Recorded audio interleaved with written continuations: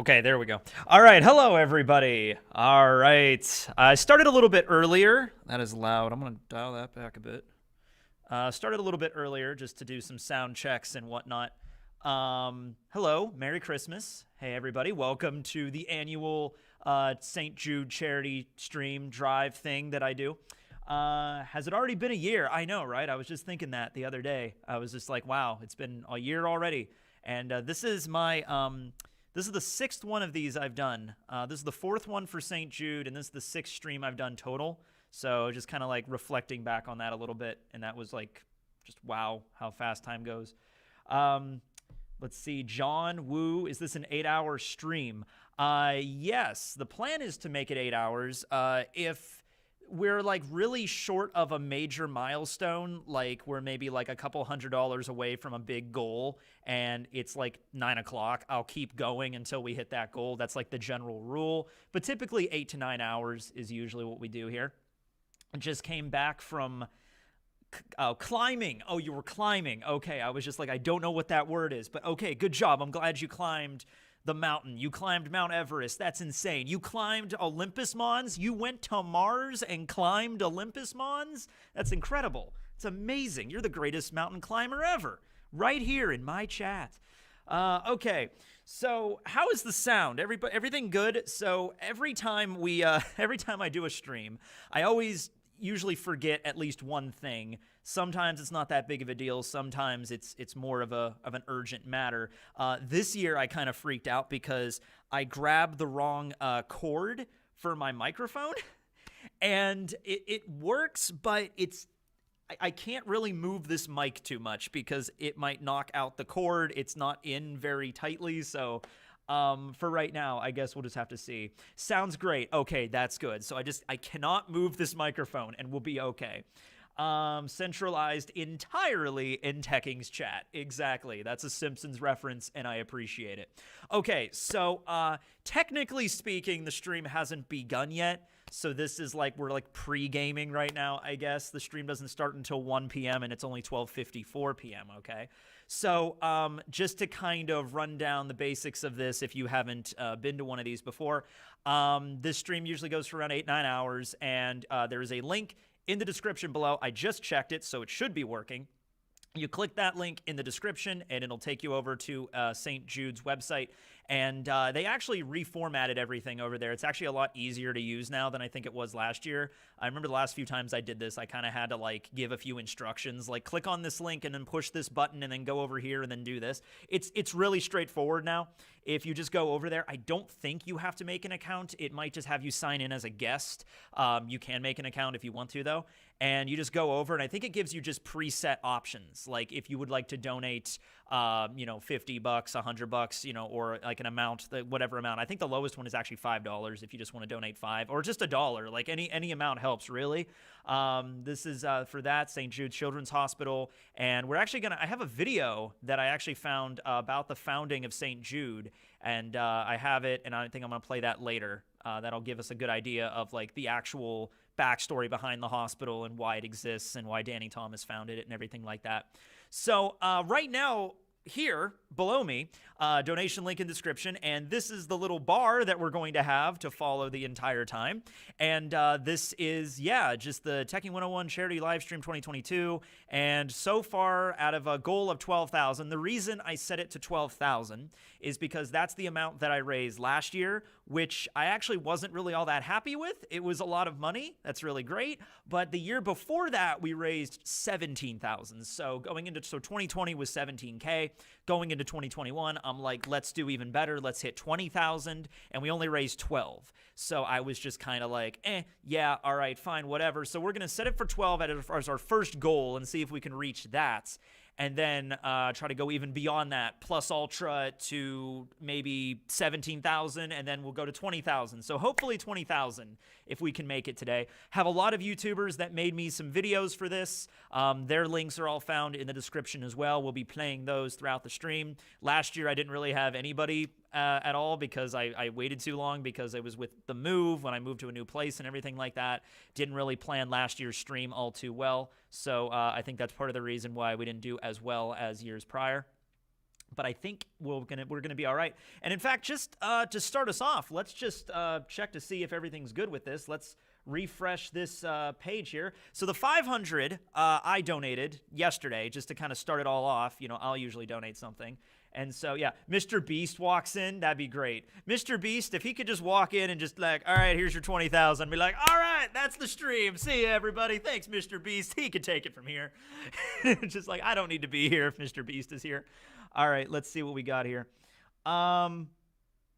Okay. Wow, we already raised another $70. There you go. See right there. I think this one also updates a lot faster than the other one did. Whenever I would update before, it would always be like, it would take sometimes 5-10 minutes to update completely. Yeah. Let's help these kids, guys. Love the work you're putting in. Yeah. Also, I have disabled super chats and super stickers and all that kind of stuff and the super thanks features, because if I didn't do that, people would be sending me donations. I don't want it to be confusing. Send the donations to the link below. That is the only thing you should be using here. YouTube also has a new feature. Well, it's not a new feature. It actually is an old feature that they revamped and brought back. A couple years ago, they had a feature called Super Chat for Good, which is basically like, you know, their donation mechanic, except there was something wrong with it or people were exploiting it for some reason. So they took it down and then they revamped it and it came back. So a lot of YouTubers are actually using it now, like a super donation kind of feature. And it's a lot better because it's like interfacing easier with YouTube. So you could just like click on a link next to the video itself. So I didn't use that though. I just thought it would be easier just to donate directly to the source itself. So that's what we're doing today. The chat is paused. Ah, yes, that is because I moved screens. Well, it's good that we figured this out. Look, we're not even technically, it's not technically live yet. Your chat on screen has crashed, Tekking. Well, now it should be better. Yeah, see, now we're good. Now we're good. Now we're good. Now we're good. So I have to keep that in mind when I'm moving between. I have like 5 different screens open right now for the stream chat and for the actual chat box and for the donation panel below. So I got to keep that in mind. Thank you for doing this. Oh, Parvision. Hey, man. How you doing? Hey, Par. Mic check currently. All right. Okay. Hold on. It's 12:59 p.m. We're almost there. Okay, 1 p.m. Hey, everybody. Welcome to the Tekking101 charity stream for St. Jude Children's Hospital. This is I'm just starting the stream right now. Absolutely, 100%. And now, hey, look at that down there. We already hit $570. That's insane, okay? So we're already doing good. Donation link in description below. First thing in the description, it'll say donate here. Follow the link. Go to St. Jude's website. You'll be able to fill out the thing there. You should be able to check in as a guest and everything and type in as much money as you want to donate. Anything from $1 to $100 to $50,000, whatever you have handy. I don't know. But, you know, just go watch it. And, yeah, here we go. Here we go. This is it. This is it for the next 8 hours. Okay. It's almost worth a PS5. We're almost up to PS5 prices. Well, maybe PS5 prices that were like upselled on like eBay or whatever. I got a PS5 not too long ago, and it was I can't remember how much it was actually. It was less than this. But yeah. Let's see. Discovered you not even 2 months ago, and you've easily become my favorite OP YouTuber. Well, thank you. I didn't exist up until 2 months ago. It's all just been it's just been an elaborate illusion. It's the collective wishes and like the subscriber base has brought life to me. So now I exist. Isn't this your old college? Yes. Yes, it is.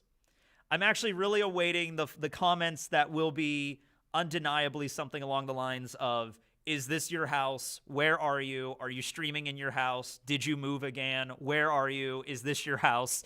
And I was just like, every year I always get them. It's always fun. Is this your house? Man. Just like, yeah. You know what? It is my house. Yep, it's my house. I have multiple stone buildings in my house. Yep. It's all my house. This whole space out here that looks like a road, yeah, that's my garage. Yeah, it's just a giant garage. Tekking is made of people's desires. The Tekking fever dream be hitting differently, yeah. Oh, yeah, and so, yeah, we did some better decorating this year, because last year I also failed on the decorations a little bit. So not only do we have the backdrop here decorated, we also have over here, we have a little setup. This is the printer, so I just disconnected the printer and decorated that with a bunch of stuff. And then over here, we have like I don't know. This wasn't what I planned. There was just nothing in this space. So I grabbed a chair and threw some extra stuff on there. And it kind of looks like a human being, like a little bit, kind of. Like, I have the face up there and the hat and then the candy cane and then the body. You know, it looks like I'm trying to summon some sort of Christmas spirits. You know, like I am summoning the ghost of Christmas present to watch over us here, I guess. I don't know. But yeah, are we up to $1,775 already? Okay, hold on. I got to figure out a way to effectively... Oh my god, this is incredible! Yeah! 3 minutes in! All right, nice. Nice. We have to go back to this now. Okay. 1,740. Okay, thank God it is refreshing way quicker than last time. Because sometimes there'd be so many donations coming in that I'd be like refreshing the page like 30 times and before it actually finally updates. So here we go. Yes, $1,740. Oh my God, we're 14% of the way there. And I suck at math. So it's really nice that they included a percentage tracker there so I know exactly where we're at. Okay, $1,740.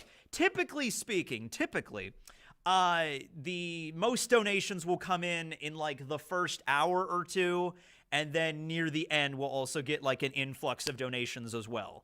That's just how I've noticed the stream's like general vibe over the years. So maybe this year will be different. Maybe we'll get consistent donations throughout the entire stream. But we're already $1,740 in. How many PS5s is that? That's at least 3.5 PS5s. Let's just measure the stream. Let's just measure all the donations in amount of PS5s as like a metric. So we're up to 3.5 PS5s. Gotcha. Because let's just say $500 for a PS5. So 3.5. Gotcha. During 2020, didn't we break $20,000? No, we came very close. Well, okay, all right. No, actually, I don't think we did. I think what happened, okay, because when I do the stream, that's not the only time you can donate, and that's something important to mention right now. If you are watching this recorded, like if you couldn't watch this live and it's like the following day, like if it's tomorrow or Monday or Tuesday or whatever like that, and you still want to donate, try the donation link anyway. It might still work because I don't take it down after the stream ends. So you could still donate like within, I think it's, it does take it down eventually, but I think it's like 48, 72 hours or something like that. It might be longer. I'm not sure.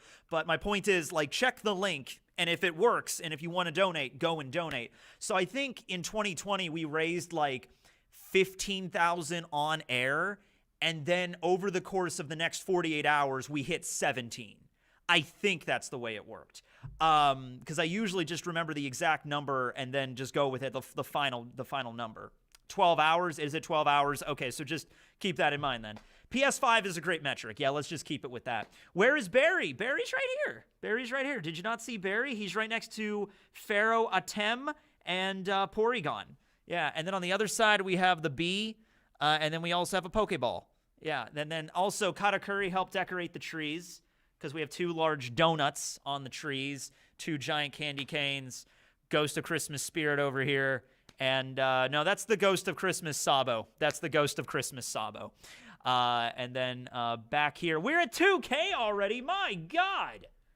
2K. We're not even in, we're at 5 PS5s. Wait, no, 4 PS5s. Okay, now see, now it's not updating. Unless that guy was lying, which he might have been. Refresh 2K. Okay, so now I think it does depend on how many. There it is! Yeah! $2,352! Yes! We're at 4.7 PS5s!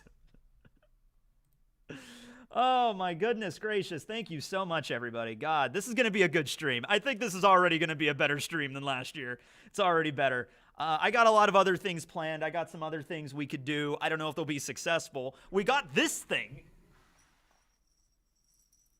Hold on.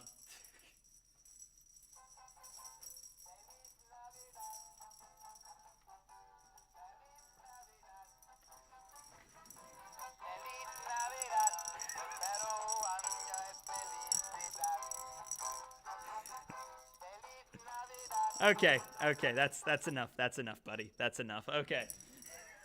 That's not going to get old for the next 8 hours. Get ready for some awesome cactus Christmas renditions of Feliz Navidad, everybody.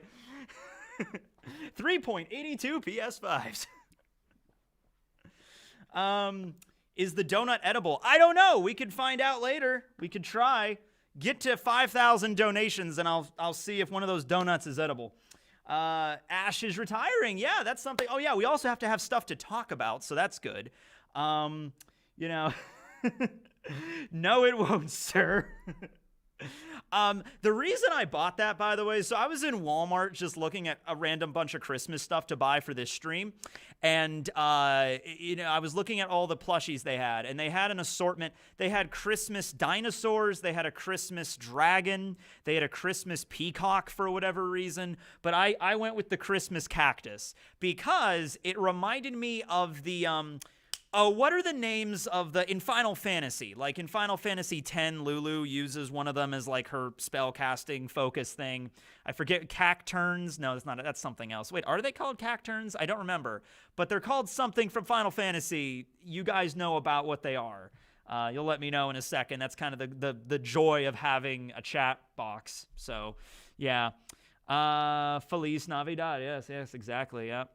Cactuar. Yeah, okay, Cactuar. Yeah, those things. Yeah, it reminded me of those things, so that's why I got it. Yeah.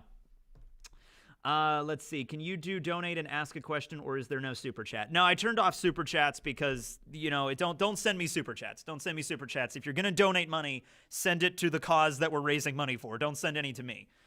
So I turned off super chats, super thanks, all that kind of stuff. That's not the point of this. All right, let's do another check. Let's do another refresh. Might as well. Oh, my goodness. 2467. Okay, 2467. We're almost at 5 PS5s, guys. We're almost at 5 PS5s. All right. How old do you think your youngest viewer is? I mean, I don't know. I mean, there's people that message me that are like, you know, my age, but they have kids. And they'll be like, Tekking, I just had my son. And it's like, we're watching your video. And it's like, okay, so technically speaking, like 2 weeks, 2 days. I don't know. We are at 5. We're at 5 PS5s. We hit 5 PS5s. Woo! That's the metric we're using. Oh, my God. My God. Okay. I'm at 2793 on my screen. Yeah, it's going to be different depending on other screens. When I refresh, it'll probably update. I'm broke right now. Sorry. You don't have to donate if you don't want to. You're here, you know. Just enjoy the stream then, I guess. Is this the 3rd year or the 4th? I was actually thinking about that the other day. I think this is the 4th year I've been in this room. I think. Yeah. Because I did one stream here, because that's the one my mom came to. And then in 2020, no one was here because of COVID. And then the one last year, obviously, and then now. So this is the 4th year I'm doing it in this room. And then in 2018, I did 2 of them. I did one for NF in the summer, and that was in the science building here. And then there was the one for leukemia, which was in the old Mac lab. So this is the current computer lab because they did a restructure of the campus. Tekking, what do you smell like? I actually smell like Sauvage Cologne. I don't know how to pronounce it. Oh, Brago's in here. Shout out to Tekking for this year. Hey, Brago, thank you for showing up. Also, thank you for sending me a video. Brago's one of the people that sent me a video. We're going to be watching his stuff later, along with everybody else's. I got a lot of videos this time around. I got 2 hours worth of video content just from other YouTubers. So, technically speaking, it's an 8-hour stream total. Technically, I just have to stream for 6 because I have 2 other hours that I have to fill with other YouTube content. But probably for the first hour, it'll just be me, and then maybe we'll watch some videos, and then we can do some other stuff. What are you eating for lunch today? The same thing I do every single year when I do these. I stop at Sheetz before I come here. Sheetz is like a little gas station convenience store chain that's in Pennsylvania. Also like Maryland, Ohio. I think they stretch all the way even down to North Carolina, because when I was down North Carolina last year to visit my uncle, there was one even down there. But it's a nice little chain, and I got some peppermint coca mocha kind of thing. And also I got a breakfast sandwich that I already ate, and then I also got a grilled chicken wrap kind of thing that's going to be my lunch. And I'm very happy because there's actually a microwave in the other room, because in 2020 when I was streaming here, they took away all the microwaves and the toasters because of COVID. So now, though, there is a microwave in the other room, so I can heat up my chicken sandwich, and it's going to be delicious for lunch. But that'll be my mid-afternoon snack. Does Pennsylvania have a Tim Hortons? I've heard of those. I don't think there's one. There's definitely not one in my immediate area, but I think if you go out more toward the eastern side of the state, maybe closer to Philly, there might be some of them. We're also getting a lot of Rutters around here. Rutters. Rutters. Yeah. Every area, though, has basically, like, it's like the mafia a little bit, except they're like little convenience stores / gas stations. You know, every region has one. Like, even in Pennsylvania, we have Sheetz over here, but out east toward Philly, it's all Wawas over there. And then, like, 7-Eleven is obviously, when I was out in California, there was a bunch of 7-Elevens. So, yeah. Do you watch Jump Festa? I don't usually watch Jump Festa because I never know how to watch it. So, or I guess it might stream when I'm, like, sleeping, because I don't remember actually ever watching a Jump Festa live. But people will always send me the information, like, the following day of, like, this is all the stuff that was at Jump Festa. Oda is going to make an announcement tomorrow at Jump Festa, so I'm excited for that. Let's do a little bit of a check here to see where we're at. $3,733. My voice is really gone now. All right, that's pretty good. That's pretty good. How many PS5s is that? How many PS5s are we up to? Man, we're up to 7.5, I think. 7.5 PS5s. Yeah, that's it. YouTube can stream Jump Festa. Yeah, but what time is it? Because if it's like, because Japan's like 12, 13, 14 hours ahead of me. So it's probably going to be when I'm asleep, most likely, because I never remember watching it. Tekking has come. Choose between One Piece or 1,000-Year Blood War. That's tough. I'm not going to answer it. It's just tough. 6.6 PS5s. Love from Nepal. My God, we have somebody from Nepal watching this. It's definitely snowing in Nepal right now. Is it snowing in Nepal? It'd be ironic if it wasn't snowing in Nepal. And, it actually just started. It stopped snowing here. It was snowing for like the last 2 hours, and as soon as I started the stream, it stopped snowing. Ironic? I don't know. Christmas pterodactyl. When will the next field video be up? I don't know about that, guys. Depends on the field. Love from India. Got India. Yeah, where's everybody from? You don't have to be super specific, but like, where are you at in the world right now? You know, I'm from Hoboken. Okay, cool. Hoboken. Nice. Don't you have like a giant chicken that attacks you sometimes or something?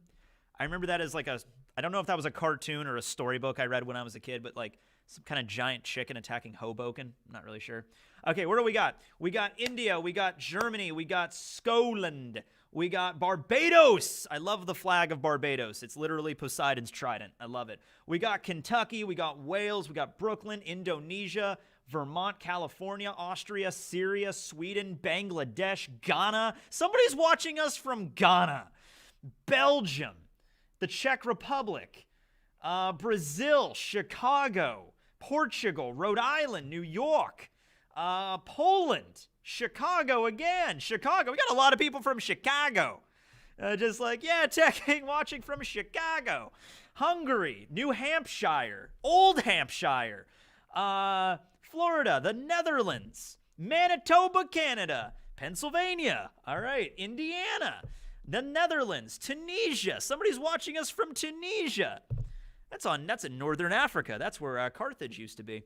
Well, technically speaking, I think the city is still there. I don't know if it's called Carthage anymore, but no, I don't think it is, actually. I think they changed the name from Carthage, but that's where it used to be.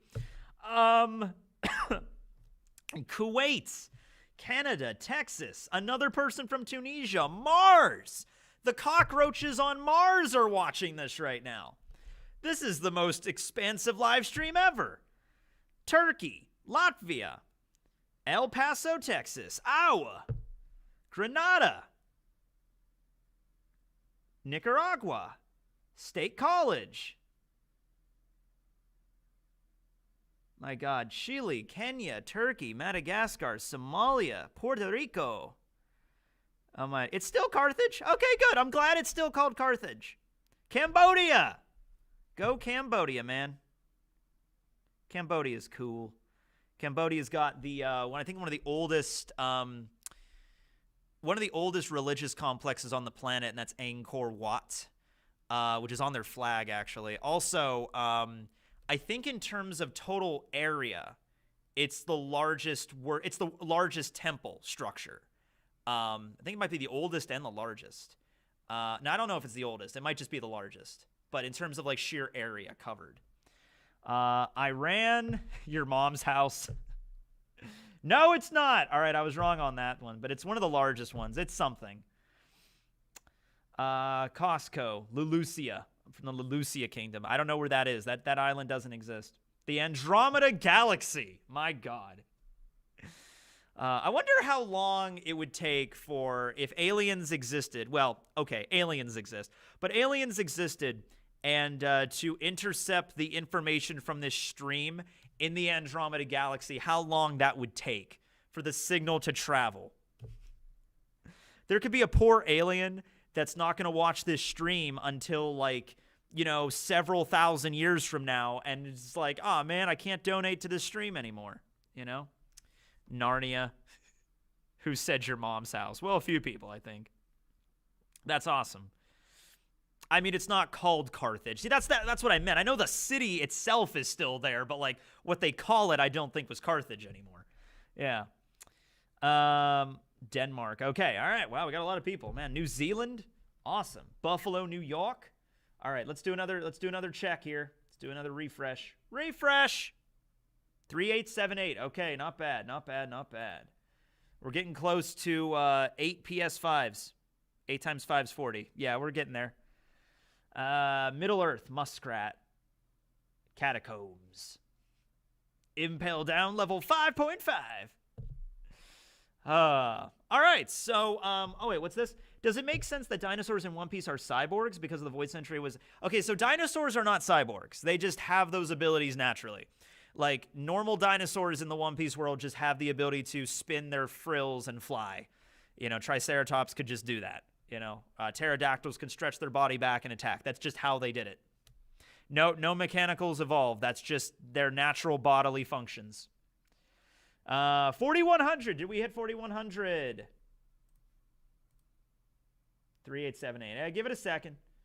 Give it a second. Give it a second. I'll come back in a moment. I have to keep switching back and forth between... Oh, we have 1,000 people watching right now. That's cool. I'm watching from Ruskina. Ooh, we got to have good Wi-Fi out there. We got like satellite internet up on Ruskina.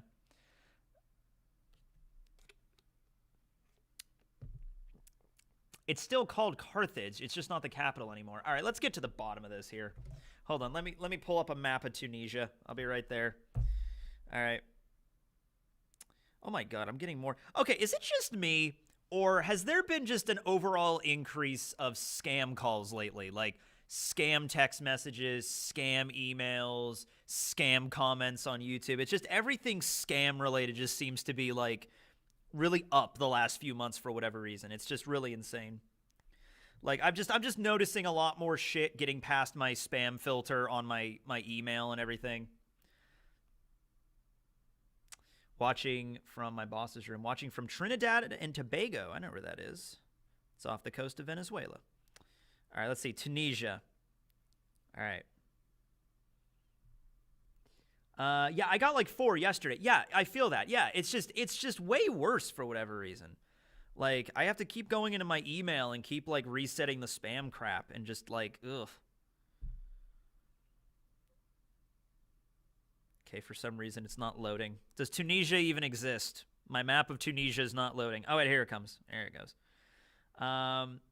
It's because you're getting older. Yeah, well, that is a thing. I was watching, so Mark put out his video yesterday about the glitter bombs that he always does every year. I think what was it, Mark Rober or something? I forget his last name, but you know, the guy that does the glitter bomb stuff, and he's like, the thieves steal it and then the glitter goes off and everything. Except this year they actually worked with like law enforcement agencies to take down a bunch of scam call rings in India. So I was watching a lot of his stuff last night. That was pretty cool. Yeah, Mark Rober. Yeah. The NASA engineer. Yeah, that guy. Yeah, he has a YouTube channel. Really cool dude. And he put out the last glitter bomb video, which I guess is going to be the last one he's going to do. Like, even right here, we have a bunch of, like, chats and stuff. Oh, we do have moderators in the chat. That's good. That's great. Somebody is doing... Oh, my message automatically held for review hidden by... Okay, no, there is a mod. Okay, I might have to make somebody else a mod later on. I don't know. We'll see how this handles so far. Have you ever heard of San Marino? Yes, it's in Italy. It's a tiny little city-state, kind of like the Vatican, right? It's inside of Italy. I know where the countries of the world are. I'm the geography guy, all right? Okay. Yeah, I know where stuff is. Okay. No, I don't think it's called... Isn't it called Tunis now? It looks like Tunis. Maybe part of the city is called Carthage, but I think it's called Tunis. No, Carthage. No, it's still... Okay, it just looks like Carthage is part of Tunis. It looks like a connected city on the map anyway. But if that's the case, makes sense. Makes sense. Yeah, I know that everyone's just going to be like, you know, oh, yeah, I could be a mod. Just hold off on a second here. I know a lot of people want to be mods, but we'll see how it goes. If it becomes necessary, we'll see. Not good at math, but I'm a geography master. You can't be good at both, all right? You can't be good at math and be good at geography. That's not how your brain works, okay? It's just not. Yeah, Tunis is the capital. Carthage is part of it. All right, that makes more sense. Do you know where Birmingham, Alabama is? Yeah, it's in Birmingham. It's in Alabama.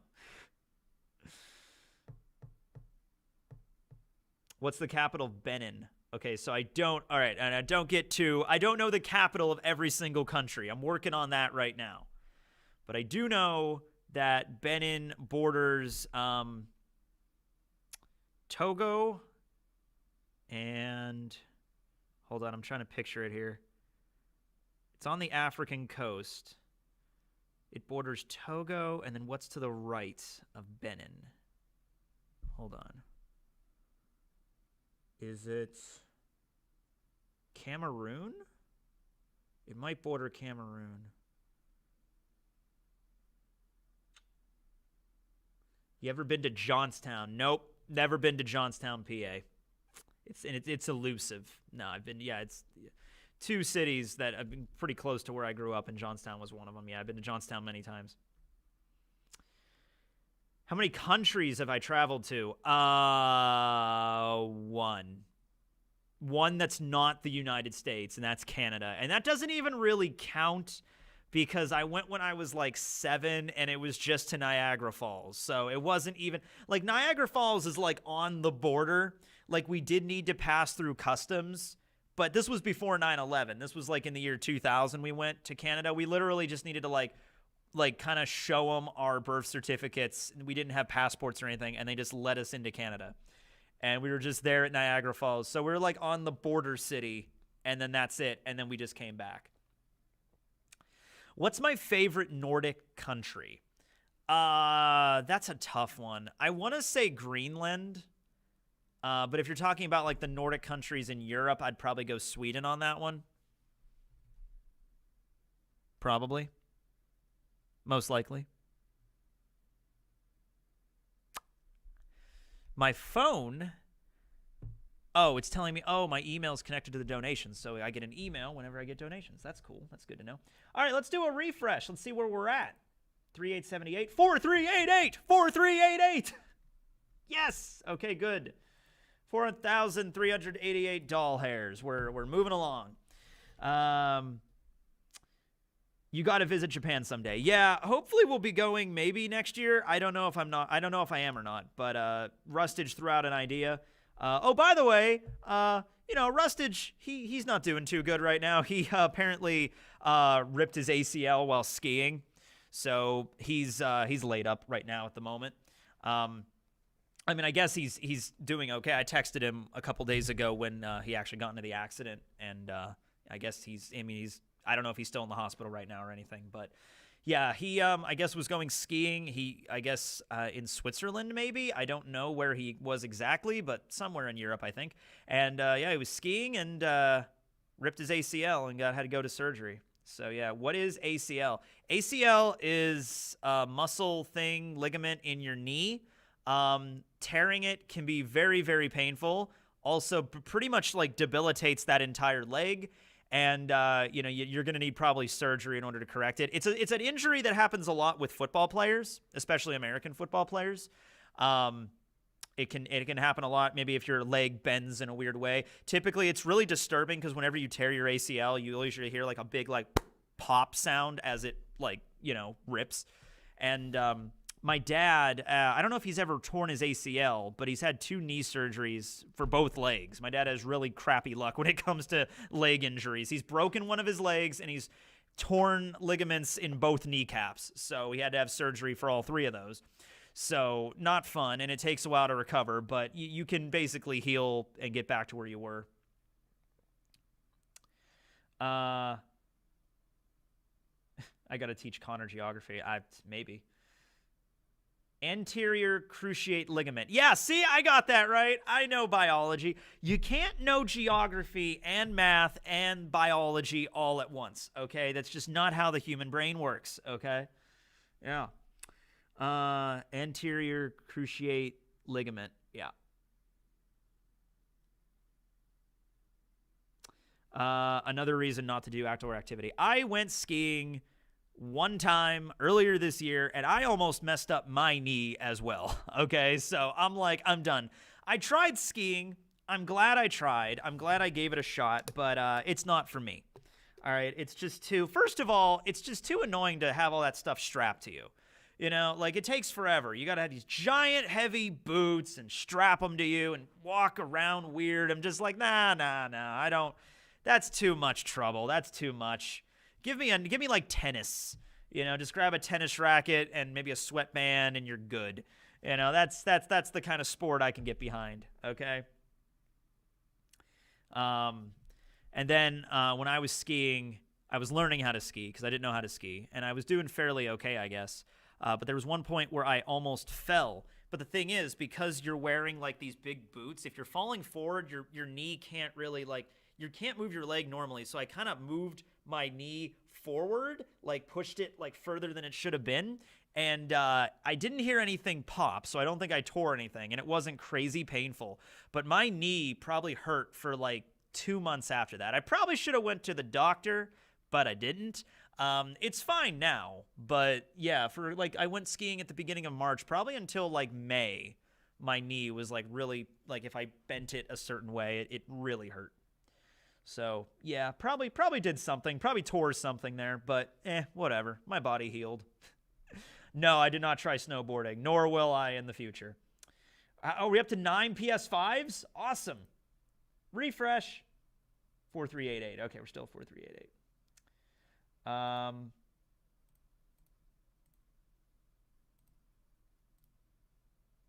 Try martial arts better than skiing. Yeah, I didn't know if I was going to like skiing. I just wanted to try it. Basically, a friend of mine was going to Vermont, and they have this ski resort up there, and her daughter owns this ski shop kind of thing with her family. So they asked me, hey, do you want to come? And I'm like, yeah, sure. So we went up to Vermont, and it was beautiful, beautiful country. I've never been up to Vermont before, so it was really nice. But yeah, skiing, not for me. How can I send you fan mail? Go on just go type in Tekking101 fan mail on YouTube. That'll take you to one of my most recent fan mail videos, which should also have my P.O. box that you can send me stuff. Are you going ice skating? I've never ice skated before. Never done that. I do want to. I want to try ice skiing though. Yeah, ice skating. Yeah. buff teching. What's my gym routine? I don't know. I do like a machine for triceps and a machine for biceps and a chest thing. And I was there with Casey and Zach last week, and she had me doing a thing with like a leg sort of machine. I don't know. I don't know what these machines are called. I'm not into aggressive sports. I like board games. Those can be aggressive sports. There have been fist fights that have broken off over chess, or Monopoly, okay? Like, that should be like the sequel to the Queen's Gambit. It's just about chess, but also boxing. Just like, yeah, no. Now, I imagine chess tournaments are relatively respectful. I don't think people break out into fisticuffs too often in chess. Maybe they do, though. I don't know. It's like, you can't move your rook that way. I don't know.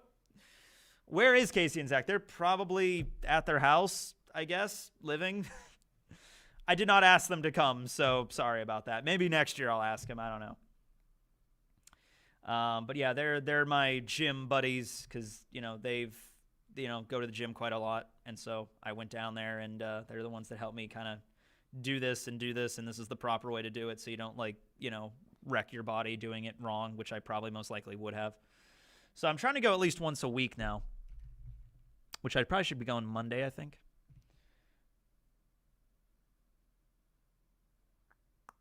Monopoly is probably brutal. I always wanted to play Monopoly growing up, and my parents, it was one of those games where my parents were just like, ugh, I don't want to play Monopoly. It takes forever. You know what I mean? Although there's a speed way to play Monopoly. There's a faster way you can play Monopoly. Hold on, it's a Christmas stream. I have to grab a Christmas hat. Christmas hat! I actually have a lot of Christmas hats this time. I'm going to be alternating hats throughout the entire stream. The Sea Gym. Yes, the Sea Gym. Are you in Pokemon Scarlet? No, I'm not in Pokemon Scarlet and Violet, but I've played Violet. If I am in the game, let me know. There's just a character that looks like me. And it's like, hello there. I am reviewing pirate manga.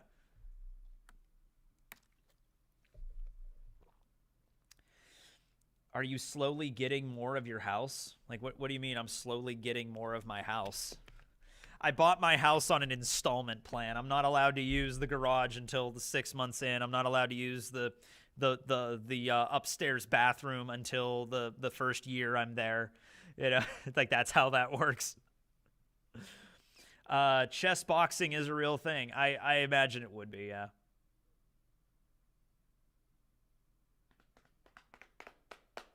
Elf teching. I am from Iceland. Cool. Thoughts on Alien Area? Go check out a stream I just did with the Shonen Flop podcast where I retweeted it on Twitter. But yeah, just go check out Shonen Flop. They're really cool guys. The most professional podcast I think I've ever been on. Not to say anything else about other podcasts I've been on, but just they had it structured in a very just methodical way, and it was really cool. And we talked about Alien Area on that one. I think I gave it a 45 out of 101 if you wanted a number.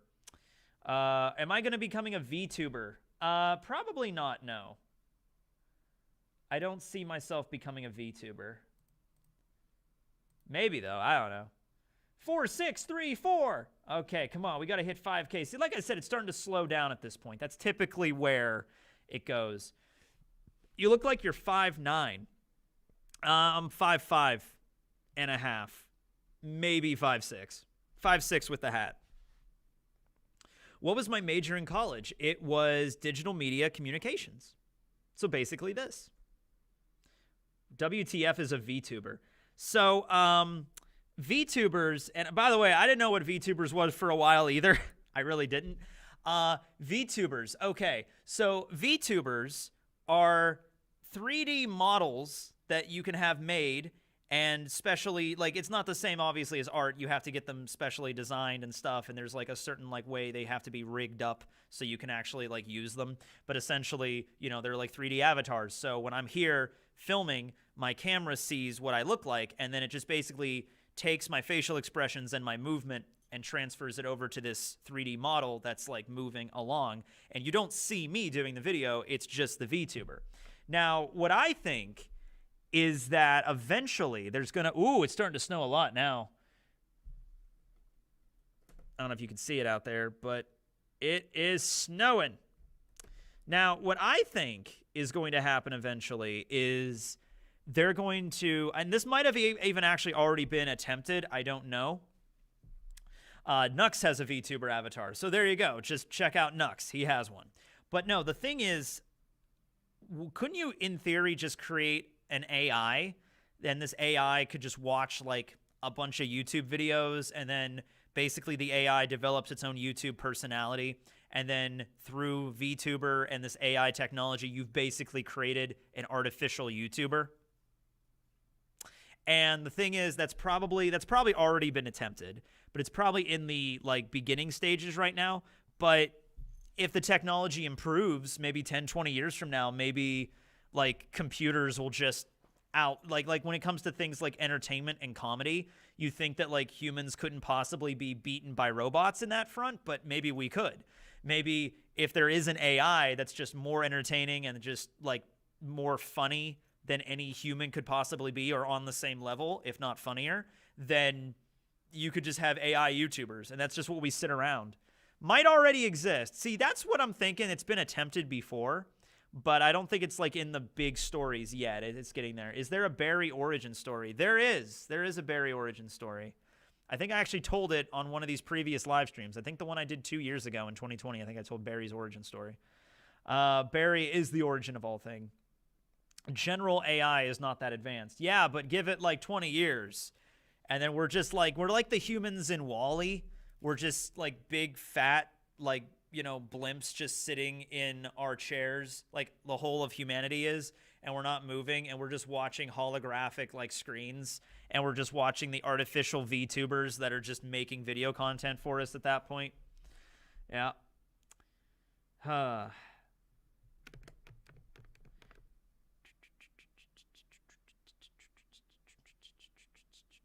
I think Nux is one. Oh, Nux is an AI. Yeah, he might be. I've never seen him. He might actually be a straight-up AI. Uta is a VTuber. Yes, I actually have seen one of those, yeah. VTuber Uta. What did you get for high school grades? I wasn't that great, but I wasn't that bad either. We had like a graduating class of like 160 students, and I was like 60 or 70th out of all of them. So pretty much right in the middle, maybe a little bit higher than the middle. No, Uta is a streamer. She didn't use a model. Not in the movie, but I've seen like YouTubers that actually have a VTuber model of Uta, like that are actually making videos. I can't remember who it was, but I remember seeing a VTuber model of Uta. Not in the actual movie, but... What is the name of your uncle's book again? It's so funny that you should bring that up. I actually have it right here. Hold on. Whoops, overshot it. Be right back. Okay, here we go. So this is Hometown Alien by John Wyszynski. John Wyszynski is my uncle on my mom's side. And we visited him down in North Carolina. He lives in North Carolina. And this is something he's been working on for about 20 years now. And it's a book about aliens invading the Earth. It takes place a lot in the 1960s in a small coal mining town, because my uncle grew up in the 1960s in a small coal mining town in Pennsylvania. Different name in the book, but it's very much about a time and a place at that moment in American history. And there's also a lot of references to the early space program, like in the 50s and the 60s with like the Soviet Union and the United States and like space exploration and that kind of stuff. So it's a good book. Check it out on Amazon. I doubt AI can be creative. See, I have to vehemently disagree with that. I doubt AI can be creative.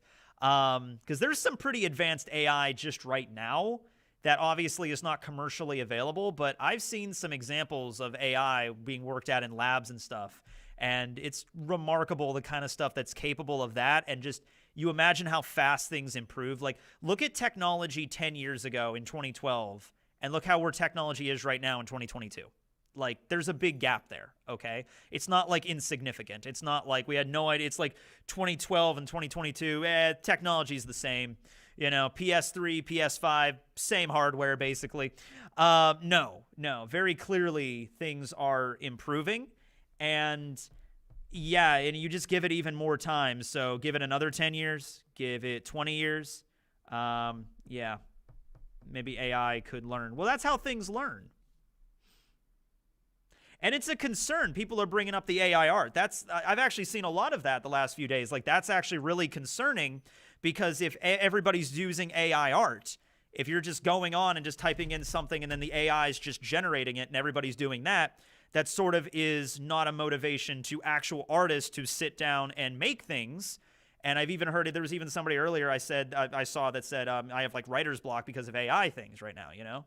And it's like, what's the point of even sitting down to draw something when AI can just, you know, analyze millions and millions of art? Like, for example, like, I want an image of Luffy as an astronaut. Well, the AI can just immediately scan millions of images of Monkey D. Luffy, millions of images of astronauts, and then just, zoop, here's Luffy as an astronaut, and it would look pretty damn good.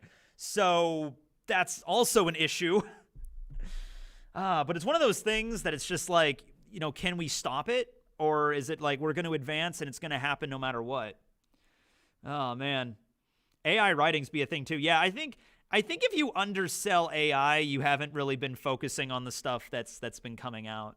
Because AI has been, last 10 years or so, it's been pretty creepy how advanced it's getting, you know? Poor Keiru. Almost at 5K. All right, hold on. Make an AI that's better at getting donations. 4995. Okay, we're almost at 10 PS5s. We're almost at 10 PS5s. Good to go. We're almost halfway there for the first milestone. Yeah. I heard that AI art steals art from actual artists. That's another concern. That's another problem. Probably what the AI is doing is it's just scanning AI art. I mean, it's scanning, AI art is scanning fan art and then just taking that and maybe adding some stuff to it. So that's a concern. That's a problem that needs to be fixed.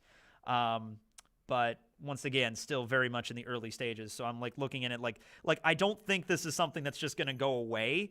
Like, we're just like, all right, we tried the AI art thing and it's just, no, there's too many problems with it. So we're just going to scrap it and we're never going to use it again. I don't think it's like, it's the same thing with anything else. Like, I just don't think it's going to go away. So, you know, flash forward 10, 20 years in the future, see where we're at with it. It might be kind of eerily similar, you know? And I think it could be possible. I think it could be very possible that given enough time and like development, you could have an AI YouTuber with a VTuber avatar that maybe acts the same as a regular YouTuber. Like, you wouldn't even be able to tell the difference. I think it's possible. Maybe, I don't even want to say not in my lifetime. I think it is possible in my lifetime. I'm not even 30 yet. You know, by the time I'm 50, this technology could exist.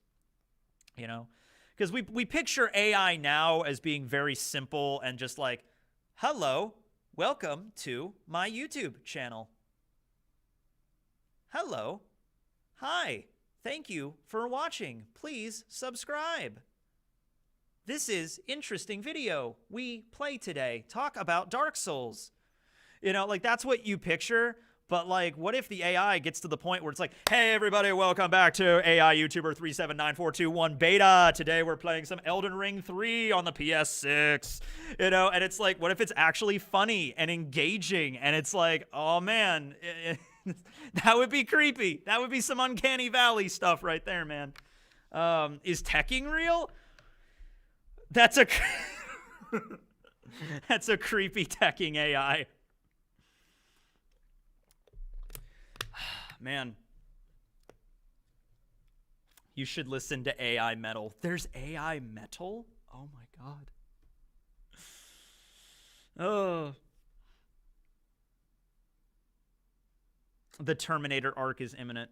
That's another thing, though, that I will bring up, and it's, I don't know, there's a name for this, but I don't know what it's called. It's the fear of something that's entirely predicated on the media presenting it that way. So, like, for example, because the Terminator franchise, the whole premise of that franchise is humans are going to go too far with AI. Eventually, the computers become self-aware, and they take over the world. That's the premise with Terminator. That's the premise with The Matrix. That's the premise with a lot of like dystopian media. So because that's what people grew up on in like the 80s and 90s, like that's like, oh, if we go too far with the AI, it's going to be Skynet. Skynet's going to happen. Skynet. But does that actually mean that like that's a legitimate fear? Like that's a legitimate threat? You know, because it's still a movie. You know what I mean? Like, I don't know.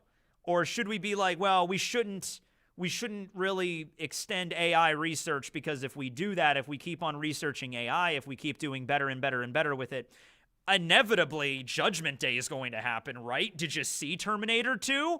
It happened in the movie, so therefore if we keep doing it, it's bound to happen. And I don't think it's likely. I don't think it'll go out. I don't think we're going to have a Skynet problem. But then again, that's the first problem with saying that we're going to have a Skynet problem, is saying, nah, I don't think we're going to have a Skynet problem. Maybe I am an AI. Hey guys, you should really extend AI. You should actually just give everything over to the computers right now. I mean, I'm a human saying this, but you know, it's like, I think that's what a computer would want us to do. AI imitating your emotions while they have no emotions. Yeah, that's the kind of stuff I've seen on like YouTube and stuff. And that's freaky, for them to imitate things like sadness or anger. And it's like they don't feel them, but they do. It'll be fine. Yeah. I mean, Terminator 2 was pretty dope. It is a pretty good movie, yeah. Tekking101's working for Skynet.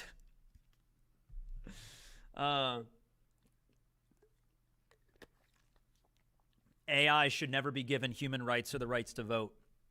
Once again, you're creating that image probably because of what, like iRobot. Like eventually we're going to have like robots walking around our cities and like doing stuff for us.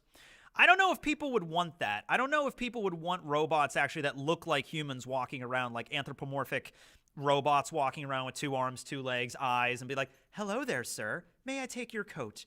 Thank you. Please welcome to McDonald's. May I show you to your seat? I don't think people would want that. I think it would probably end up being more like touchscreen-based, computerized kind of situation. I don't think we would ever have like actual like androids walking around. The movie Ex Machina was pretty crazy. Yeah, that too. Yeah. It is mostly because with some AI maker could just flood the polls with ideological similar AI. Yeah, well, that's a concern. I mean, like that's just more like computers getting more advanced. Don't make robots look human and we're fine. Yeah, I think, I don't know if people really want that. Yeah.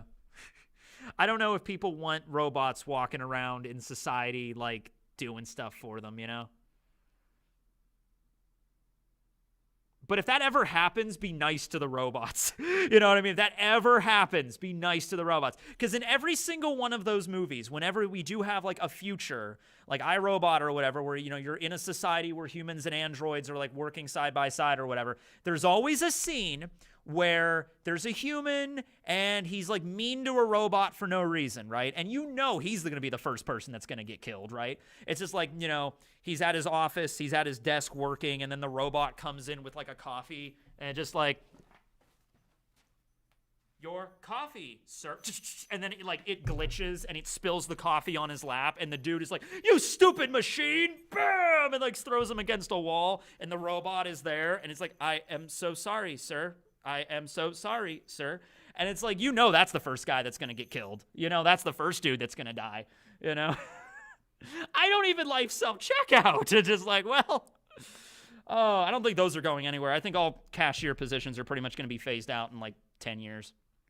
Maybe if there's like a small little, like a mom and pop sort of like privately owned store, maybe cashiers will still be there. But when it comes to like big box retail, like Best Buy, Walmart, those kind of buildings, those kind of stores, I think those are all going to be self-checkout within like 10 so years. And my mom's been doing, you know, cashiering work pretty much her entire life, and she thinks it's heading that way too. Did you watch the last Avatar movie yet? The lastest? You mean Avatar 2? Or do you mean like Avatar The Last Airbender? Because either way, no. Imagine AI watching The Matrix. Yeah, exactly. Big Lots still has cashiers only, no self-checkout. Well, give it 10 years. I don't even know if Big Lots is going to be sticking around for a long time. Big Lots has always seemed as just like the big box store that I'm confused is still open. Best Buy is still around, yeah. At least where I'm at, there's a few Best Buys. You know, Walmart's the big one, and Target, I guess. I was in a Target yesterday. It's actually where I bought this cardigan. I'm starting a new trend. Every Christmas stream, I got to buy a new cardigan. 13 PS5s left still at the Target. Oh, my God. Okay, we're going to do a refresh here. Refresh. 5531. Yeah, we are almost halfway to our first goal, ladies and gentlemen. Oh, man, this is good. I think we're gonna be okay on this one. I think we're gonna do. I think we're at least gonna do better than last year. I would love to hit 20K, but hey, man, we're not even an hour into this yet, and we're almost at 6,000. That's insane. All right, that is really good.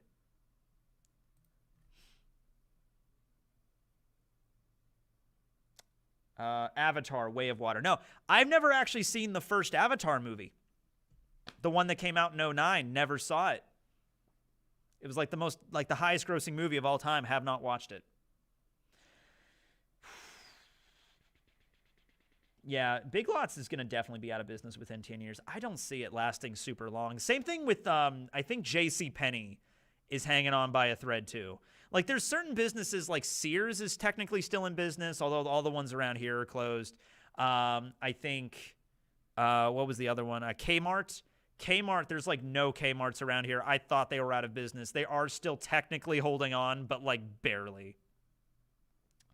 So yeah, I think JCPenney, Big Lots, Kmart, like Sears, 10 years, maybe almost certainly 20, and they're going to be gone. Isn't Barnes & Noble? I don't think Barnes & Noble's dying out. I hope they're not, because that's like my happy place. I love Barnes & Noble.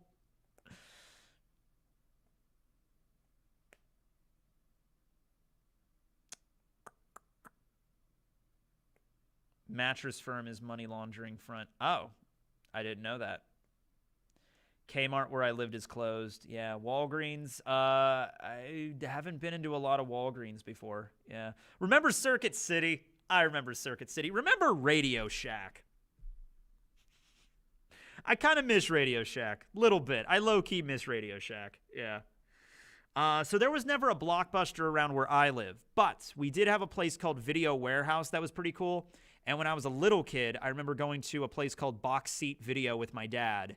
And it was in the mini mall, and we would always drive up there when I was like in elementary school, like on Friday nights, and we'd get like, I'd rent like Pokemon VHSs and stuff they would have there, and like they had some like PlayStation video games and stuff, like PS1 stuff.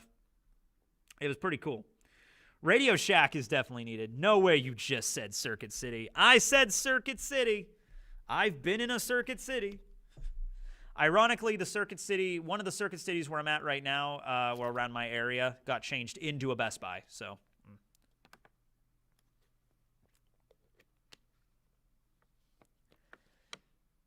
Mattress Firm is a conspiracy. Well, I've never shopped at a mattress firm, but I can imagine it's some kind of money laundering front. Sure.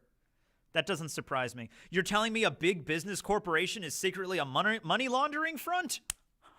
Macaulay Culkin face. Oh, man. Do you watch the World Cup? No, but I know it's Argentina against France tomorrow, and I'm rooting for Argentina. Just because they had a cooler flag, I thought.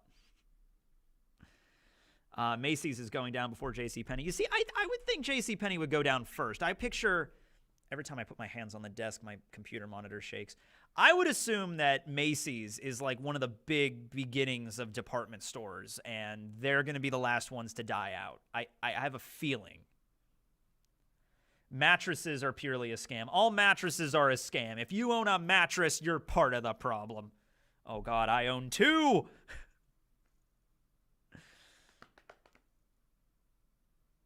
Yeah, exactly. Powerful rich people would never do anything bad. They're the ones that have all the money, guys. Why would they do anything bad? Everybody knows as soon as you get $1 billion, you instantly become the most empathetic individual on the entire planet. It's common knowledge. Come on now. I'll be going to Walmart in 2060. I can see Walmart sticking around a while. They're going to change around like how they structure, but if I were to time travel 50 years into the future, I think there's still going to be Walmarts. Future Walmarts. Ooh. Bed Bath & Beyond is beyond help. Every time I go in Bed Bath & Beyond, it's always insanely expensive. Like, everything in that store is, like, crazy more expensive than it should be. Their clearance section is, like, sort of reasonable, but, like, that even is a little bit too high. IKEA is the real money laundering business. I've never been into an IKEA. They don't have these businesses around here.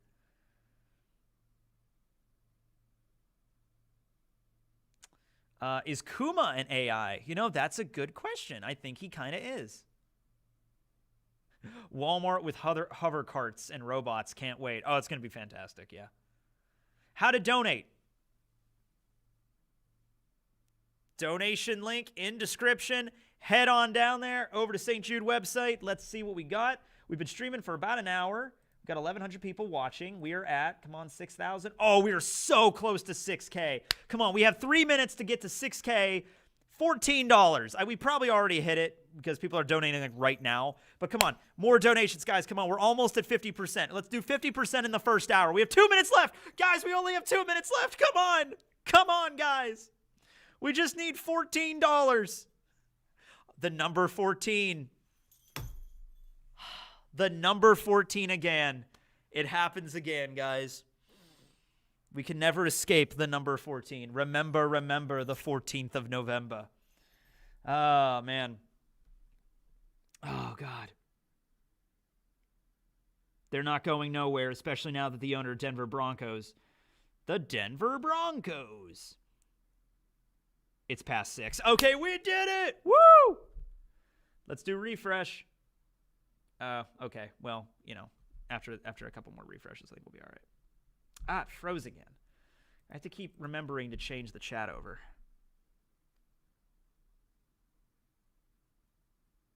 The curse of Helios. The curse of Helios. What's the goal? 20K. The ultimate goal for the entire day is $20,000. But I set it to 12 because that's what we raised last year. If we can make half of what we made last year in the first hour of this shit, that's pretty damn cool. The cheer fruit could come in handy. Yeah, actually it could. The pump fruit. Get pumped. All right. 1:59 in the PM. Oh, man. I'm pretty sure we're over it. I'm pretty sure. It's just, it's not refreshing. It's just give it a second. Come on. Come on. Come on. Okay. All right. I'll give it a sec here.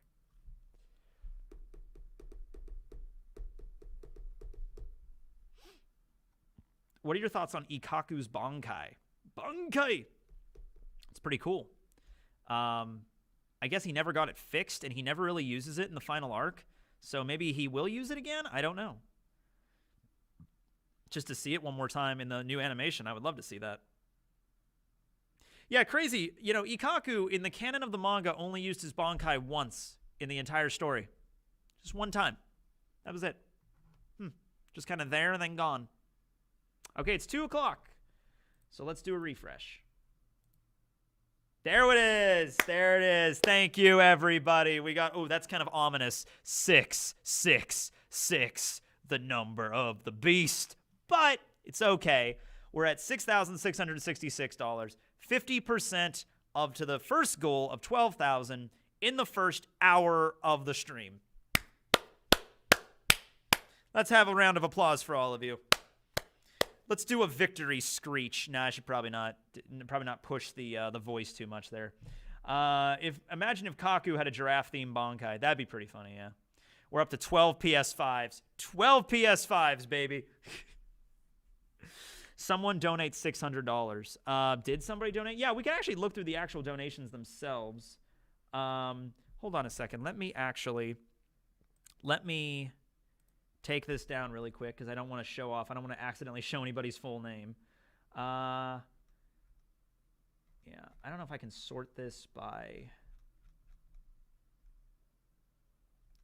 5, 10, 50. Oh, no. It actually goes by. Okay, so the biggest donation was mine, but before that we had L. My name is L. Kira. L donated $362. Nick donated $250. Josh $250. Junker $250. JB $250. Brandon $250. No, $200 from Brandon. $132 from Evan. Kip donated $120. James donated $100. Nick donated $100. Parvision donated $100. Thanks, Par. Eileen Diaz donated $100. I just said I wasn't going to read somebody's full name, but that's a pretty common name, so I think we'll be all right. John Smith donated $300. Matt donated $100. Guy Geo donated $100. Angel $100. My Uncle John donated $100, so thank you, Uncle John. Jeremiah donated $100. Blave Bliss donated $100. Steven $100. And I'll read the donations that were over 100. That seems like a pretty good way to divvy it up there. Cool. Go down a little bit there. Get back down to where it was. This stream is super professional. Okay, there we go. All right. And we'll do a refresh just for good measure. 6,066. Okay. All right. Well, we're at, did we already hit 12K? No, we're not at 12K yet. We're at 50% of 12K. But I think this would be, can we get much higher? I think this is probably the best time to play our first video of the day. We're an hour in, and I got to play 2 hours worth of these, so I got to get going now, I guess. So the first video, I think it's just going to be 2 spookies. So let me move over here to this other page. Okay. So, yeah, we have 2 spookies video up first on deck. There he is. I'm going to mute my microphone, and hopefully the audio on the computer should be good. You know, if it's too loud, the chat's not on the screen anymore, but I can still see the chat. So if it's too loud or too quiet, let me know, and I can adjust as necessary. But yeah, this is the first video for the stream done by 2 Spooky, who also plays Verona on One Piece D&D. Thanks to him for helping me out with this. Here we go. Howdy gamers, it is your boy 2 Spooky here, if you can see me over there. If not, this is fine. But basically, today, I figured, you know, we like One Piece over here on the Tekking101 YouTube channel, right? Yeah, that's what I thought. But yeah, if you guys didn't know, there's actually a One Piece card game coming out later this year. Shout out to Rogers Base for getting me this little promotional pack for it right here. Something you might not have known is that there was actually a One Piece card game like frickin' forever ago, back in the good old 4Kids day. You guys remember that? What's wrong with your face there? Yeah, good times. But back when, you know, 4Kids One Piece was running rampant, there was a card game, a One Piece card game that was released in the US. And nobody knows about it. I'm gonna go more in depth about how you actually play it at a later time, but I figured we could just kind of show off what it used to be like, and then maybe just open up one of these old packs I have laying around. But I gathered some of the hollows and stuff right here, and this is what the back of the cards used to look like.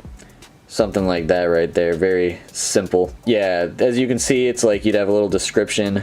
Like when this character card is played as a captain, it gets plus 100, so this power would be like 600 and stuff like that. Yeah, so I think how it used to go is you basically like have one character kind of be like your captain, even if they were like a marine or like an unaffiliated character. But like, since this came out at the beginning of One Piece, I want to say it was like 2004, 2005, with the whole 4Kids era. Obviously, this only goes up to about like Alabasta for a lot of these. It's also, as you can see, Zolo. Some of the character names have been changed because of localization with all the fun 4Kids stuff. Mr. Zero Crocodile. Oh boy, that's a big one right there. 600 power. Wowee. And then, oh, we got this. We got yeah. So we also got some filler characters and stuff in here too. Good fun stuff for the whole family. I'm trying to see. President Heavy, yeah, Pell. Oh, this one's my favorite. Portgaz D. Trace. I don't even know how they came up with that name back then, but oh boy did they. Oh boy did they. There's one card in here there's like a different kind of rarity. I don't know if I've come across one yet, per se. But every single pack had like a holographic like this, and then every so often, I want to say you could get one like Mihawk here, where like the lettering's kind of also silver. That's supposed to be like the rarest that you can get, and I want to say Mihawk was like the strongest card you could get in like the first arc. Oh, we got everyone's favorite Pirate King. Look at that. Yeah, so that's just the basic rundown of what this card game used to look like over here. In addition to that, there were also like various support cards, which, you know, like it says right here, can be used for anybody, whereas this one is specifically for Chopper. So like certain cards had certain power-ups, and some you could just use with literally anybody. But yeah, that's what the One Piece card game used to look like. I guess we'll have to see what the new card game looks like. But I figured, as just like a fun little way to send this off, we'll open up some ancient card pack from way back yonder, and we'll see what we get. We'll see what we get. Maybe we'll get lucky. Maybe we'll get lucky. All right, here we go.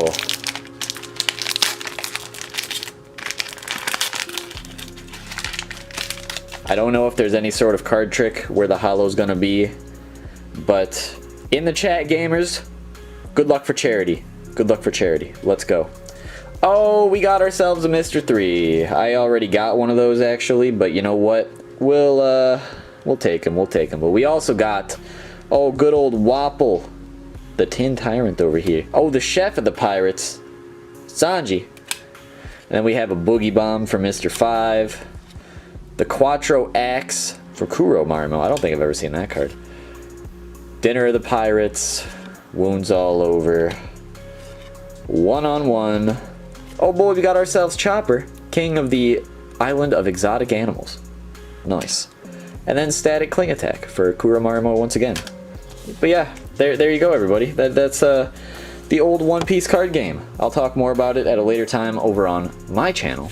But there's a little preview of what you guys have been missing. I bet the vast majority of you probably didn't even know that existed. But you know what? Now you do. You're welcome. You're welcome. Thanks for having me, Tekking. Hope you guys have a great stream. I will catch you guys hopefully next year. Yeah. Or on One Piece D&D and something. Yeah. Thumbs up, game. Okay, so there we go. That was the first video. Thanks to Spooky for that. I actually remember that card game. I did have some of the 4Kids cards back in the day. They're all like lost or destroyed at this point, but I did have some. And they were like, I remember there was like a lot of, like there was a Dragon Ball Z card game, which I think still exists, although I don't know if the version I played when I was a kid is the same version that's still now. But there was also a Naruto card game. I remember that. It's almost like every anime had a card game. Like there was a obviously Pokemon and Yu-Gi-Oh! Because there's like the standard, but like there was a Dragon Ball card game, there was a Naruto card game, there was a Bleach card game. And I don't know if any of those are still... I know I saw Dragon Ball cards still in the stores, but I don't know if it's the same one. But I don't see Bleach. I don't see the Bleach trading card game around anymore. You know what I mean? Maybe it is still around. But yeah, thanks for Spooky for that one. The good inaugural video of the stream. Mobambi. Yes, Mobambi is a character from the third One Piece movie, Chopper and the Island of Secret Animals, or the Island of Rare or Strange Animals. It's kind of like, imagine if Gaimon's arc got turned into a movie, but Gaimon's not in it. That's basically the third movie. The third movie is weird. But yeah, that was Mobambi, and then it also has like a talking parrot, and yeah, and a guy that like is like a poacher that like goes around trying to like kill the animals and steal their horns, and he like eats their horns and he gets stronger. I have a video on the third movie on the channel. It's weird though. Frozen chat. Oh yeah, that's right. Well, let's do a refresh really quick on the stream. 6501. There we go. Thanks. Yeah, if the chat freezes, just let me know.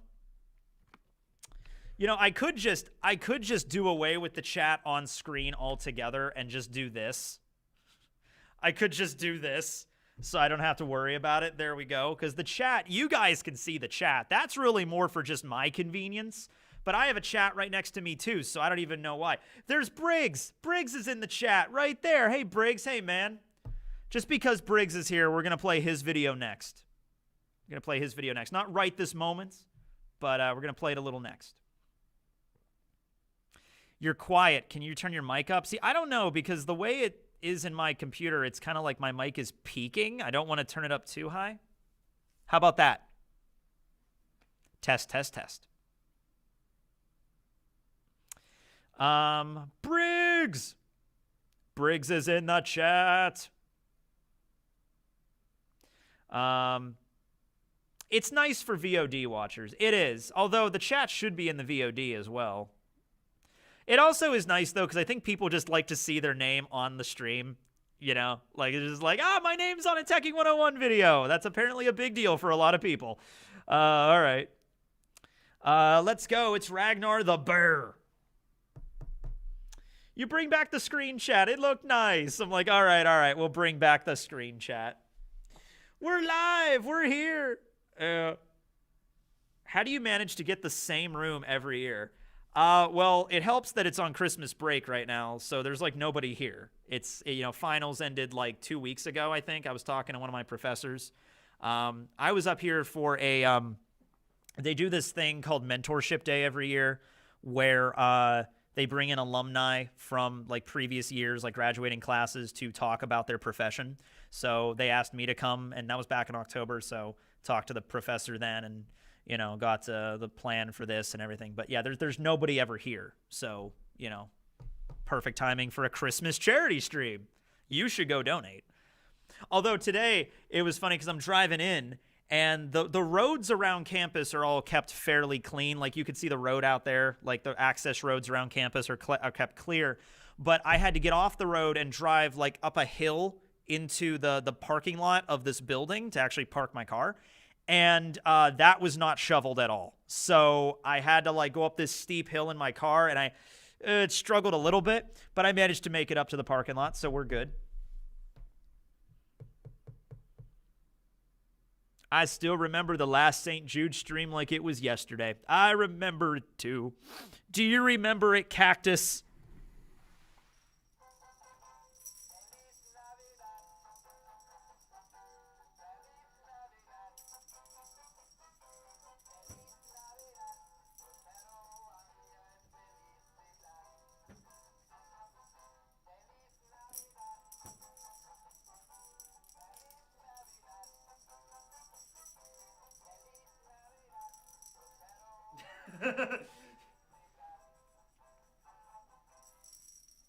So, yeah.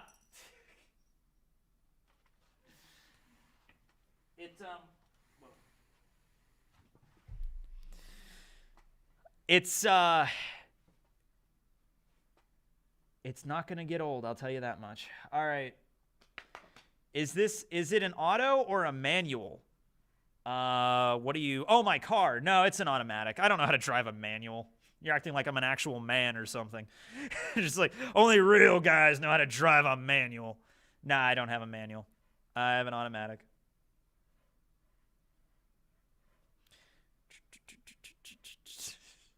It's not easy for that thing to balance because it's not a flat surface. It's literally a printer that I just threw a blanket over. So, yeah. Let's see. Barry's going to be so jealous now. Yeah, I don't know what I'm going to do with most of this stuff. We have the Christmas rhino over there, a Christmas rhino. We got Pharaoh Atem, we got Barry, we got Porygon, we got the donuts, we got the tree, we got Barry again, we got the Gamu Gamu no Mi, we got a bee, we got Santa, we got a Pokeball. What's in the Pokeball? It's Poliwhirl! Doo-doo-doo! So Ash is finally being retired as the Pokemon. He's finally become the Pokemon Master. 25 years in, trapped forever in the body of a 10-year-old traveling the world to become the greatest Pokemon Master. Is he finally allowed to grow up and become an adult? Okay, is he finally freed from the chains and he's out of the coma and he's freed from this endless hell? And he can finally grow up and, live his life for the love of God. I feel sorry for Ash. I just wanted him to be freed, you know? Oh God. He's finally allowed to age normally. So there's just going to be a new MC. Yeah. There's going to be hold on. I'm trying to think of the best way to pull this up on the screen here. I think I might have to open another tab. Yeah, I'll just do that. Because they released a key visual for the next Pokemon key visual new. And I know the chat froze, but give me a sec here. I'm working on it. Let's see. I saw this the other day. Pokemon key visuals, Scarlet and Violet. There might actually be 2 of them. Where? What about Pokemon new anime? New main characters? Oh, that's weird. I'm not finding it on... Oh, wait. This is it. Okay, I got it. Hold on. Let me just move that over here. Okay. The new MC is probably a girl. Actually, I'm pretty sure it is. Here we go. So this is the new key visual. So, yeah, I'm thinking it's the girl is going to be the new character, the new main character with her Sprigatito. And I'm thinking the dude back there that kind of looks like Blake with the red hair. He's gonna be her rival, I'm thinking, and that's probably gonna be the new dynamic. I'm happy that there. You know, it's one of those things where it's like you remember your childhood, and it's like, man, I don't ever want to grow up. But then you look at Ash, and it's like, man, you feel sad for the poor kid. You know, it's just like it's okay, Ash. It's time to move on. You know what I mean? It's just like, and it's like that's finally happening. So yeah. They might do a JoJo's Bizarre Adventure kind of situation with Pokemon, maybe, where they'll just, like, every new game, they're just going to have new protagonists. That might actually be probably the better way to do it, honestly.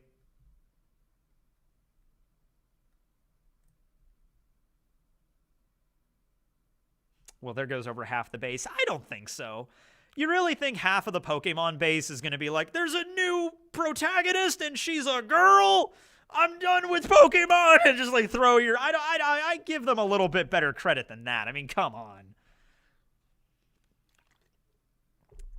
I would not want it to be Ash's daughter. I wouldn't want it to be that. I would just like let's just do a thing where it's just like a new protagonist every new game, every new series. That's probably better. I hope they do show Ash as an adult.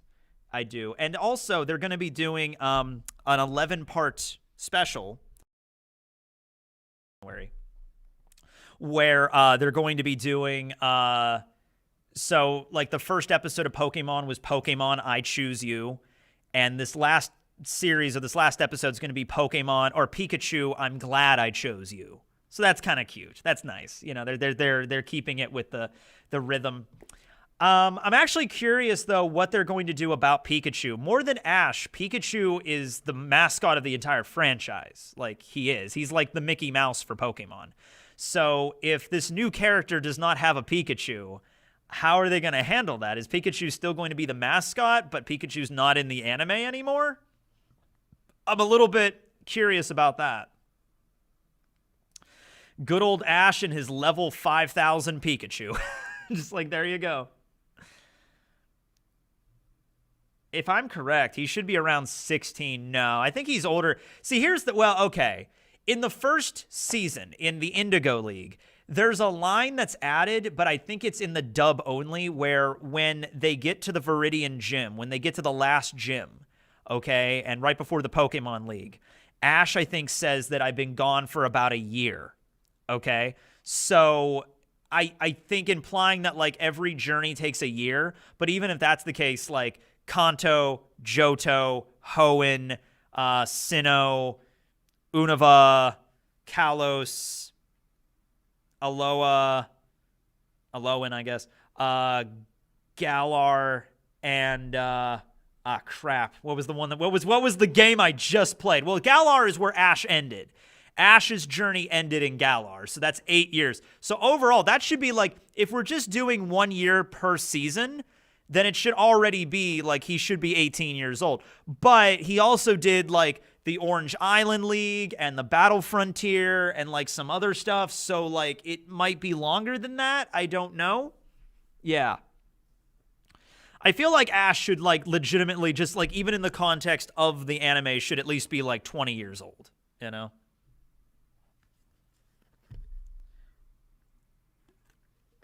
But the narrator says he's a 10-year-old boy in Hoenn. Yeah, and he also says he's 10 in Best Wishes in Black and White.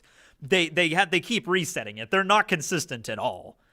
They don't try any sense of continuity. Ash is forever 10 years old. That's like the running joke. Yeah. Paldea. That's it. Yeah, that's the region I just played.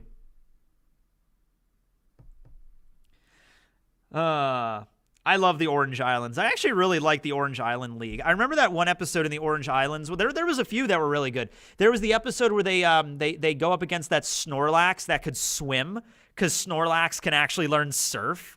So that was a cool episode where Snorlax just goes from island to island and just eats everything. And then there was the episode where they meet. Okay, so it's Lorelei in the games. She's the Elite Four member, Lorelei. But in the anime, they changed her name to Prima for whatever reason. So there's the episode where they meet her. And Orange Islands are cool. I liked Lapras. I liked Tracy. I like the different Orange Island League challenges because they weren't like, they weren't like a standard Pokemon battle. Like there's that one they had to do the race down the mountain. Like there's some of those that were actually pretty clever and unique, Snorlax. Let me show you my favorite Snorlax meme, if I have it on here. Hold on. I actually don't know if I have it on this one. I might have to go and find it. Hold on. I don't have a Snorlax meme on here, but I do have this Emperor's New Groove meme. So here's that for now. And there's an Emperor's New Groove meme to hold you over until I go find the Snorlax one. Hold on a second. Let me go find the Snorlax thing. All right. Okay, hold on. This is pretty funny. Yeah, there it is. Yeah, there it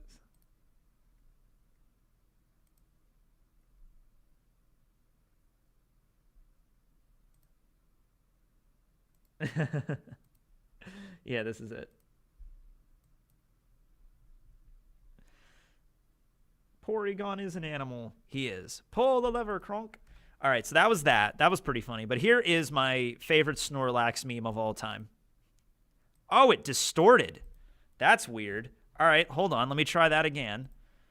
It's like a weird file format. Hold on. Let me do this. Let me convert it to a JPEG. Yeah, there it is. Okay. I was not prepared for Sheriff Snorlax. This town ain't big enough for the one of me. I love that one. I love that one. Yeah. Snorlax is a cool guy. The poison for Cusco. Cusco's poison. Petition to get Tekking101 to play the DS Bleach games. You don't need to petition me to do that. I've already done them both. I played Third Phantom and I played Dark Souls. I played the crap out of Dark Souls. I got like 100% mastery on Dark Souls. I have a rude question about Tekking's hairline. I mean, that's where it is. That's what I got. I mean, it is what it is. Baldness doesn't really run in my family, so I don't think I'm ever going to be bald, but your hairline does tend to recede the older you get. It is a thing that happens. Not to everybody, but it is a thing that happens. But I'm good. I want a plushie of Sheriff Snorlax. Have you ever played Cuphead? No, I haven't. Vegapunk. No hairline, boy. All right. The stream breaks because of my hairline. Okay. Vegeta style. No, Vegeta style would be like a Widow's Peak kind of situation. There we go. That's it. That's my hair. It's a little bit off center, but okay. Hold on. Let me just try to. There we go. There we go. That's better. There we go. I don't.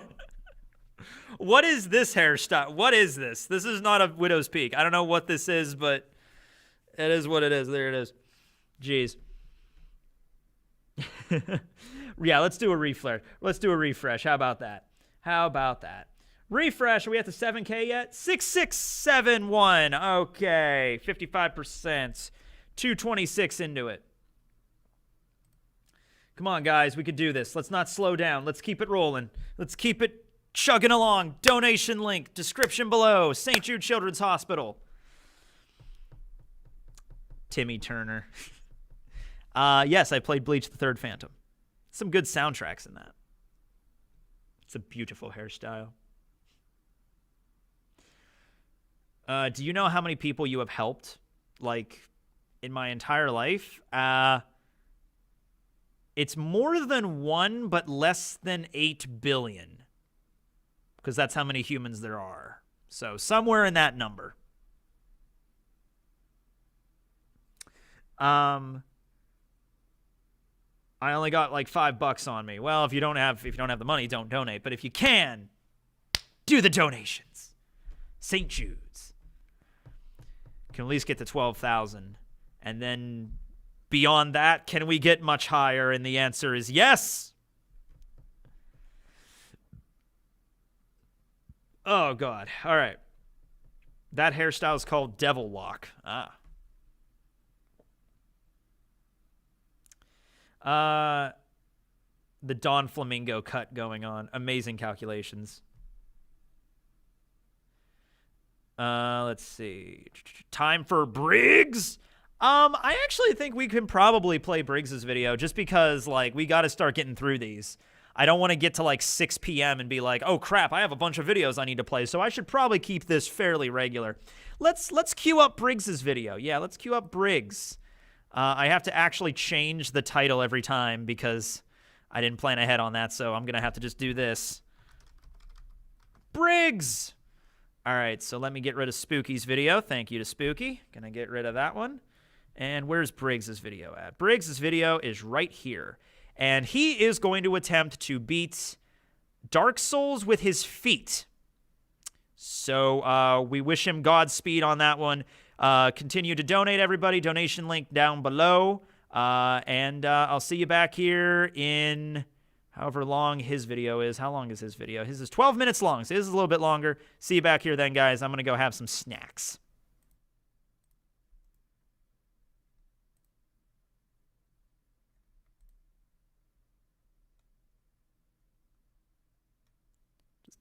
Hold on a second, guys. Hold on. Hold on. I got it. Hold on. I lost. Oh, there it is. Okay. Here's Briggs. Can I beat Dark Souls with only my feet? That's right, no hands allowed, just these grippers and a controller. I decided to stream the entirety of this challenge and see if I could pull it off. And trust me, I knew this would be no easy feat. This video is going to be fun. So I booted up Dark Souls Remastered and started gaming. You can simplify most fights to just hitting X to roll and the right bumper to swing. So in theory, I knew this would be possible with some well-timed but simple moves. But I quickly realized that controlling my movement was the hardest part. Regardless, I took on the first boss with a plunging attack and knew all you really needed to do was roll behind this big boy. Now we're going to rotate, we're going to be patient, and we're going to rotate behind him. Swing. Be patient. Roll. I clicked the roll. I clicked it. It's okay. We're fine. We're fine. We're fine. Okay, get behind him.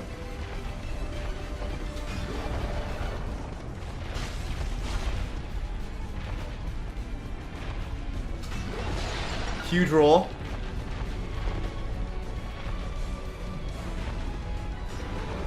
Huge roll.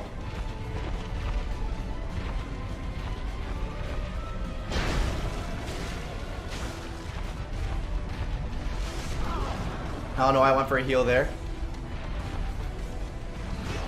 Huge roll. First try! First fucking try, boys! Woo! I'm a gamer! Oh my god.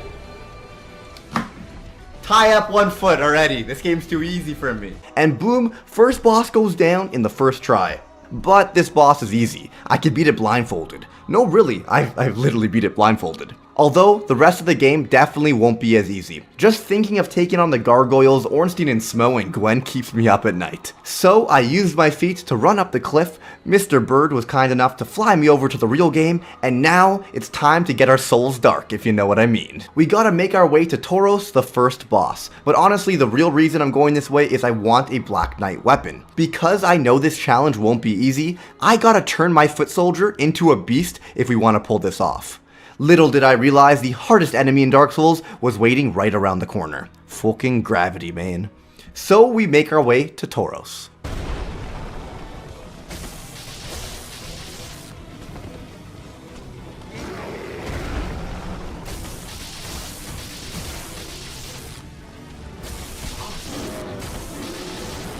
Swing! Let's go first try! Woo! This game's too easy! I can only use my pinky toe next time. Dude, I should put a timer up. This is a speed run at this point.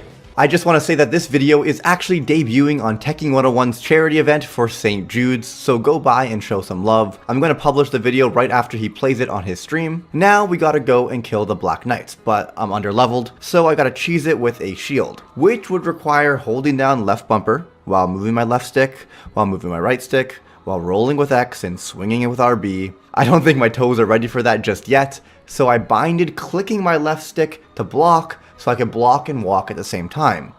We got this shit. Let's go!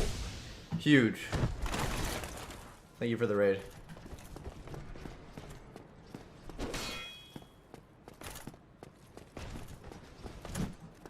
Let's go!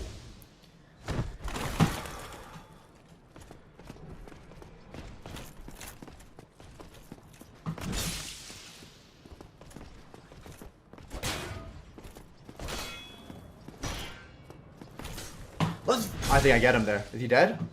Give me the drop. No! And we didn't get the drop. It's okay, we got a few more of them I could kill, like right after the dragon on the bridge. We're using humanity here real quick. Increase our odds. Rotate, rotate. Let's fucking go! Give me the drop, give me the drop. No! No drop. No drop. And I didn't get that drop either. Honestly, if I didn't get the halberd, I was willing to completely reset the run, but Lady Luck was on our side, boys, and the run continues. And I got the drop! Let's go, the run is still intact. I don't have the stats to wield it just yet, so let's go ahead and kill the gargoyles first. Just when I started to feel like I got the hang of playing with my feet, and this run wasn't going to be too bad after all, I hit my first real roadblock.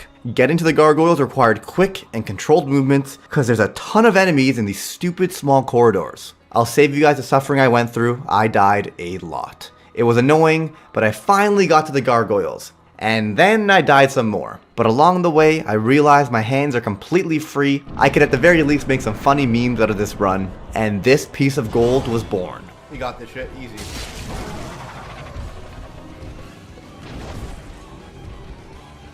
It doesn't reach.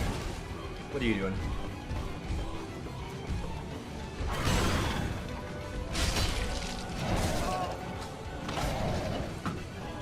Get the tail, man. Get the tail. You got it?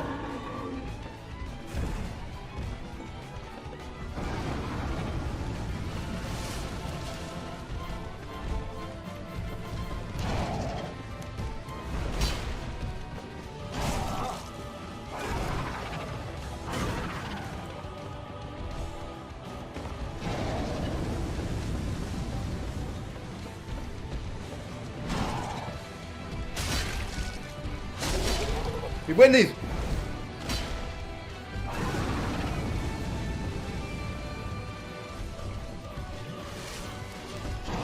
We win these. One more swing, boys. I had a fireball. Good game! I thought we do it. Have lunch. Beat the game with my feet. Multitasking. Now that I defeated the gargoyles, technically I can go do the Spider Lady Quayleg in Blighttown, and then Ornstein and Smo in Anne Orlando, and the first half of the game would be done. But my stupid ass decided, let's try and 100% all the bosses. Why? What's wrong with me? I must be a masochist. Also, I still can't wield my halberd. So we take on the Capra Demon, my least favorite boss in Dark Souls because it's a tiny ass room with 3 enemies. I really hate this boss because unless you have experience fighting him, you're fucked. It's an instant first time death, and it just feels unfair as they all instantly attack you and corner you right as you enter this tiny ass room. I can technically go do Gaping Dragon, but I wasn't in the mood, so we head to the Spider Lady as originally planned. Once we get overpowered, we could come back and clean up some of the more annoying bosses and areas later. My first try was actually pretty good, but the AoE got me. Also, my Zweihander doesn't deal that much damage. I only have 5 heals because I wasted all my humanity, and I start every fight poisoned. So this should be fun. Dude, how's he shooting that sideways? I'm actually 1 HP.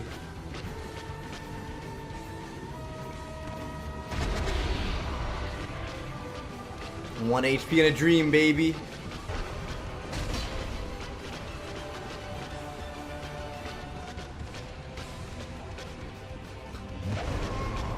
What? But roughly only 8 tries later, we did it, boys. 1 heal left. We got this shit. Swing! Swing! Let's go! Oh, walking into a fight, no armor, poisoned, only 5 heals. With my fucking feet. Now we can finally use my halberd. I'm gonna level it up, so let's just say I've become a Super Saiyan from the shins down, boys. Time to take on Ornstein and Smo, one of, if not the hardest boss in the game. Little did I know, getting there was the real challenge. Turns out parkouring this balcony with my toes caused the single most amount of deaths in the entire run. I died 50 plus times trying to get to this fucking boss. At one point, I even brought out the keyboard and mouse to attempt to walk in a straight line. I just couldn't do it. I can beat bosses that take people days and dozens of tries on my first attempt with my freaking toes, but walk in a straight line? Impossible. And then I had a genius idea. Eureka, all I gotta do is become thick. So I threw on some heavy armor and just tanked all the attacks. Took it one step at a time, and GG's.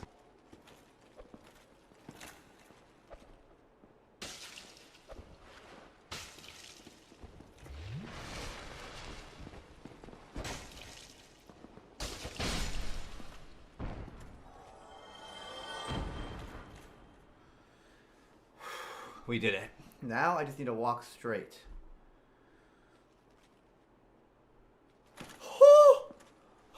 I tapped that way too hard. I actually tapped that way too hard. Slow and fucking steady, baby. Time for probably the hardest boss, not including DLCs. And funny enough, I beat these 2 golden boys that everyone is scared of in like 4 to 5 tries with nothing but my feet, man. I couldn't believe it.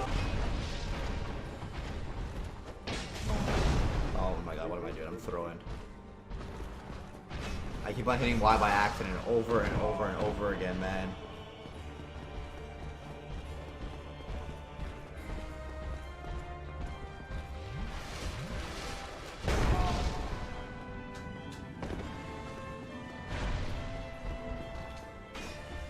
Why am I locked onto the wrong guy?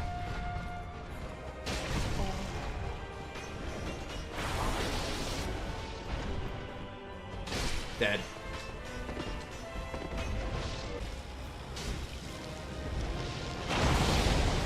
Somehow that didn't hit me. Let's go. I jinxed it. Yeah, I don't have any humanities equipped. I can't get hit by anything else.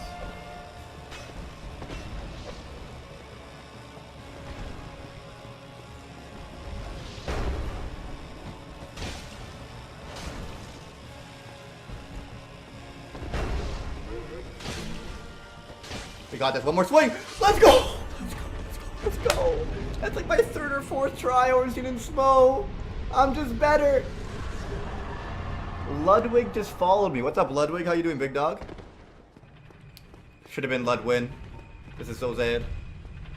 And that concludes the first half of the game. However, since I'm a lunatic, I decided to beat all the bosses and 100% the game. So subscribe for part 2, my dudes. Coming soon. I really hope you guys enjoyed. This video probably took me the longest to make out of all my videos. So subscribe, smash that like button, and most importantly, check me out on Twitch. I try and stream every single day. I'm also currently trying to beat the game with a drum set, which surprisingly is way harder than playing with my feet. Who would have thought? And just like that, I'll see you guys all next time, boys. Shin Paku.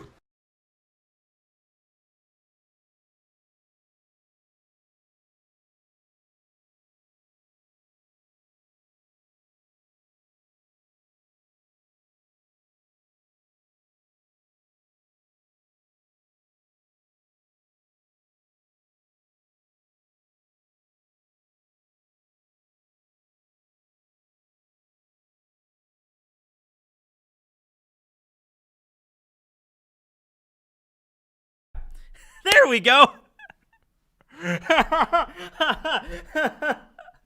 I muted my mic on the screen, but I also muted it on the actual microphone. So I apologize. That was like me talking for like a minute with no audio. That's just standard from what this happens. It's going to be an 8-hour long stream. We're going to have issues. Anyway, what I was saying was, Briggs, I think you seriously need to contact like Guinness or something, like the Guinness Book of World Records, because I don't know if that's a world record, but it should be. I feel like playing all of Dark Souls with your feet kind of qualifies you to be in a book somewhere. You know what I mean? Oh my God. I can read your lips.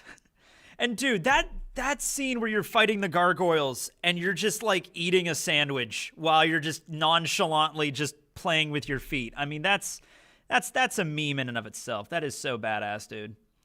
Oh, God. Check your mic. Should be good now. Yeah. It's back. Yeah, chat's frozen. Yeah. Hold on. Let me refresh the... There we go. 7215. There we go. That was legendary. Yep. That was very entertaining. That was talent. No, that's not talent. That's skill right there. Are you still playing Pokemon Violet? I finished Violet. Yeah. That was exceedingly fun to watch. Oh, yeah. That's just crazy. I can't imagine doing that. There's people that do these crazy self-imposed challenges, like you said, you know, doing the blindfold thing. There's people that have done a blindfolded run of, like, I know the one is Castlevania Symphony of the Night for PlayStation. There's a dude that's just did an entire run-through of that game blindfolded, and he was able to do it. And it's just like, I don't comprehend. That's like on another level. I was actually skeptical, but that was legit. I mean, seriously, dude, yeah. I've never played Dark Souls, by the way. Never even tried. I tried a little bit of Elden Ring. I played like Elden Ring for like 2-3 hours. Got killed by the first boss and then just never came back. Maybe eventually I'll try it out again. Snow in the background. Yeah, it is snowing. It's actually starting to snow. It doesn't show up that great on camera, but it is beginning to snow a little heavier. So I'm really hoping it's not too bad by the time I have to leave, but it's all good. It's for a good cause. All right, where's the donations at? All right, we're at 7215. Okay. Oh, it went away. No. There we go. All right, we're at 60% now. 60%. Over halfway there. If we get to 10,000, that'll truly be 50% for the whole stream. Someone donated more than you. That's good. L donated $691. I think that's added on from the previous. So that's cool. If it is. You're getting snowed in. I mean, the roads, you can still see road back there. If you start, if this part starts getting whited out, let me know. Like, Tekking, you're not gonna be able to see it when the sun goes down. It's gonna be too dark, but you know, yeah. 12 minutes of Briggs's feet. Now that's a Christmas. Happy holidays. You're supposed to be killed by the first boss in Elden Ring. Not the dude with the horse, not that guy, but like the first actual boss that like you run across a little later. Not the dude that you just see as soon as you walk out of the temple and he's on the giant golden horse with the golden armor that just kills you in one shot. Not that dude, the other guy.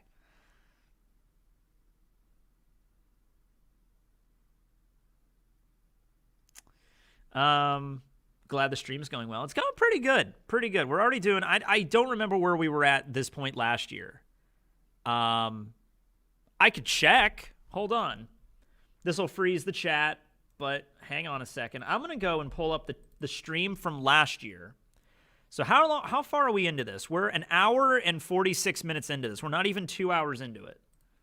But let me look at last year's stream, 2 hours in, and see how much money we had at that point. Okay. So 2 hours into... God, the background is like very sparse last year. I didn't really have any decorations last year. Oh my God. We only had $4,700 last year at this time. And now we have a total of 7,215. So we almost have double. No, I guess not. But we have at least $3,000 more dollars. So that's pretty good. It's pretty good. Not bad. Let's do this. 7215. Okay. Go back to the chat. There we go. New background. Oh, yeah. I revamped it a little this year. I'm doing a shiny only Scarlet run, and my starter is a shiny Mareep. Ooh, I always end up getting a shiny Mareep. The VOD chat froze! Yeah, it freezes anytime I do anything. Anytime I do anything over here on this other monitor, it will freeze. But it'll be okay, guys. It'll be all right. We'll get through it. I'm so happy that you've built this community. It's a pretty solid community. I've seen some other YouTube communities that aren't the most positive. So this one being as positive as it is, I'm really happy. Yeah. Well, there's certain YouTubers that'll just kind of make the Faustian deal to just kind of be like, I'm just going to be all about drama and people are probably going to hate me, but that's going to be my whole shtick. And a lot of YouTubers tend to do that, and I just never felt like, yeah, I don't want to do that. Put on the Sabo hat. I can do that. Ha-ha! Merry Christmas, everyone! It was a cool day on the winter island when Christmas came to the One Piece world. Sabo got isekai'd by Uranos. He got isekai'd when the Lelucia Kingdom was attacked, and he's gonna wake up in like Christmas Town in like the Nightmare Before Christmas. So that's where Sabo's at right now. He's making friends with Jack Skellington, and yeah. Sabo gets isekai'd into the Rudolph. No, he gets isekai'd into the SpongeBob SquarePants holiday special. Shout out to Uncle John. Uncle John. He's a nice guy. He's got a mustache. He's got a damn nice mustache. Sabo is inspired by Oliver Twist. I remember reading Oliver Twist. I didn't even have to read Oliver Twist. I read Oliver Twist in like 5th grade just because I thought it looked like a cool story. Please, sir, can I have another? And then they punch him in the face. That's how Oliver Twist went. Yep. Imagine a Christmas Carol with One Piece characters. I did a musical number years ago that was like, I can't remember what the song was, but I did some kind of One Piece themed musical number, and I actually did dress up as Sabo for it. Like, I had this hat. Like, I would dress up like Sabo, like, here is the Christmas tale, I remember doing that. Uncle John and that damn tractor of his. He doesn't own a tractor. He does have a bike, though. Not a motorcycle, just a regular bike. But, yeah. Favorite soft drink? I'm not a huge soda drinker. I don't really like soda. If I have to drink something, I usually just go with Sprite. Sprite or Sierra Mist, something lemon lime. New Hunter x Hunter chapter tomorrow. Well, I've already read it, but yes, new chapter tomorrow, ostensibly. Oh, I do have, I don't know if this is going to work out or not. I never really, I just like, okay, so on top of the videos, I also needed some other stuff to do for the stream. So I was just like spitballing ideas yesterday, and I'm just thinking, okay, what could I do? Something with something. I don't know. And I arrived at one conclusion.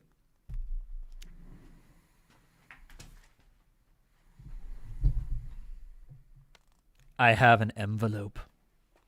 What's in the envelope? I don't know.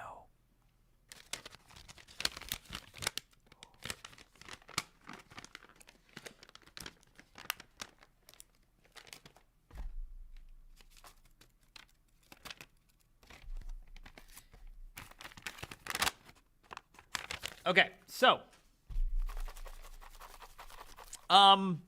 you guys familiar with the concept of Secret Santa? You know, it's like two people, they like usually they use them as companies or like schools or whatever.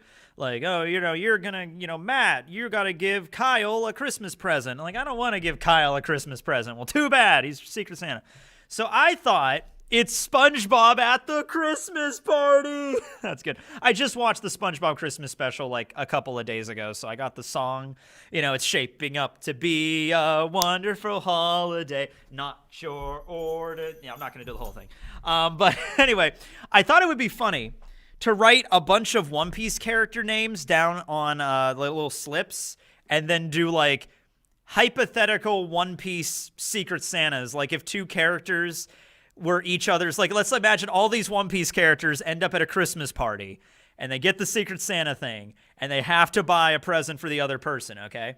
And I obviously couldn't include every One Piece character, so I think there's 40.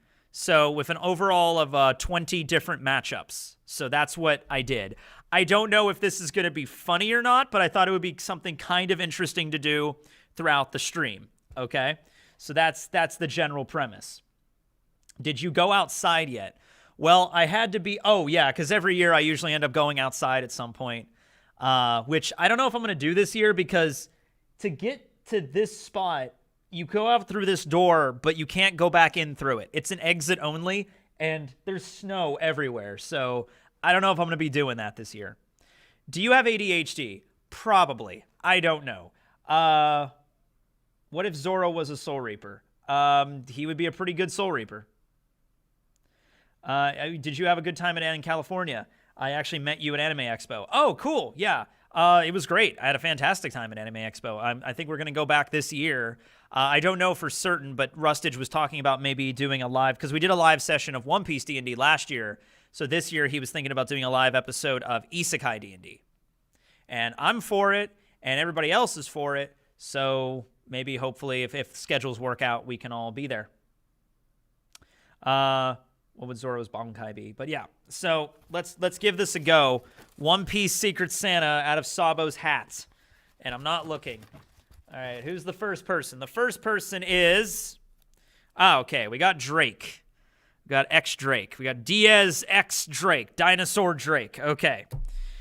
And the person that... I guess the way this works is Drake has to buy a present for this other person? Or I guess, wait... If Drake has to buy a present for this person, then how's Drake going to get a present? I guess they have to exchange presents? But how do they know they're going to exchange presents if they're not the same? Whatever, doesn't matter. No, I think, yeah, no, it's fine. I think in the actual way this works is you would actually be a human being that actually looks into the slip, and then you get it, and then it's like, oh, I have to get this person something, right? Well, anyway, let's just do it this way. All right, X Drake has to get a present for, okay, Eustace Kid. So, okay. These two have to exchange gifts. I think this would work. I think this would work okay. You know, Drake, you know, he's a Marine. He's into dinosaur stuff and reptiles. He could get, oh, Truckosaurus. Truckosaurus would be a great gift. It's a dinosaur and it's a robot. So there you go. Drake can just get Eustace Kid, Truckosaurus, and put a little bow on it and everything like that. That'd be a great Christmas present. He can even get him like a little tiny Truckosaurus. Maybe not the actual Truckosaurus, but tiny little Truckosaurus. You know? There you go. No, I'm not muted, but some people might be watching earlier in the stream, so they're not caught up with it. Yeah, kid would love a robot or toy car. Yeah, now he wouldn't say that he would like it. You know, you get him like a toy Truckosaurus and he'd be like, you know, whatever, I don't care. But then he'd be like, oh, this is so killer. Check this out. This thing's so cool. Now, what would Kid get for Drake? Like, I think he could just get him, like, a really cool sword, you know? Like, you use his magnet powers to make, like, a really cool dinosaur sword. Like, the hilt looks like a dinosaur. You know, that'd be cool. Maybe fanged, like, serrated edges for the blade, like a bunch of scrap metal pulled together.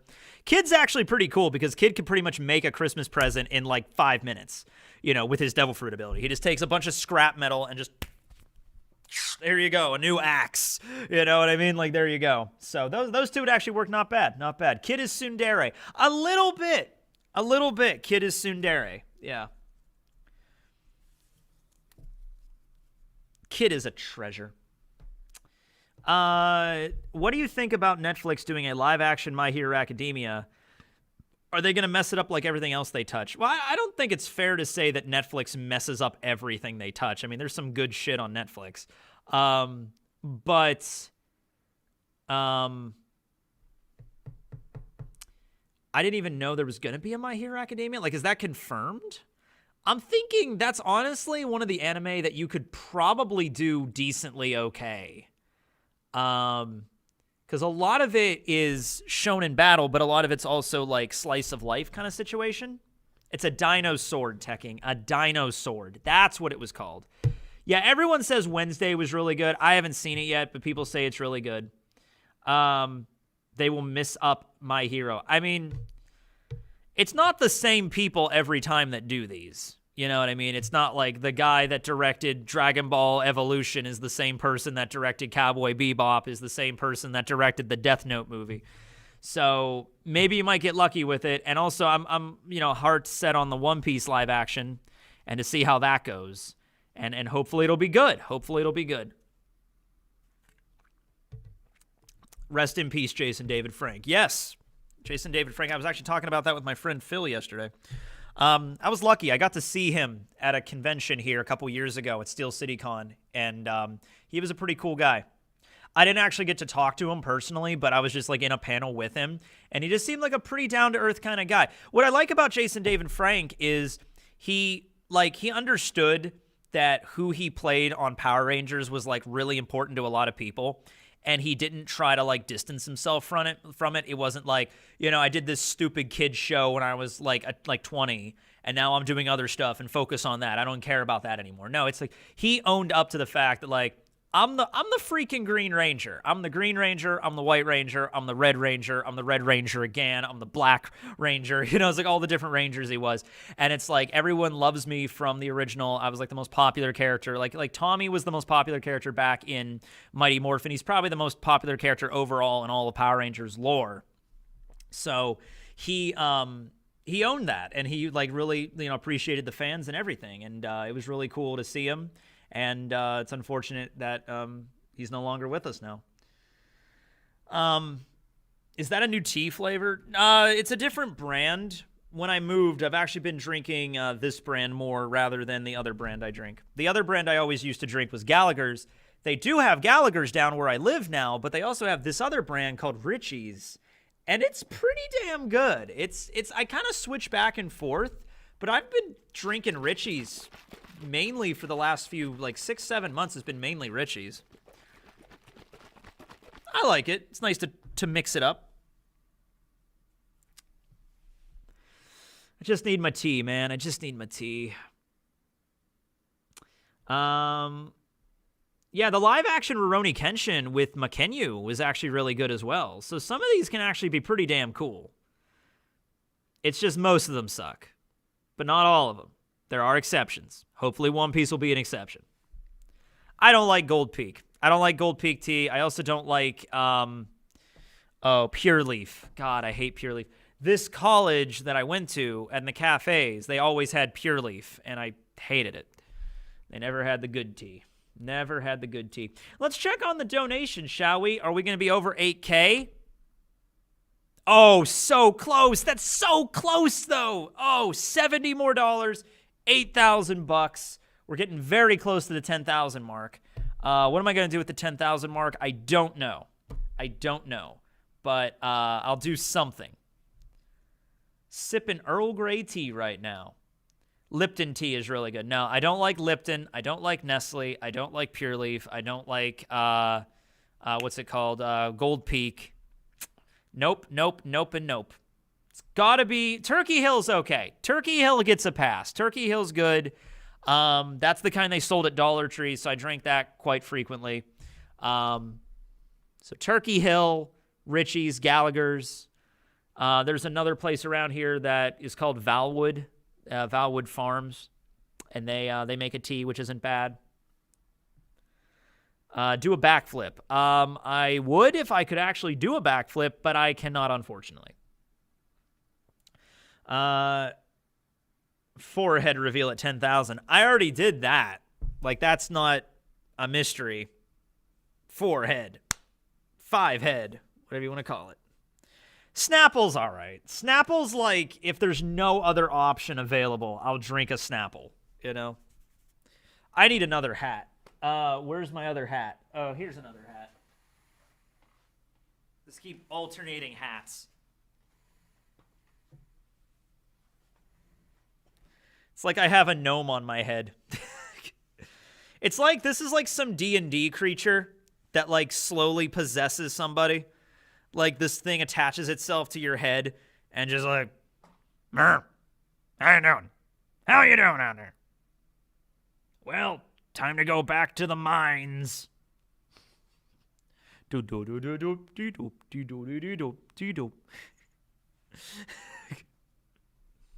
8K on my end. All right, refresh. Oh, chat stream froze. Hold on. There it is. It's back. I feel bad that you're Western PA and don't have a Wawa. I've been to Wawas before. They're all right. I prefer Sheets, though. Sheets is, I think, better. It possesses Tekking. Just...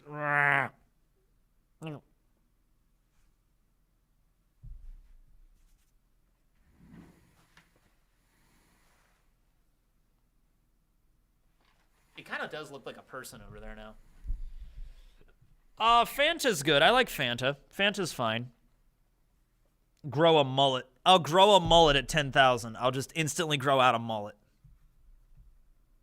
I'll grow a beard at 10,000.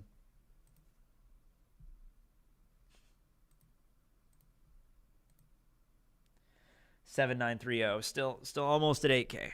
We're doing good. We're doing really good here. We're only 2 hours into it. 3:03. Wow. So what else do you guys want to talk about? We're going to be here for a while. I still got a lot of videos to play. Those were the shorter videos, too. Briggs was 12. Spookies was only like 5. You know, there's a lot more videos. I think the longest one's a secret. But there's a video that's like 45 minutes long. That's going to be the halftime show. That'll be at 5. So we're doing an 8-hour stream, so 1 to 5. So 5 o'clock we'll do halftime and play the long video. So that's when I'm going to go eat my chicken wrap or whatever. And then got to figure out a way to put all the other ones. Roger's video, I think, is the second longest at 18. His is 18 minutes. So, yeah, got to figure out the right amount of time to put these in. Do you watch Trash Taste? Yeah, every now and then. I don't watch, like, every episode, but I've seen quite a few that they've done. God, it's crazy. You know, it's like when we went to Anime Expo last year, so it was me and the One Piece D&D crew, and Giguk and Garnt and Connor and Joey were all there. And that was like, they were like one of the main attractions of the con, was the fact that the Trash Taste crew was there, okay? And I've never spoken to any of them before. Well, actually, no. I actually messaged Joey, like, I think the first year I did this, first charity stream I ever did back in 2018. I think I messaged Joey to see if he could, like, just as like a shot in the dark. I was just like, I'll ask Joey. Maybe he can make something for me. And he said, yeah, sorry, I can't. I'm really busy. But like he said, he was really nice. And he was like, I'm sorry, I can't. But like, good luck with the stream and everything like that. So that was really cool. He did respond to me. He was a really nice dude. So we go to Anime Expo. And Rustage has actually like talked to them before. Like Rustage is like their friend. And I'm like, oh, cool. I might actually get to meet like the Trash Taste crew. Dude, they are on like, when we were there, it was so apparent that they were on like another planet. You know, like they're on like another league altogether when it comes to this. You know what I mean? And it's like they were obviously off in their own little rooms and stuff because there were so many fans of them. Just like, I mean, it was crowded already, but like they show up and be like, oh my God, you know, they just like, it's just a whole crowd of people. So we're like, I didn't even get to see them. You know, it was crazy. Like none of us did. Like Rustage, me, Briggs, Spooky, nobody even got to like see them. You know, they were just so insanely busy the entire time. You know, OPD&D was awesome. Yeah, that was a lot of fun. I really love that episode. That was good. If we ever do it again, I'm going to try to get a better camera angle because the way we recorded it last time, it was on my camera and it was really shitty quality. So I'm going to try to do it a little better angle next time. Yeah, you know, the YouTube famous dude, like, not to toot my own horn, but I got recognized a lot at Anime Expo. I got recognized the most out of our little group, and I felt that was really weird, and I felt really kind of like, it's like, oh my God, it's Tekking, and I'm like, yes, but also it's Briggs, you know, also Rustage is here, and, you know, so I got recognized, like, practically every, like, 5 minutes I was getting noticed, and it was cool, but it was also like, I'm just a guy in a basement talking about One Piece. There's like other people that are bigger than me, but that was really fun. But like that was not even close to the level of what, you know, Garnt and Joey and Connor are at. I mean, it's crazy. What was I remember one time I was like, okay, so we go into like this little room to get like snacks. They had like a bunch of vending machines, but most of the vending machines were kind of empty because there's like thousands and thousands and thousands of, you know, nerds at this convention.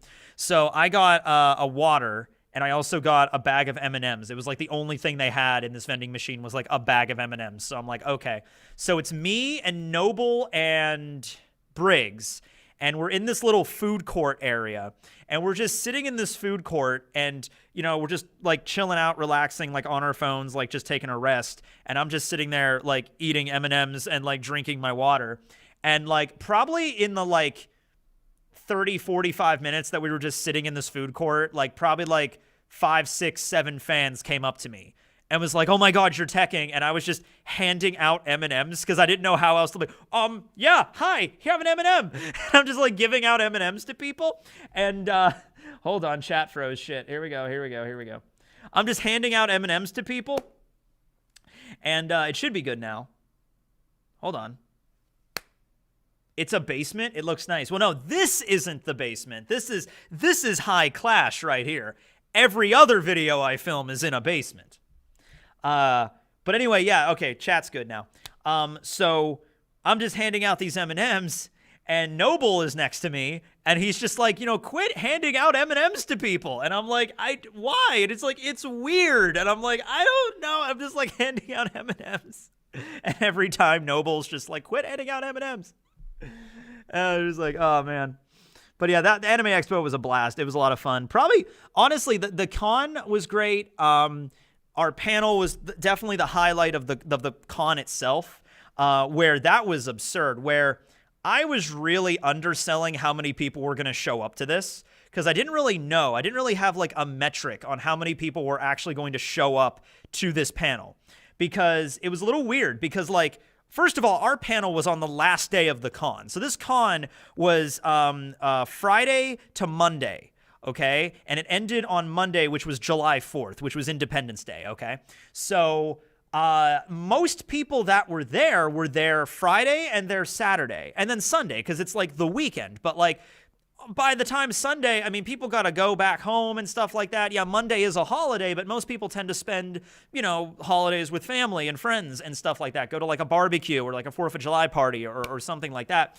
So I was like, kind of like, I don't know how many people are going to show up on Monday, you know? And it was not as packed as Saturday. I mean, Saturday was crazy, but like Monday was still really solidly packed with people. I mean, you got to remember, this is Los Angeles. So we go into the room, and we're getting we're hanging out next to the room, first of all, before we actually go in. And we're in this little alcove, the 5 of us, and we're just kind of planning everything ready to go. And we go in, and it's already like really filled. I mean, this is a big room we are in. Like, it is huge. Like, you could play a game of like it's the size of like it's probably honestly maybe a little bigger than like the gymnasiums that were like when I was like in high school.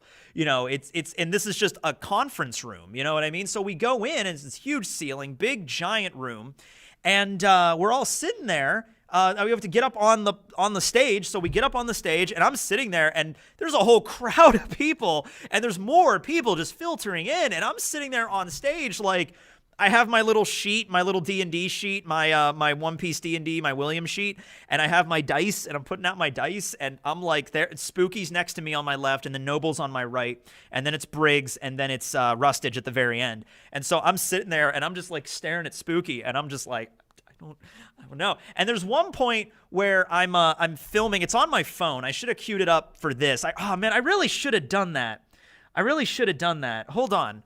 Nah, I don't know. It's going to be too annoying. But there's a thing on my phone. Maybe I'll show it in another. I'm going to be doing another Christmas stream, by the way. I'll probably be doing a live stream on Christmas Eve or Christmas Day, so hold off on that. But, we had 920. Oh, 9,200? We had 920,000? We got 900 million? What do we do? What do we have? What do we got? 91, 98. Yeah. Okay, cool. 76%. Come on, man. We're almost at 10K. We're so close to 10K. If we hit 10K, man, 10K within the first 2.5 hours, oh, you guys are beautiful. All right. Anyway, it's okay. It's over 9,000. I'll just queue up the meme. Hold on. I got to queue up the meme for that one. Give me a second. I got to do that. I mean, come on now. By the way, Team 4-Star is doing commentary on all of their old episodes. And just now, Kaiser and Lanny uploaded their episode 30 commentary, the final episode of season 2 when Goku goes Super Saiyan. So they just did their commentary of that, an hour and 10 minutes long. That's what I'm going to be watching tonight after I'm done with this. You know, actually, I'll probably put that on while I'm unpacking and putting everything back in my car. That's probably what I'm going to be watching at the end of this. Okay. It's over 9,000. Let's just do it's over 9,000. Got to do it's over 9,000. Hold on. Someone donated $1,000. Wait, hold on. Let me play this first, then I'll check on that. Okay. God, this is 13 years old, and it's 4.5 million views. Okay, here we go. Vegeta, what does the scouter say about his power level? It's over 9,000! What? It's over 9,000! One more time. Vegeta, what does the scouter say about his power level? It's over 9,000! What, 9,000? It's a classic. It never gets old. Did someone donate 1,000? Yeah, they did. Travis donated $1,000. Travis, for you, I'm going to do a little dance.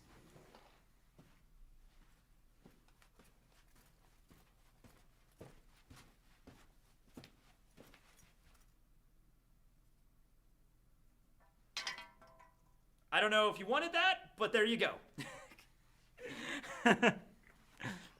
Feet reveal at 10K. I could show you my socks at 10K. Chat frozen. Yeah, I know. Hold on. There we go. A lot of windows. There we go. Not your usual room, yeah. That's why I have more. Well, I mean, I could have done this in my studio now that I have my own place, but it's more of tradition at this point, you know. Also, it kind of goes along with the whole, because this school is named after St. Francis of Assisi, and St. Francis's whole thing was like charity and helping out the environment and like the less fortunate. So, you know, it also helps the school too. I already did that for you. Yeah, no, seriously, you did. Yeah, Briggs got the feet pics. If you want the feet pics, go over to Briggs's channel. He's got that up. Yeah. Sock reveal at 10K. Vaudevillian. Anyway, what else was I saying? I was doing, I was telling stories about AX. Okay, so we get into the panel, and I'm there on the thing, and I have my phone out, and I'm like filming the crowd just because I need to like show like how many people showed up to this, you know? And I think we never got an exact number. We didn't get like a ticket at the end at the entrance or whatever. But I think we estimated somewhere around like 300 to 500 people, like several hundred people were in this hall watching us based off like it wasn't completely filled, but that doesn't mean anything because this place was so big. I mean, like you could have hundreds and hundreds of people in this room. It wasn't filled like packed to the gills, but it was pretty close to being like, you know, there was a lot of people in this room. So I'm filming, and as I'm filming the crowd, there's like somebody in the crowd that's just like, Tekking, you're beautiful. And like the whole crowd is like cheering, and I'm just like slinking underneath the table. Like, that's too much, you know? Why do you support St. Jude so much? It's a good hospital, man. I've known people that it's helped out personally. It's a hospital that doesn't charge anything for the families. So you have a little kid that has like childhood leukemia, which is the whole reason it was founded originally for Danny Thomas, who was an actor back in the day. I have a video I can show you. But back in the day, Danny Thomas founded St. Jude to try to eradicate childhood leukemia. And so like a little 3-year-old kid gets diagnosed with leukemia, which is like the worst possible thing like you could ever get. And you go to St. Jude, and if they're cured and like not a single amount of money is ever charged to the parents or the families or anything, they pay for everything. And I've known a lot of people that this has helped. So it's a good charity. It requires a lot of money too. It requires like I think it's like $1 billion a year to function. So every little bit helps, man. Would you ever go on the Trash Taste podcast? Of course I would. Absolutely. Sussy like Stussy. Yeah. It's a children's hospital for cancer. Yeah, it's like, why do you support St. Jude's so much? It's like, it's a children's hospital for cancer. Like, I don't think I need to explain any more than that, you know? Those are the saddest words ever in a single sentence. Children and cancer. Tekking Idol did not notice me. I noticed you, Chester. There you go. Well, anyway, so we did the panel, and it was fantastic. We had a lot of fun doing the panel. Backtrack for a moment. So we're just setting up. I mean, we're getting ready to go. There was one dude in the crowd that like came up to our table to like talk to us. And I think he was talking to me and Spooky or Noble or somebody. And he's like, hey, can you sign an autograph for me?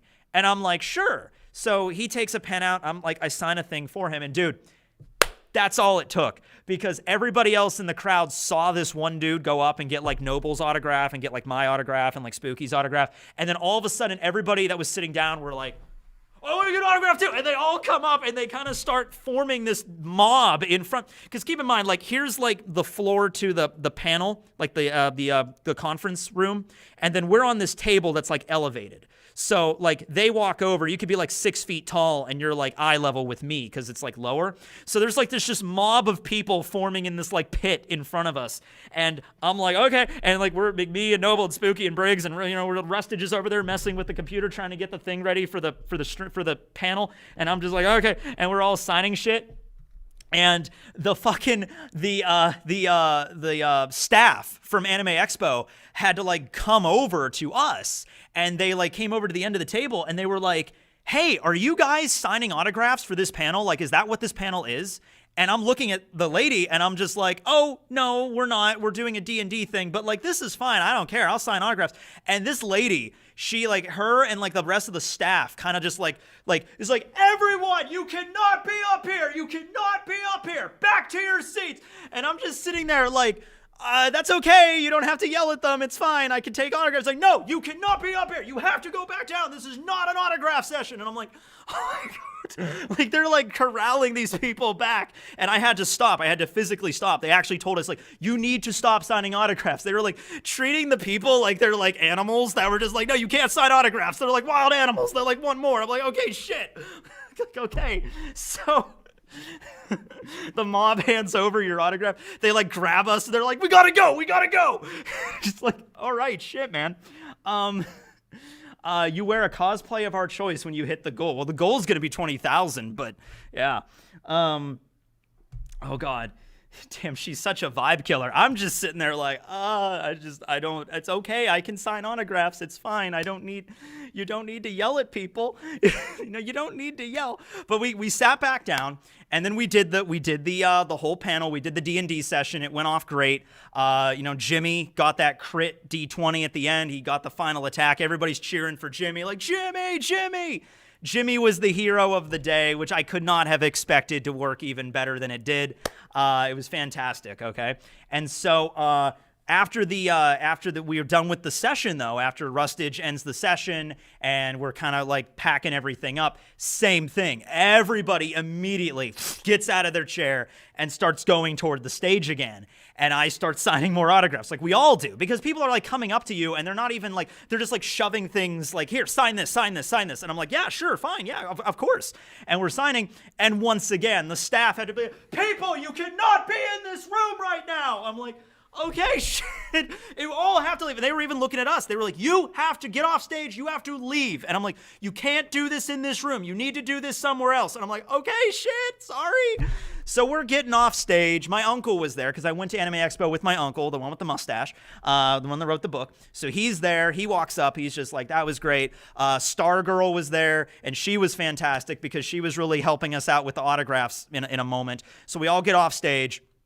And then we go outside, we spill out of the side entrance to this hallway, and he's like, okay, we got to find a way to like sign autographs and stuff. So thankfully there was this like little side area that wasn't in the main thoroughfare because we can't stay in the center of this hallway. So there's like the main hallway, and then there's like this side thing that was just like there for some reason. It was like a side hallway that led to nowhere. It led to this giant glass window, and that was it. So we were just in this little alcove area, and we were there, and Stargirl was kind of next to this pillar, kind of arranging everybody in a nice line, and just like, okay, everybody get in line. And then they would come up, and then like, it's like, oh, give me your phone, and like Stargirl would like take our pictures with them and everything like that. And they would all go down the line, we sign autographs, shake hands, and everything like that. And we did this, and this lasted like an hour. Okay, we're out there signing autographs, the five of us, for like an hour. And it's like the weirdest sensation ever, man. I'm like, this is like the closest I've ever felt to my fans at this point, where I'm here in Los Angeles at the biggest anime convention in the world. Not in the world. Maybe it is in the world. I don't know. We're one of the biggest in the country. And it's like we're like out here signing autographs, like a big line of fans. And it was crazy. It was insane. Yeah. It's honestly, though, it is probably at this signing where I did get COVID, but still, it was worth every minute of it. It was worth any minute. So yeah, that was a good one. That was a good story. Yeah. Did anyone ask you to sign a brick? No. Most people actually, they didn't like have paper. Most people, I just signed their badges because the badges was something that like everybody had on them. So some of them had like actual things, like someone made a Devil's Luck manga and they gave it to me and like we signed that. And some people would have like things, like specific things they wanted signed. But most of the time it was just the badges we would sign. Yeah. Oh, good Lord. I just got 69 on a Roblox game. Good job, Caleb. Good job. You guys were awesome. Uncle Bear, I remember you. He was cosplaying as Garp. That was awesome. He was cosplaying as Garp as a Marine and then Garp on vacation. They were both great. That was cool. Tekking, I say this in advance. I'm going to freak out the day I met you. Well, it's okay because most people apparently have that reaction. It's a thing where you don't. Okay, here's the thing. When you meet me in public, you don't need to be overly excited because a lot of times people will meet me in public and sometimes they'll be like, "Oh, hey, Tekking," and I'll be like, "Oh, hey, man," and I just sign a thing, take a picture, whatever. Other times people see me and they're like, like that has happened multiple times. And I'm like, dude, it's okay. It's fine. I'm just a dude. That's not warranted. You don't need to freak out to that extent. Like you're seeing like, Keanu Reeves or something. I'm not Keanu Reeves. All right. It's like, yeah. By the way, that's how I would probably react if I did see Keanu Reeves. Like, oh my God, you're Keanu Reeves. You're John Wick. But yeah, that was that. And then, probably the Anime Expo was great, but honestly, what might have been the best experience while I was in LA was that night after Anime Expo ended. We all went out to eat. We went to actually, I think we went to Shake Shack. Yeah, it was me and Spooky and Stargirl Rustage. I don't think Noble went. I think Rustage came later. We all went to Shake Shack in LA, and I never had Shake Shack, and it was delicious. It was actually one of the best hamburgers I've ever had in my life. Really good shit. So we did that, and then later we went to an LA Dodgers game that night on the 4th of July with Cam Steady, who lives in LA. And so he drove us over there, and we walked into the Dodger Stadium, and it was huge. I mean, I've been to MLB games before. I've been to PNC Park here with the Pirates in Pittsburgh, but like this was like on a whole other level. So we went to the Dodgers game, and I think it was watching the Dodgers game with all of my YouTube friends. And then at the end of the game, there was a giant fireworks display for the 4th. After all that, like that was an insane experience. That was just so ridiculously awesome. That was so cool. You know? You're along the same lines as Rihanna. Rihanna. I was combining Keanu Reeves. I combined his first and last names. Rihanna. Rihanna? Yeah. Did you try In-N-Out? I don't remember if it was In-N-Out or if it was Shake Shack. I can't remember, but they had a really good burger. I want to say it was Shake Shack because I remember there being a shake menu. And I think Rustage got a shake, I think. But it was fun. Do you know about Nepal?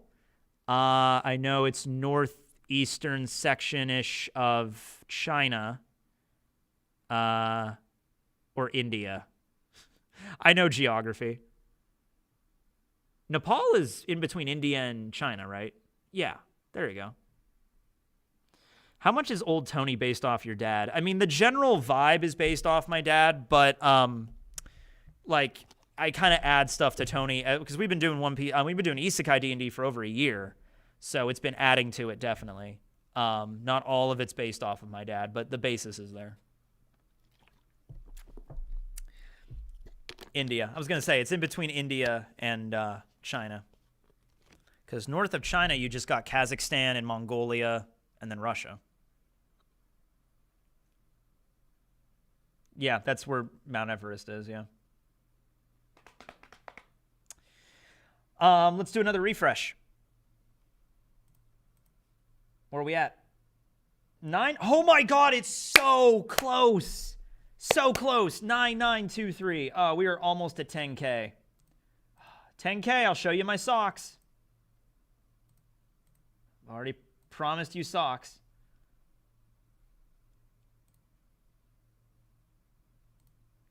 God, thank you guys so much for this. This is wild. God, we're not even 3 hours into this. We are not even 3 hours. We're not even a third. Wait, hold on. Are we a third of the way through this? I don't know math. Hold on. 8 hours is, okay, 8 times 60 minutes divided by 3 is 160 divided by 60 is 2 hours and 66. Okay, so we are just shy. We're not quite there yet. We are just shy of a third of the way through. But we're almost at $10,000. That is insane. That's incredible.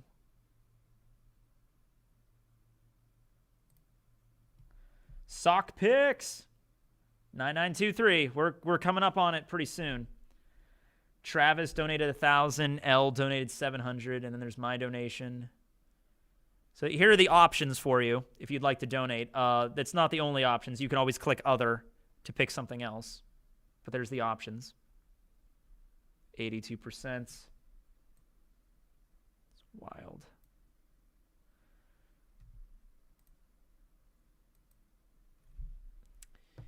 $900 people watching, $10,000. That's pretty good. I mean, it's in like right now it says 600 people watching. So it alternates, it changes.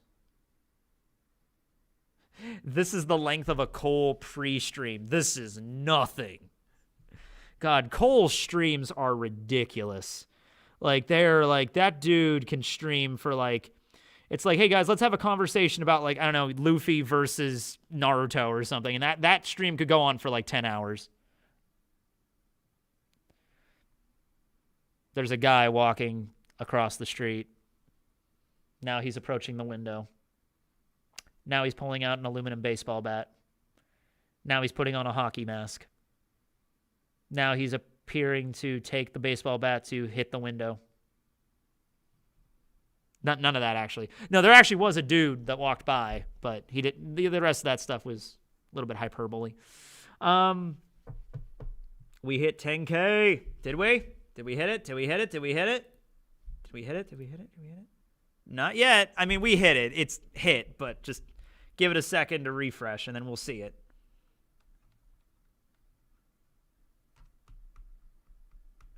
Cole is up there with the best. Damn straight he is. It's Jason. Jason with a baseball bat.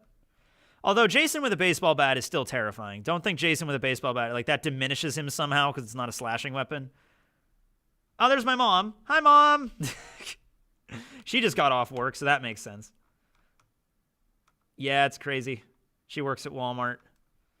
It's a busy day for her. It's the Christmas season. That's why when I quit Dollar Tree, I made sure to quit right before the Christmas season that year. I was like, I don't want to deal with this anymore. But thank you, Mom. The ghost behind you moved. Well, okay, let's see what we got. 10,000? Oh, my God. Come on, refresh. Come on, man. I see 10-3. Yeah, I know. It's different on each person's thing. Yeah, everybody say hi to my mom while I'm refreshing this panel here. Come on. Come on, 10,000. Come on.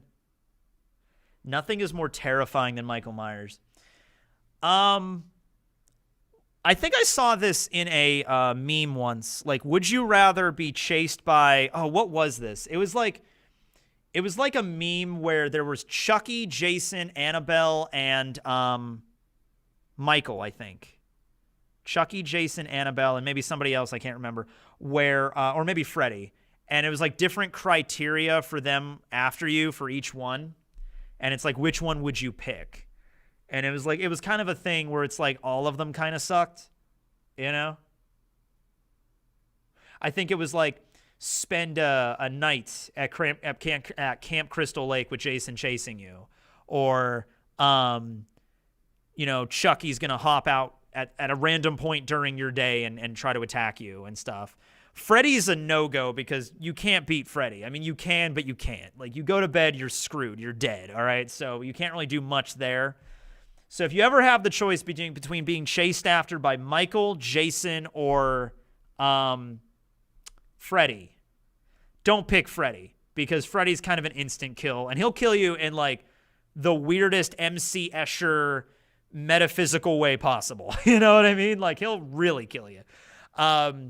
Michael, I would probably go with Michael because, you know, he'd still probably kill me, but I think I could outmaneuver him better than I could Jason. Frozen chat. Yeah, I know. Hold on. There's the 10,000. Now we got it. Boom.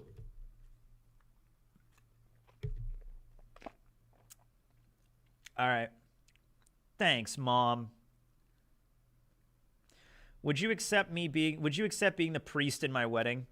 I could think of a few problems with that. There we go with metaphysical again. I love it. It's just a fun word. You don't get to say it very often. Okay, so yeah, Chucky's just... I feel like you could handle Chucky easier than they do in the movies, but they don't. So, I don't know. Maybe Chucky would be really hard to contend with. Because you say that, he's just a doll, but he's killed a lot of people as a doll.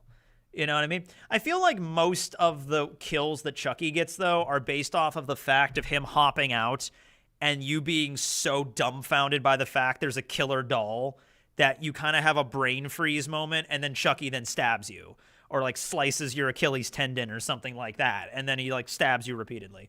You know what I mean? So I feel like, you know, that's where most of the kills come from, but if you can kind of, like, keep a level head, you can kill him like a normal person. He's not like, you shoot him, he's going to get hurt, you know?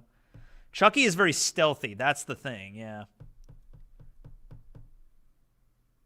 But anyway, I promised that if I hit 10,000, I would show you my socks. So I'll be right back.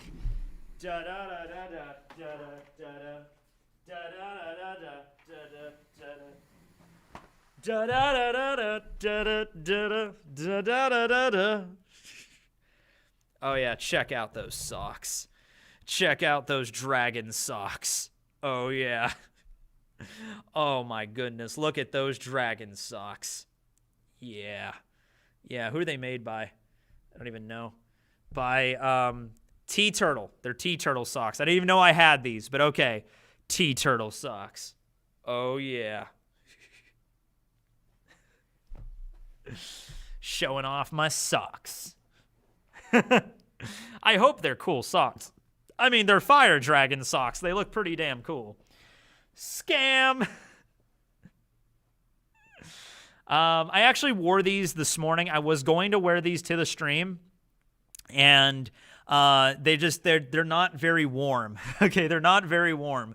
So like I'm walking just around my own house, and just like I had to go outside to get some stuff, and I'm like, man, my feet are freaking freezing in these. So I changed them into like my regular socks, but I still brought them because I thought, I don't know, I'll bring them. I didn't think that like Briggs's video would trigger everybody with like, hey, show us your feet, and then that would lead to socks, and then that would lead to this. But we have the socks, all right? We got the cool socks. Now wear them on your hands, okay?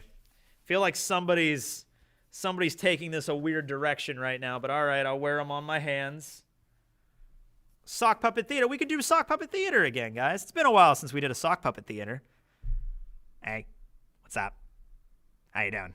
Thanks for the donations, guys. Look at that donation down there, guys. Look at that donation. That's a pretty damn cool donation. You should be proud of yourselves. Call your parents. He's a very gruff kind of like, but he cares. He cares. Yeah, I care. Care about you.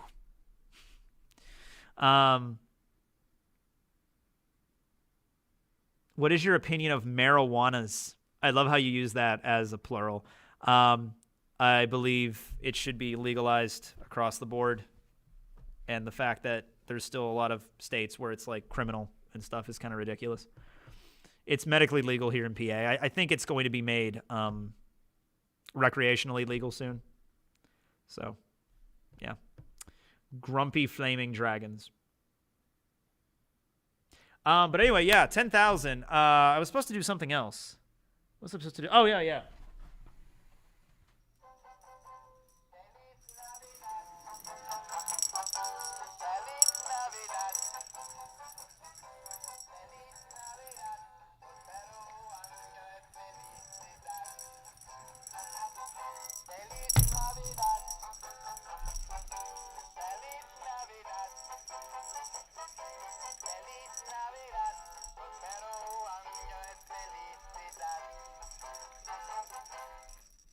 Thank you, cactus guy. What's the cactus's name? Let's give the cactus dude a name.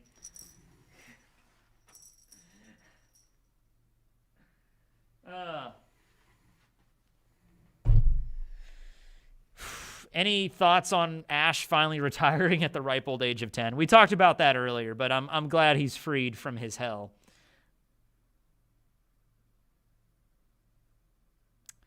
Cacti. We could just call him Cacti. Yeah. Christ. Cactus Jack. Pablo. Pickle Santa. He does kind of look like a pickle. Cactus Christ. What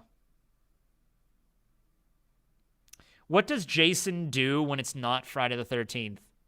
So there's actually a video, a Robot Chicken actually did a sketch where they answered that exact question, and it's really funny. So just type in like Robot Chicken, type in like Saturday the 14th. It's pretty funny.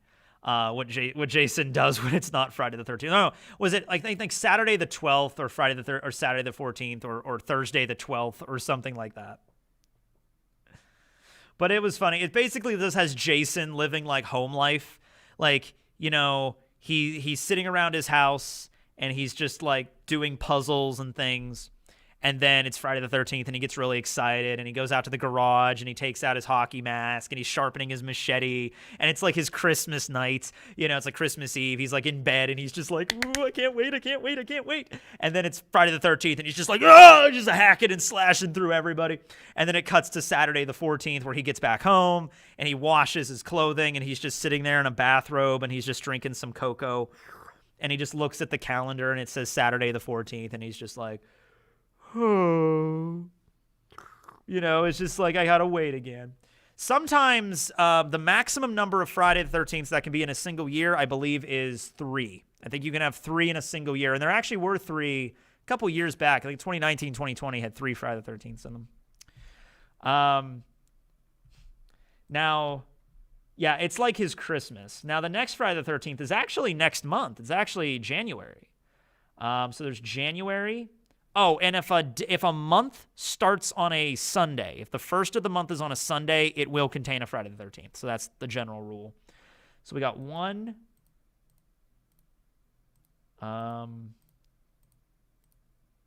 2, just two next year. We got 1 in January. We got 1 in October, which is good that there's 1 in October because that's like the best month to have a Friday the 13th. What does Michael Myers do after Halloween? That has actually been answered in the movies. I think he just becomes a homeless man for the next year. Okay, let's play another video. Why not? We're here. We should do that. $10,000. Feliz Navidad. Oh, that's going to be stuck in my head for the next week. Okay, 10,529. All right, we're doing good. All right, we're almost at the first goal. Like, it's getting really close to that. Okay, let's do that then. So what's the next video we're going to play? So that was Briggs's video with the epic feat. Let's see here. Okay. What do we got on deck here? We got Roger's video, Murphy's video, Joy Girl, Brago, Artur, and Volume 1, and Randy's video. All right, which one do I want to do next? I feel like, Markiplier's video. Oh yeah, Markiplier video. He sent that one to me. I completely forgot. I'm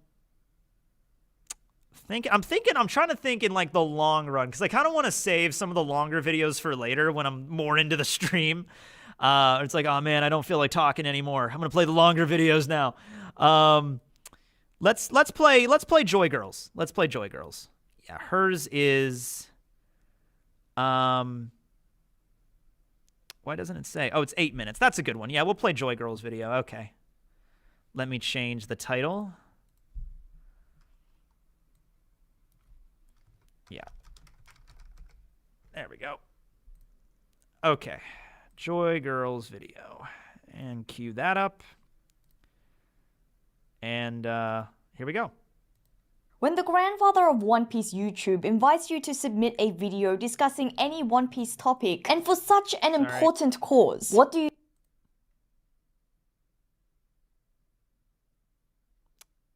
Ah, shit. Hold on, guys. Hold on. Oh, God. I'm trying to get... Okay, hold on. Let me try... All right, I know the video was muted. All right, this should work.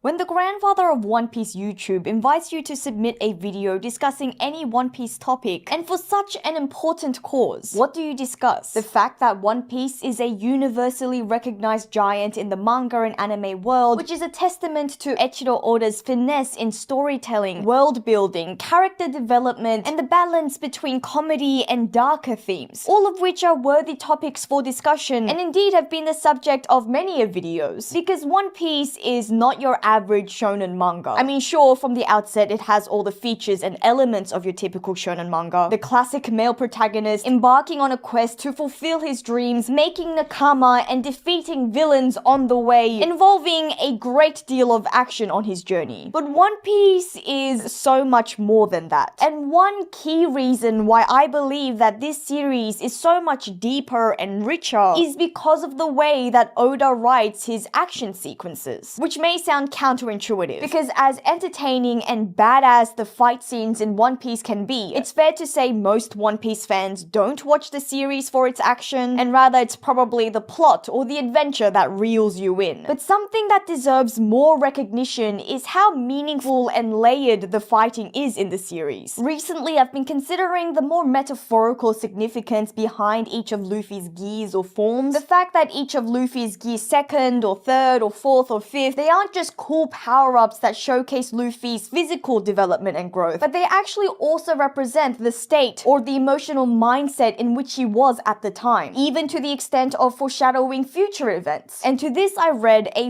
very thought-provoking comment. So I've explored this idea and expanded upon it some more. Not only does each of Luffy's forms represent some greater, deeper significance, but this also applies to his attacks as well. We all know of the Gomu Gomu no Red Hawk and how it symbolizes Ace's will that Luffy has inherited, allowing him to generate flames, giving our rubber boy a fire fist. But there is so much more to it than just that technique. Even from the very beginning of the series, Luffy's attacks have always been hugely influenced by those important to him. We can see this from his very first group of attacks, those being gun and artillery based, from the Gomu Gomu no pistol to rifle, the bazooka and so on. There's a very obvious reason why Luffy's first set of attacks have a running gun theme. From the very first chapter, we've known of Luffy's idolization and admiration of Shanks and the Red Hair Pirates. And in the same chapter, what sort of weapons do we see the Red Hair Pirates use? Guns. From pistols to rifles, Luffy spent time closely watching the Red Hair Pirates train and hone their abilities, as well as being directly involved when they saved Luffy through use of such weapons. The Red Hair Pirates for Luffy is the first embodiment of strength and power that he recognizes in the world, which is why he adopts their fighting style into his own attacks. It's fitting that the first finisher that we see Luffy use is the Gomu Gomu no pistol, after seeing a pistol being used against the mountain bandits, the first threat that we witness Luffy experience in his life. Luffy's Gomu Gomu no bazooka, the finisher he used against Buggy, that technique could have an even further layer of significance. Not only does it fit in with the artillery theme, but also, and arguably more importantly, it may be an homage to Sabo. For over a decade, Luffy believed Sabo to have been dead, his supposed death occurring when one of the 10 Lubito blasted Sabo's boat with a bazooka. And Luffy was always trying to catch up to his older brothers in terms of skills and abilities, and he looked up to them immensely and really fondly. And so if it was a bazooka that was what was strong enough to kill Sabo, then it makes sense that it was a weapon that Luffy thought he needed to add as part of his techniques. Something really interesting is Luffy's Gomu Gomu no Ono, or the Gomu Gomu battle axe. It was used to destroy Arlong and Arlong Park, which contained the map room where Nami was forced to stay and work. And now admittedly, a connection between an axe to Nami isn't immediately apparent, but it does exist, because Oda's early conception of Nami was a massive battle axe wielding Nami. And although that idea has been obviously discarded, it seems like Oda may not have completely thrown away that idea. Perhaps the axe has always had some sort of significant meaning that Oda has associated with Nami. Hence, it's the attack that Luffy uses to finish off Arlong, the major villain of Nami's character arc. It's also worth noting that Luffy uses the Gomu Gomu no Kazaguruma, or pinwheel, in this arc, which lines up perfectly with the idea mentioned in the comment that Luffy incorporates an element of each of his nakama into his attacks. The pinwheel obviously being a very iconic symbol associated with Nami and the Arlong Park arc. In his fight against Crocodile, Luffy uses the Gomu Gomu no Storm. And how much more metaphorical can that get? Luffy using an attack that essentially means heavy rain for the first time in Arabasta, an arc where the Desert Kingdom was robbed of their water, and Luffy uses this technique to defeat Crocodile, the villain responsible for Arabasta's drought. That's enough said. Now, like I said, I've already discussed the significance of each of Luffy's gears and even his Nightmare Luffy form, but the deeper meaning and significance behind Luffy's attacks only continue in the post-time skip era, because this is when we start to see a new theme, the Animal Kingdom. Typically infused with Haki and Gear 3rd or Gear 4th, we have the King Kong gun or the Culverin, which means giant serpent, the King Cobra, Mamba, and Leo, and so on. The fact that Luffy models his techniques on animals is a representation of Luffy's training during the time skip. Having spent 2 years on Lusukaina, which is home to various dangerous animal species, Luffy has seriously come to respect the wild fauna, incorporating these fierce animals into his attacks. Of course, there are some techniques even more special than others. Again, the Red Hawk being the embodiment of Ace, and the Red Rock being a combination of the Red Hawk and Elephant Gun, as well as taking inspiration from the mythical giant Arabian bird, the Rock, which is something we all recognized as the upgrade of the Red Hawk, fit to be used against the villain of Kaido Scale and Caliber. But something crazy is that this technique may also represent the will of of Momonosuke, the Scabbards, and of the Wano Kingdom. Because in the same chapter where we see Luffy use the red rock for the first time, just prior to this, we see Luffy have a flashback to all the significant moments that have led him on this journey to Kaido. A mission which of course started back in Zou, that being the arc where Luffy and the Straw Hats first learnt of the true identities of their companions and the tragedy of Wano. And it just so happens that this all occurred whilst they were in the Whale Forest, which is also where the road poneglyph is being kept hidden by the minks. The road poneglyph itself being a big old red rock. And so maybe this was another clever pun by Oda, or maybe we're just overthinking it. But there's really no mistaking that Oda has built in a lot of meaning behind many, if not all, of Luffy's attacks. I mean, I'm sure if we really tried, we could come up with some sort of deeper significance behind each of Luffy's techniques. And at the end of the day, it's little details like these that makes One Piece feel so special. The fact that attacks aren't just cool and flashy moments, that fights aren't just about the action. It doesn't even stop at the underlying ideologies that motivate these battles. Because even underneath this layer, within the techniques themselves, they just contain so much meaning and history. You can really tell the extent to which Oda cares about building each moment to be so deep and all the more meaningful. And I'm really grateful to have found such a series and also a community that loves it just as much as I do. And so in the spirit of this stream and of One Piece, I just want to say, follow your dreams, never give up, and have a smashing happy holidays. You know, spending time with those you love, those you want to protect, those who inspire you. But most of all, eating lots and lots of really good food.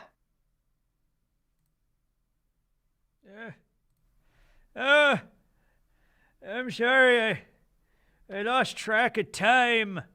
Is the stream working? Are you still doing the streams? Is the stream still running? All right, yeah. Merry Easter, everybody. Happy holidays. What's the donation up to? We got 10,654. Okay. All right, that's pretty good. Oh, boy. Yeah. Yeah. Joy Girl, thanks for the video. You called me Grandpa. I'm a grandpa of the One Piece community on YouTube. I've been at this since 2009. Why, back in my day, YouTube we didn't have no thumbs up and thumbs down. We had stars. Yeah, and back in my day, you could make video responses. And this is the big one.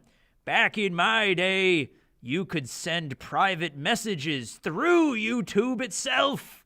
Those were more innocent times.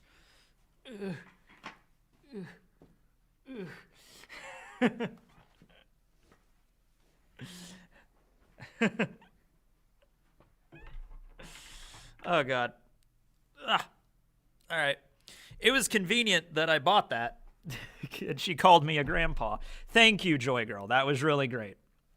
That was a good one. I like any kind of like delving into the etymology of like Luffy's attacks and the symbolism of what those represent.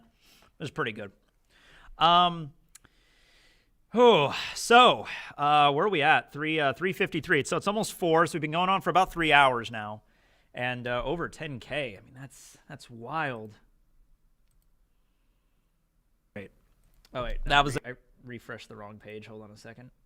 This is the page I want to refresh. 10654. Okay.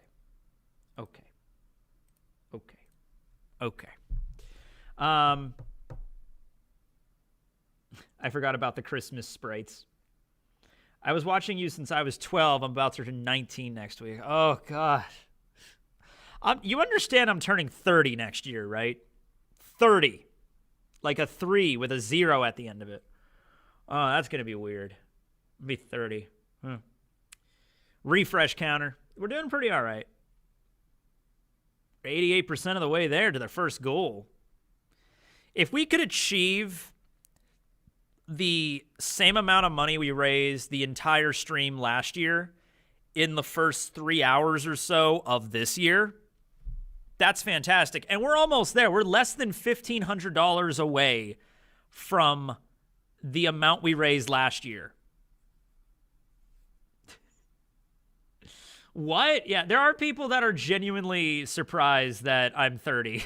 Or I'm 29, but I'm gonna be 30. Yeah. I thought you were like 24. Yeah, see, that's, yeah. No, 1993. Yep, I'm gonna be 30 next year. In April, so less than 5 months from now. Dude, you looked like 21. I'm like, yeah, I know, right? I know, right? I'm aware of this. Where's my water? Oh, also, if it interests you in knowing, during that break, I had a banana. I brought a banana with me, and I ate it on a windowsill while staring out over the snowy hills.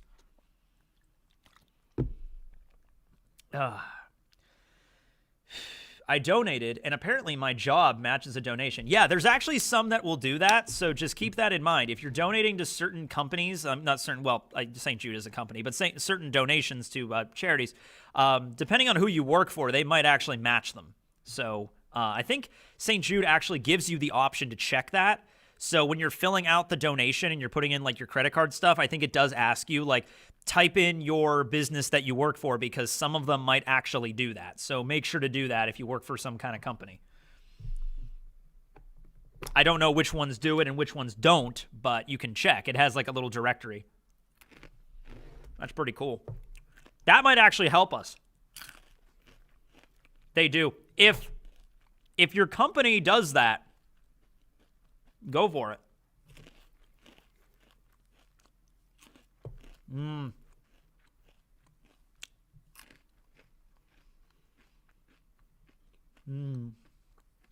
Shit.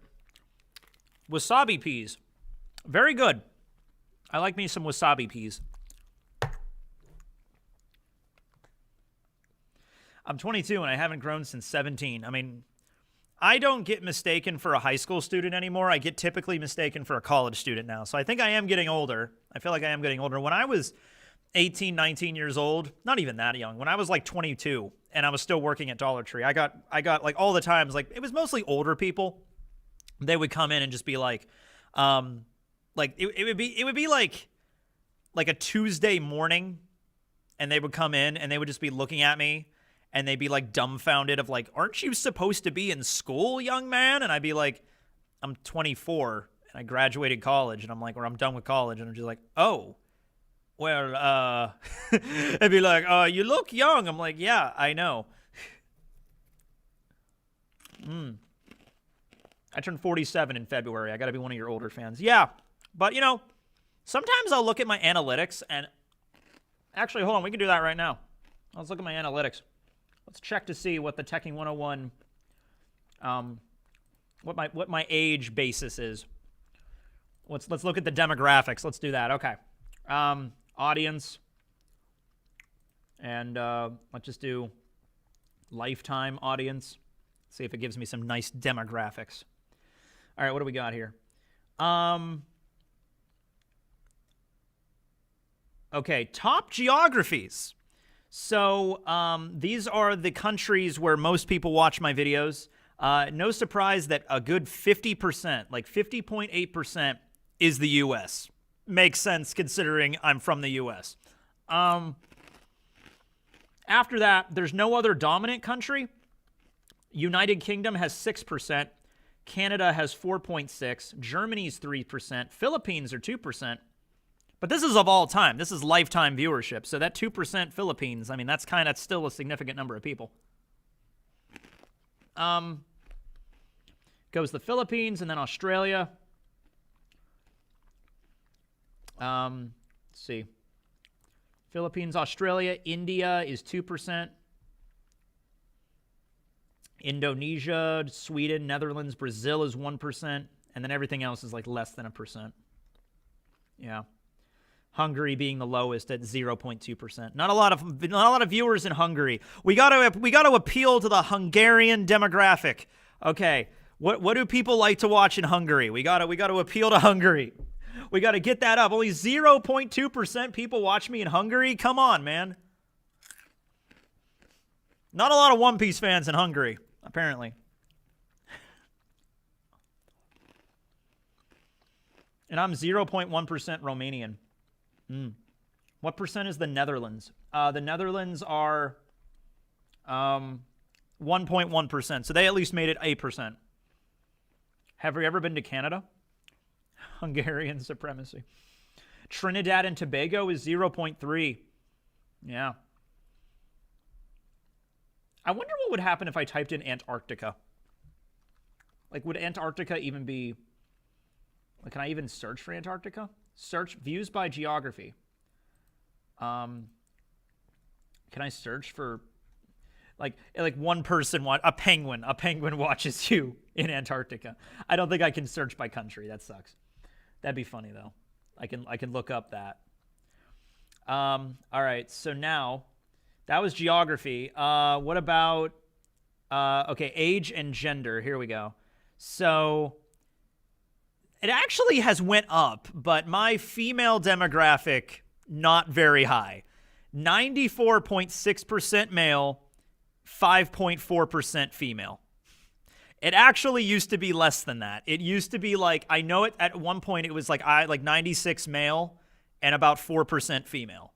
So it's actually gone up a bit. I've gained at least 1% or so of female viewers since the last time I checked this. 95.7% male audience. Yeah. And then as for age, the main age group is... I didn't want to turn that off. Why'd that go off? Oh, there we go. So the major age range is 13 to 17 is only 4.7%, but then it's 18 to 24 and 25 to 34 basically have the same metric, about 41%. So it's 41.0% for 18 to 24 and then 41.6%, so just slightly more for 25 to 34. So it's not really a surprise that most people that watch me are between the ages of 18 and 35. That seems pretty standard to me. 35 to 44, 8%. 45 to 54, 2%. 55 to 64, 0.7%. And over 65, 1%. So there's 1% of my audience, which is not like one or two people. It's like at least a few thousand that watch me that are over the age of 65. There you go. There's a little bit of look into who's watching my stuff. Weird. I don't check my analytics very often. Not really. All right. Makes sense. Yeah. What age is Barry? Last time I checked, it was like all of it. What's your age, Barry? All of it. Okay. All right. What is our donation at? Check that. 10, 9, 6, 9. Almost there. 91%, guys. It's only 4:03. We're just barely after the 3-hour mark. Can we get 100 doll hairs? Just 130-something more dollars. Come on. Get that 12,000. That nice 12,000 goal. And then after that, we hit that 12,000 goal. Everything after that is just a victory lap for me. Because I'm like, as long as we could do better than we did last year, I'm like, I'm good with it. You know what I mean? How long are we streaming for? We're going for 8 o'clock. No, wait, 8 hours. 9 o'clock. Yeah. But it depends. Like, if we get to 9, if it's like 9 o'clock and I'm at like $19,500, then we're going to keep going till I hit 20K, you know? Check the rings in his stump. Kids using their, yeah, I mean, that's fair. I mean, they're probably like little kids using their parents' accounts to like watch things. I even did that when I was a kid. I would like, you know, try to go on YouTube, not this account, but like another account that I would have. And I'd be like, you know, I want to go on YouTube and be like, how old are you? And I think I lied about how old I was to get on YouTube because then you don't have the age restriction crap. So, you know, like everybody does it. There's no way they can check. Please mail your driver's license and social security number to this address and they will tell you and they will approve of you getting a YouTube channel. Yeah.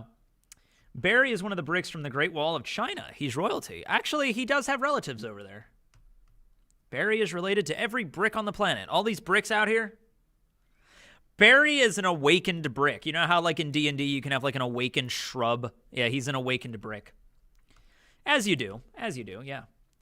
I made a tweet with Eam carrying Barry the brick. Oh my god, I just realized I didn't even tweet this stream. I always forget to do that. All right, hold on. Let me go tweet the stream. We're 3 hours into it, but all right, I'll go do that. I always forget to tweet the stream. I tweeted it last night, like, hey guys, I'm doing the stream, but forgot to refresh everyone's memory. Okay. Go do that, I guess. Chat is stuck. Yeah, it will be in a second. It'll still be stuck for a while. Hold on, I got to do a thing. Let me go tweet the stream. Let me go tweet the stream. Yeah, I know. I just said that, me. Hold on. All right. Okay. Charity stream is now live. Very close to our first goal.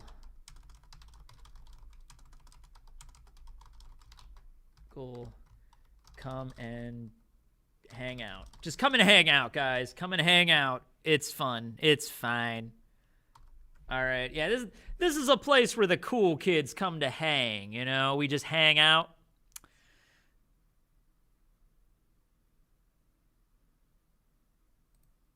Okay.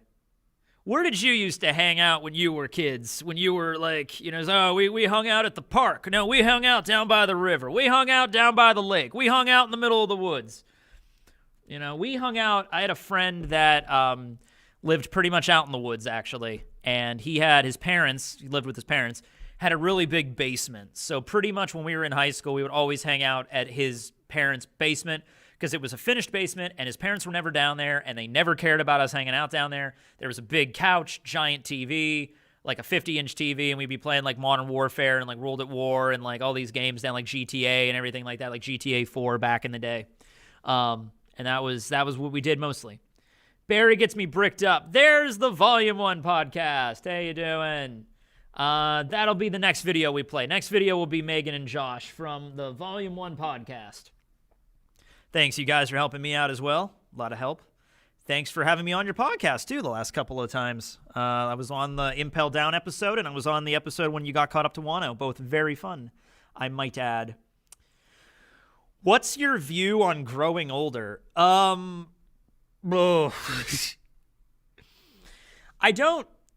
think there's like this false expectation that the older you get, you're going to reach some kind of age that when you reach this age, you're just going to achieve like enlightenment, or like, this is where my life needs to be, or this is when I get it all together, or this is when it occurs. And that doesn't happen, okay? That happens at your own pace, okay? That doesn't happen. There's not like, well, when I turn 40, that's when I'm going to have my life together. Like, you have to actively work toward that to try to make it when that happens. But I wouldn't sweat it for the most part. You know what I mean? Like, you go about your life and you figure it out at your own pace when you need to figure this stuff out. And then you reach that point when you reach it. It could be if you figured out your life in your 20s, congratulations. If it's like you're 25 years old and you're living in a mansion and you have like, you know, a beautiful wife and a family, and, you know, you got everything that you could ask for, and you're making a crap load of money and everybody loves you. And it's just like, man, I'm 25 years old and everything worked out. I'm just like, you know what? If that's you, great. But that is not the standard. All right. That is not the standard. It could be until you're 30, 40, 50, in your 60s. Like, that's just the situation. Sorry, the chat froze again. I had to go to Twitter really quick. That's why. Close that. Let me refresh the stream a bit. There it is, 11-3. Yeah, baby. I think that matching donation feature might actually be the help here, because that's a lot of money. Hold on. Let me go check the Travis L. Jack, Tekking101. Okay, yeah, it might be that feature that it's offering. Seriously, use that feature. When you're filling out the form, make sure to type in your place of employment if it's like a big enough corporation. Like, I don't know if Walmart does it or whatever, but they might. I don't know. Do you want a wife and kids? I'm not against getting married at some point, but I don't think I want kids. All my friends are having kids now. You know, that's crazy. Like my friend Chris, who I was at this time last year, we were getting ready for his wedding. Him and Kayla got married on New Year's Eve last year, and I was the best man at that wedding. It was a beautiful occasion. They had their first kid a couple months ago. I have another friend, and these are all people I hung out with back in the day in that basement, by the way. My other friend they just had their second child. Let's see. I have another friend that had a kid, another friend that has 3 now. Like, a lot of my friends and people I've known from school are just having kids now. And I'm just kind of like so a couple of weeks ago, I was down at one friend's house, and they were there with their baby that they just had. And then there were also their family that had kids as well. And so there were probably like 4 like little kids like running around the house and stuff. And it's just, they're kids. And I'm just like, oh God, I don't think I want kids, just running around and stuff. And I'm just like, hey, no, I don't think this is for me. This is way too much responsibility. No way. Yeah. And you know what? I'm only 29, so that could change, who knows? But I personally right now, I just don't see it. I guess I would rather, use the money that I would spend on the kids, and I would just go and like go off on adventures and stuff. I don't know, travel, see the world, Who needs kids when you have Barry? There's Barry right there, yeah. You're only 5% left. Well, yes and no. We're almost at the goal that I first set, but we're going to up it after I hit it. 11,359. 359. Yeah. And I think that's fair. Like, this isn't the major reason for it because it's much more personal reasons. Because you got to understand, having a kid is, I think, easily the single most important decision you are ever going to make in your life. Like, you are actively choosing to bring another human being into the world. And you got to raise that human being. And if you mess it up, that human being is going to be messed up. And that's an insanely big responsibility. The only way I think you would have a bigger responsibility is if you were the leader of, like, if you had like a position of power. Like if you were the leader of, like, if you were the CEO of a business, or if you were like the leader of a nation or a city even, that you were like responsible for the lives of everybody in this area, then maybe the decisions you make are way more integral. But like in terms of just regular people that aren't like, leaders of nations or mayors of cities or whatever, just like ordinary people, having a child is like the biggest decision you're going to make. It's bigger than buying a car. It's bigger than getting married. It's bigger than buying a house. Because at the end of the day, for most of those things, like if you buy a house and you spend a lot of money on a house, but you don't like the house, let's say you live there for 4 months and you're like, I don't like this, I want to get another house. You can do that. It's a really big, oh God, having to go and buy a house myself, I can tell you it's an insane amount of crap you have to go through, all the paperwork. I couldn't imagine living in my house for 4 months and then deciding that I wanted to move to somewhere else. It would be insane. Like the paperwork would be so annoying, but you could do it. The house is not going to be sad that you didn't want it. The house is not going to be like the house from Courage the Cowardly Dog where it's like, I have grown sad, no one wanted me. It's nothing like that. But if you have a child, you can't be like 2 weeks into having a child and be like, yeah, I don't like this. I'm just gonna go. I'm just gonna leave. I mean, you could do that, but you're a huge asshole if you do. You have to raise this child now. You have to do that. All right. So yeah, it's a big, big decision, dude. Big decision. Please show Barry and the cactus dancing together. All right. I'll do that. But you could adopt a kid. So I have a friend, and they're together. My 2 friends, actually part of my D&D group, and I don't know if they would want me to say their names, so I'm not going to say that. But I don't think they would give a shit. But anyway, so they've been engaged for a while now. And they told me that, they don't want kids either. And they said if we ever did decide, you'd probably just adopt because, the adoption system, there's a lot of kids that are in the adoption system, and that's not a good place to be, and if the kid doesn't get adopted, then he's just going to, 18 and then just off on their own. And that's, there's a lot more, kids, I think, in the adoption system that need to be, cared for rather than having a kid, I guess. But it depends. Plus, you get to skip over all of the baby crap. You know, literally, you get to skip over the baby crap, you know. Just hope it doesn't turn out like that movie Orphan. That was a scary, that was a situation. But hopefully that probably won't. The chances of the movie Orphan happening are like probably less than 1%. So I think you should probably be okay. Yeah. Are you done with the Tekking has a whiteboard series? I need to get back into that. I really do. Okay, where are we at? Refresh. Oh, less than 400 away. Come on. Come on.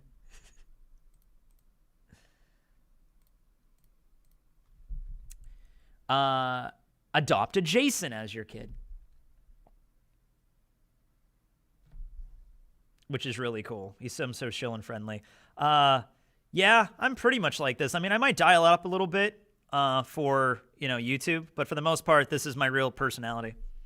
Much to the chagrin of most of my friends. Do you plan on staying in Western PA? Yeah, I mean, like, when I was first looking for a house, I was thinking about moving, like, out of state and, like, maybe, like, possibly moving to, like, the West. And I was like, you know what? Nah.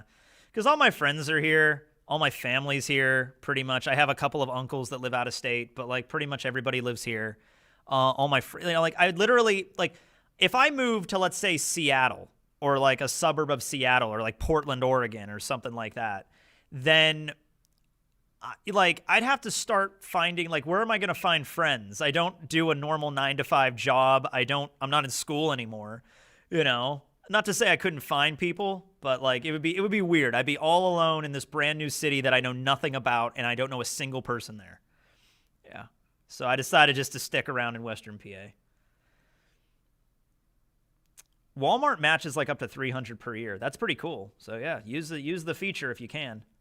Helps me out big time. It's getting really close here. We get to 12,000. You could guys see Barry and Cactus dance. When is my movie coming out? Oh, the Tekking101 movie? Yeah, it's going to be out in February of 2037. That's when it'll be out. What happened to the field? The field is still there, believe it or not. It's still there. Waiting. It's from Friday the 13th, Part 7. There's this really creepy narrator at the beginning of Friday the 13th, Part 7, who's like, Jason's still down there, waiting. And that scared the shit out of me when I was a little kid.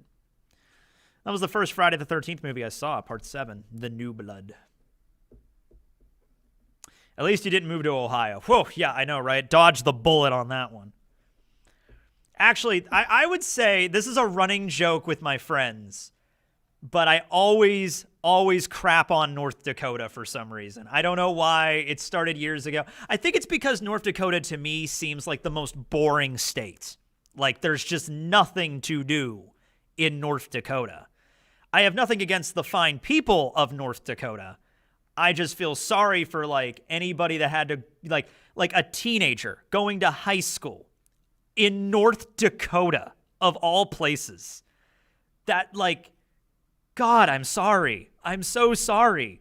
Like, I grew up in a place that was pretty dead, pretty quiet, not a lot of stuff to do.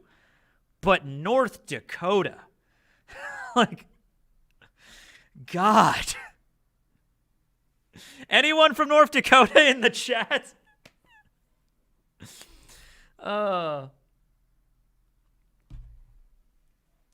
Have I ever experienced something paranormal like ghosts or something else?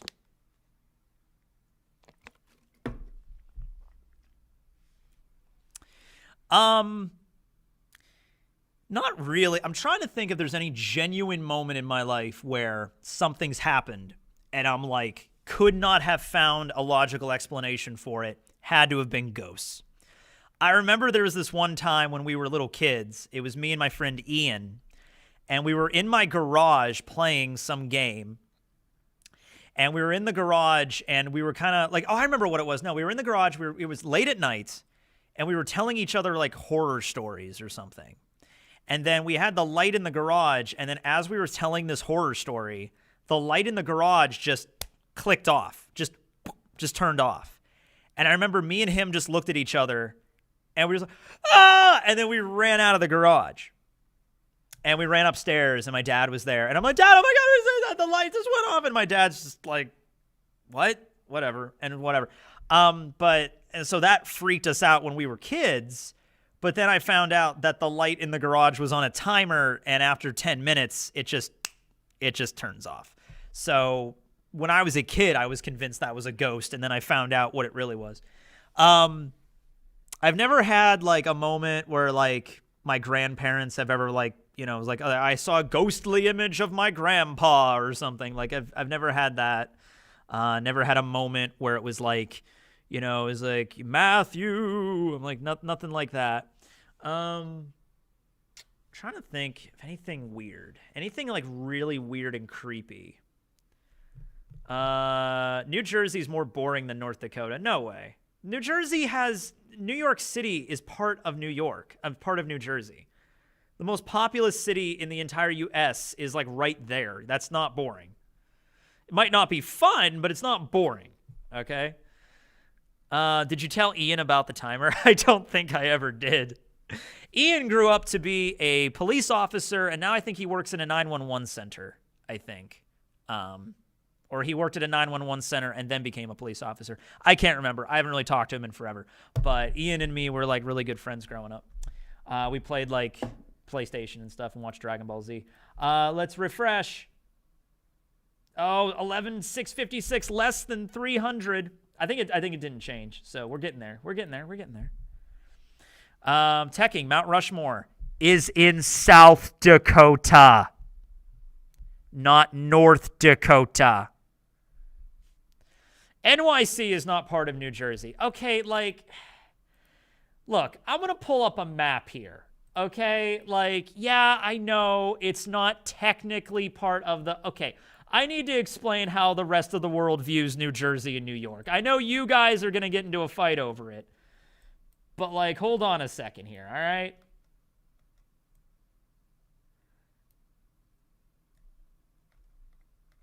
What is this? Is this the border? Okay, that's the border. Okay, hold on a second. Let me do something here. Okay, give me a moment. Okay, I love that. Like, whoa, Tekking. All right, look, New Jersey is not. All right, listen. Okay. All right, here's a map right here. I'm gonna do the whiteboard for this. Okay, so here's a map of New York and Jersey. There's a little bit of Pennsylvania in here. All right. Now let me add the whiteboard on here so I can draw. Can I draw? There we go. Okay, so this right here, this little line, okay, this is the border. This is the state border between New York and New Jersey, okay? Right here, this line, okay? Here's the thing, though. This is all city, all right? I kind of drew a haphazard dick. I apologize for that. But this is all generally New York City, all right? At least that's how I view it, okay? So there you go. Argument debunked. There you go.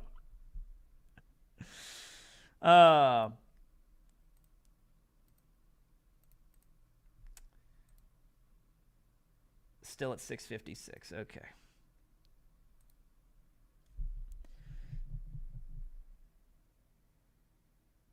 Oh, yeah. The old stories where I always tell stories like, yeah, I just made that up.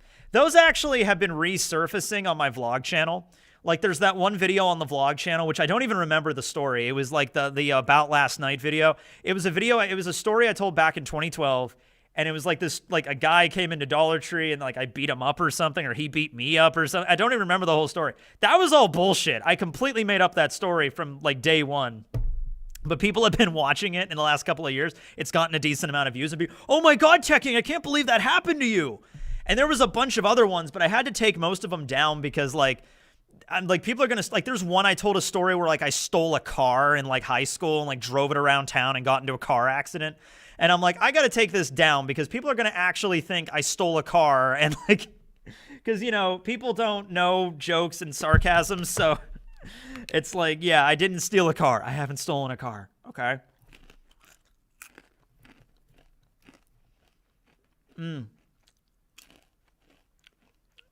Tara. I don't even remember that reference. I don't know who Tara is. Tara was probably was a fake name I came up with for the sake of that video. This video was actually made like back in 2013, I think. Yeah, because the vlog channel I created in 2013. The vlog channel is almost 10 years old. It's crazy. I remember the first video I made on it, too. It was fun. The vlog channel. I actually filmed a video for that the other day. So there'll be a video going up on the vlog channel actually pretty soon. Refresh.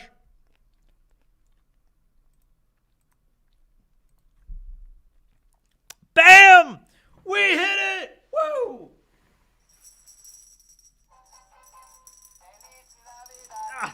Ah, shit.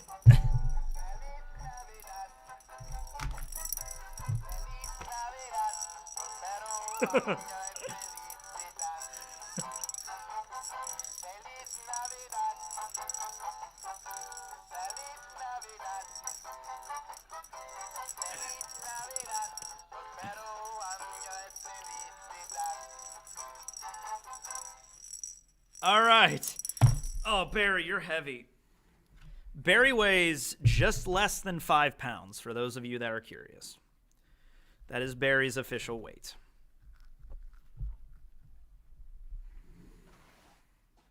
Oh, all right. We did it! All right. Well, that was a fun stream. Later, everybody. Have a good night. Just like, okay. We hit okay. In less than, it is 4:26 p.m. In less than 3.5 hours, so just barely more than a third of this, we have reached the amount of money that we made in the entirety of the 8-9 hour stream last year. That is insane. That is incredible. Thank you guys so much. Holy shit. All right, I'm going to reset the goal. So give me a moment. Where is this? Okay. All right, let me take that down. I'm going to reset the goal. And this time, we're setting it for 17,000. The reason I'm setting it at 17 is because that is, I think, I mean, it's not exact, but it's around the most amount of money that I've ever raised in a single charity stream. Was, I think, the stream that we did in 2020. We raised around 17K. I think it might have been like 1692 or something, but like 17K for St. Jude. So that was the most I've ever raised. So if we can beat that goal, I would like ideally to reach 20,000. But if we can beat that, I can at least go home tonight and hold my head high that, you know, I helped to raise like the most money I've ever done in my life for St. Jude. And that's a huge deal. That's a huge deal. Whatever happened to the Dollar Tree stalker? He got taken away by the police, and I've never saw him again. So there's that. Anyway, because we reached 12,000, though, because we reached the first goal, I wanted to play a video that talks a little bit about St. Jude and why they do what they do. And it's from the official St. Jude YouTube channel, which I'm hoping this doesn't get it flagged, but it's a charity stream for St. Jude, and I'm playing a St. Jude video, so I think it should be okay. So let me pull that up for you. Let me go to the video screen. I'm sorry, Joy Girl. That's not a very flattering freeze frame there. I'm sorry. All right. Let me take that down too. Okay. So this was like a last minute addition, so bear with me for a second here. Okay. Bear with me a moment. Okay. Whoa. Whoa, what did I do? Oh no, I think I messed everything up, guys. I think I screwed everything up. I'm sorry. Where's the border at? Oh, there it is. Why did that? Okay, hold on. Now we're good. Okay. Now where's the donation page at? Shit. You messed everything up, Tekking. You messed everything up. I'm like, all right. Do a refresh, 1220. Okay. So this is a quick little video on St. Jude. and it should tell you about the organization and the founder, Danny Thomas, who was an actor way back in the day. I believe he passed away in the early 90s, and seemed like a pretty cool guy. So here we go.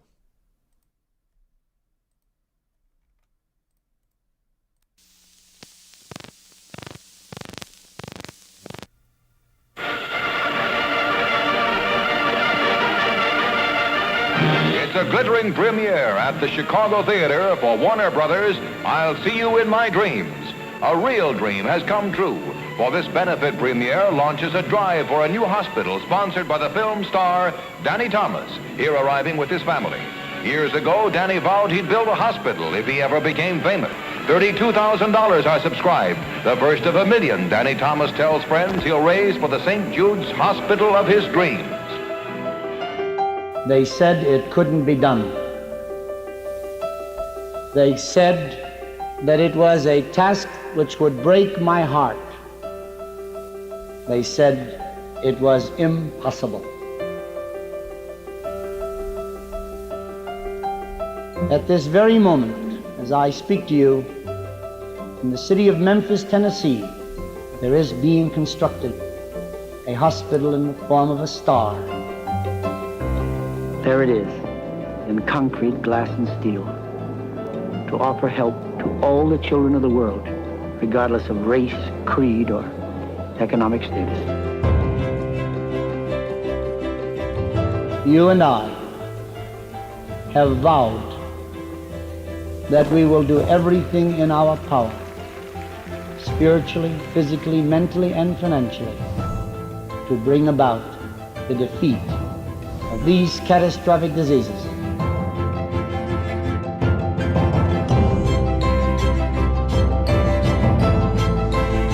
We're going to begin with leukemia, and by God's grace, after defeating it, go on to other diseases.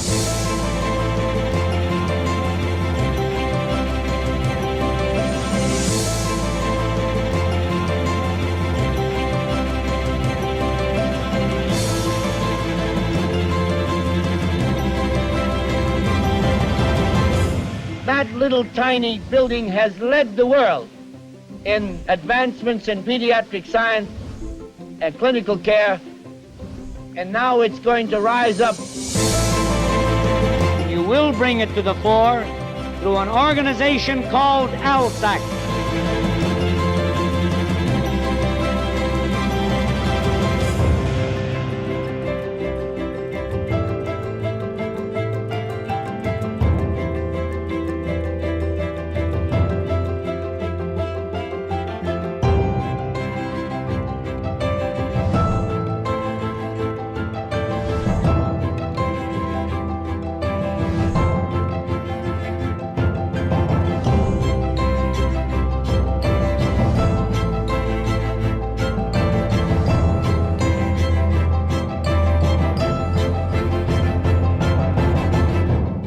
If I were to die tomorrow,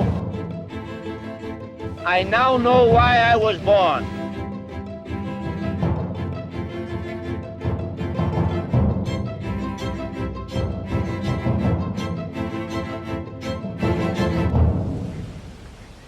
While we're sitting here making this video, there's a family that's walking through the front doors on a Friday afternoon, and they're at St. Jude. When we came to St. Jude, I asked the doctor, "Can you treat my child?" And he said, "No. We're going to cure him."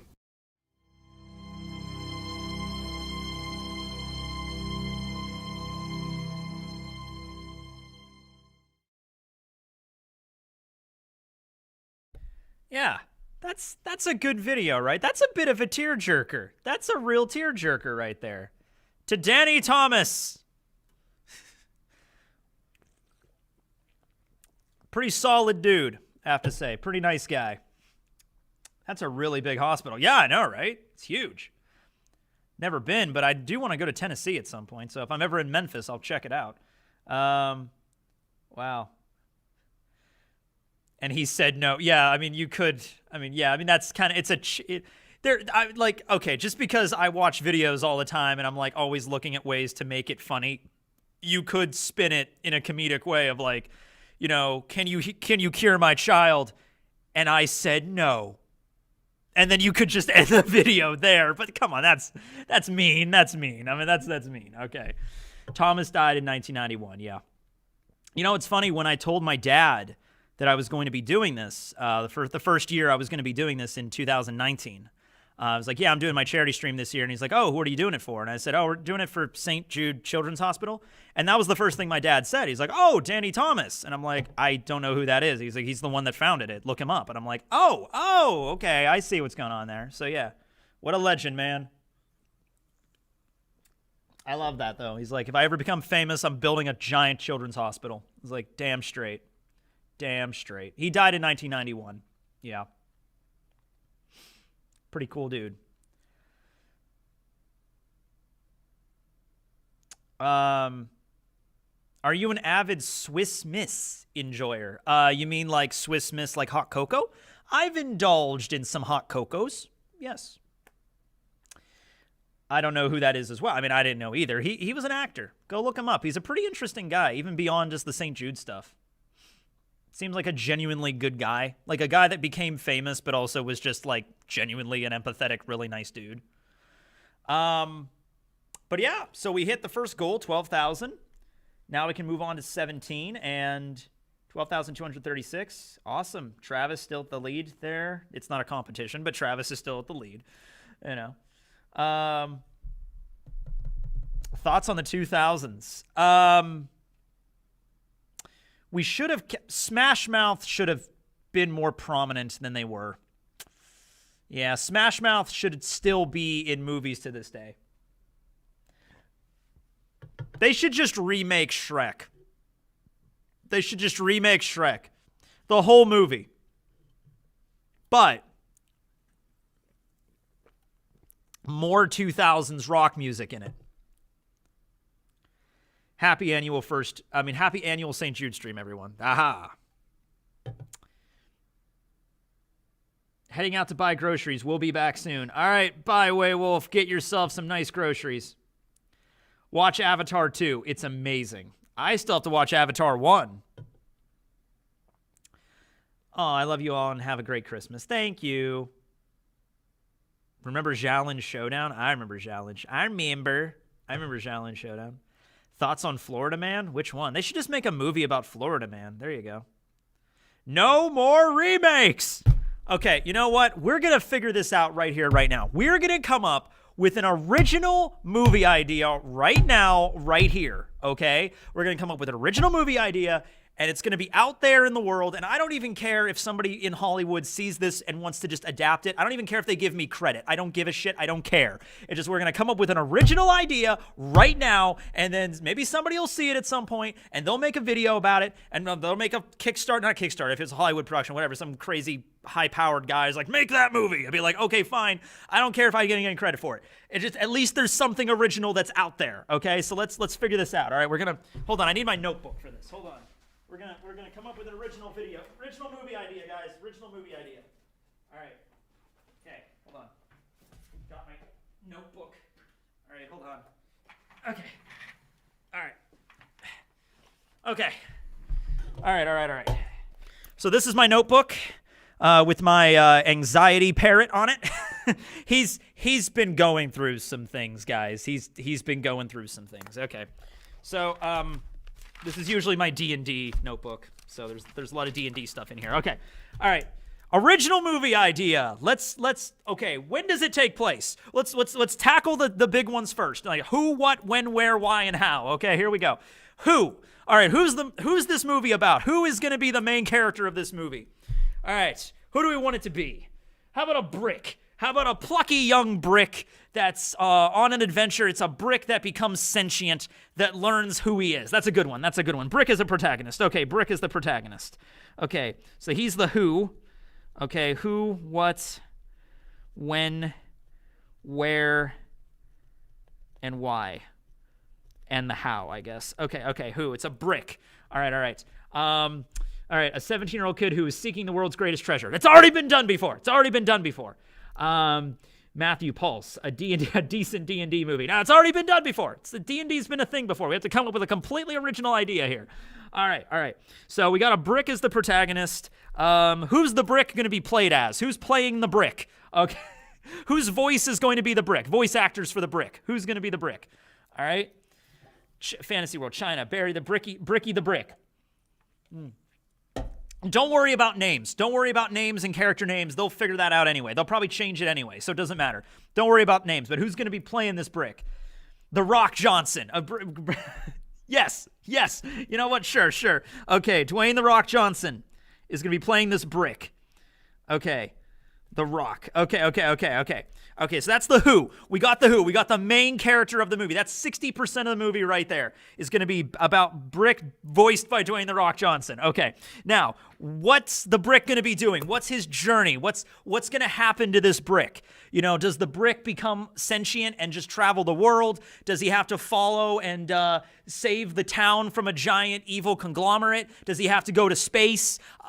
Maybe the Earth is destroyed and he's the only thing left. All humans, all animals are wiped out. He's the only thing that remains that gains sentience, and he's just floating in space. And he lands on an alien planet, and that's where things really get exciting. Okay, what? Egypt. We can incorporate the pyramids into this. Okay, maybe. Okay, Egypt. What? Okay, Egypt is where. Okay, that's the where it's going to take place. I guess we can have it in Egypt. Okay, let's have it in Egypt. Okay, because I love ancient Egypt. Okay. Are we doing ancient Egypt? We have to do ancient Egypt. I'm writing down ancient Egypt. Okay, I'm writing down Old Kingdom ancient Egypt during the construction of the pyramids during the 4th dynasty. That's what I'm doing. Okay, Old Kingdom, 4th dynasty. Pay attention, Hollywood, all right? This is going to make you a lot of money. It will, okay? Trust me on this. Hey, if nothing else, this is an original concept, okay? This is no remakes or anything like that. This is going to make money. Trust me. You put this out into theaters, people are going to go see this, okay? All right. So he's a brick in Egypt during the 4th dynasty when the pyramids were built. Is he a brick that's in the pyramid? Like, how does this work? I mean, like, we have to figure this out, okay? Why? Yeah, we have to, why is he in Egypt? Why is he a brick? Does the brick the brick can clearly talk. He's voiced by Dwayne The Rock Johnson. So how is this happening? Okay, a giant shockwave hits Egypt, causing the pharaoh's tomb to go to berserk, and the bricks fight the undead pharaohs and their armies. That sounds so cool. All right, let's do that. And then he's the only one to survive. Yeah, maybe something like that. Okay, cool. Not Scorpion King, but the Brick King. Fighting against space ducks. Causing the pharaoh's tomb to go berserk, and the bricks fight the undead pharaohs and their armies. I love that idea. I dropped my pen. Okay. Oh man, this is the greatest idea ever. This is the greatest movie concept ever, dude. All right. Oh, no. Oh, that's a good one. Oh, Shub. That's a good one. He was the one brick that was not chosen to be part of the pyramids. There's this giant pile of bricks, right? And they're like stacking the bricks on the pyramid. They're building Khufu's pyramid or fucking Khafra's pyramid or Menkaura's pyramid. And they're like right at the end of the pyramid. And they're like, okay, brick number, 37,321, 37,322, and 300,000 something, blah, blah, 33. And it's the last brick, and there's one brick left in the pile. There's just one brick off to the side. And they're like, okay, we have one left. And they're like, no, we're good. We're okay. We don't need that brick. And it was like, oh, okay. And they just left it there in the sands of Egypt for 3,000 years. I guess closer to 4,000 years. Dun, dun, dun, dun, dun, dun, dun, dun. Okay. So, and because he's the rejected brick, he's the brick that wasn't good enough to be in the pyramids. Okay, cool. That is a good premise. Okay, why is he there? Okay, rejected. That's a good protagonist, a vehicle there. Okay, so he's rejected from the pyramid, left alone in the sand for 4,000 years, left alone, forgotten. The pyramids are one of the greatest marvels of human architecture of all time. The Great Pyramid of Giza is one of the ancient wonders of the ancient world. So let's just use Giza. So he was the pyramid. He was Khufu's pyramid, okay? But he was rejected from Khufu's pyramid. So now all over the world, people are looking at the Great Pyramid of Giza, and they're like, this is the greatest marvel that's ever created. Every brick in this thing is absolutely amazing. And then there's this one brick still buried in the sand that just never had a shot. He just never had a chance, okay? The intro of this movie has to be an Egyptian-style rendition of Another Brick in the Wall of Pink Floyd. That works. That has to be the case. I'll write that down as a side thing. Intro, Egyptian version of, Another Brick in the Wall. And that'll work anyway, because that'll work because I just saw Bullet Train a little while ago, and Bullet Train incorporated a lot of like American, like English songs into Japanese. Like, I Need a Hero, and it was great. And I really like that movie. So, yeah, I think that's big right now. Okay. So he's rejected from the pyramid. He's left alone in the desert. And maybe he's like found by a tourist or something one day. I don't know. How does the brick achieve sentience? We need to tackle that, okay? How is this brick sentient and speaking in the voice of Dwayne "The Rock" Johnson? Also, can other people hear him, or is he just thinking to himself as Dwayne "The Rock" Johnson? I think it's funnier if people can hear him. He can actually say, like, speak, and he's Dwayne "The Rock" Johnson. Okay? Yeah. The brick becomes angrier through the years. This is great. This is fantastic. Lightning. Lightning's a good idea. Lightning from the sky. Lightning. Oh, here's a scene. Lightning strikes the desert around this brick. The lightning hits the sands of the Sahara Desert. It blasts the sands apart, turning it into diamonds and glass. And at the center, the epicenter, is the brick. Okay, that's good. Write that down. All right, lightning bolt. Okay, lightning bolt brought to life. Okay, good, great. It's Dwayne that was the tourist. Okay, well, do you want to have Dwayne "The Rock" Johnson as the tourist that finds the brick, or do you want him voicing the brick? Okay, because who's going to play the tourist then? I really like the idea of Dwayne "The Rock" Johnson voicing the brick. So we have to have somebody else, being this tourist. He's going to be like his, like a buddy cop, he's going to be like his friend, Let's see. He ate the Hito no Mi model, The Rock. Indus River Valley Civilization. Oh my God. Yes, the tourist. He's just voicing the brick. Yeah, I want to keep Dwayne as the brick. Yeah.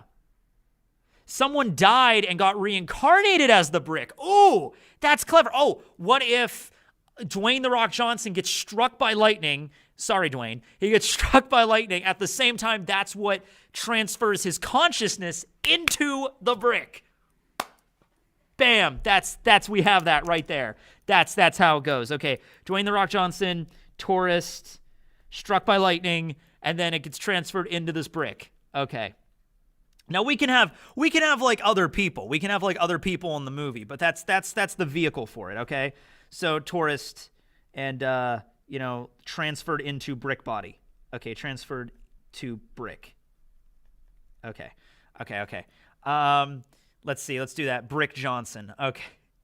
Now we can have Jack Black has to be in this. I don't know why, but he just has to. So I'm writing down Jack Black. Jack Black is maybe the guy's friend, and so he's like, "Whoa, you got turned into a brick," So I'm writing down Jack Black. Let's see here. They merge. Yeah, they merge together. Yeah, something like that. Yeah. Let's see here.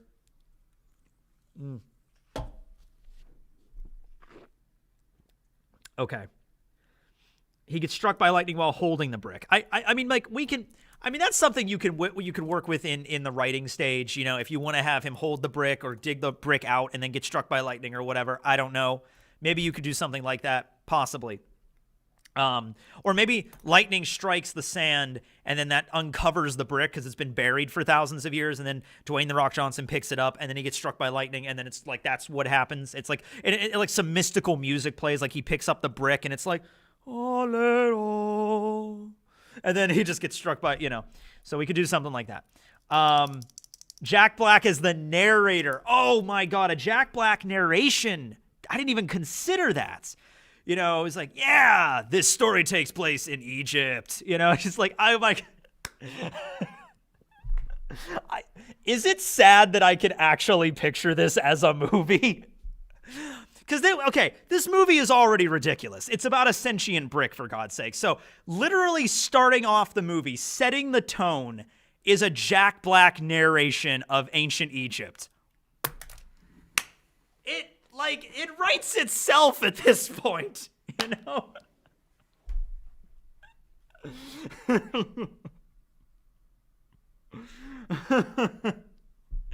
Okay, so we're good. Jack Black, narrator. All right. We got Jack Black as the narrator. Fantastic. Okay.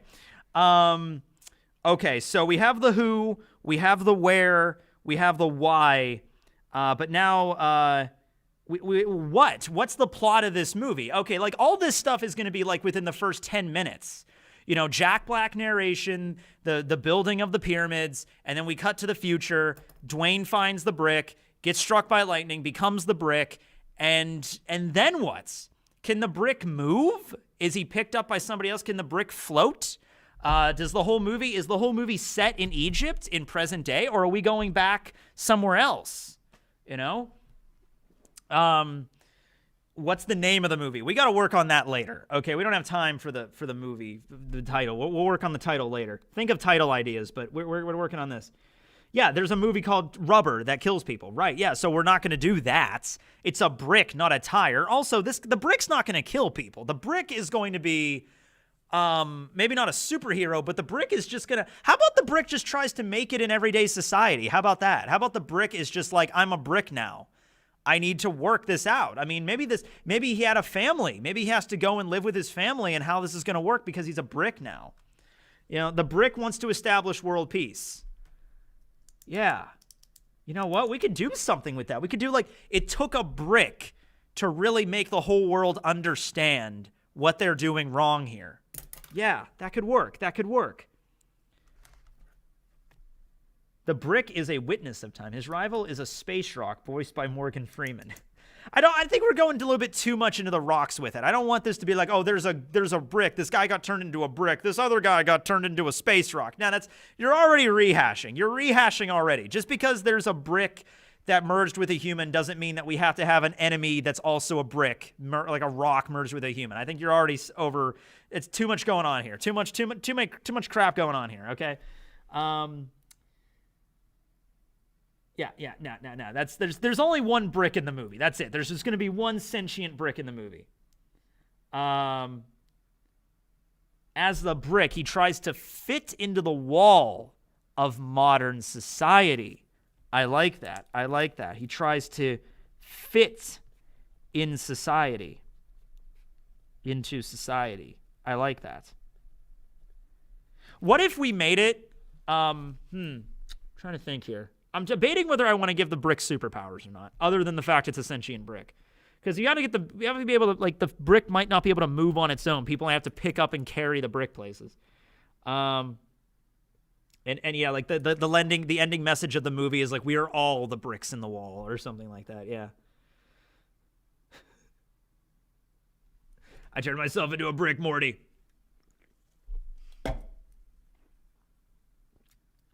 How does the brick pay taxes? That's another thing we could tackle in this movie. When? I was we could do present day. Yeah, I think it starts out in ancient Egypt, but we can do present day in the modern society.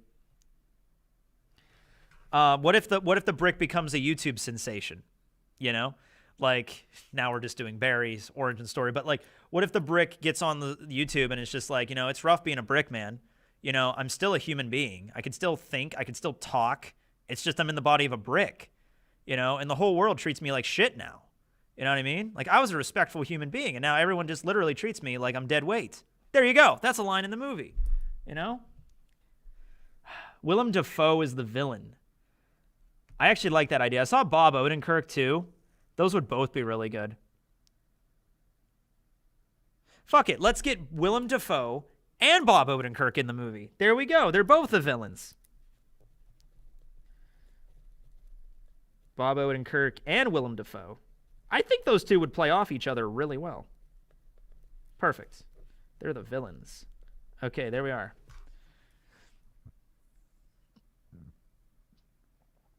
what if the brick can like fit? I feel like we're in like an actual writing room right now. Like, what if the brick like fits in the wall and like learns the history of a building? I'm really distancing myself from like any kind of like super powered like this thing, like this brick's gonna save the world or something. Like, not in that way. I'm actually taking this direction more of like it's a ridiculous premise. It's a silly, goofy premise, right? And it's narrated by Jack Black.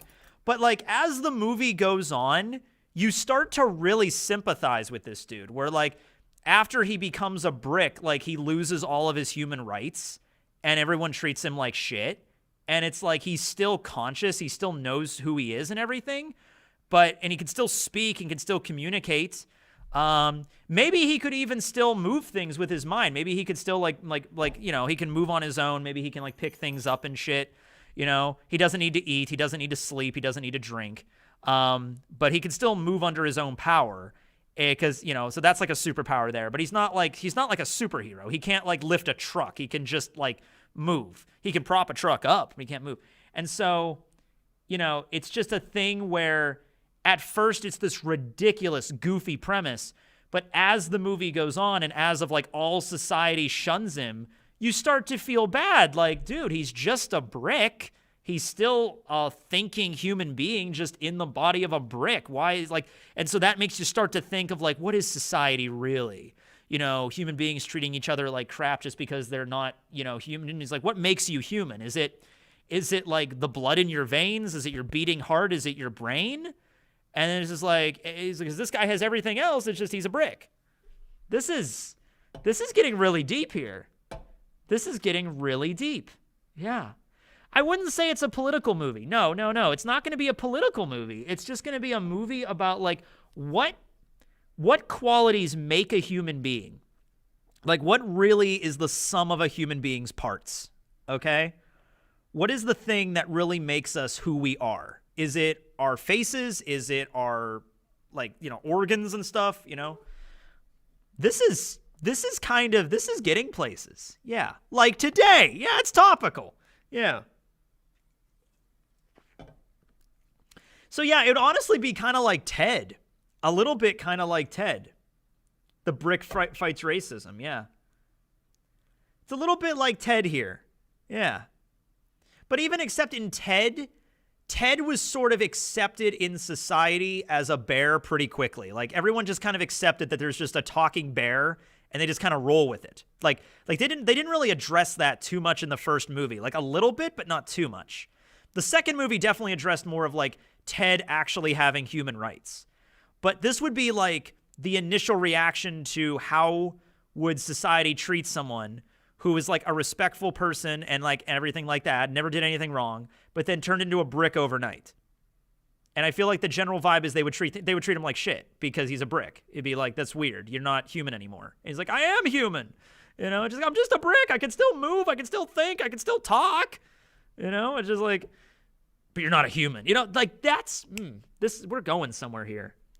Yeah. The brick is a gamer. The brick can like control okay, I'll play some Elden Ring and just the brick starts a gaming channel. Oh my god, this is a thing. Well, anyway, that's the movie. I think we have this. Brick, voiced by Dwayne "The Rock" Johnson. Intro is Egyptian version of Another Brick in the Wall, narrated by Jack Black. Takes place in the original Egypt, but then cuts to present day. Tries to fit into society, rejects from, okay.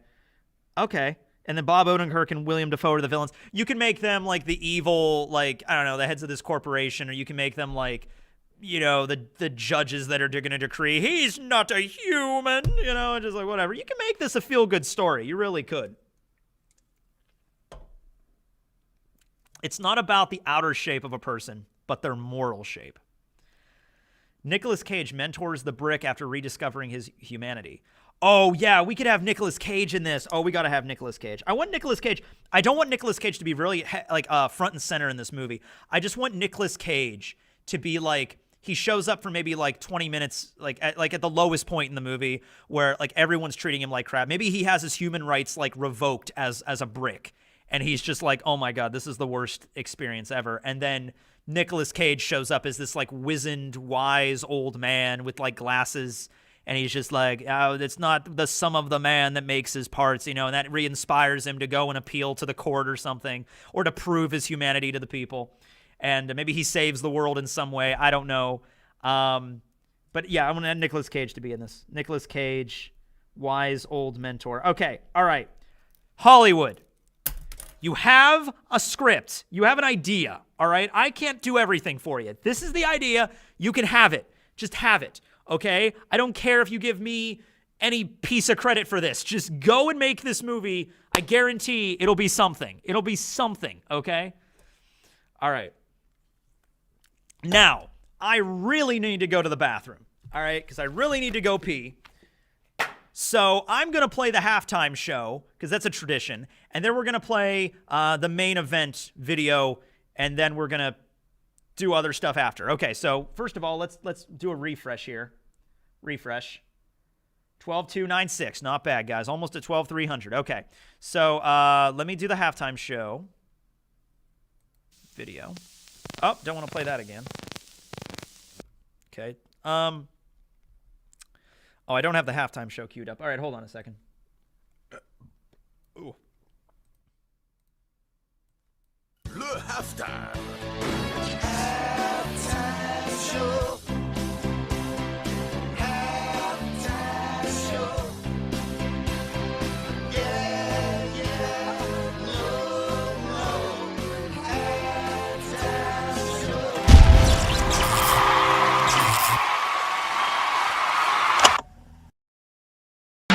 You guys suck! So that was the halftime show. That was just tradition. We always do that. All right, so now we're going to play...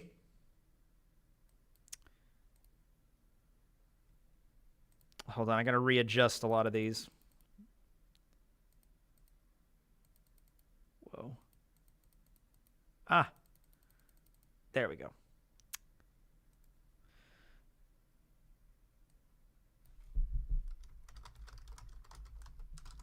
Randy Troy.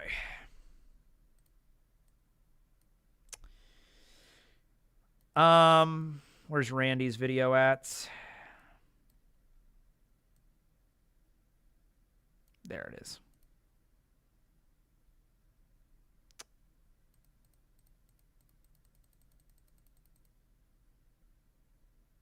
Uh-oh.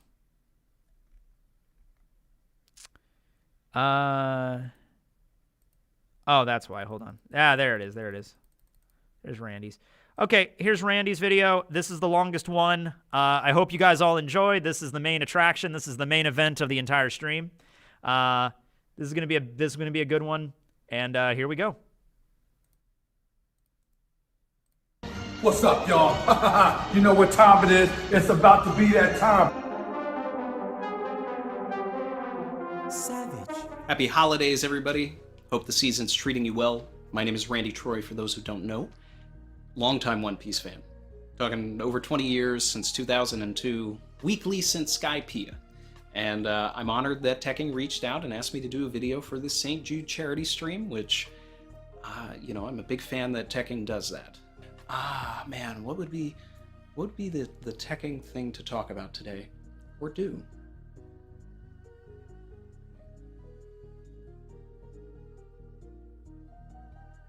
What if we did a sneak attack? Maybe I should call first. No. I also don't think that's the Tekking thing to do. This could be interesting. Or a bad idea. Or interesting. Let's give it a shot. Stay with me, people.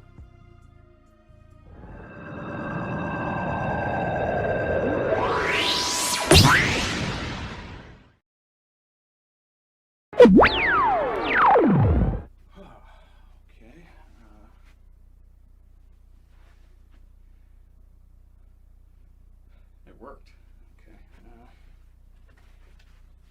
Holy fuck! Randy! Hey, man. Hi! Hi.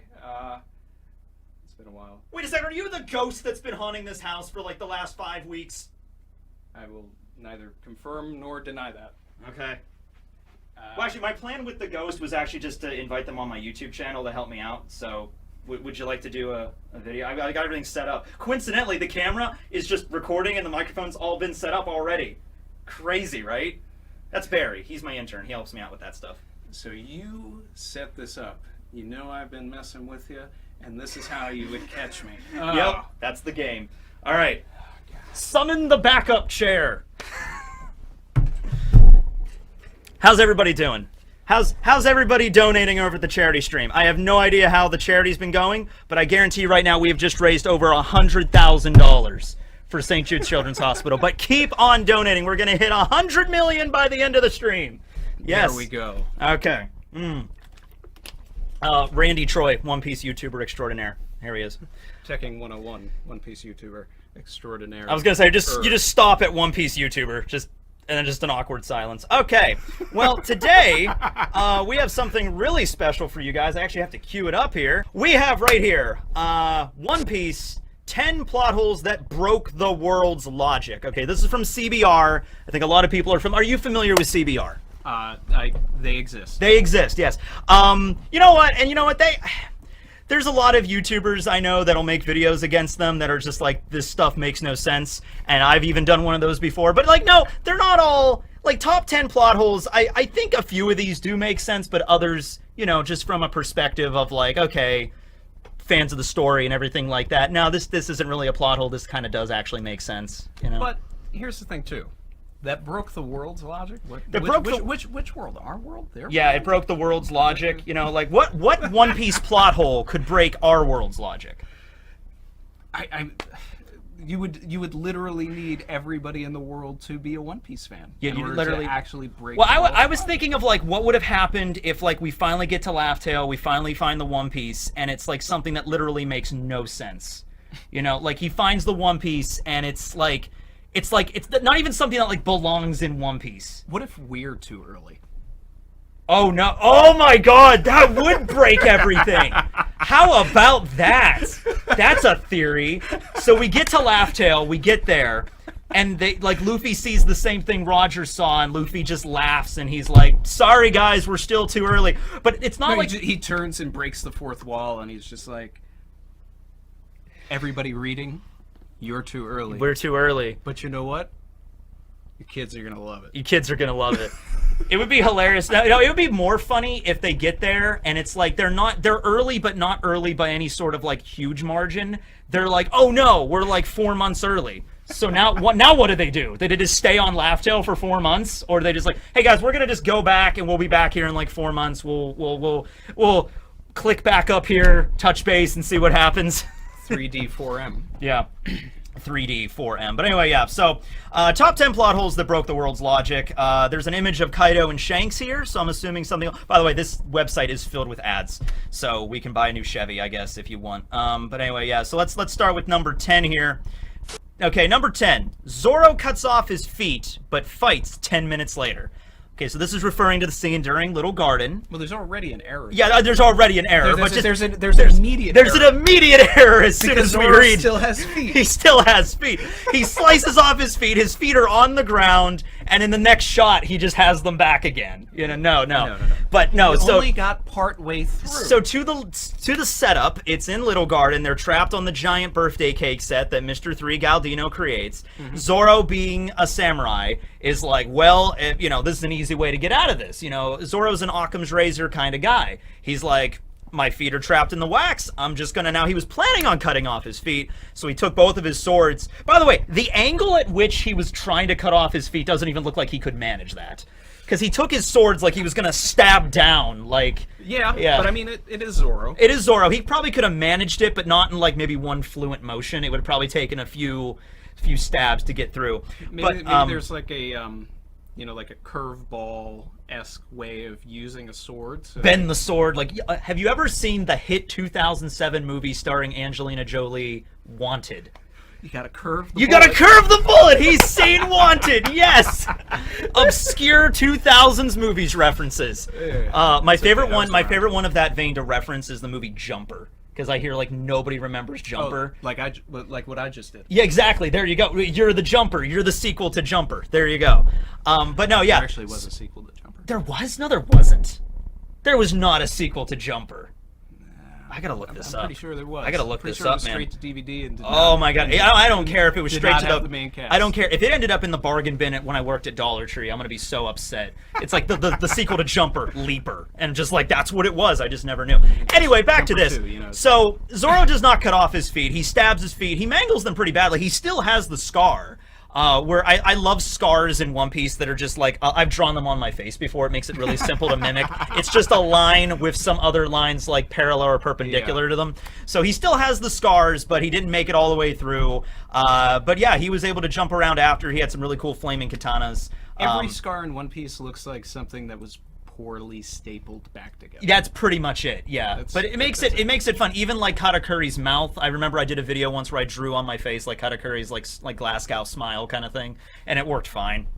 Anyway, but yeah, we're already starting off to a great start. Okay, number 9. Well, another thing just to say about this. Yes.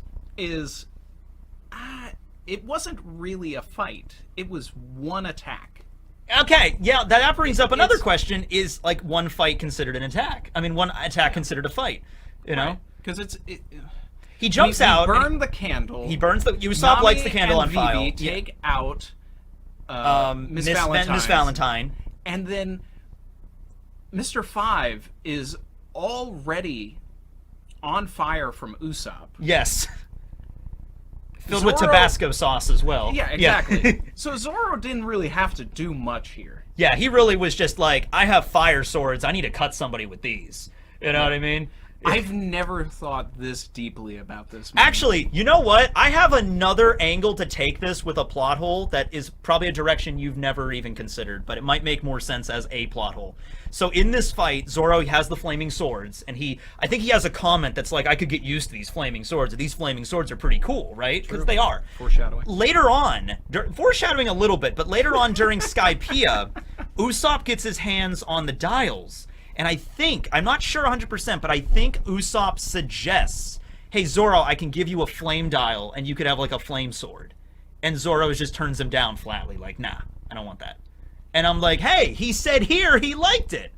And then also says to Kinemon and Punk Hazard, I want to learn this technique. Yeah, and he just steals it. He's just like, I have this ability now. So there you go.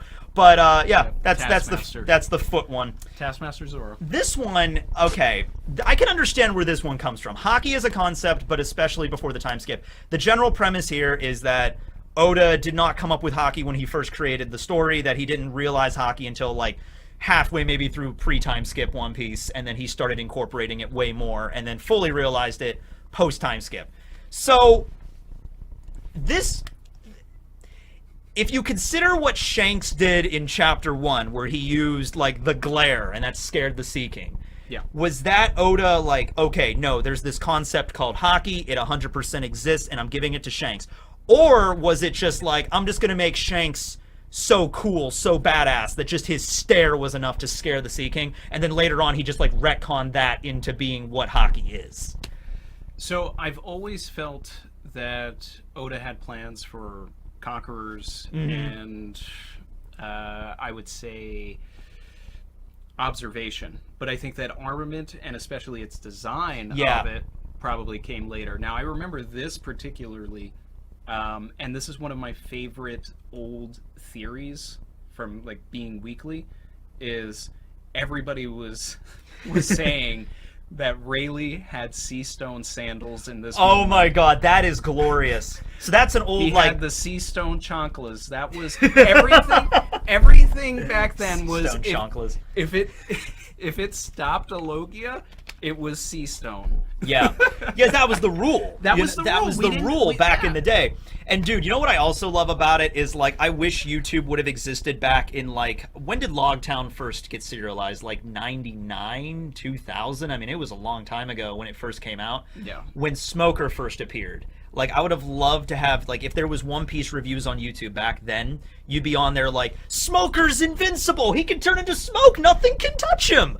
You know? Like, it's like, how he's such a broken character! We'd probably have an entire video about how his, his jute, or jite. I never know how to pronounce it right. I've said jute, I said Judy, I just say Smoker's baton at this point. Like, that's honestly what I say. Well, he explains that it takes away the devil fruit powers, right? Yeah. So then it would just basically, we'd have all these videos about how, all right, so Luffy, Zoro, somebody, they have to get a hold of Smoker's weapon and use it on him. Use it on him, yeah. Even with that weapon, I've seen a lot of people that don't understand how that weapon works because people think the whole thing is made out of sea stone.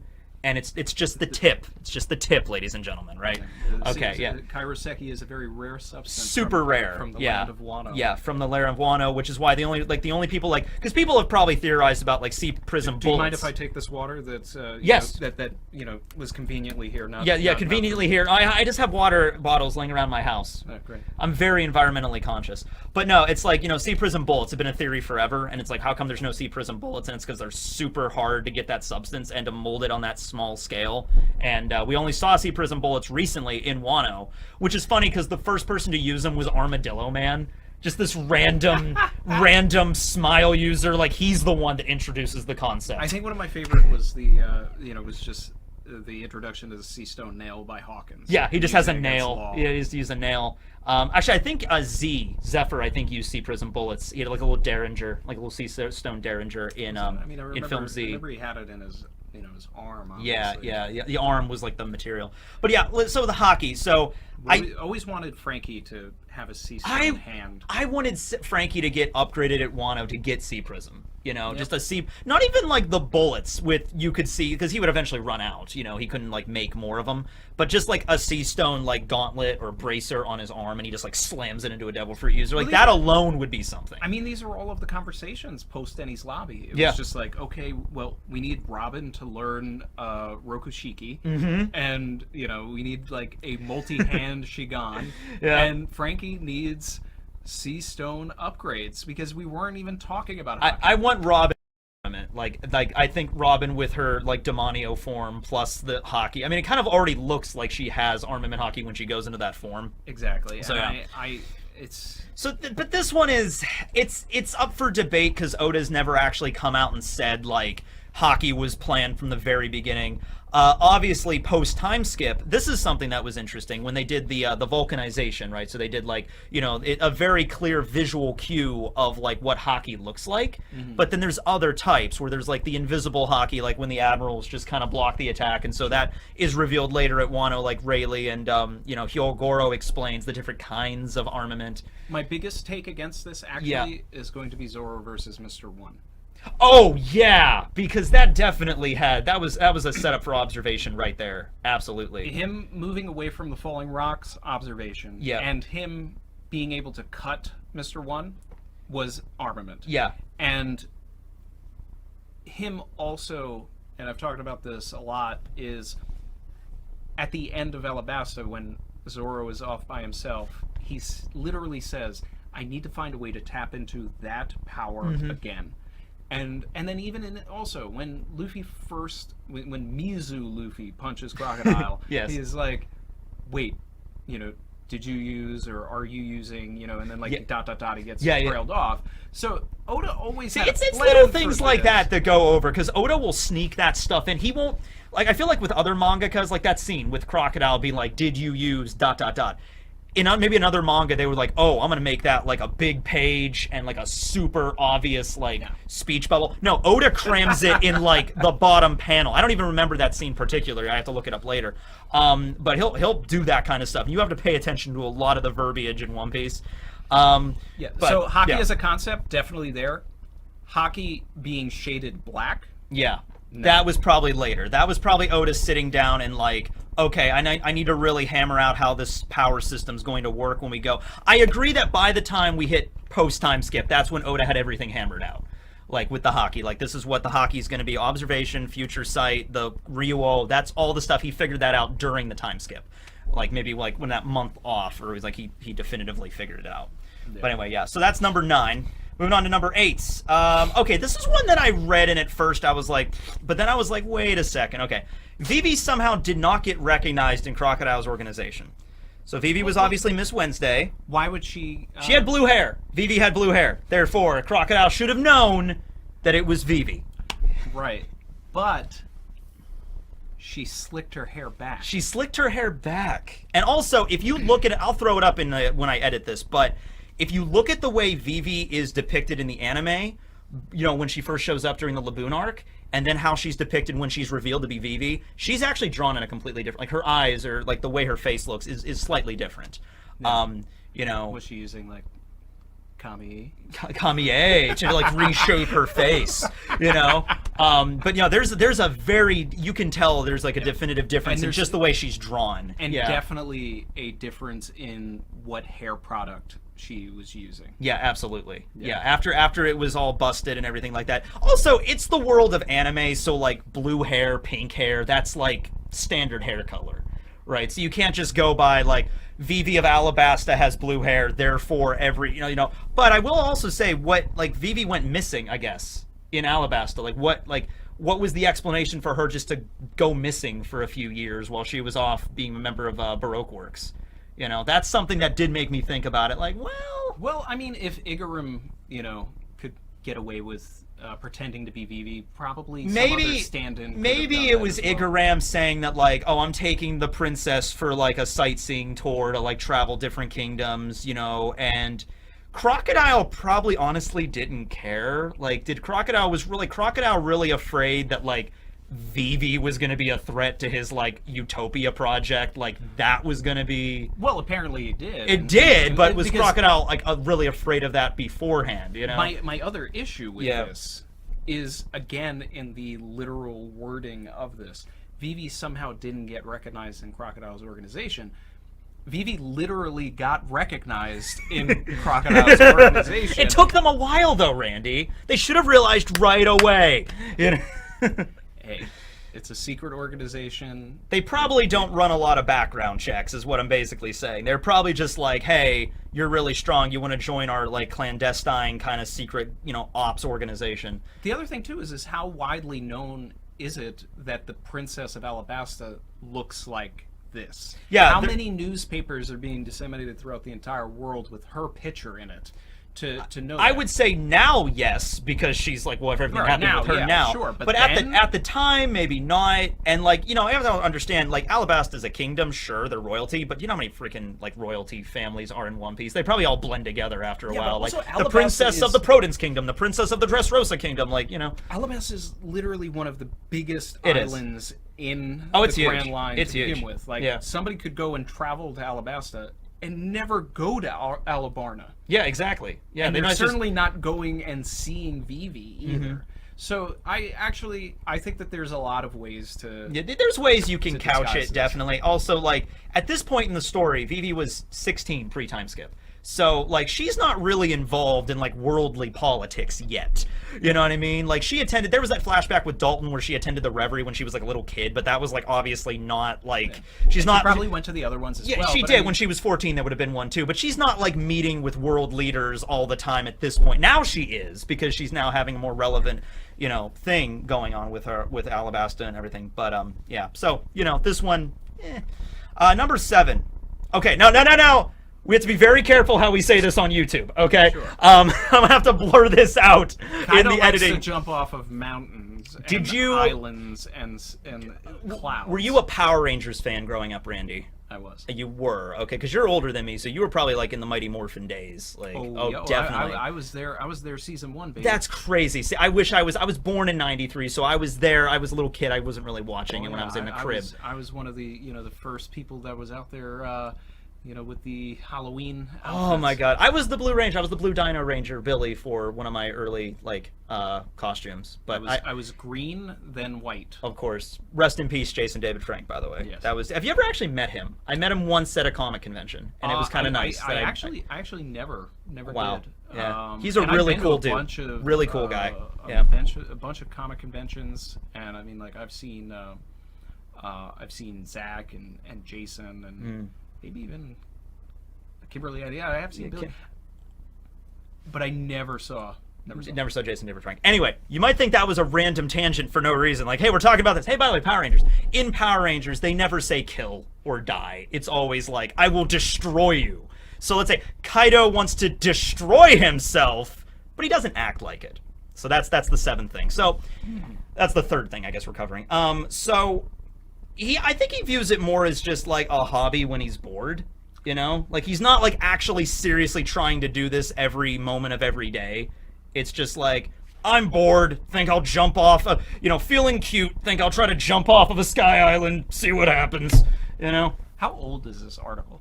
2019, I believe. Let me double check.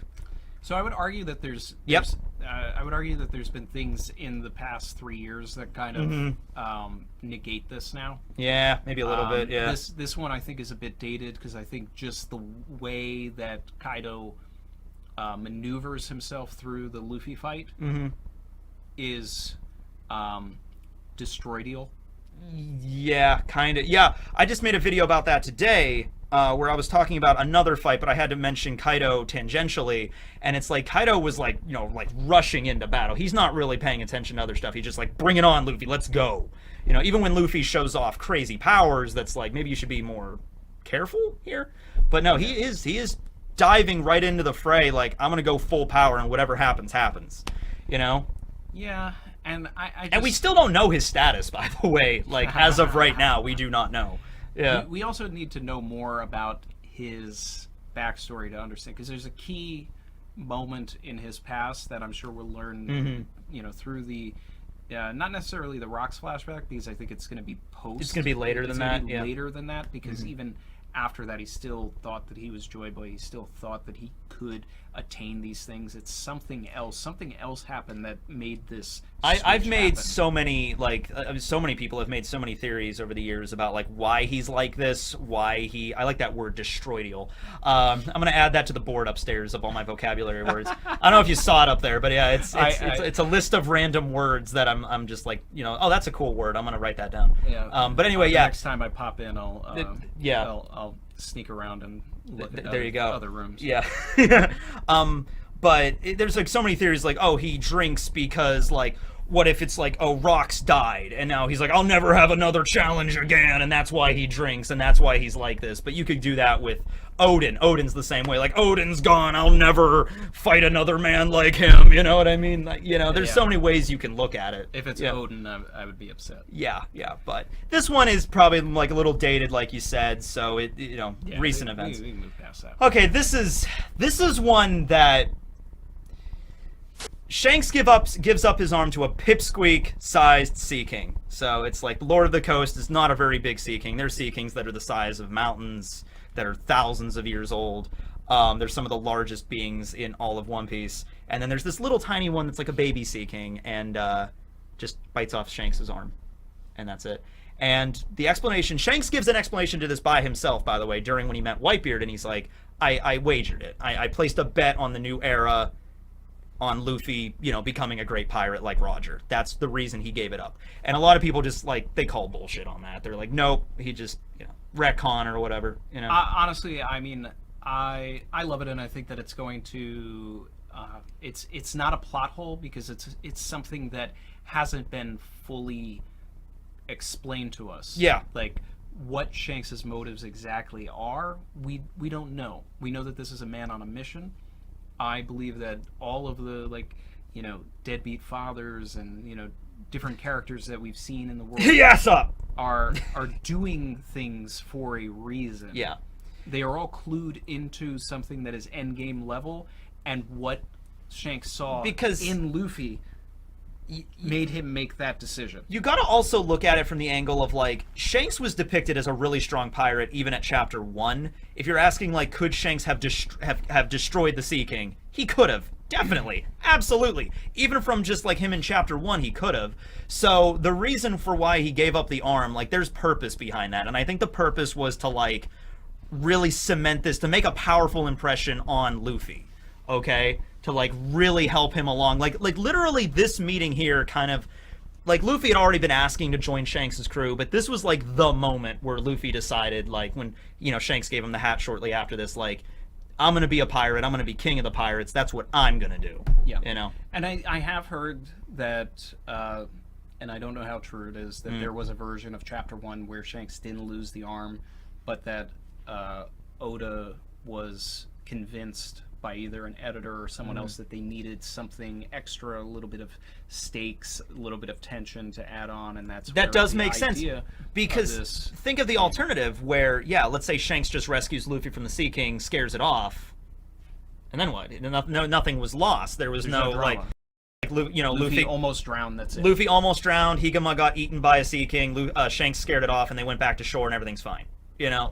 No, we need this. Yeah, we need this. And also, just for note, Shanks has barely showed up in the story since, so it's like we haven't had a lot of time with him to explain things. Have you seen Film Red? I have. Oh yeah. You were in New York when Film Red came out.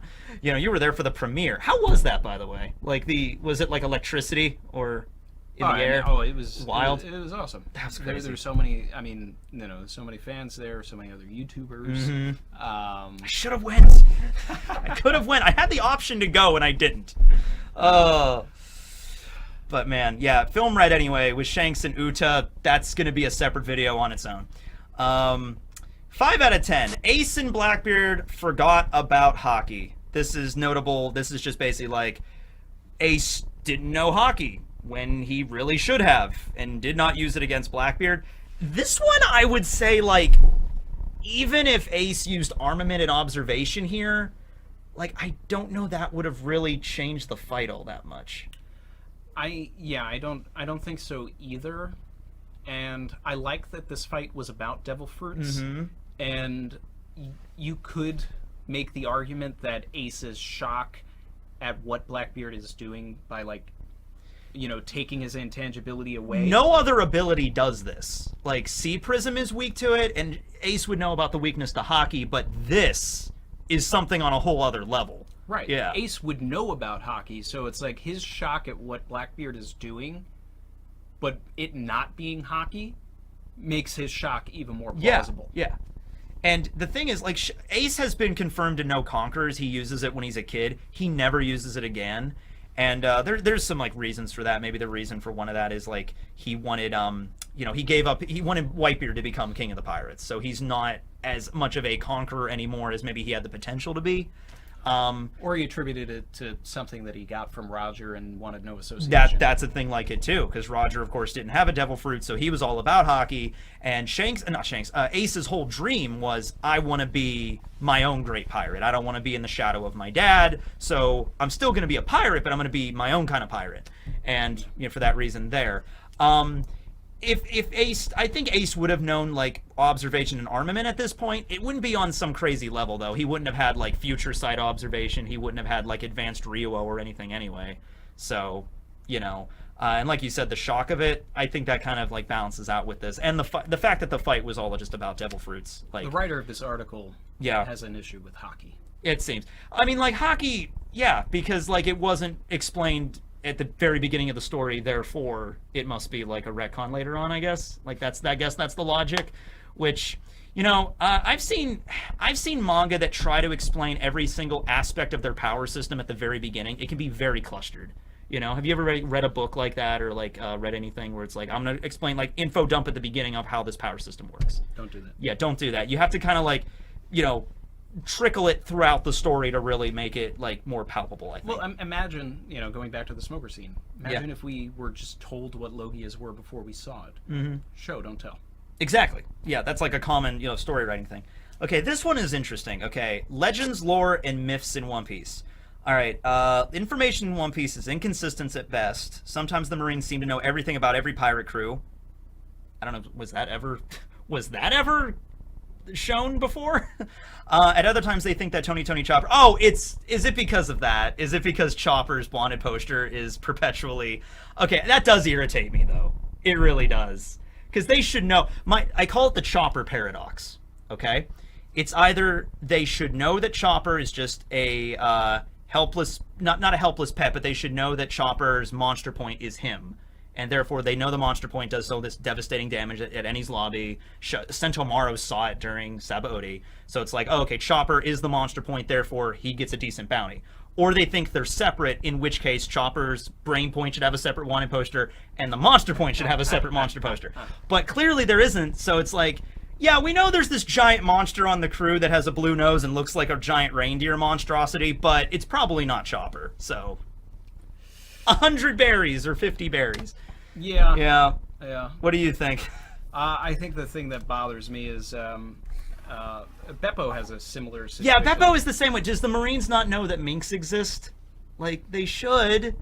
They really should. But the other thing too is that never seen anything like Chopper has shown me that yes, he deserves a higher bounty. Absolutely. Beppo has never shown me anything. Oh, Beppo could mess somebody up. Beppo is a martial arts polar bear. Allegedly. Okay, do you know how much 500 berries would be in our world? Like, if you just do a quick conversion from 500 berries to yen, it's like $5. Like, that's just pitiful. You know, you bring a polar... Okay, let's take this out of the realm of we don't know what Beppo can really do, like Sulong or anything like that. A polar bear is worth more than a $5 bounty. You know? It's a polar bear, for God's sake. This one might actually have some merit here. All right. Writer of the article. There you go. I don't know who the article. Yeah. Remember at the beginning and before the Grand Line, devil fruits were rare and most people did. Okay, that is explained though, because in the Four Blues, like we don't see hardly any devil fruit users during the East. Yeah. There's Luffy and there's Buggy. Buggy is from the Grand Line. That's where he got his fruit, and he was on Roger's crew. So that's a perfect explanation. Then he went to go live in the East. Okay. After Buggy, we don't get another devil fruit until Logtown. So Smoker, once again, did not grow up in the East. Smoker was a Marine in the Grand Line, and so that's how he got his fruit. And then Alvida. So the only devil fruit, I mean, even Luffy's Gamu Gamu no Mi, because that was something that Cypherpole had, and then Shanks got. So that did not originate in the East. So we really only had Alvida's Slip fruit, which is the only devil fruit that was just, she found and ate. I guess maybe the Maramara, if you want to look at the Ace Light novel as canon. Because that was also found on no, that washed ashore on the island, so maybe that was from somewhere else. But it's rare. All the devil fruit users are in the Grand Line pretty much. So that's where it's all kind of like, you know, hoarded. Because the Grand Line's where it gets kooky. It gets kooky in the Grand Line, and then like that's where most fruits are probably reincarnated in the Grand Line. And the information doesn't travel as well as in our world. They don't have the internet. You know, so it's not like, you know, just had a devil fruit, check it out, it really exists, posted on Twitter. Not yet. So, not yet, but, well, I'm not going to spoil anything post-Wano, so, yeah. All right, this one. This has been, okay. This has been a bane for years, because there's always a comment, whenever I'm talking about devil fruit weaknesses, you've probably seen this too, there's always a comment from somebody on YouTube that'll always be like, devil fruit users are weak to all kinds of water, or it's just seawater, or like they can get sprayed with water and be weak. Like, how do they take showers? How do they bathe? I mean, wasn't it clarified that it's like it only affects them when it's above the knees? It's dependent on the amount of body that it's actually covering, and it's only standing. It's standing liquid. The way that I actually screen cap the SBS, and I'll have it. I'll show it up again for the last time because Oda's addressed this. It's not just seawater though. That's the big one. That's the one that everyone thinks that it's like, oh, therefore, you know, Luffy could swim in a pool if it was. No, that's not how it works. It's any type of liquid, and the more that you're submerged in the liquid, it weakens you more. If it gets up to your like ankles, not a big deal. You can walk through it fine. Knees probably starting to get a little weakened. About halfway, that's when it really starts to zap you. And if you're underwater, you get, you know, you're in problem because you pass out and you can't breathe unless you're a fisherman or a merman or something like that. Yeah. So here, this is a scene from film Z when they're in the water and they're terrible. They're severely weakened. And then later on, it even says that like I think it says using non-canon material. Yeah, right. It brings up here. Yeah. Don't use non-canon material. It's a movie. You could just disregard it. But down here, it's Aokiji in that same scene, also in the movie, gets out of the water and makes ice form. But he was like getting out of the water when he did that. And also, it's like also explained like when you really get really strong with your devil fruit, you can resist it to some extent.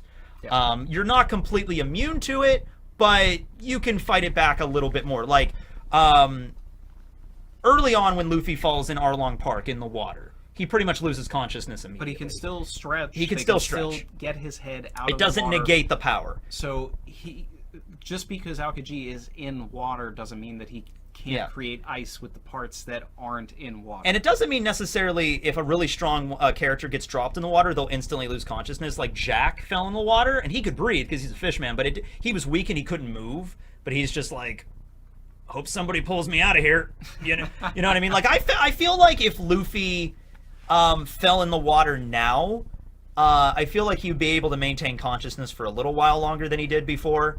The last time he got knocked in the water was when Kaido already knocked him out, and then he fell in the water. True. You know. But, yeah. So, to reiterate, it's standing water. like they're not going to be defeated by a super soaker. They can take showers. That's how most of them bathe. Or sponge baths. That's how they bathe. If they submerge themselves in water itself, like a bathtub, they would feel weakened. Depends on how much it covers them. Okay, 2 left. This is another weird one. Sanji's varying devil fruit knowledge. When Sanji first appears at the Baratier, he seems surprised to find out devil fruit users are useless in water, like he didn't know. Later we find out he was reading the devil fruit encyclopedia, and he finds out about devil fruits. Here's the thing, though. I'm still under the impression he probably was like up into debating whether or not devil fruits even existed. You know what I mean? Like, has he met a devil fruit user before Luffy, like at the Baratier?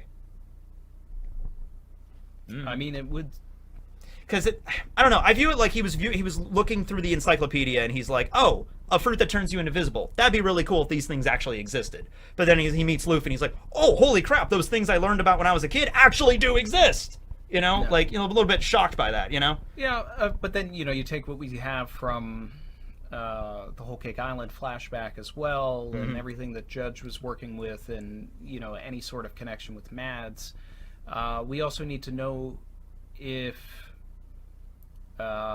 Judge had any sort of interaction with any of the other members of Mads potentially. But would Sanji know about that? I don't think Judge would tell him like everything about the world at that point. Obviously not Caesar. Yeah. And I don't think it's inconsistent. Certainly not world breaking as the title of the article was. You know, certainly not that. But I would say that this one has more credence to it than most of the things that's on this list, right? Just because of the lines during the Baratier. Yeah, you have to you can make it make sense, but you have to go through a little bit more of the mental gymnastics than like the other examples on this list that might just be like, oh, Oda planned this and it's just whatever. Because I do believe that Oda had it planned early on to have Sanji be a prince of the German kingdom, and to eventually, you know, get to that part of his story. You know, we have Mr. Prince, we have talking about North Blue and Jaya. There's a lot of stuff there. This devil fruit part could have been something that he added in later. Maybe. And also, like even if he knew about devil fruit powers, like they actually existed, like, and then he's in the Baratier, he's probably not running into devil fruit users all the time. So Luffy falls in the water, was the one that like, oh yeah, he can't swim, he has a devil fruit power. Sanji's like, oh yeah, I remember that. And then he dives in, you know, like, yeah, you're right. Here's my easiest way around this. Yeah. My easiest way around this, though, is that the encyclopedia is literally just a picture book of the fruits. And they don't even have all the pictures. So if you never saw a devil fruit user go into the water, and it's not explained in the book, and it's just the fruits, the book probably doesn't say, hey, if you eat one, stay out of the water. The book might not actually, the book might just be, like you said, like a picture book or some, it's mentioned that it's not pictures of every devil fruit, so there's like missing entries, obviously, and it doesn't catalog everything. So it might just be like, yeah, here's this. And it's a rare book to begin with. And it could be something that Vegapunk put together. It could be. Actually, it could have been a Vegapunk thing, Vegapunk publication. But anyway, it could also be like, not like, these are all the weaknesses of devil fruit users, like, you know, hockey and sea prism stone, and, you know, like, it might not list any of that stuff. It might just be name a fruit, what it does, and that's it. And some people fruit pitcher, unknown fruit, and the people that even have the chance to get a copy might think it's just like, it's like I'm reading a Harry Potter magic spell book or something, like, oh, that's just an interesting fantasy, you know, like, yeah. So we have number 1, and this is probably, most people probably could have seen this one coming, the Pell Explosion Conundrum. Points for the title. I love that. It's like you go to college in like a philosophy class or something, and it's like, okay, class, today we are discussing the Pell Explosion Conundrum. It's stumbled many great philosophers through the years. How did Pell survive the explosion? It's like Schrodinger's cat. Like, how did Pell survive the explosion? Like, okay, what's your favorite theory on this one? I've heard so many ones. Pell's dead. Pell's dead. No, he came back as a ghost. He's like you. He's a ghost. He's just there. Yeah.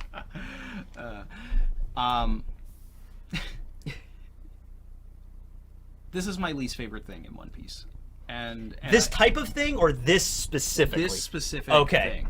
This specific thing. If I could change one thing in One Piece, it would be Pell dies. Like, and I would not hesitate if I could just take a pen and go do do do do do change this. I think I'm with you on that one. I honestly am, because it really does. He had like the perfect send-off. Perfect send-off. He was literally Horus, the guardian deity of like ancient Egypt, or Alabasta in this sense. And it's like, I will save the country. We got to know him enough. He wasn't like a main character, but we got to know him enough that he was important to Vivi and her pain after he apparently dies. And it's like literally a very, like, one of the tacked on scenes at the end where he just shows up in the desert, like at the doctor's office. A random hospital in the middle of the desert. Not a fan. I've heard theories like Oda changed it because he didn't want to end it on a sad note. I've heard theories that because this chapter came out around when 9/11 occurred. November 2001. November 2001, so therefore, like, explosions, not good. No. Which, I don't know. I don't know if that's depends. It depends on how much Japan was affected by. Yeah, it depends on that, because there actually is credence for that, because there were movies. You ever see The Bourne Identity? Oh yeah, there were so many movies. Yeah, and TV shows. The Bourne Identity and Spider-Man were the ones I know immediately, because The Bourne Identity is supposed to end, I think, with a gas station blowing up. And they decided to change that because of 9/11. In one of the teaser trailers for Spider-Man, the original, like, Tobey Maguire Spider-Man, like, Spider-Man's chasing, like, no, it's a helicopter flying through Manhattan, and the helicopter gets stuck in a spider web that was made between the Twin Towers. And they actually had to scrub that because of 9/11. So there has been examples of media changing because of that. Whether or not it was specifically involved here is up to say. Oda's never spoke on it. Most likely theory about it. Yeah, or maybe one of Oda's editors at the time said, like, maybe you should have Pell survive, because my issue, the world needs a little hope right now. You know what I mean? Maybe something like that. Yeah. My biggest issue with it is because that Pell has done nothing. Yeah, he's just there. He's a background character. He's an hey, extra. You don't know yet, Randy. I don't know. Vivi's missing right now. Pell might get all geared up and go out on his own. I don't need that. As a commando falcon to go save the day. Chaka can do it. Anything Pell can do, except fly. I was gonna say Chaka fly? Chaka can do it. All right. Okay. That's a joke we have on my channel. Okay. And but it's so true. Yeah. And it's like Oda will put Pell like in the background of a scene and give him no lines. And it's like, and it's almost like Oda just saying, like, I'm just appeasing. Yeah, he's there. This guy really is there in the back. supposed to I mean, be- honestly, I didn't want to bring him I'll tell back. you what. A lot of people that are maybe like God, that happened in November 2001. Like, there's people that could be watching One Piece or reading One Piece right now that might have not even like it doesn't matter to them because they didn't read it like at the time or like when the anime was airing and stuff. And I first saw it in 4Kids. Obviously that scene. I don't know how 4Kids handled that scene actually. Giant explosion of a bomb going off. I don't know how they handled that. I'd have to go back and check. Yeah. But anyway, that's the list. I mean, like, I'd say the Pell conundrum probably is the best one. And like maybe like, would you call it a plot hole, or would you call it? I wouldn't call it a plot hole. It's not a plot hole because that doesn't really fit. It's just it's a poor narrative choice. And it's also potential editor interference. Yeah, I could go with that too. That's probably most likely what it is. But anyway, that was CBR. That makes a good solid video. I might actually, for the stream, because I'm going to air this during the charity stream, I might break this up into 2 videos and just have it like part 1 at the beginning of the stream and then part 2. It's going to be a 9-hour stream. I got to have stuff to air. I got to talk for a long time for these. Anyway, I'll cut back to other version, future me doing the charity stream. Hope we're up to 100 million donations by now. Thanks for watching, everybody. And I'm going to go home. I guess, can you just teleport now? Is that a cool, did you unlock that ability? You actually are Jumper?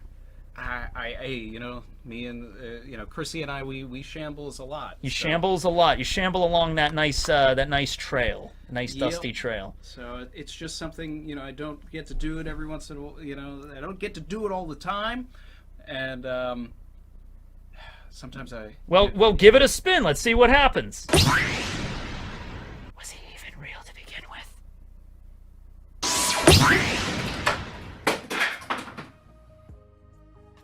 Well, that was fun. Hope everybody enjoyed that. Till next time, like, comment, subscribe if you're feeling the vibe. Hope everybody's holiday is good.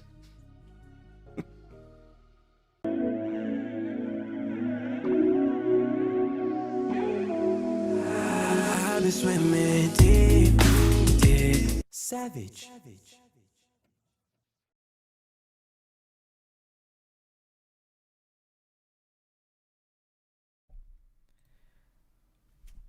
Okay, and we're back. All right, that was a very fun video, made even more impressive by the fact that you couldn't even tell. Randy, he was just being filmed in front of a green screen the entire time.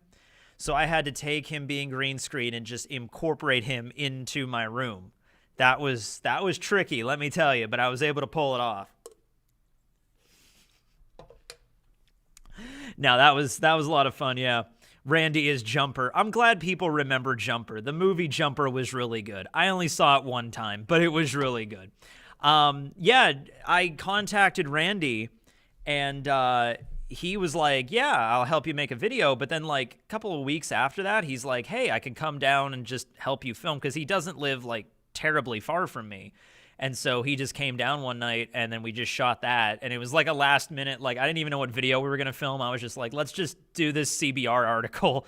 And he's like, okay. So we filmed that, and then we went out to dinner, and then that was that. And it was a lot of fun. So, yeah. When did Randy visit? It was like 2-3 weeks ago, I think. Probably 2 weeks ago, something like that. Yeah, it was fun. Thanks to Randy. And that also helped me out, because it basically had his video and my video in one, because I usually film a video specifically for the stream as well. So I basically took out like 2 birds with 1 stone on that one. And I found out he was the ghost that was haunting my house for the last like month. So there you go. It all comes back full circle. All right. Well, anyway, I just had my lunch. I had a chicken sandwich wrap thing, so that was good. Went to the bathroom. Just kind of laid on the floor for a little while. That was fun. You ever just sit on a floor? You ever just like, you know what? I'm just going to lay on this floor. Might not even be a comfortable floor. You're just like, I'm just going to lay on this floor for like 5 minutes. You know, we all need that every now and then. It was not green screen. No, I don't have the technology for that. That was not, I mean, we could try to green screen this, but I don't think it'll work out too well. Hold on. The XSplit does have a green screen feature. Okay. Green screen. Oh, that's cool. That's neat, because it can see the background behind it. That's neat. Red? Oh! Ah! What the hell? What am I? Ah! This is horrifying. Ah! Help me, I'm trapped between realities. Oh my god. Blue? Blue, not much happens with blue. But red is terrifying. Oh. I'm Aokiji. It's like, Partisan. No. Ice Age. Let it snow, can't hold it back. Wait, no, let it go, not let it snow, not let it snow. It's, okay, hold on, okay. I know the Japanese version better, honestly. Ari no, mama no, jibun ni no nano no, nani mo. Okay, that's it. Let's get rid of this hellscape, holy shit. Like, okay, god, damn it, that was, all right. That was, yeah, I had Ice Oni virus. Yeah, that's the Ice Oni virus right there. Good lord. I didn't know you were red. I don't know either. Literally, it's blue, green, and red. Those are the only options for chroma key. And apparently, I guess my skin is red enough or toned enough. That doesn't even make, no, I'm pale as shit. That doesn't even make any sense why that happened. Oh, God. Let it snow. Why are you blue? I don't know why I'm blue. Anyway, you look like a character from Chowder. Yeah. It sounds less annoying in Japanese. I used to know Ari no, mama no, jibun ni no naru no, mama no. Wait, no. Okay. Nani mo Kaze o fuke. Jibun no nani kunai wa. Something like that. I really am all over the place with that. But there's that song, and then there's also the other Japanese song I kind of know is the Magic Pocket song, because Cracker in One Piece, Cracker has the ability to summon biscuits, but he does that by clapping, and he summons biscuits. And that's because there's an old song in it's like a song for little kids that's like, I have a magic pocket, and it like replicates cookies. You know, it's like pocket tono nakane wa biscuit toga hitotsu, pocket tono tatakuto biscuit toga futatsu, mohitotsu tatakuto biscuit toga mitsu, tara ite miru tabe biscuit fora fureru, so na fushigina pocket toga hoshii, so na fushigina pocket toga hoshii. I messed that up too, but I think I got that one better than I did the Let It Go rendition, because I haven't sung Let It Go in Japanese in a while. But anyway, back to the stream, because that was a long one. That was a long video. That counted as my video and Randy's video, so that was a long one. But it was good that I had that on there because that helped with the lunch. Okay, I got a text from nobody. All right. 13,322 videos. Amounts. There we go. I'm just going to play videos for the rest of the stream, guys. I'm done. I'm spent. Hey, that one video took up like an hour. It was like 48 minutes. So we're good. I still have other videos to play. I have Rogers. I have Bragos. I have Volume 1s. I have Murphy's to play. Now, Murphy's is the shortest. It's only like 3 minutes long. But still, like... It's I have a lot of other videos I have to get through, so remind me of that, because it's already 6 o'clock. We have 3 hours left. Yeah, so are we going to make it to 17? I don't know. Guys. We have a good 3 hours left in the stream. I don't know. I think we can do it. I think we might be able to do it. Come on, guys. Donate below. Also, I'll keep repeating this, but it's a very important thing. So if you've heard this before 10 times, I'm sorry, but people coming in, I got to let them know. So if you click the donation link below, you go to St. Jude's website. As you're filling out the donation, there's an option that asks you if you work for a company, like you work at Walmart or you work at McDonald's or whatever. Just if you type that in, a lot of businesses this time of year will actually have programs where they will match your donation, or will at least, like, if you donate a certain amount, they'll donate a certain amount, or they'll donate a certain percentage of your amount. I'm just bringing this up because it's really important, and it really helps out St. Jude and the stream. So when you're filling out the whole thing, don't leave that blank. Like, if it's applicable and you can, like, all right, I'll put in I work here or whatever, they might have a program, you never know. So I think we got a good chunk of donations because of that. So make sure to do that whenever you're filling it out. Tekking the Android user must be Dr. Jero. Casey made fun of me yesterday for having an Android. I should get an iPhone, but nah. Nah. How's the live going? It's going pretty good. It's all right, pretty good. I mean, we're already making more money than we made last year. I want to get to 17 so bad. I don't even care too much about 20K. Like, 20K is the dream. 20K is like, let's go 20K, but like, I really want to hit 17. I want to at least do the best I've ever been. So we got 3 hours. We could do this. Have you played GeoGuessr? I have, but it's not really set up for here, so it wouldn't really work too well. Oh, Feliz Navidad. All right, let's play that. Sure.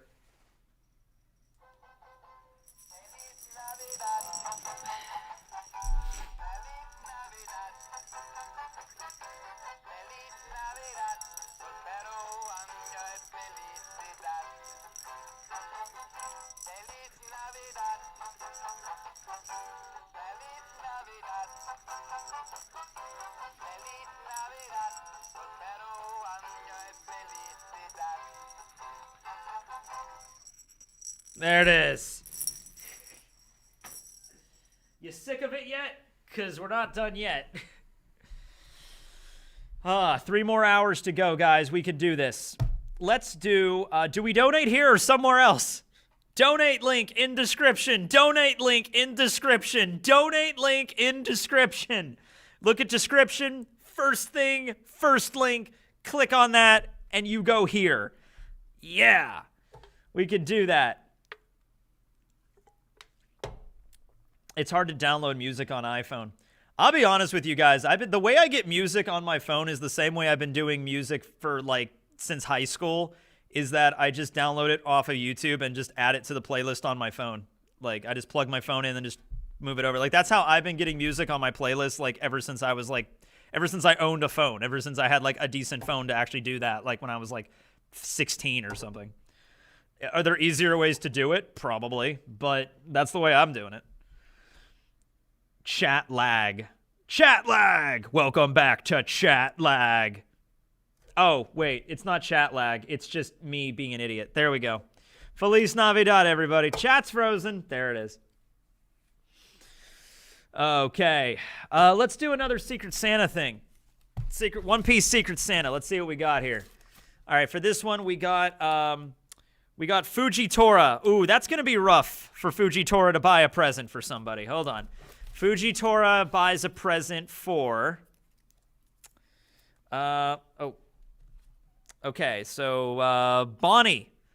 Bonnie. Okay. You know what? I think this could work. Fujitora is a nice guy. Maybe Fujitora would rescue Bartholomew Kuma PX0 for Bonnie and give it, you know, her father for her birthday, or, I mean, for Christmas. So there you go.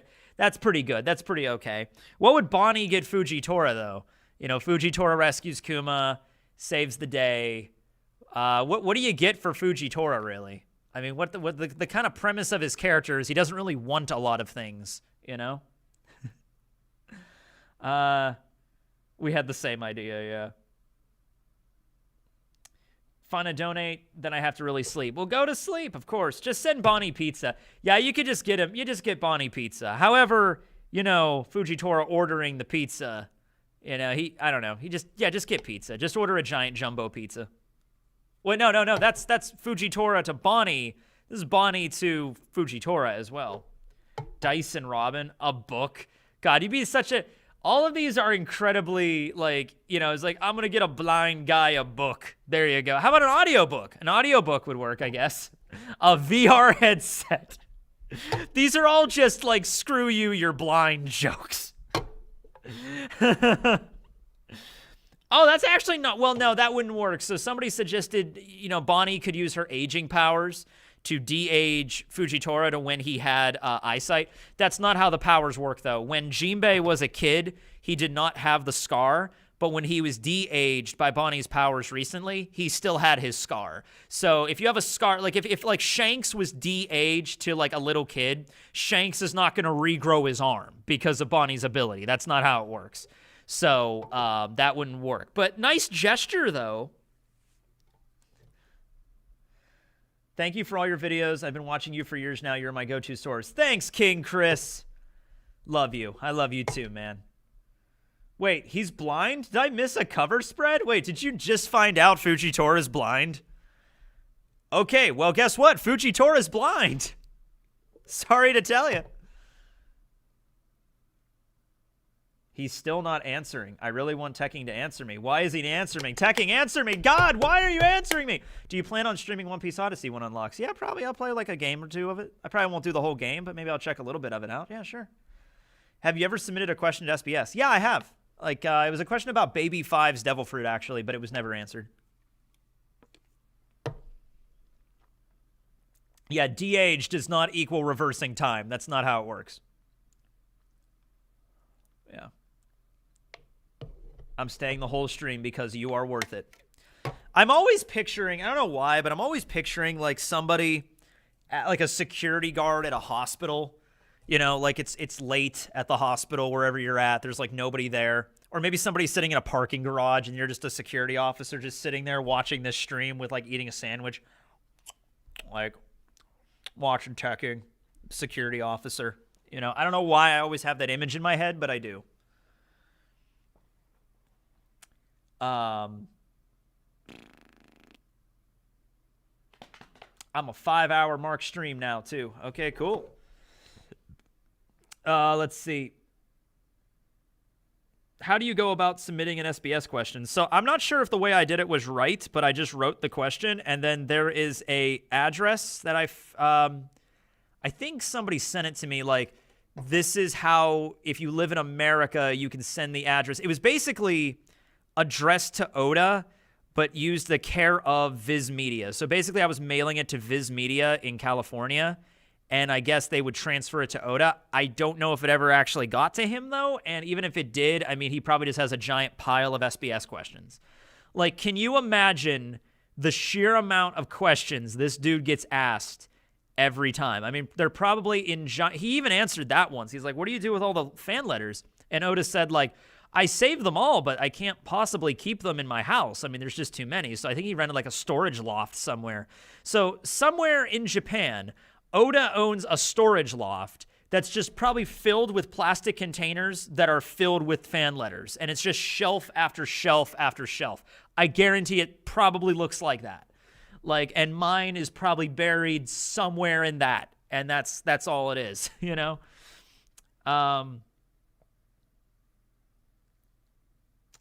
If you could live on any island in One Piece, where would you choose? Vacation Island, because it's Vacation Island. It's Holiday Island.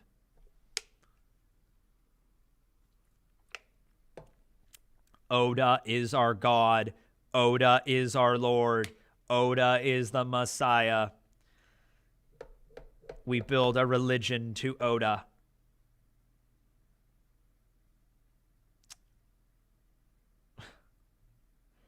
I'm a security guard in a data center watching this right now. All right, see, there you go. Yeah, there it is. Is there a hobby you want to get into? I thought it would be cool to learn how to play the piano. That'd be neat, but I need a piano first, but I can't fit a piano in my house. Well, okay, I could fit a piano in my house, but it would literally like take up an entire room. So I could get a keyboard, but I haven't gotten around to buying one yet. So, you know. You were the guy that asked about Robin's bust size. Okay, no, I wasn't the guy that asked about Robin's bust size. That was answered years ago. That was before I ever even did YouTube. I think that was answered. I have never been snowboarding. I told a story earlier where I went skiing and I kind of hurt my knee, so I didn't really want to ever do that again. Never really had any interest in it either. Just something I wanted to try. Yes, I've been reading Undead Unluck. It's getting really good, too. I think that's what won Roger's stream, too, when Roger did his big best manga of the year. I think Undead Unluck won that. And I think it's worth it, too, because Undead Unluck is really solid right now. I would suggest reading it, definitely. Will you get a soundboard? I actually already have one. Well, I have a Elgato kind of sound cue-up thing. I don't have it with me, but I do have one. An actual professional soundboard, I don't know how that works. Piano is difficult because I have zero musical talent. I don't have any musical talent either. I'm still trying to find that one thing that I'm just instantly good at. You know, I feel like there's one thing that, like, okay, there's one instrument I should be able to play immediately. And I'm just like a Mozart with it, you know?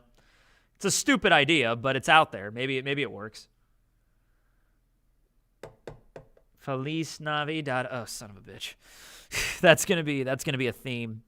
What did I get my mom? So my mom came down my house for Thanksgiving, and I have this like smart TV, and she's watching it, and she's like, your TV is so much clearer than my TV, because her TV is like, she has a 50-inch TV in her living room that's like, probably like 10 years old at this point. I mean, it's a flat screen, but it's like an older flat screen. It's like, you know, 50-inch, and it's not, you know, it's like probably 2012, 2013 we bought this TV. So I have like a smart TV that's like brand new. Like I just bought it last year when I moved in. So she's watching my TV and she's like, oh my God, this TV is incredible. I want a TV for Christmas. And I'm like, okay, I'll get you a TV for Christmas. And then the other day she texted me and she's like, I don't want a TV. Just give me money and jewelry and lottery tickets. I'm like, okay, I'll get you money and lottery tickets. Kind of defeats the purpose of the latter, but sure, fine. You know, so that's what I'm getting my mom, I guess. And I already got her some jewelry. Yeah. What about an ocarina? Yeah, I should try an ocarina. D&D question, where is William's biography? I do have, like, a Word document that basically kind of writes out a little bit of William's past. And I don't include everything, but it does have a decent amount of William's, like upbringing, being raised by boss and shit. I don't know if I want to release it now though, or I'll do that when like the series is over. You should still get the TV. No, my mom is, she goes back and forth. There was one year where like she's like, let's just give each other money for Christmas, and I'm like, okay. And I do that, but then like Christmas Eve, she looks at the tree and she's like, I don't have any presents. Because that's like, and she, by the way, she did have presents. I mean, her boyfriend got her presents and everything, their presents. And she's like, this is like Christmas. No, it wasn't Christmas Eve. It was the day before Christmas Eve. And she was like, I don't have any presents. I bought you presents. And I'm like, okay. So then Christmas Eve, I had to go out and buy a bunch of extra presents. Plus I gave her like money too. So that was like, yeah. That was a Christmas. That was an adventure.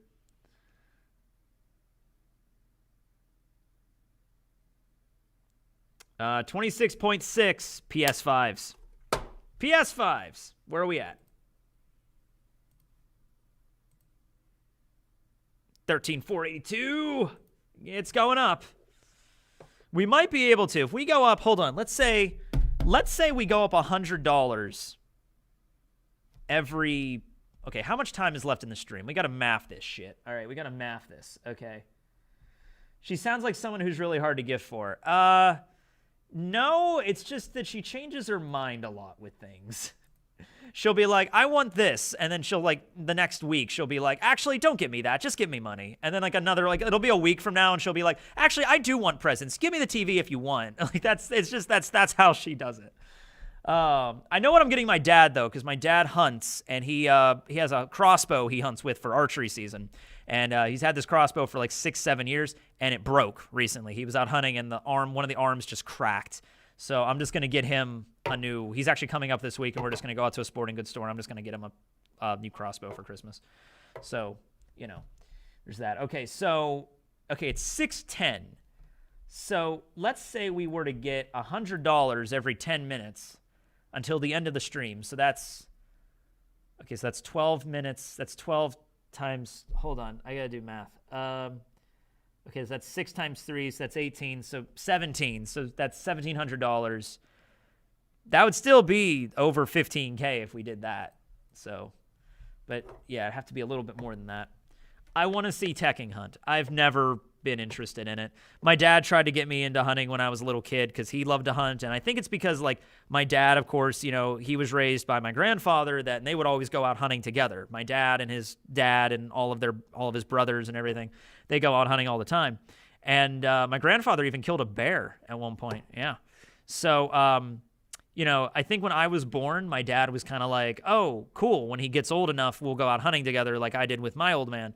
And I would never expressed any interest in it. I still don't. I mean, I'll go fishing with my dad every now and then. I'll go fishing with him, but that's more for just like spending time with my dad rather than fishing, because I really don't care about fishing too much. It's more about just spending time with him. Repeat a jingle like "We are farmers." Dun dun dun dun dun dun. Great. Now I have that stuck in my head. Are you going to finish the donation goal if we don't hit 17K? Well, no. If we don't hit 17K, we don't hit 17K. I'm not going to change it to 20,000. Actually, hold on a second. Let me do something here. Edit goal. All right, guys. Our goal is $10 million. Oh, come on. We don't even have 1%. $10 million. Actually, let's go even further. Let's go even further, guys. The maximum. The maximum. Oh, it won't go that high. It won't go that high. What's the largest amount that we can actually do? How many zeros can we add? How many zeros can we add? There's a limit. There's got to be a limit. 10 million wasn't the limit. There's got to be a limit. Nope. Hold on. Okay. All right. That's the limit. That's the limit right there. The limit's $100 million. All right, everybody, get Mr. Beast on the horn. Ring up Mr. Beast, guys. All right. No, let's dial it back. Let's dial it back a bit. Still 17,000, man. That's a lot of money. All right. Let's dial it back a bit there. 100 million. Okay, so in case you were curious what the maximum amount you could set the goal to is on St. Jude, it's $100 million. Okay. Gotcha. Can we get Mr. Beast? Come on, man. Yeah, chat's stuck. Hold on. Okay. 999 million. Okay, no, I guess it's 999 million. So just shy of $1 billion. $1 shy of $1 billion. Got ya. Nah, he can't handle it. I don't know. You give Mr. Beast a month to work with it, I think he could maybe make a donation of $100 million happen. Mr. Beast he's intuitive. He's clever. He can make something work. I don't know. Oh, man. How did I get my job in Dollar Tree? Actually, my mom was responsible for that one. So I graduate high school, and all summer, my mom is like, okay, you graduate. It was really funny because while I was in high school, my mom would always remind me constantly, like, you don't have to worry about working. You don't have to worry about paying bills. You don't have to worry about food. Stay in high school and get good grades, and I'll cover all of that. Okay, this was when I was just living with my mom. This is after my parents divorced, so it was just me and my mom.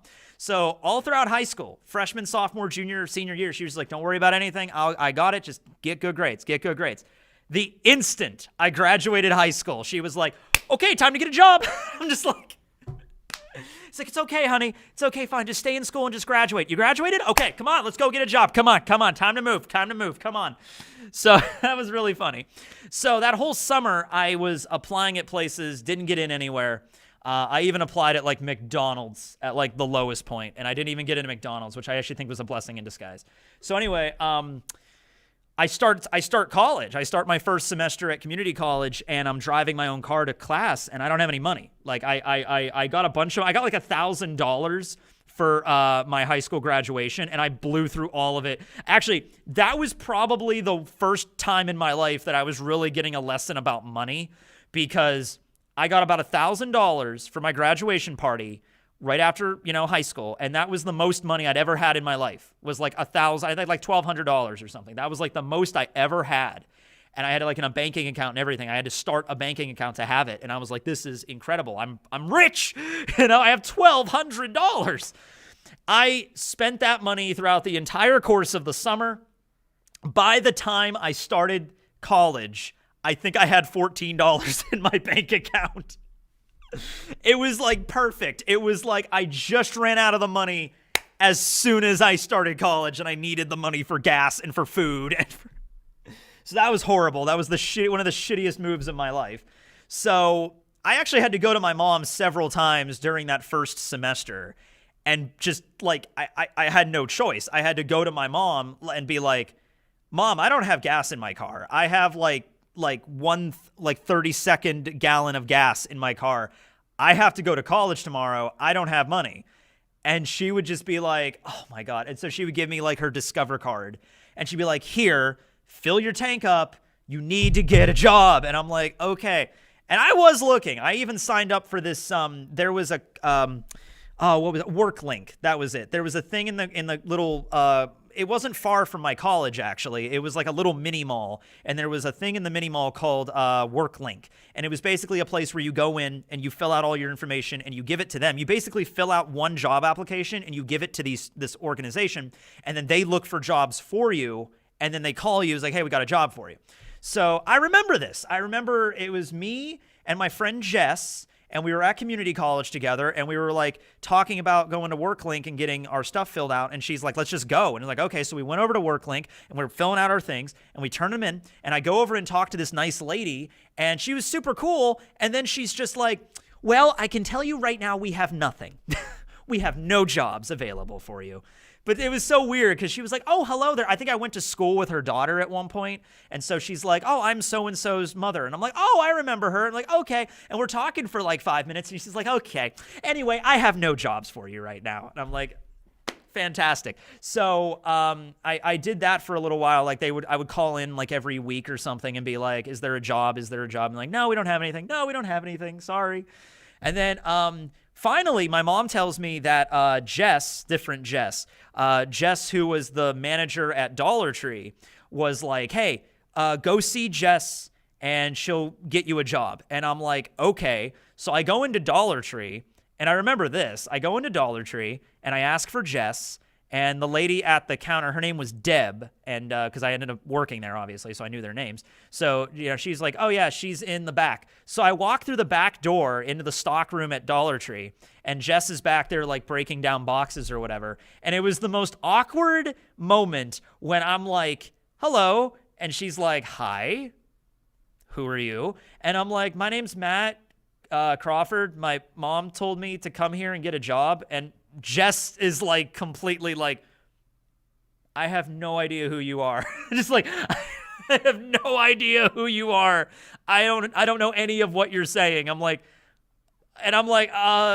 my mom, she works at Walmart. She told me that you know her. And like, then she's like, oh, that's your mother. Okay, yeah, sure. And so she took me into the office. And I didn't even really have an interview. She kind of just sat me down in the office and she's just like, all right, I've already decided to hire you. And I'm like, okay. And I went over some really basic stuff with her. But then she's like, okay, you start Monday. And I'm like, okay. And that was it. That was how I got hired. Later on, though, after I had been working there for a few months, I found out what actually happened.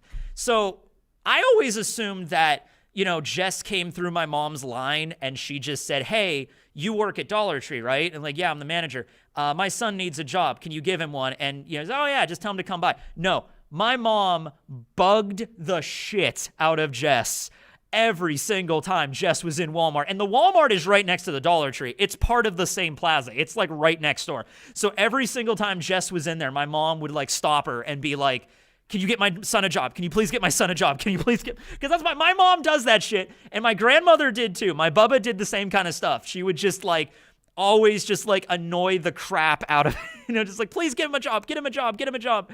And then finally Jess was like, fine, I'll give him a job. And she didn't tell me this until months after I got hired, but I thought that was really funny. And I apologized for that. I said, I'm sorry, my mom annoyed you. So yeah, that was it. So that was basically, yeah. So my mom basically begged Jess for that job, but it worked out great because I love that job.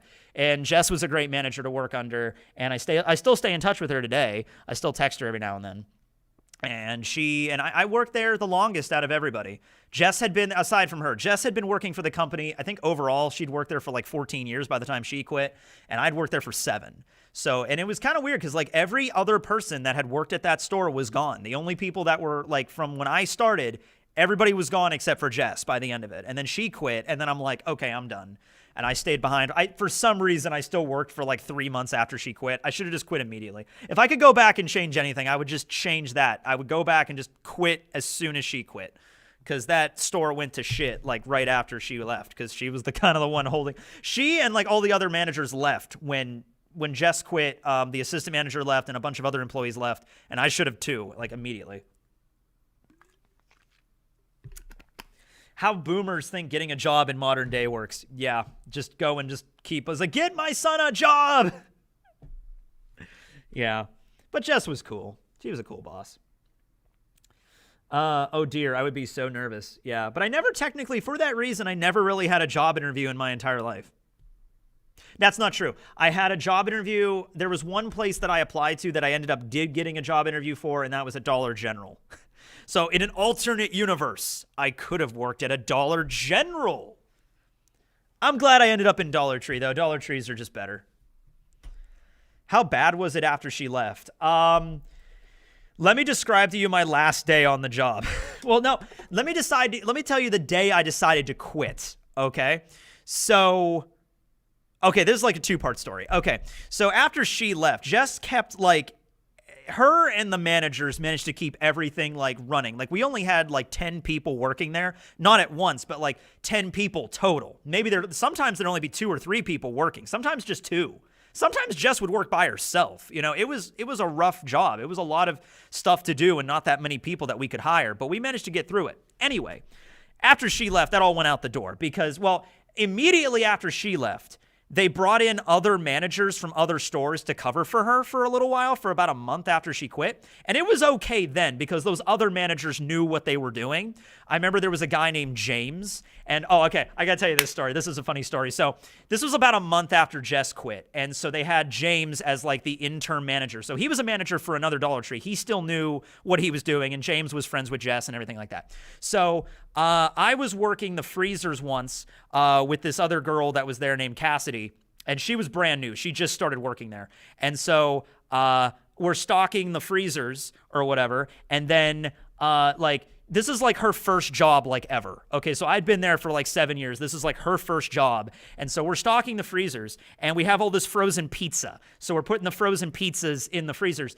And she says something like, man, I could really go for a pizza right now. And I'm like, we can order one. And she's like, okay, I'll order a pizza. And she's like, no, you can't. We're on the clock. We're working. You can't just order a pizza. I'm like, yes, I can. And I look over at James and I'm like, hey, James, can I order a pizza? He's like, yeah, just make sure to get me some. I'm like, okay. And I just take out my phone on the sales floor. Not allowed. You're not supposed to have your phone on you. I never gave a shit. Take out my phone. I call Fox's or Pizza Hut or whatever. It's like, okay, order a pizza. What do you want on it? And she's like, I don't know, this. I'm like, okay. And we ordered a pizza and the pizza came. That was probably the last fun day I had at work. That was like the last fun day because after that, they stopped Jesse and Jay. Oh my God, I just realized that. That is funny as shit. But yeah, her name was Jessica and then James, and they were friends. He worked at the other Dollar Tree. I don't think he works for Dollar Tree either. I think he quit the company too.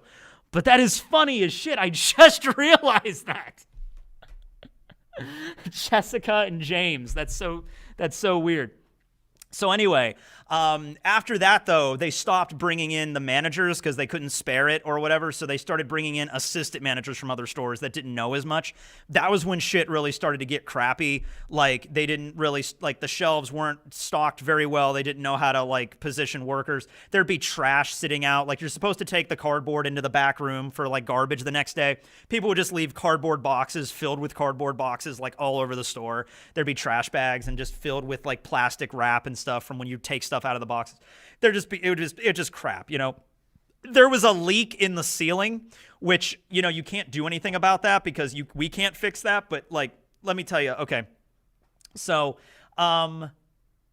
it was getting worse and worse and worse, just like the management was getting worse. And it was kind of this, like, it was becoming very apparent that I was one of the most responsible people on staff. And that's a bad thing when I'm the one that's the most responsible. Like, hey, I think we should be moving the trash over in the back room. Hey, I think it's about time we stock that roundel because it's looking extremely sparse. Hey, I'm thinking we should probably move that over there because that makes more sense. And like when I'm the one that's like I think this is a smart move, like that's a bad thing, all right? So, no, the store didn't get shut down. It's doing fine now. It's just at the time, I don't think it's as good as it was when we were all working there. But at the time, it was just it was like a lack of good management, really. Because like Jess just, you know, she left and everybody else kind of bailed. So it was like this weird moment where everything was kind of like, Anyway, so what I did was I was realizing that I was going to quit pretty soon. And I should have just quit right away. But I didn't want to quit. I didn't want to go in and just say, I quit, I'm done, flip them off, and then walk out of the building. So I typed up this really simple, like, 2 weeks notice kind of thing, like I am hereby quitting my position, here's my 2 weeks notice. And I had that, and I left the date blank and I left the signature blank. So the idea was I kept it in my car. And so I was like, at some point I'm gonna walk in, and I swear to God, one day I'm just gonna have it. I'm just gonna have enough. And I have my resignation letter in my car, and I'll take it, I'll, you know, do whatever, and I'll hand it in. So the day I quit was in November of 2018. So it's been about 4 years now since I quit. I walked in, trash everywhere, like even worse than usual. Like there's just cardboard boxes filled with broken down boxes all over the store. Nobody from the night shift took it back into the back room. There was this leak that the ceiling was, you know, leaking. And, you know, I had taken some buckets and put some buckets under the leak. And then I left for like 3 days. I didn't have a shift. So I came in for my shift, and one of the buckets was completely filled and was overflowing with water. The other bucket was on its side and was like... So these buckets had been obviously sitting... Like, no one had touched these buckets in like 3 days since I had last worked. I put out these 2 buckets, and I thought people would be smart enough to be like, when one bucket is full, you take it and dump it out, and then you put it back. Nobody had touched these buckets in like 3 days. One of them had got knocked over by a customer, and they just left it there. So there's just water. And by the way, this was in the middle of the glassware aisle. So that's all that, some old lady is just like, I'm shopping at the dollar. Oh no. And then the whole glassware section goes crashing down. So anyway, I see that. So the boss tells me, the new boss, and she wasn't a bad boss. She was just brand new. She didn't know as much as Jess did, you know? So she's like, go and stock the Christmas section. And so I go over and put out 1 box of Christmas ornaments or something. And then I'm like, I need to really, screw this. I need to go deal with the leak, the giant puddle of water that's on the floor. So I go and do that. And I'm on the floor, you know, mopping it up, wiping it up with paper towels, dumping out the bucket, putting it back up, you know, trying to make it less of a freaking, you know, hazard. And the boss looks at me and she's like, thank you, Matt. I'm like, uh-huh.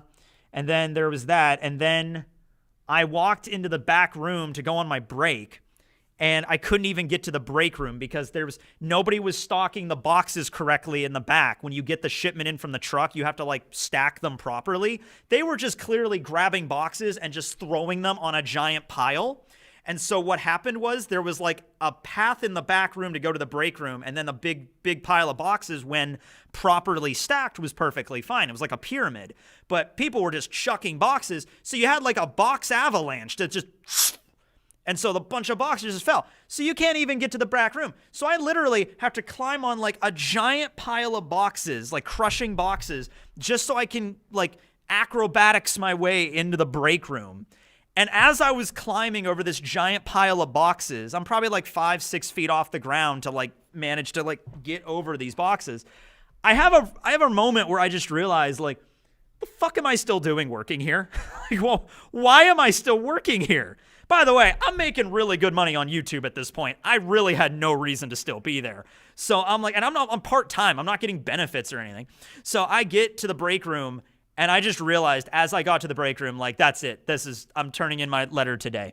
This is ridiculous. So unfortunately, I didn't realize this until like, I realized this at like 11 a.m. and my shift wasn't over until like 3. So I still had like 4 hours of my shift left. I was like, oh God.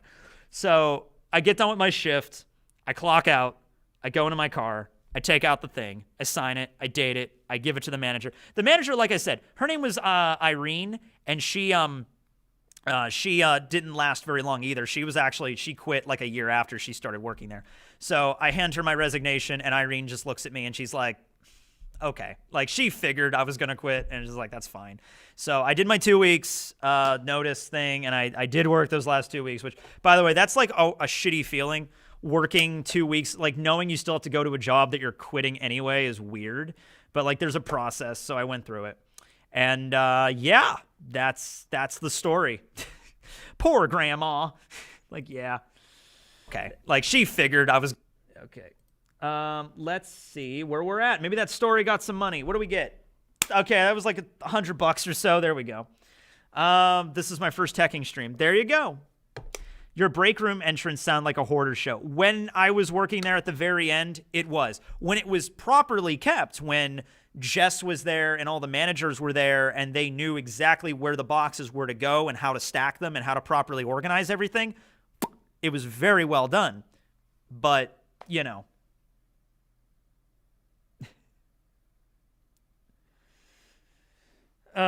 It was Irene from JoJo's Bizarre Adventure. Yeah, sure.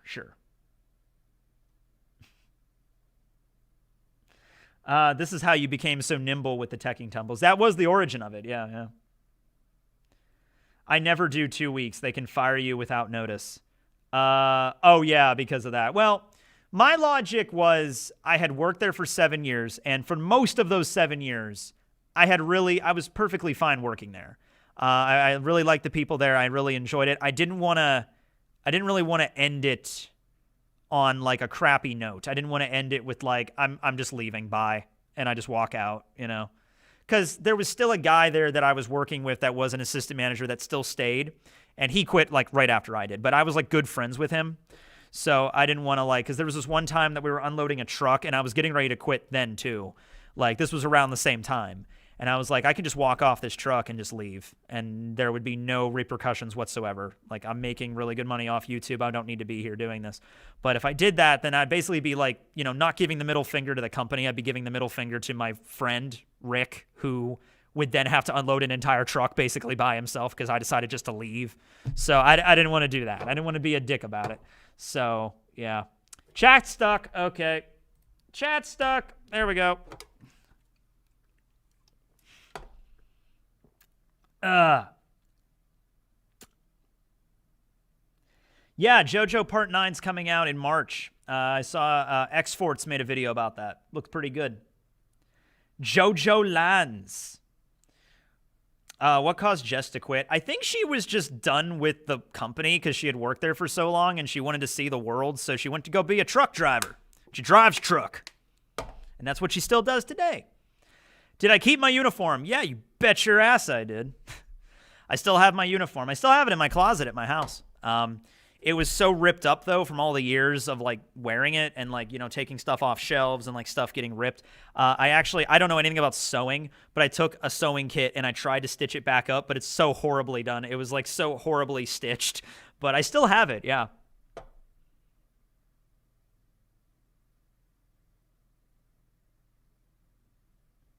If you actually left that truck. No, that was a shitty day. I remember that. Unloading that truck was a pain. But, you know, I got through it.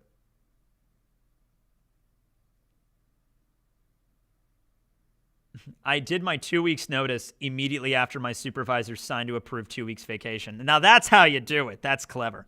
I was part-time though, so I didn't have any vacations. Yeah.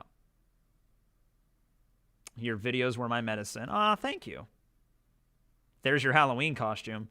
Yeah, I could go as a Dollar Tree employee. That'd be funny. Hi, thank you for calling Dollar Tree. How may I help you?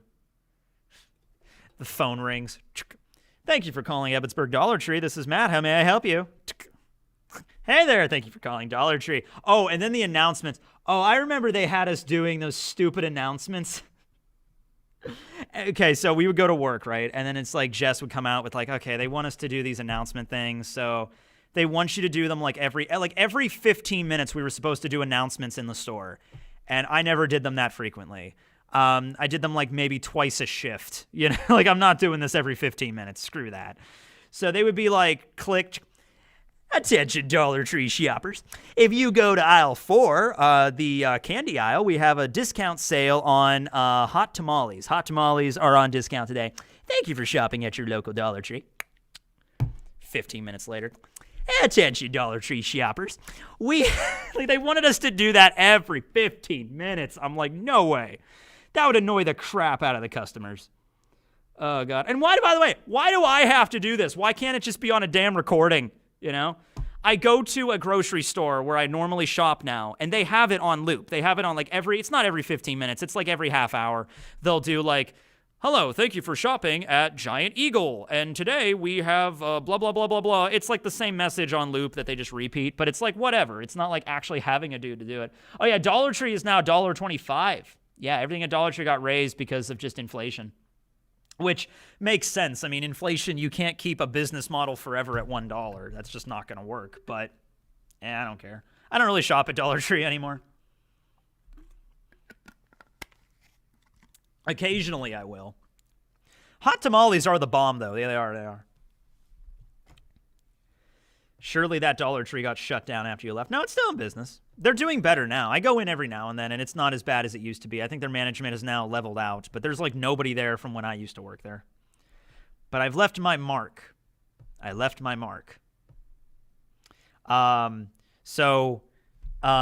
day, so like in front of the Dollar Tree, there's like a cement pathway, like a cement like sidewalk, right? So one of the slabs in the cement was like broken, like it was chipped, like a big chunk was missing.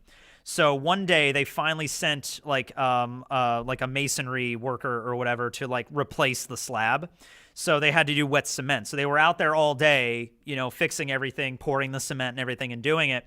And so I remember right before they finished, it was me and my friend Nicole, and we were kind of working in the store, watching them, you know, do the thing, and then the worker left. So we're like, hey, Nicole, we should go out there and like write our initials in the cement. And Nicole's like, yeah, let's do it. So we go outside and we write our initials in the cement. So I do like MC and she does her initials. And then we go back in the store. And then we're in the store for a little while, and then we look out the window and we see the guy came back. The masonry worker kind of came back, and he saw what we did, and he's like, ah. And the cement was still wet enough, so he just grabbed the thing and he just covered it up, and we're like, ah, damn it. So I'm like, whatever. We tried, right? So my shift gets over. I walk out, and I look over at the wet cement at the slab, and there's nobody around now. Like, the guy left. Like, his truck is gone. The cones are gone. Like, it's gone. And I'm sitting there looking at the slab, and I'm thinking, it might still be wet enough that I might be able to actually write in it. So I had a pen in my pocket, so I took a pen, and I walked over, and I wrote Tekking101, and it's still there, and it's still there to this day. It's still there. So if you're ever in Evansburg, Pennsylvania, and you go to the Dollar Tree, look out at one of the slabs. There's like a big pillar. And around the side of the pillar, it's like kind of near the front door, you'll see TK101 written in the cement. And that's my little marker for working at a Dollar Tree. Return the slab. Return the slab. Or suffer my curse. Tonight you will be visited by 3 plagues, each worse than the last. Return the slab. Aw, come on. Yeah. Mad lad, yep. Do you think you'll see it on... No, you can't see it on Google Maps. There's a roof. It's like a covered stairway, pathway thing. It's like a plaza. So it's not like the sidewalk is right there out in the open. There's like a roof over it.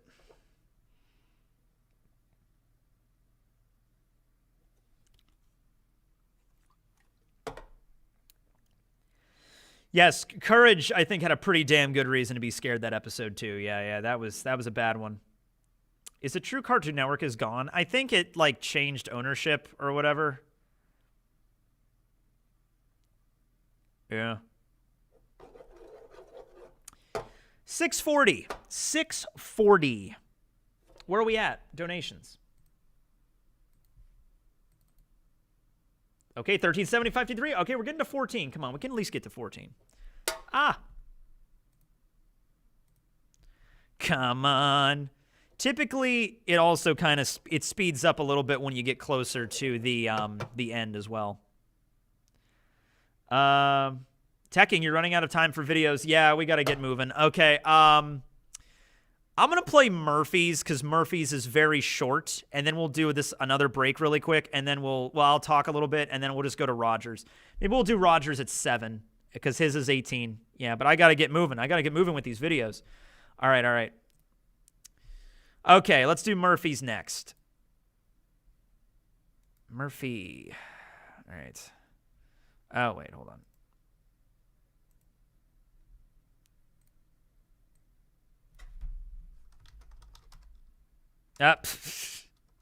I know how to spell her name. Wait, is there an E in her name? Hold on, shit. Is there a name in her name? Is there an E in her name? No, there isn't. Crap. At least I didn't write it with an E. Sorry, Murphy. We're getting there. Okay, there we go. I think that's how you spell it. Sorry. Okay. All right, here's Murphy's video, guys.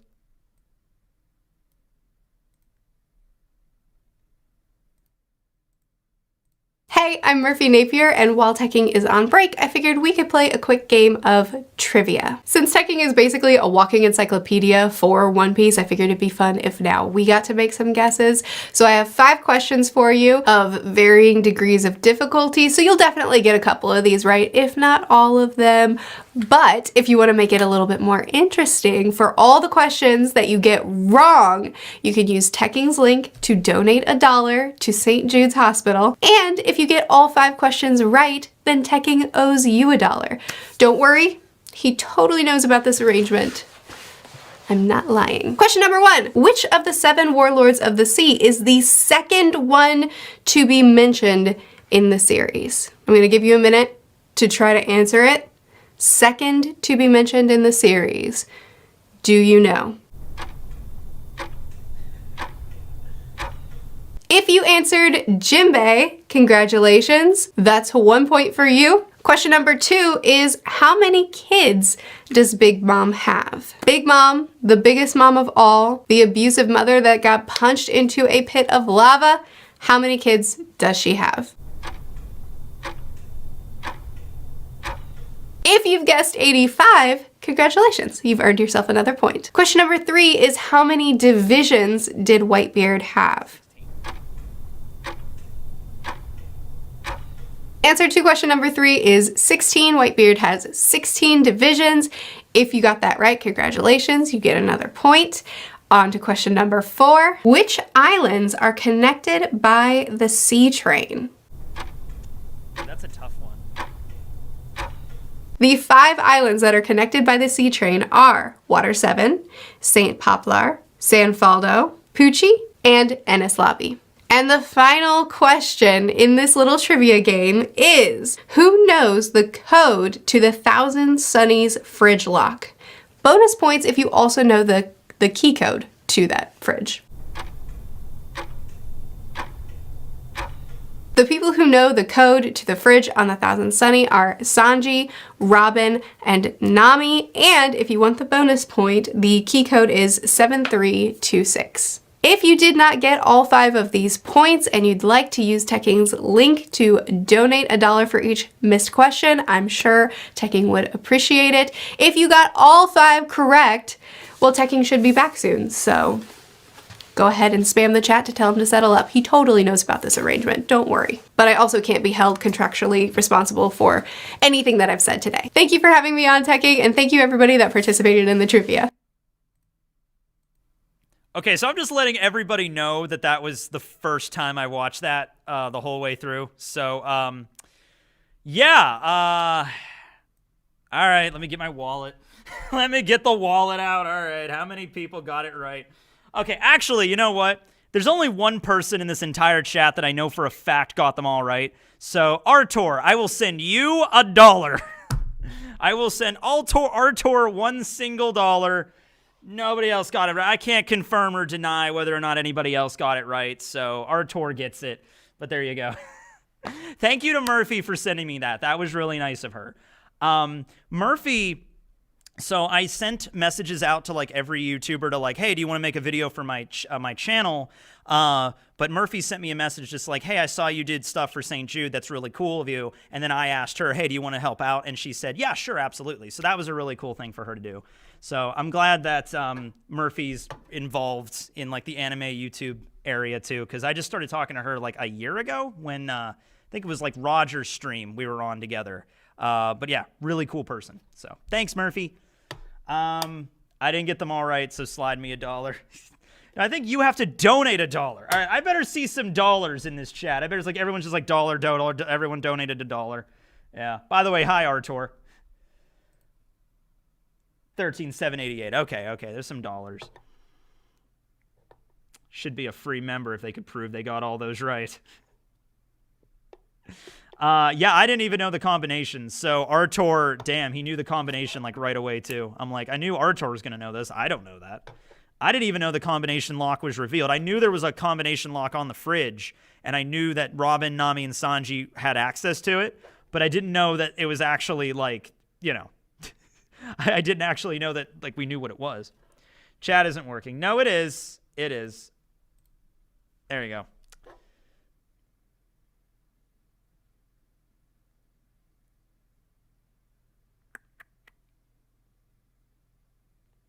I watch these VODs every year, but never made it live. I hope you have a great holiday season. Happy holiday to you, Verver. All right, so we got Murphy's video done. We still have, how many more videos do we have? Hold on, I gotta figure this out here. Hold on, let me just, you can't see me, but just let me figure this out here. Okay, Randy's video is done. We did Randy's. We did Murphy's. Okay. We have Rogers, we have Artor's, we have Brago's, and we have Volume 1. So we have 4 videos left. Rogers is 18 minutes. Brago's is 8 minutes. Artor's is like 7.5, and Volume 1's 5. So that's like, it's over half an hour of material, but not a lot more. Hold on. It's like, yeah, it's like 40 minutes of material, roughly. Okay. All right, so we got 40 minutes of videos left to play, and we got about 2 hours and 10 minutes left in the stream. So we're still good. We're still good. Oh, wait, stream froze. No, we're good. There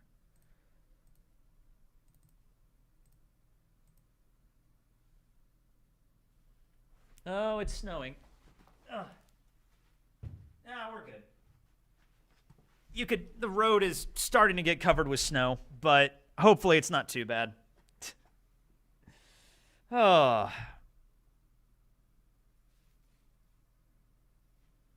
Of course, Rogers is the longest. No, the longest was me and Randy's because that was like 45 minutes long. You'll enjoy Rogers' video, though. It's pretty good. I think I'll play Rogers next.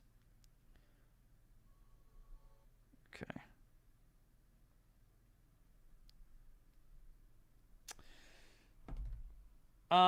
It's 1 a.m. where I am. Damn. Get some sleep.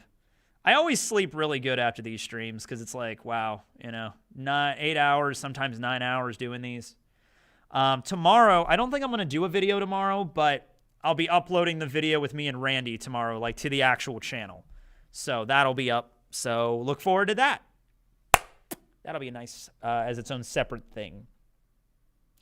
Please read my comment. Okay. Instead of saying read my comment, how about just saying the comment you want to be read? Unless the comment you want me to read is please read my comment. Because I don't see the comment before, so you have to just say what you want to say. Say what you want to say, and then maybe I'll get to it. There's a lot of people in chat. I got every question right, but I'll still donate $50. Thanks, Artur. Thanks, man. Just for that, I'm playing your video next. Thanks, Artur. Cool guy. Yeah, Artur, make no mistake, Artur knows more about One Piece than I do. Like, he definitively does. He is the true One Piece encyclopedia. Okay, if you want to call me an encyclopedia, fine, whatever, I'll accept that. He's the damn library, okay? He is the library of which the encyclopedia is part of. Can Tama control the minks? I don't think it would work. I don't think so. Drinking a lot of water today. I drank like 3 bottles of water plus this can. Oh, boy. What else am I doing?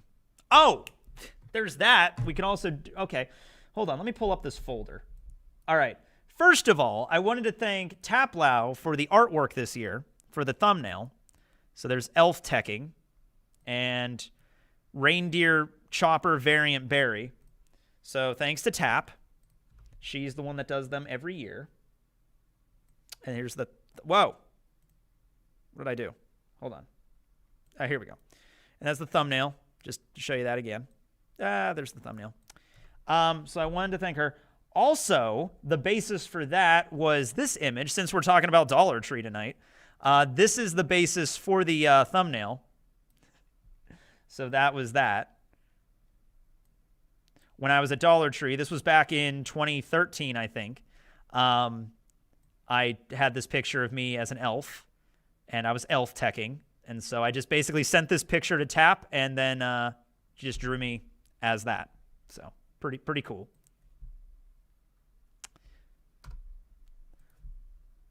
Back in my Dollar Tree days. There is a piece of artwork that I keep wanting to show. It's an artwork by Stefan, the same dude that did the King portrait in my room. So, the big epic Victorian image of King that's behind me. I think do I have it on here? I do. Yeah, this epic masterpiece that hangs on my back wall. Like, yeah. So here's King in all of his kingliness, in his glory. Well, Stefan also sent me an image of Boa that he did, Boa Hancock, except I never I keep intending to show it on a video, and I just keep forgetting it, so I'm just going to show it now. There we go. Pretty epic there. God, I love Salome in this, too. Salome just looks evil, demonic, like an actual snake, honestly. Because Salome always has, like, this kind of goofy expression on her face. And, yeah. So that's pretty cool. Stefan, Whitebeard's dog? Yes, exactly. Whitebeard's dog. Whitebeard's dog drew this. I also love, why does Boa not use a Naginata?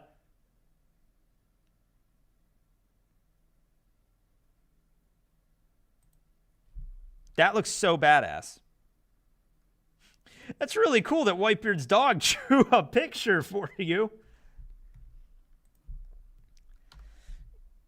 That's the most famous Stefan in all of history. It's just Whitebeard's dog. So that looks cool. What else? What else was I gonna do?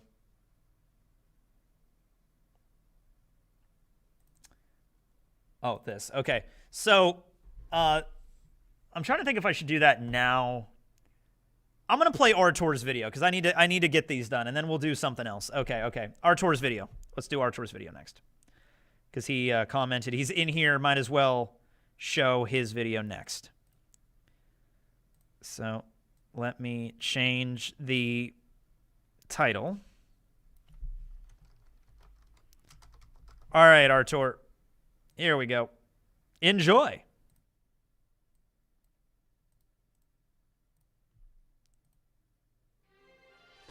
Hey everyone, it's me Artur from the Library O'Hara. So Matt asked me to make a 5-ish minute video about any topic that I want for the charity stream.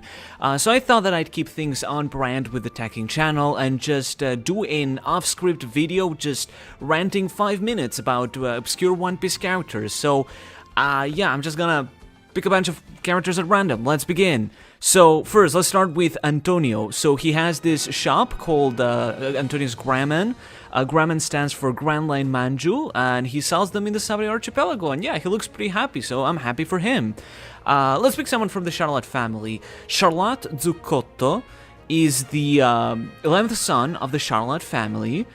And, I mean, he has a really cool design, but am I the only guy who thinks that he looks like the guy from Mulan? Anyway, I really like Zuccotto's, a really delicious dish, so that's bonus points from me.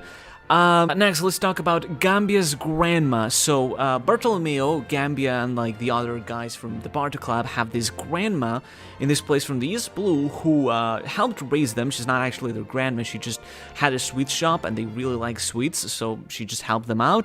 And now they just call her from the ship to act as a sort of semi-navigator, and it doesn't work really well. Also, she makes a cameo in One Piece Film Red. Can you spot her? Sam is this guy from Arlong Park who just showed up at Arlong Park so drunk, so smashed that he thought Luffy fighting Arlong was his daughter's wedding. If we're talking about obscure characters, for example, Vegapunk is the current character in the story who took the longest to be introduced, be mentioned, and appear within the story. Now, his record has already technically been beaten by the Devil, who was first mentioned in Chapter 19. But if we go even back further than that, then in Chapter 1, we get the mention of Mikio Ito on a wanted poster. Now, this is actually a colleague of Oda who worked with him as an assistant together with him, so it's mostly a reference to that, but we've technically not yet seen him on the story, so he technically holds the record for longest character who hasn't been shown in the story for a whole 25 years. Okay, let's keep this moving. Animals. Banshee, the turtle that helps carry Robin during the Alabasta Saga, Sparkbrook works. It has a cowboy hat and a cigar. That's so cool. I love him. Similarly, Nyasha is the cat that helps move the carriage where Sanji was on when he went to Hoki Island with the Vinsmokes, and when Luffy fought Sanji, Nyasha just chilled there and patiently waited for Sanji to come back, so I think that's really cool. The Matter Princesses from the Rashwan Kingdom are these princesses who showed up at the Reverie, and the cool thing, of course, they're based on matryoshkas from Russian culture, but their names individually are Matriosaka, Matriosuka, Matrioseka, and Matriosoka, so I think that's a lovely detail on Oda's end. Anyway, Jigoku Benten, she's a member of the Oniba Wanshu. I think she's the coolest. You shouldn't mistake her with the Omnitrix wielding a kid, but she has a biwa lute that she uses like a shotgun. I think that's really silly, but also really cool. Let's talk about Mr. Mellow, who is a member of Baroque Works, whose head looks like a melon, and that's why he's called Mr. Mellow. He's actually slightly important. He ends up killing Mr. 11, if you remember, but yeah, he's just kind of there in the Alabasta saga. The Roger Pirates have a lot of really cool members, and among them I really like this guy who's called Peter Moore. He's just got like a really cool design. And hey, this guy actually knows what the One Piece is. If we're talking of other pirate crews with named characters, I'm thinking of the Kid Pirates, who got their crew named last year. And there's this guy who's called UK. Literally just UK. I've got nothing more to add. Who else? Well, we were talking about Baroque Works earlier. There's this guy called Ultra King who works for Crocodile's casino, Rain Dinners, and he's got like a really cool hairstyle, and that's it. He appears in like 2 panels and Robin talks to him, so yeah. Tokijiro from the Wano country, he's this guy who was given the plans of the of Onigashima, of the castle that Frankie was looking for, and I just remember him because he looks a lot like that dude from My Hero Academia, so yeah. We're gonna talk obscure characters. Do you know who Machete Run is? Probably not, but he has fought Luffy on a 1v1, but he's such a forgettable character despite literally being a walking spider that you probably wouldn't remember. Who else? In Impel Down, there's this guy called Panku Tadakeyan. His name literally means I'm literally just trying to eat bread, because he tries to eat bread and the other guys don't let him, and I just kind of love that name. In Skypiea, there's this guy called Mayushka. He's one of the Shandians, and that's pretty much it. He's absolutely forgettable. I guess he's bald. Maybe that's cool detail. I don't know. Where else should we go? Whitebeard Pirates have a lot of really obscure allied captains. There's one guy that's called Vitan, who's like this really cool like robot cyborg with like big arms and stuff, but he only appears in like 1 panel. And there's this guy called Arthur. I just like him because he has my name, so that's cool. There's this dude in Jaya who's called Okome, who just appears in like 1 panel, and that's it. He's just there in Mocktown, and he's part of the I believe Hoka Hoka Pirates, which is the steaming pirates. He's the first mate of the crew, and Oda just thought, yeah, it's cool, let's have him there, and he has like a rice on his hat for no real reason, but it's kind of cool, sure. Can you realize I'm not used to doing unscripted videos like Matt does?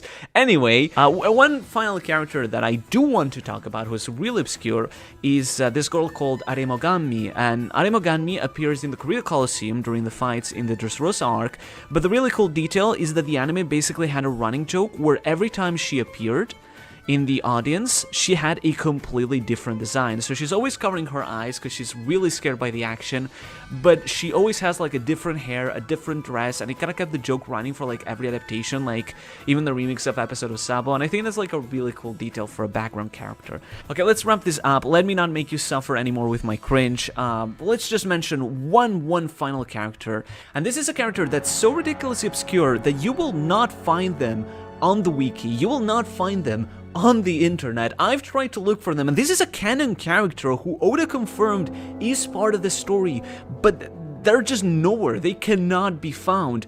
Their name is Ike. Yes, Ike, like the famous character from the hit tactical strategy game Super Smash Bros. Ike is a character in One Piece who exists, he does a thing, he has a particular job, and his name is very clearly shown and explained in the manga, but their name just isn't shown anywhere online, so that technically makes them one of the most obscure One Piece characters to ever have existed. So that's all for me. Thank you so much for listening to me rambling about obscure characters. Please help support the charity, and I hope you enjoy the rest of the stream. Bye!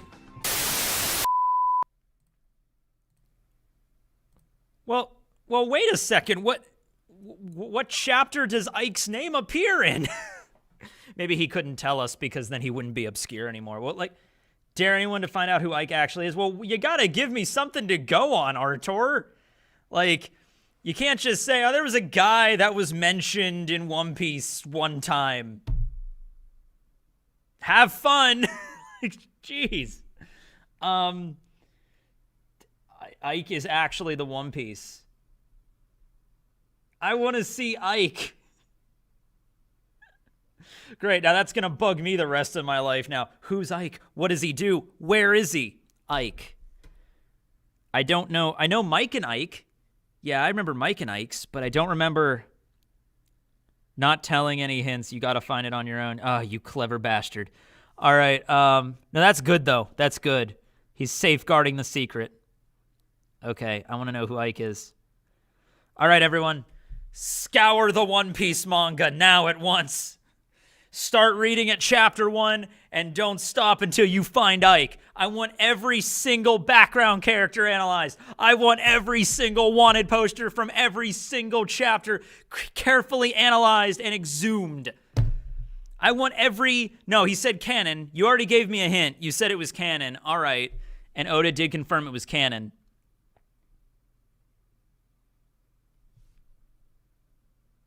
Time to do a video on Ike.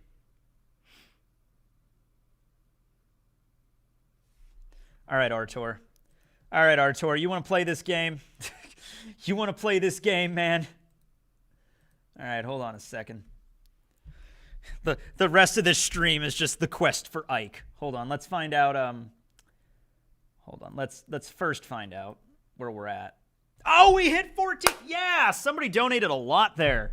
Somebody donated. That was like a good $400 or $500 bonus. Good job. That's 14,200. All right. Ike is the One Piece. One chapter per person. Let's go. Honestly speaking, there's 650 people in this chat right now. If every single person read 2 chapters of One Piece right now, we would find Ike immediately. However, we would have to organize every single, like, you read chapter 1 and 2, you read chapter 3 and 4, you read chapter 642 and 643. You'd have to organize everything, but it could be done. Good luck. Okay, Artur. Okay, buddy. That's great, man.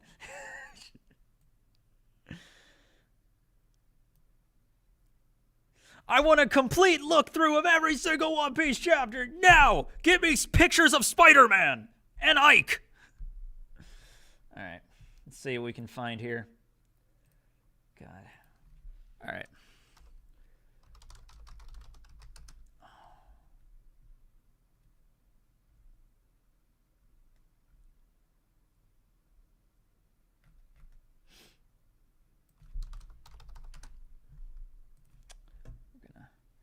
We're going to get to the bottom of this one.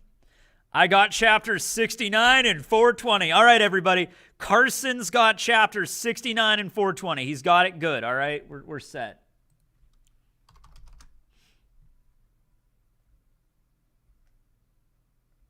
This is not the greatest setup for me to, like, do in-depth One Piece research while I'm trying to run a live stream right now. So I'm going to have to go, okay, I'm going to have to, this is going to be my whole day tomorrow, isn't it? It's going to be me digging through everything in One Piece.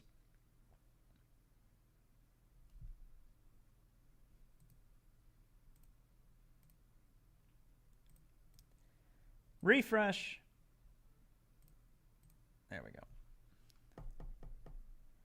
Chat is stuck. Yeah, it was stuck because I was looking something up. Good news, he's not in chapter 1 and 2. Oh, God. Ace's novel. It might be...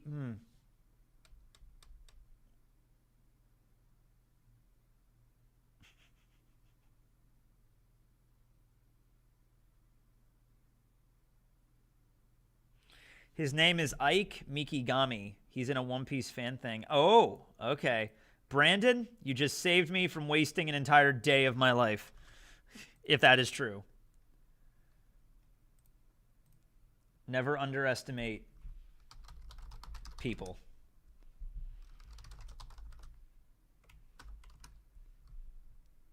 No, that's not it. That's not a character. That's not a fan. No, that's from something else. That's like another wiki. All you did there was type in One Piece Ike. That's the first thing I did. That's not going to work. Yeah.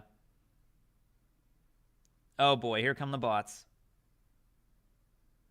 Yeah, it's a name a character that appears and is named within the actual canon manga. Gotcha. All right, I'll spend another day to look this up. Yeah, the sex robots are here. Sex robot. Are we really looking for Ike? I'm not. I can't go and spend time looking for Ike at the moment. I have more important things to do. Like raise money for charity. Hey guys, can you donate some money to charity? That's the best I can do.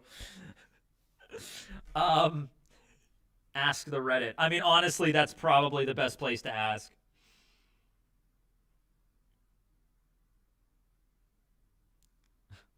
Ike, also known as Hyogoro of the Flower. Echo.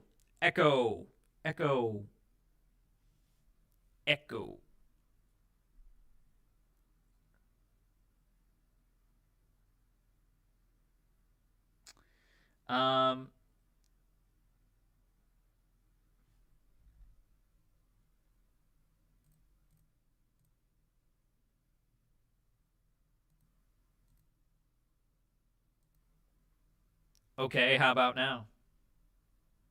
I was gonna quit, and just like, that's fine. So I did my 2 weeks.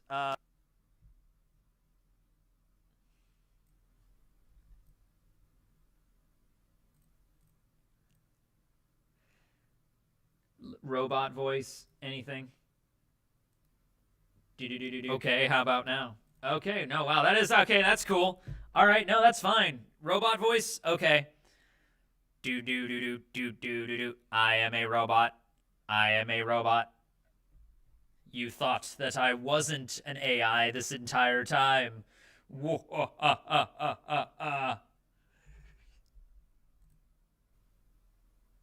was gonna quit, and just like, that's fine. So I did my 2 weeks.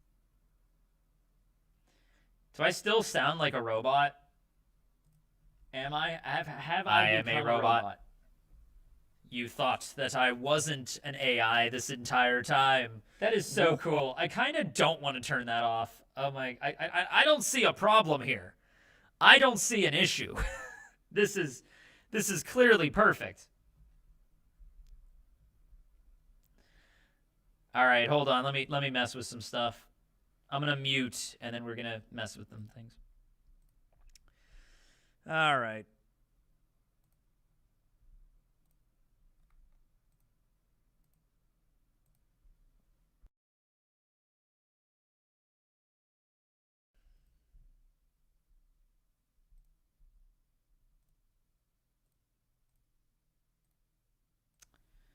Okay, how about now?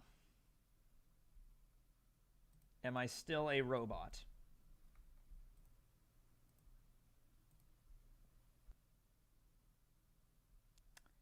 Do.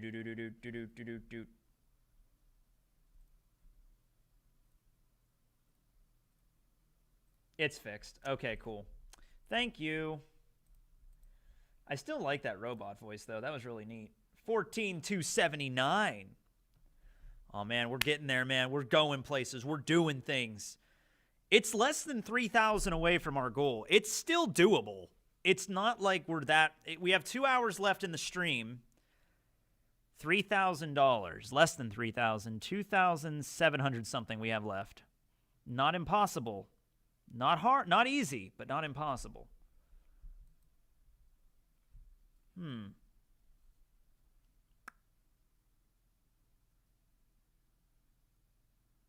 No more robot teching.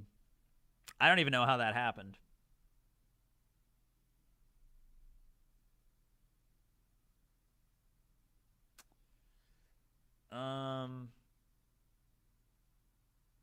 You're not a robot, but your phone is. Rather, an android. Do. All right.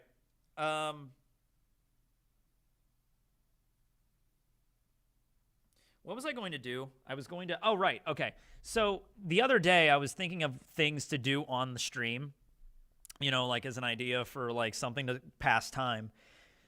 And I was going to do like a random animal fact because, you know, we do animal facts on the channel.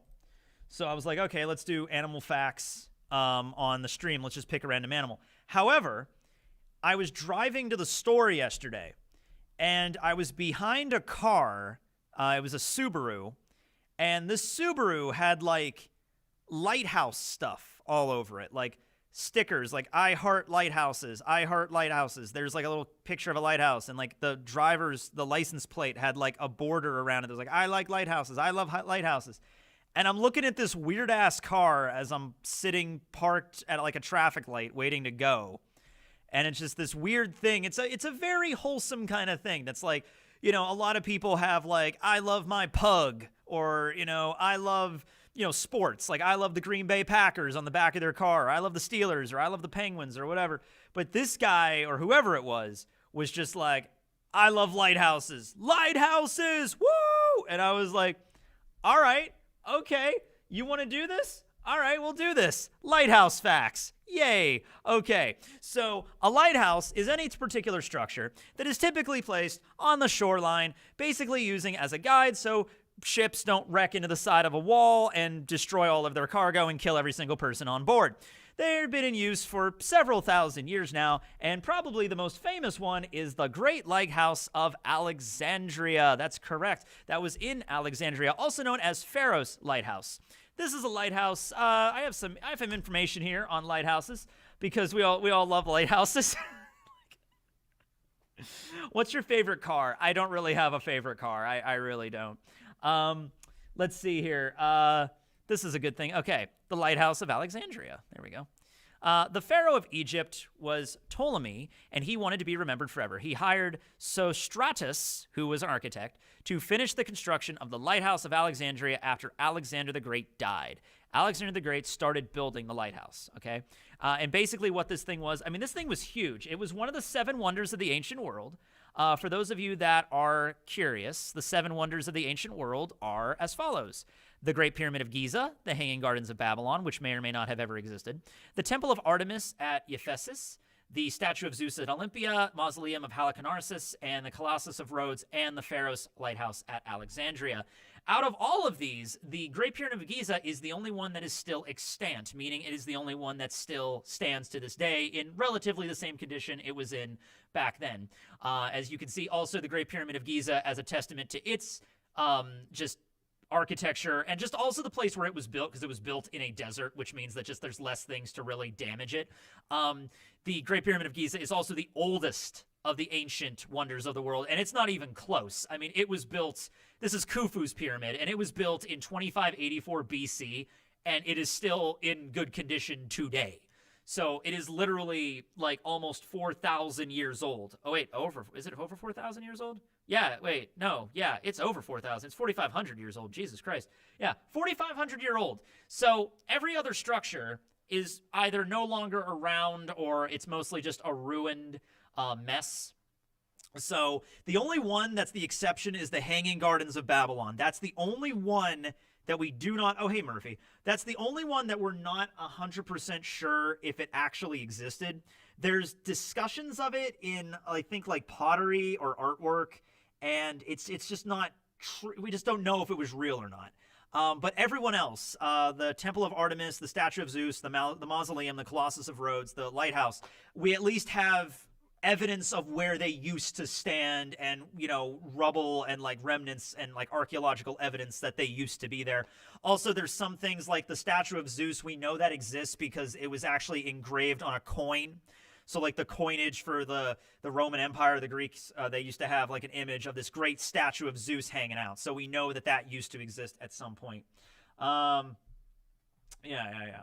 So we have that, and the statue, the statue lasted a while, but the lighthouse lasted the longest next to the Great Pyramid.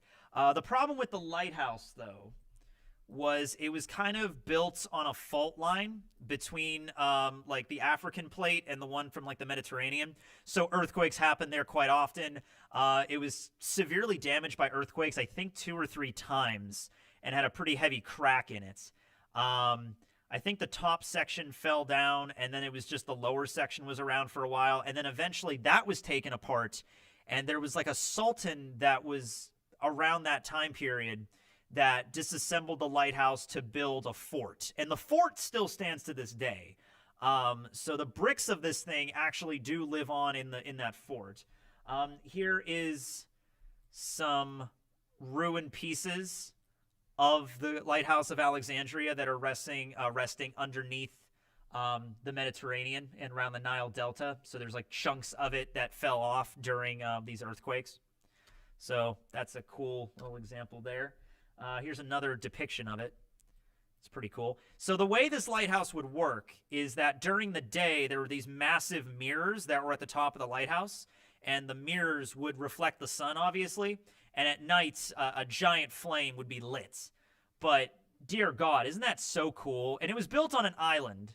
It was built on an island in the Nile Delta by Alexandria. I think Pharos might have actually been the name of the island. Yeah, I think Pharos was the name of the island. So, yeah, there we go. There's your lighthouse facts for the day.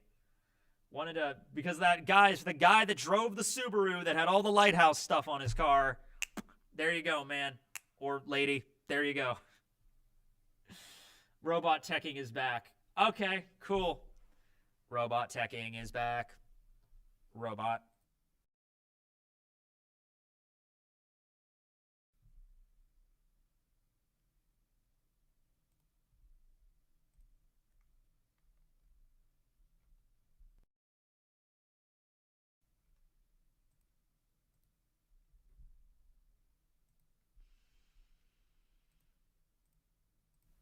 Okay, there we go.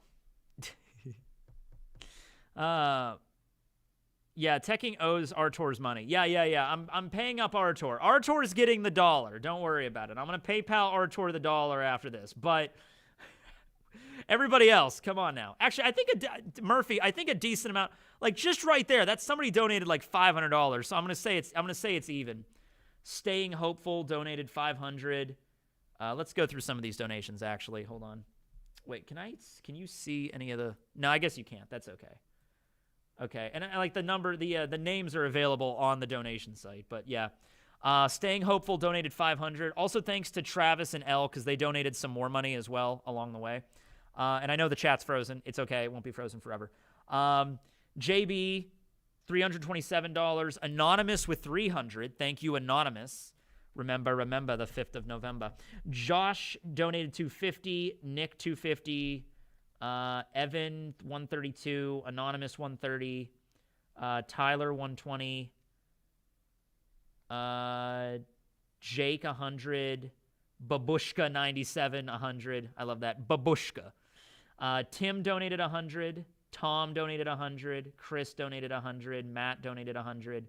Ilma donated $100. Eileen $100. All these people donated $100. Miles, Nicholas, Alexander, James, Brianna, Jeremiah, Alex, Stephen, John, Daniel, Henry, Blave Bliss, Andrew, Ashton, and Parvision. There you go. A lot of people donating. Oh my God, that was good. We went up really. We shot up there. Those holy crap. Talking about lighthouses. Apparently that's the thing. Holy crapple facts. Shout out to Babushka 97.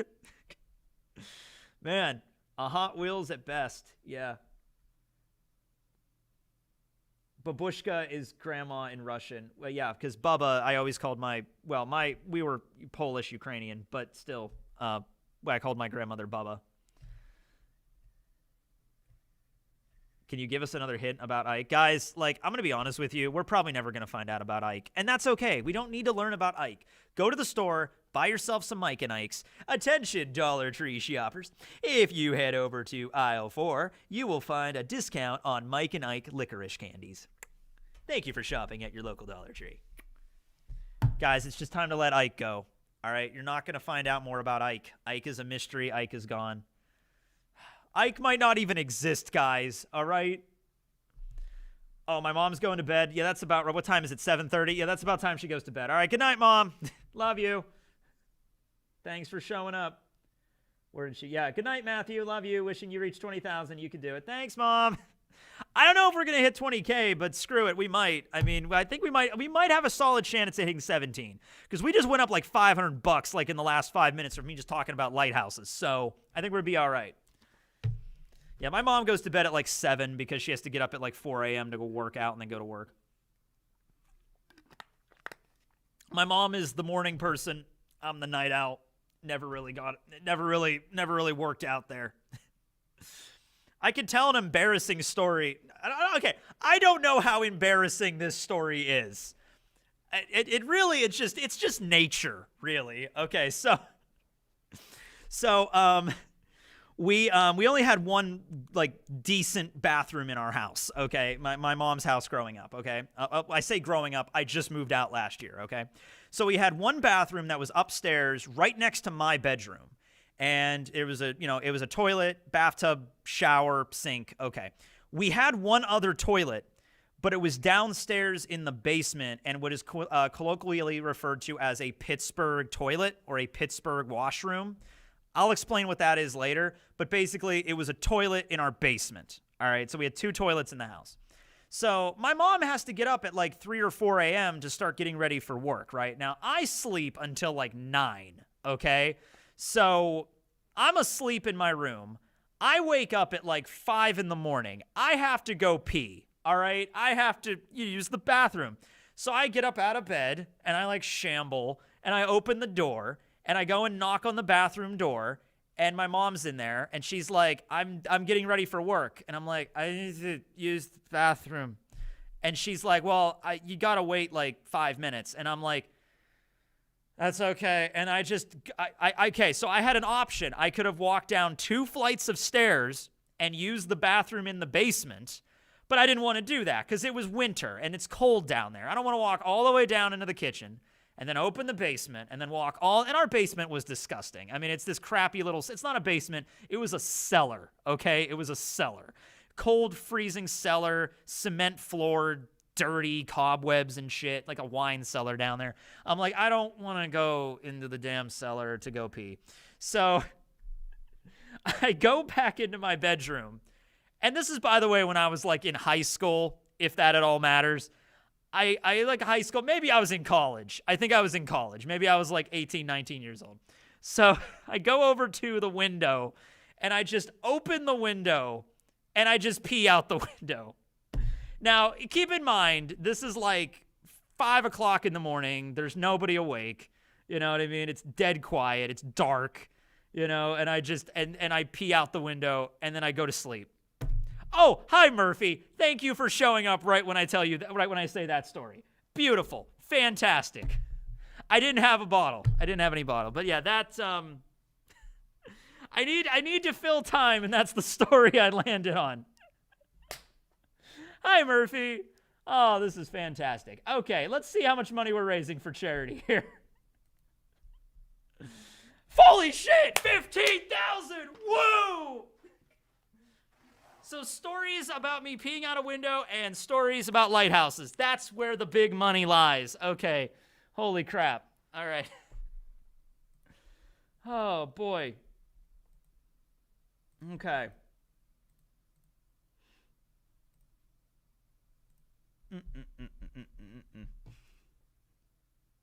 Modern solution to common problems. Yep.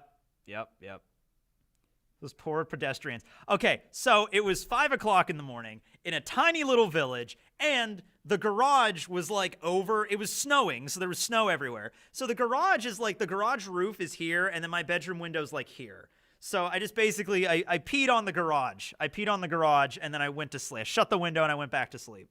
There you go. Hey, man, you gotta be practical, okay?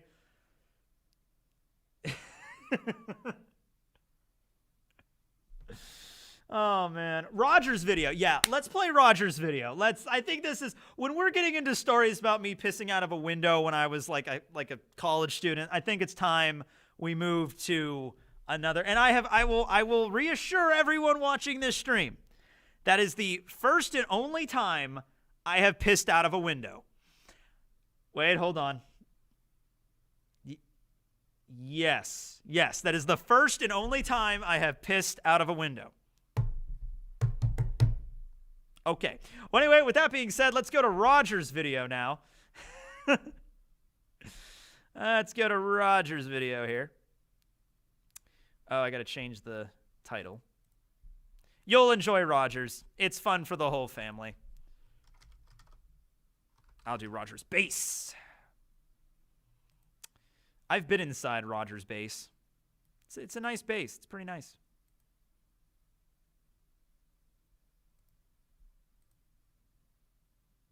Hey, what's going on? Oh, wait, hold on.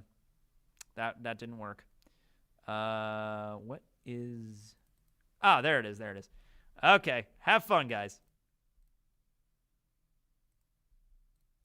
Hey, what's going on, everybody? I hope you're having a lovely charity stream, and I figured in order to give Tekking a little bit of a break, I'm going to sit down and rank all of my favorite One Piece waifus. In fact, I'm going to rank all of the canon One Piece waifus from the manga. So keep in mind, characters like Baccarat, who are not canon to the manga, will not be on this list, even though Baccarat, whenever I put together a list of my top 5 favorite One Piece girls, Baccarat's always at the top. Amazing Devil Fruit Power. Honey Queen's another one. I love Honey Queen from that One Piece movie, but again, unfortunately, not a canon character, so she's not eligible for this list. But this list does include some Egghead Island characters, so I figured it was the perfect one to actually do for the purposes of this video. So without any further ado, let's just get started. First off, we have Elvita down here. Elvita, I mean, she's all right. I think that's the perfect character to start with, right there in the middle. Kind of interesting power. Not my favorite One Piece character, but she definitely can be cute in certain situations.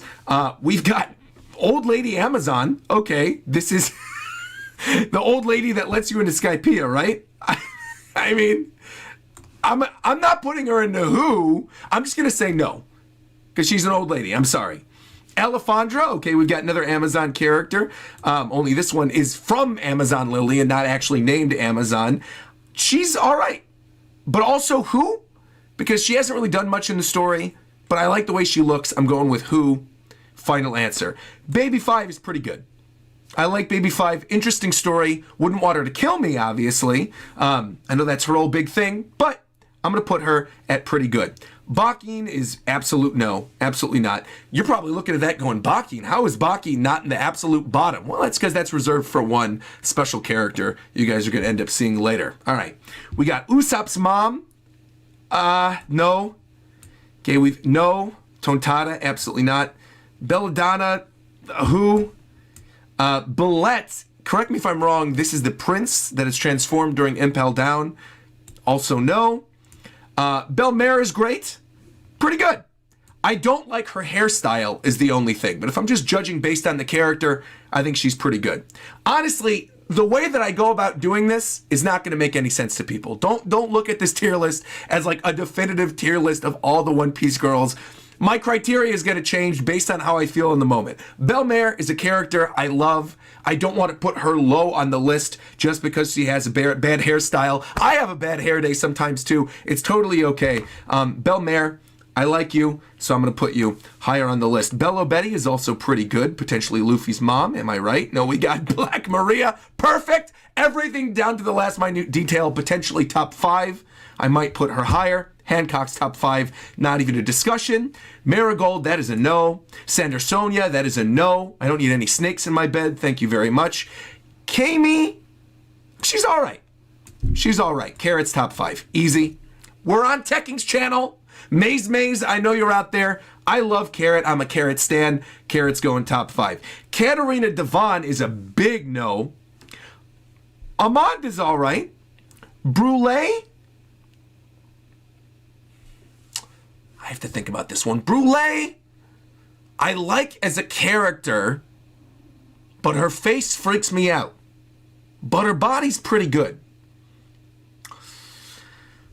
This is tough. I'm going to say brulee is going to be all right category. Chiffon is a no. Compote's a no.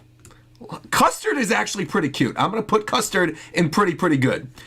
Here is the one that I reserved for that very last category down here, the biggest piece of dog poop. That is flambe. Anyone who watches any of my videos knows I absolutely despise flambe with every fiber of my being. She ruined part of the end of whole cake for me. I will never forgive her. I don't like the bangs. I don't like the big fat bottom thing. I don't like it. Flambe is a hard no. Galette, though, is a hard yes. Probably the highest of the pretty good tier. Potentially perfect, everything down to the last minute detail. In fact, I'm going to put Galette up there. Final answer. Charlotte Laura. No. Charlotte Linlin. Okay. Again, criteria is changing. I wouldn't want to go on a date with Linlin. I wouldn't want to kiss Linlin. But she's a pretty interesting character. Big Mom in her prime? I mean, she's all right. I'll put her in she's all right. I don't even know who this is. Charlotte Poire? I have no idea. That's a who. Charlotte Praline. Have you seen those teeth? That is a no. Also, these no's are not organized. Don't look at this like these are tiered. They're not organized. Don't worry about it. All right. Pudding, I'm going to say the very top of she's all right. Pudding's very cute, but I also wouldn't want to actually date Pudding. I think she'd be a miserable date. Smoothie, on the other hand, perfect down to the last detail. You haven't done much in the story, Smoothie, but I will say, Smoothie, that power, chat, speaks for itself. This is an absolute hard no. Fake Nami, absolutely not. Conus is super cute. I'm going to say pretty good. Cosette is the maid girl from Whole Cake, right? Or no. Yeah, she is. She's the maid girl from Whole Cake that Sanji's brother hit. Whatever. Who category? I mean, I know she is. She's all right. Whatever. She's fine. Curly Dadan. We got to put respect on Dadan's name. We don't know what Dadan looked like in her prime, but Dadan, for what you represent the story, I like Dadan. I will put Dadan above Big Mom. Daisy. Who? Also no. Domino. I'm going to put her in top 5, actually. I was almost going to say perfect category, but really, Domino's top 5. I know a lot of people like Sadie Chan. No, Domino's got to be top 5 for me.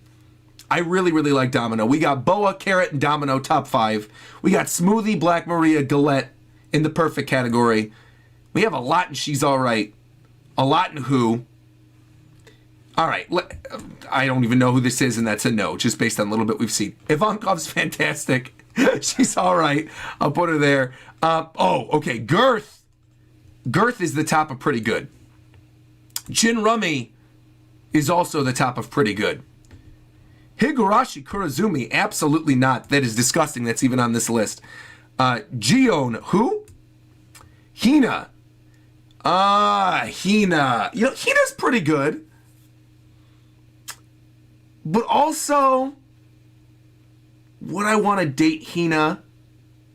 But again, that's not necessarily all the criteria. I'm putting Hina.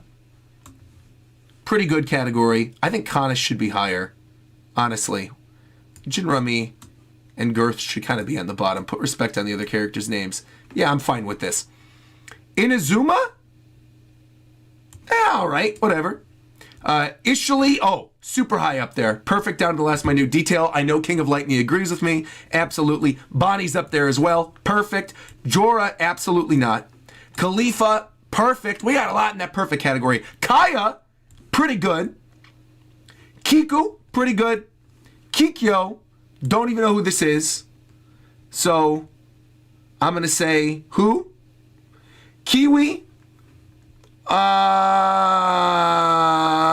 why not? She's all right. Koala, top 5. Koala, top 1, honestly. I have to put Koala all the way at the top. You guys know if you followed me for a while, Koala is one of my favorite girls in the entire series. If not my best girl, though I know we have a couple other ones to put on here that I know should probably be in that top 5 category, so I might need to rearrange this. but I really do like Koala. I'm going to put Koala at the very, very top. I'm going to put Carrot at the bottom. I'm going to put Domino above Hancock for now. Top 5 is actually going to be ranked. Okay, let's go down here. Kokoro, no. Hiyori, yeah, pretty good. She's a racist, though, so that's going to knock her down a peg. She goes to the bottom. Toki, all the way at the top, perfect. We have Kureha, pretty good. Honestly, pretty good. Laki, is this the girl from Skypiea? She's pretty good. Lilith, perfect, down to the last minute detail, and she's super smart. Makino, pretty good. Oh, no. Granny Nyon, no. No. Mancherry, that's a hard no. Marguerite, that is perfect. Milky, not unless you're a furry, she's all right. We've got Miss Katarina. This is like the nun lady from Whiskey Peak, right? She's all right. Miss Doublefinger, actually, I think, gets slept on a lot. I think Miss Doublefinger is really good. Miss Father's Day, no. Miss Golden Week, no. Miss Merry Christmas, no. Miss Monday, no. Miss Valentine, all the way up here. Perfect down to the last minute detail. Another character I think people sleep on. I love Miss Valentine. She's fantastic. Moda, who? Monet, all the way up. Man, there's a lot of really good One Piece girls. Now I'm thinking these top categories I might need to rank. Mother Carmel in her prime? Not terrible, but she's not a great person. So I'm going to put her at the bottom of she's all right. Mozu can go right next to Kiwi. Prime Mother Carmel goes up here. Nami all the way up. All the way up. All the way up to perfect. Very tip-top of perfect. Vivi is going up into top 5 temporarily. I like Vivi more than Nami. Nico Olvia is going up there to probably the bottom of perfect. Robin, okay, actually, hold on, wait, I'm going to rearrange this. Robin should really be top 1. I'm turning this to in top 8. This is going to be too difficult. 1, 2, 3, 4, 5, 6. I'm leaving these 2 blank. 2 people are probably going to come up from here. It's too hard to do top 5. Domino's got to be up there. Hancock's got to be up there. Carrot and Vivi. Vivi's above Carrot. Koala and Robin have got to be at the top. Domino, I really just love Domino. I didn't think she was going to be the very, very, very tippy top when I started recording this, but she has to be. I'm seeing some in that perfect category that should probably go up. We're going to worry about that later. Nojiko, pretty good. Very top of pretty good. Actually, I would say Nojiko is perfect. And I would say Olvia is pretty good. Suru, she's all right, whatever. Otohime, she's all right. Panda Woman, I didn't even know she was a character, so who? Perona, I'm going to put the bottom of she's all right. Porsche is a no. Have you seen that nose? Portgas de Rouge is all right. The whole mom pregnancy thing's kind of no thanks for me, though. But you know what? She's a good character, though. So I'm going to put her high up there. But I don't want to date a pregnant girl. Okay. Ran. Who is Ran? I don't remember, so you're going into who category. Rebecca, she cries a little too much, but she's all right. Reiju Vinsmoke, another one that has to go all the way to the top, probably above Carrot, probably above Vivi for me. Koala, Robin, Domino, Hancock, and Vinsmoke Reiju, I think is a good top 5 for me, but I like having Vivi and Carrot up there. And I still think a couple of these could move up. I want to rank these 2 when we get there. But we have other characters to get through, and I can't take up this whole stream. Sadie is going to go pretty good. Saint, no. Sarfunkel, oh, this is the girl in the barrel that's married to Gaimon. She's all right, whatever. Scarlet, whatever, she's all right. Shaki's all right. I know this is Anime Fan Talk's favorite girl, but not mine. Shinobu, Prime Shinobu, all right. Shirahoshi's going all the way up. Perfect. Shirley also going up to perfect. Actually, no, going up to pretty good. Sora Vinsmoke going up to top of pretty good. Speed is a no. Weird bangs that are 2 different colors with a centaur body. That's an absolutely not. Stussy going all the way up to perfect category. Sugar, absolutely not. Sweet Pea, absolutely not. Tashigi, whatever, she's all right. I don't want to make people mad. Terracotta is a no. Tristan, He's pretty good. Tristan's pretty good. Suru is a no. Ulti is going actually pretty high up. I'm changing my criteria on some of these things. Uta is all right. Sindri's all right. Viola going up to the top 8. This is who I was waiting for. Then you've got Wanda, pretty good. Whitey Bay, probably perfect category for me. Another Tontada that's a no. Yamato, honestly, Yamato gets their own category. Hold on. Yamato's going to be here. Wait. Let's do just Yamato. Admiral Beloved. Or here we go. It's this one. It's this one. It's this one. It's this one. Hold on. This is this. This one is this. Here we go. Okay. Yamato. Boom. The Yamato category for characters that are like Yamato. And York is absolutely not disgusted by the whole poop thing, so no. All right, now that we've done this, I want to organize this a little bit more. Let's do this top 8 real quick. Viola. Honestly, Viola. I think Robin has to be best girl. By virtue of being super pretty, but also being super important to the series, and being my favorite of the Straw Hat Girls, Robin's got to be 1. Viola's moving to 2. Koala's 3. Domino's 4. Reiju is 5. Hancock is 6. Vivi is 7. Carrot's 8. That's a top 8 I can live with. I feel good about it. This perfect category, I think we got to move around. Honestly, we don't even need to worry about these other ones. Let's delete this one. Let's delete everything below now.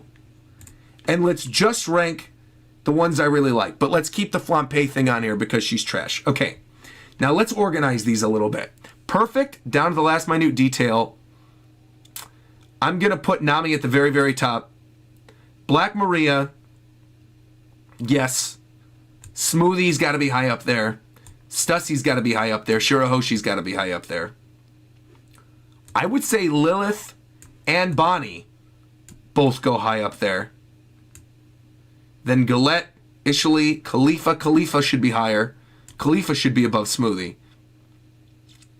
Miss Valentine, Monet should also be really high up there. After Khalifa, before Smoothie. Whitey Bay, Ulti, Nojiko. Yes. I'm cool with this. Toki's at the bottom. I'm going to say Hiyori's moving up, but I like Toki more.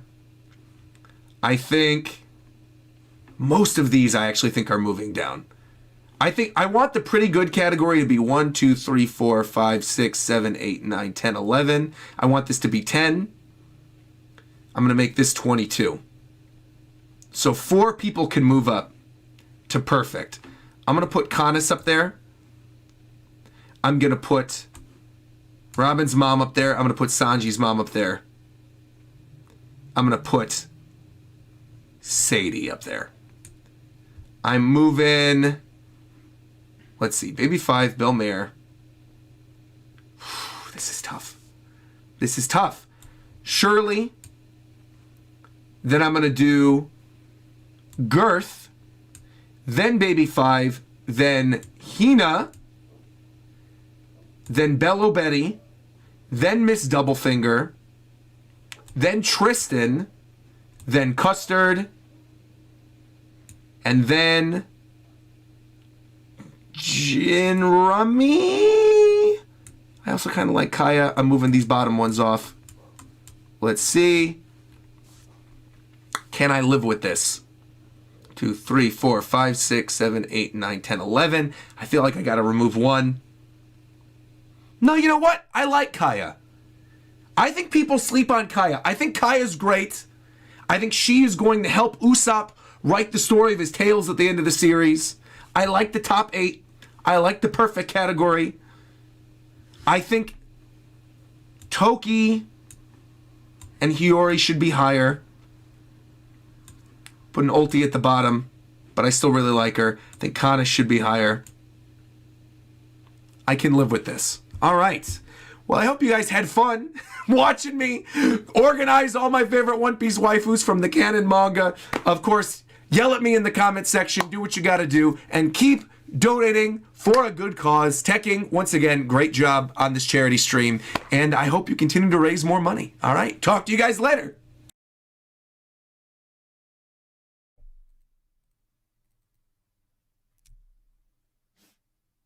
I thought I was going to sneeze.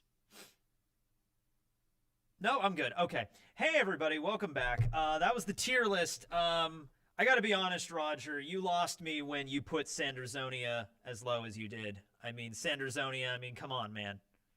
Come on, man. Really? I mean, come on, man. Really? Echo. Great. Fantastic. Amazing. We're still not judging you over Pissgate. That's good to know. All right.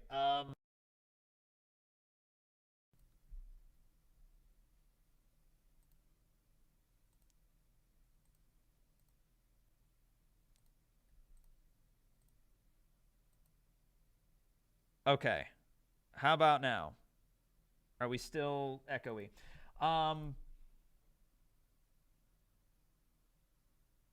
Your time to make a tier list. I'll make a tier list when I make the tier list about the tier lists. I always have the best tier list, and that is the bakery tier list, okay? Best bakery in all of One Piece. I broke my candy cane. During the break, I was out the room. I was like walking around with my candy cane, and I went to go swing it. And as soon as I went to go swing it, it like snapped in like 5 pieces and then went flying across the room.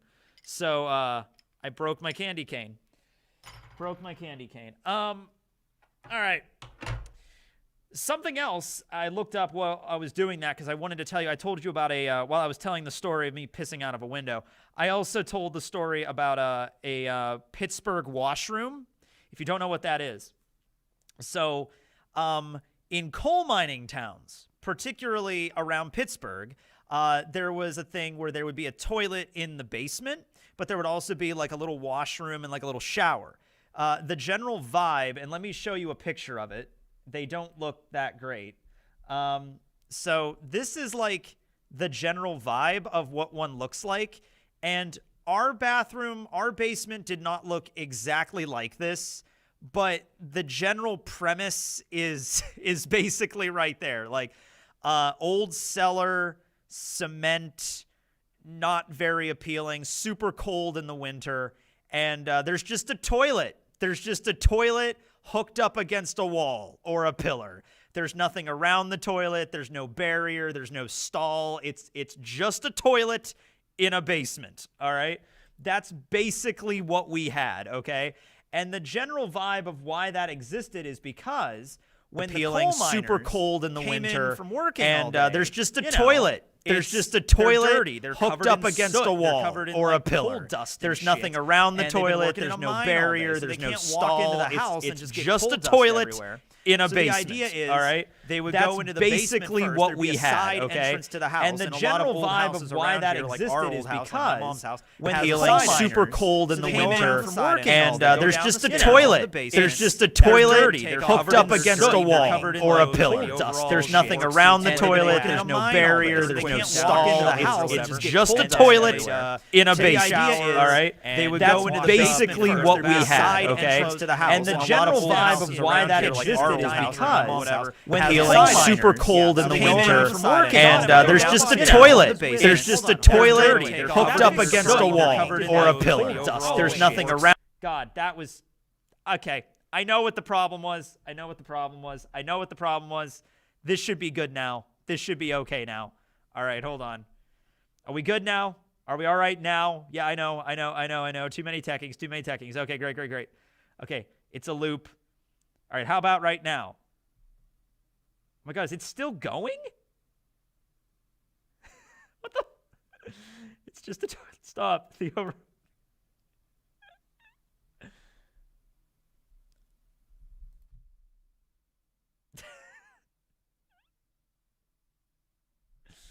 Okay. There was a lag there. Okay. Sorry, I had the stream. I had the stream playing on the other. It's just a toilet. It's just a toilet. Just a toilet. Just a toilet.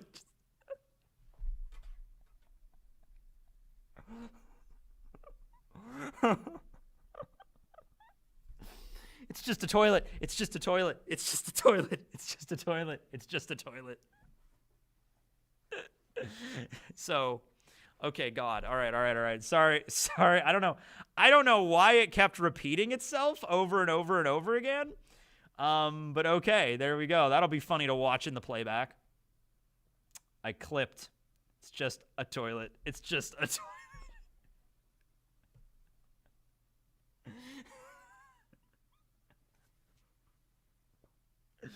I don't know what that was, but please donate money because it was funny. Can you donate money because it was funny for the cause? Let's see what we got here. 15,425. I'll take it, man. I'll take it.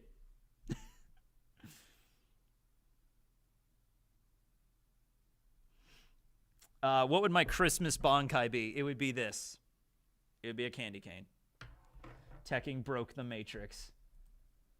I want to go back and rewatch what just happened because I had no idea what happened.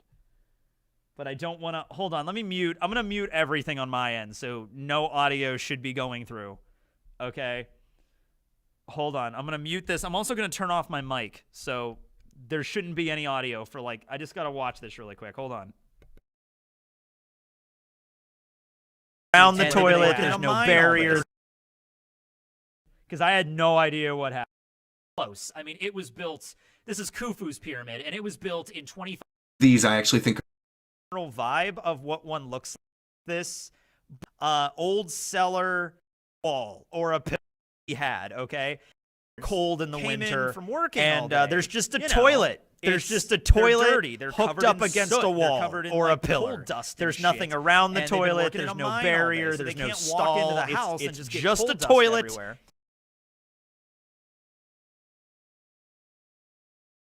Okay. Okay. All right, that was funny. That was funny. You didn't mute? No, I did. I muted twice. There shouldn't have been any audio coming through there. That doesn't make any sense if there was any audio coming through on that one. That was literally, that was muted. This was muted. Anyway, it's just a toilet. Okay, fine. Let's go back into hell once more. It's just a toilet. It's just a toilet, guys. It's just a toilet. It's just a toilet. This is literally Inception. It's Inception, but with a toilet. Okay? Didn't mute, man. No, that was... All right, well, okay. There's a thing with XSplit sometimes where I don't even understand it myself, but even though I'll mute the computer audio and I'll mute my audio, and there'll still be audio. And I don't get it. I don't understand it. There's two audio tracks. There's just two. There's the mic audio and there's the computer audio. And I can mute both of them, and for some reason, there's still audio that comes through. I don't get it myself. 8 hours later, we're still doing just a toilet. Somebody needs to remix that. Somebody needs to remix that. Are you using OBS? No, I'm using XSplit, but for whatever reason, it does that. I don't know. But we need to remix that into like a club remix. Just like boom, boom, boom, boom, just a toilet. Boom, boom, boom, boom. This is my stream. I don't care. As long as people donate money, I don't give a shit. All right, I don't care. We'll go into the 15th remixed version of Just a Toilet. Come on, guys. Come on. Donate for Just a Toilet. Come on. It was the sensation it's the sensation that's sweeping the nation. So why is there just a toilet? I don't know. I only have an hour left. I have 2 videos to play. I think I'm just going to play both of them back to back. We got Brago's video and then we got Volume 1's video. So let's just do Brago's video and then Volume 1's. They're not long. I think Brago's is 8 minutes and then Volume 1's is 5 minutes. So like 15 minutes worth of video. So let's just do that to get those out of the way so I don't forget about those. And like we're like 5 minutes left and I forgot to play anything. So let's do Brago's video because that'll be better than just a toilet. Just a toilet. It's just a toilet. Just a toilet.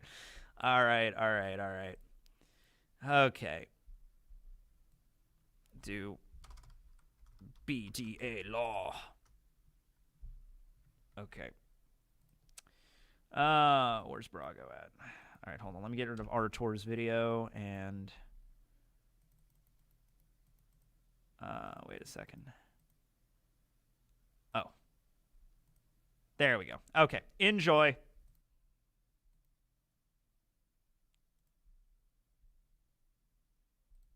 So I feel like we commonly see characters get disrespected in anime, in One Piece in particular, and it's something that definitely ups the ante on drama or makes the comeback hit that much harder when we see a character get knocked on their knees only to eventually rise up and break the backboard on them. Or in cases like Ramet from Hunter x Hunter. Not, he just had to hold that L. That being said though, it's even crazier when it happens to the main character, even though sometimes it gets a little subverted. But regardless, let's talk about 7 times our boy Luffy got disrespected. I have a long list for Naruto, Bleach, and even Natsu from Fairy Tail, but today we're going to talk about Luffy. And some may say even recently how people were talking about Rob Lucci and him standing a chance against Luffy adds to the disrespect, but we're going to take it all the way back to our boy, one of our favorites, Usopp. So I think one of the craziest and most impactful times someone flat out disrespected Luffy is when Usopp went to blows with Luffy over the Going Merry. Now this one still to this day is constantly talked about. That's how crazy the moment was. Regardless of whether or not you were Team Luffy or Team Usopp, I think we can all agree that attempting mutiny against your friend and captain is, well, disrespectful, a literal slap in the face. But I also think this is one of Luffy's more gracious moments where even though his friend and crewmate basically said he wasn't fit to be the captain and then challenged him and then lost, Luffy gave him the Going Merry. It's definitely a very, very emotional moment and still has a lot of impact today. But I also think this is definitely one of the biggest disrespects Luffy has faced. Next, we have our boy, or gal, if you believe that, Sir or Madame Crocodile. So during Alabasta, we got a lot of great moments, but we also saw an insanely disrespectful moment from Crocodile as well. So Crocodile starts out by not only toying with Luffy, but telling him he's toying with him, referring to Luffy's attempts to land a hit on him as playtime and jokes. After some back and forth, Crocodile sends a sandstorm headed to a small town of Yuba, where the townspeople help the Straw Hats, saying by the time it gets there, it will be so large it will completely wipe them out. And then to add injury to insult, Crocodile not only shish kebabs Luffy with his hook, but holds him up in the air like a little rag doll, like a pig ready to be slaughtered. Not only is it one of the first times we see Luffy get absolutely beaten and overwhelmed, but the level of disrespect is insane. Sir Crocodile, how could you? Next we have Bellamy. And now I think Oda has more than made up for Bellamy's disrespect in this story, but Mocktown was a happy little stop on the journey to be the Pirate King. We got to see pies in the first ziha-ha-ha, but under the rainbows and sunshines on the surface, there was a massively disrespectful moment. While the crew was in the bar looking for information on Sky Island, Bellamy tried to little bro Luffy, asking him, hey, little bro, join my crew. He then, of course, slams his face into the bar and proceeds to have the bar laugh him out. This scene was incredibly wild and wholesome at the same time because it comes full circle to Shanks in Romance Dawn, but at the same time, well, let's just say Bellamy do that to me and I might just be looking like Lucky Roo. It wouldn't have happened to me is all I'm saying. Personally, you know the rest. It's one of those few times we haven't seen Luffy fight back, but when he finally did, boy, was it satisfying. Next, this was cold, but this is Aokiji. So I feel like Aokiji has come up a lot recently, but that just means hopefully we get something cool with him soon. That being said, his introduction was incredibly cold. All right, it's getting overused, but it wasn't just cold because he's an ice man. I mean, he is cool as hell.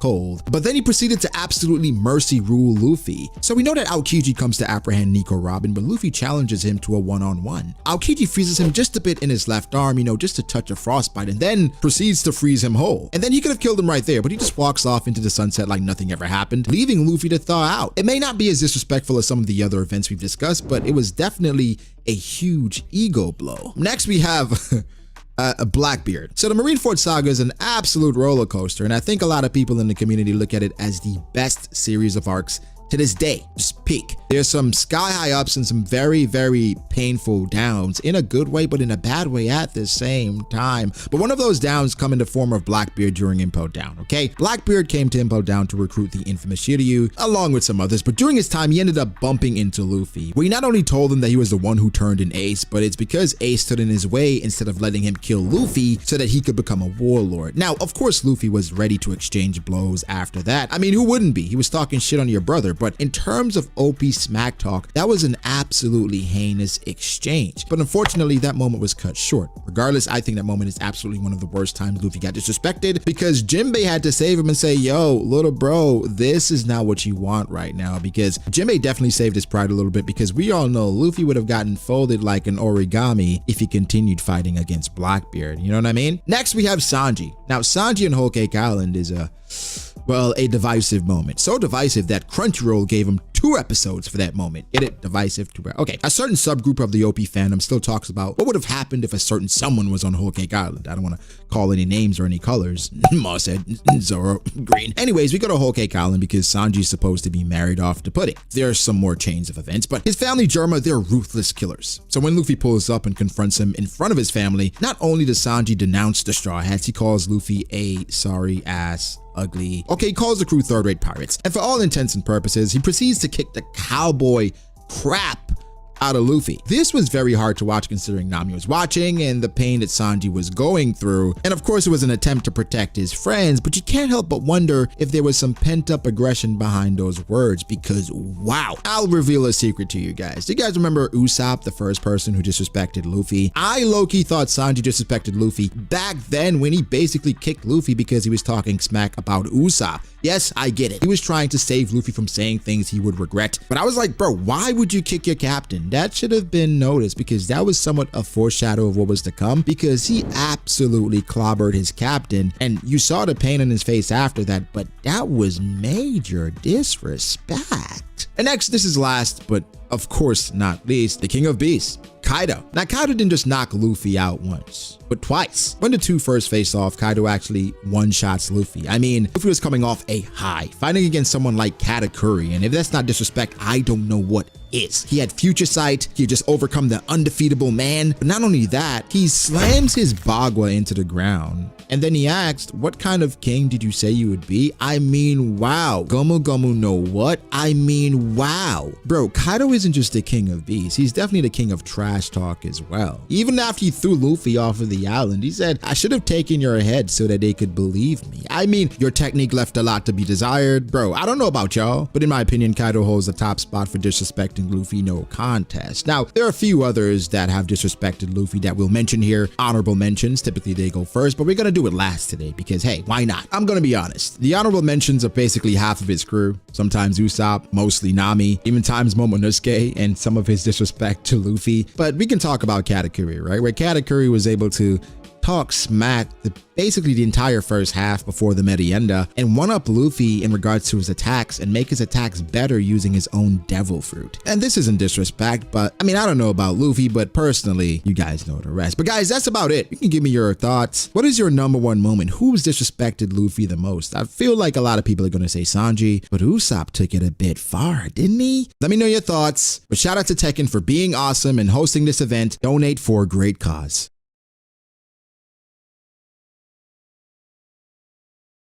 It's just a toilet.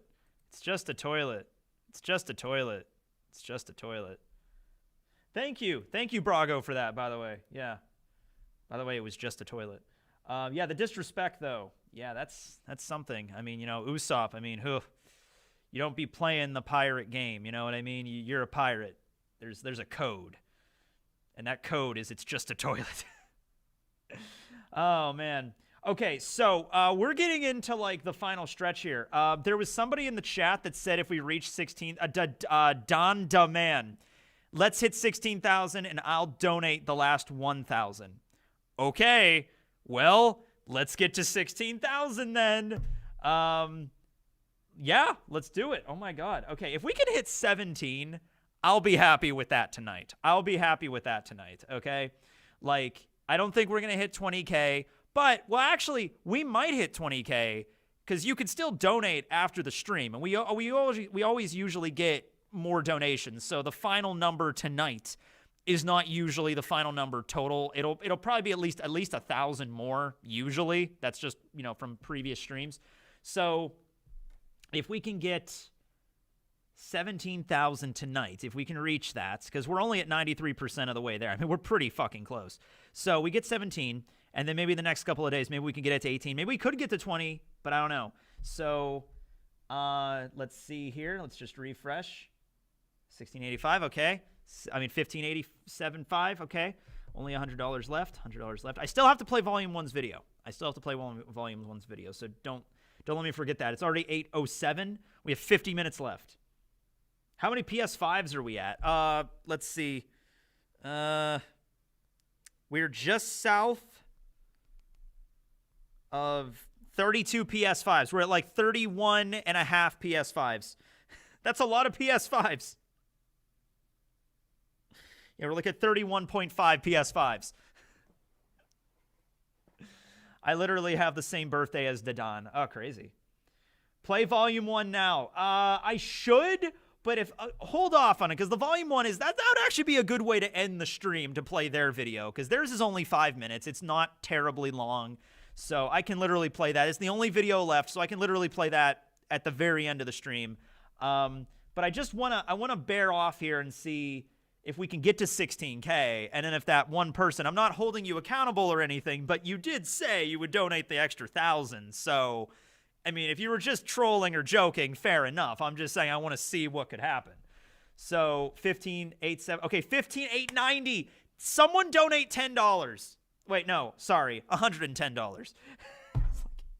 Reply Randy video. How many PS5 is it in digital copies? I don't know, man.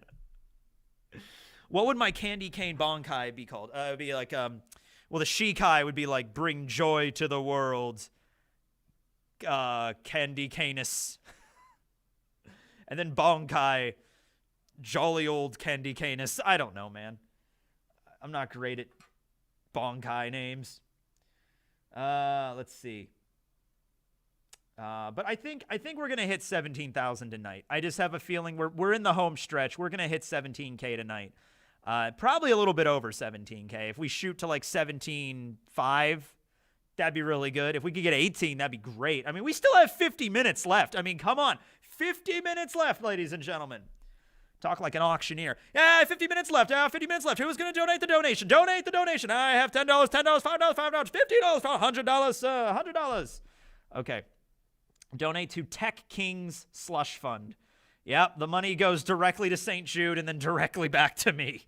And I'm going to use it to buy 32 PS5s. My next video is, hey guys, I somehow acquired 32 PS5s. Oh, God. What was Baragon's opening for his Bonkai again? I don't remember. Baragon's Bonkai? Ronkars don't have Bonkai. They have Resurrections. All right, what do we got? Satiate them. Okay, 15,890. All right, 15,890. Come on. Okay, I feel like it's going to be... everyone's saying refresh. Okay, it's at 16,290. Okay, just you give it a moment. Come on. Do the thing. Come on, number. All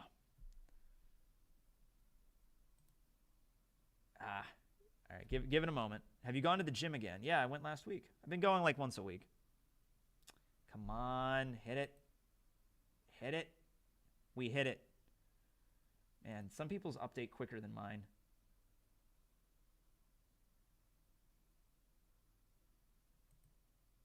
Oh, God. All right, I keep hitting refresh and it's not doing anything. So just let's give it like a minute or two, and then we'll do it. Chat frozen. Yep. Because I've been refreshing the stream so much. Let's see. Respira. Once a week, LOL. Yep, that's what I'm doing right now. Maybe it'll be more, but I'm starting with this.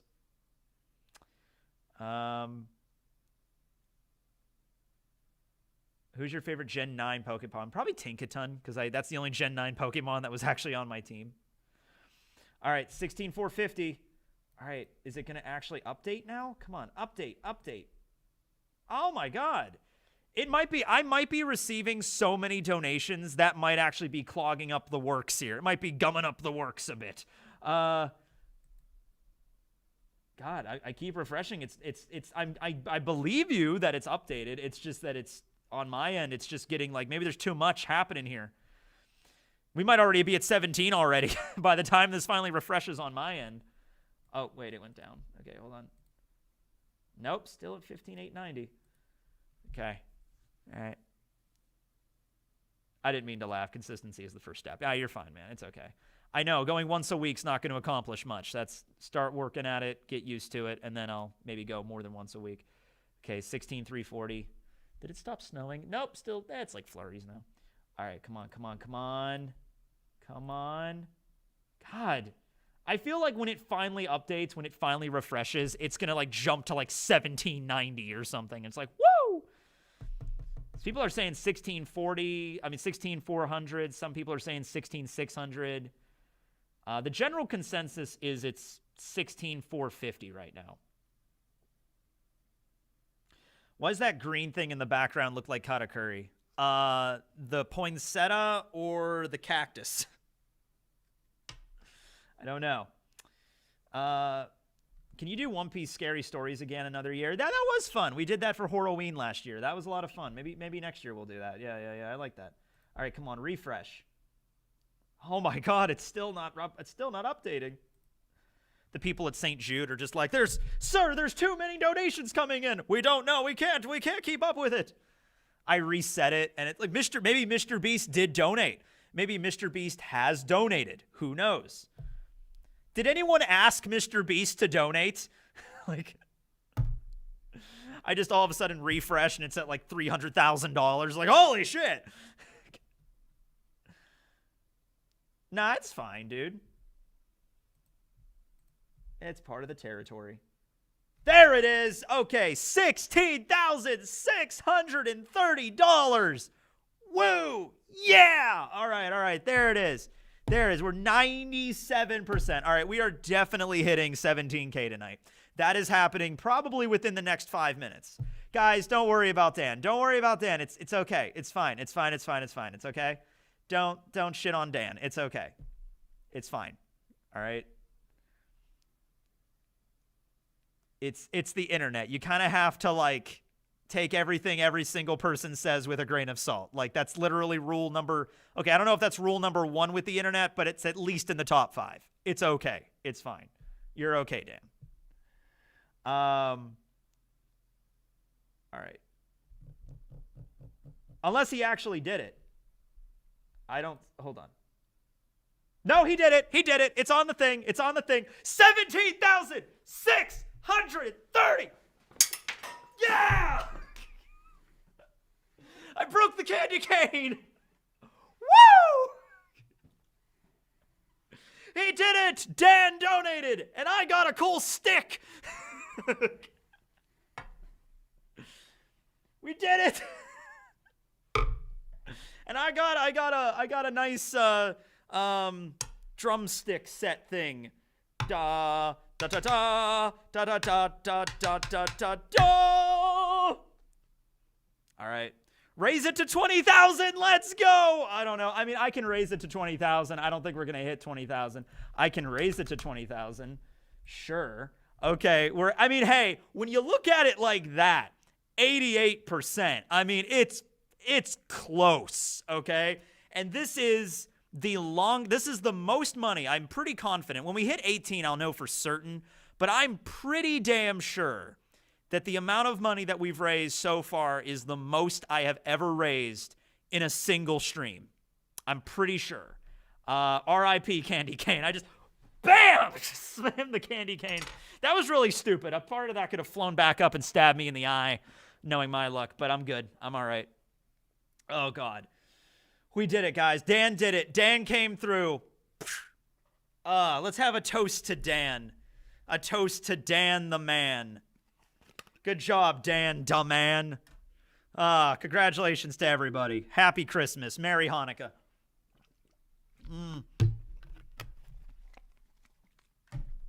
Update. Volume 1 video now. Yeah, let's play Volume 1s so I don't forget. That's a good way. That'll be the last video that I play. Update.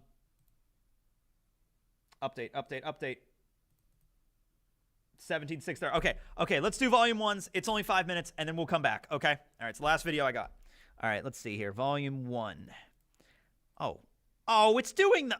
Okay, all right. Of course it has to do this on the last fucking video. All right, hold on. I got to do this a little differently. It's glitching out again on me. All right, hold on. I have to do this manually.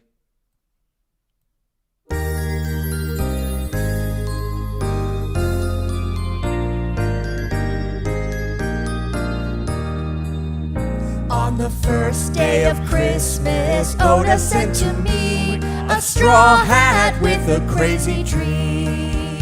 On the second day of Christmas, Oda sent to me 2 sword style. Okay, damn it. Sorry. I know. No, this is not my fault. This is XSplit on this one. All right. Here it is. I'm just gonna full screen it.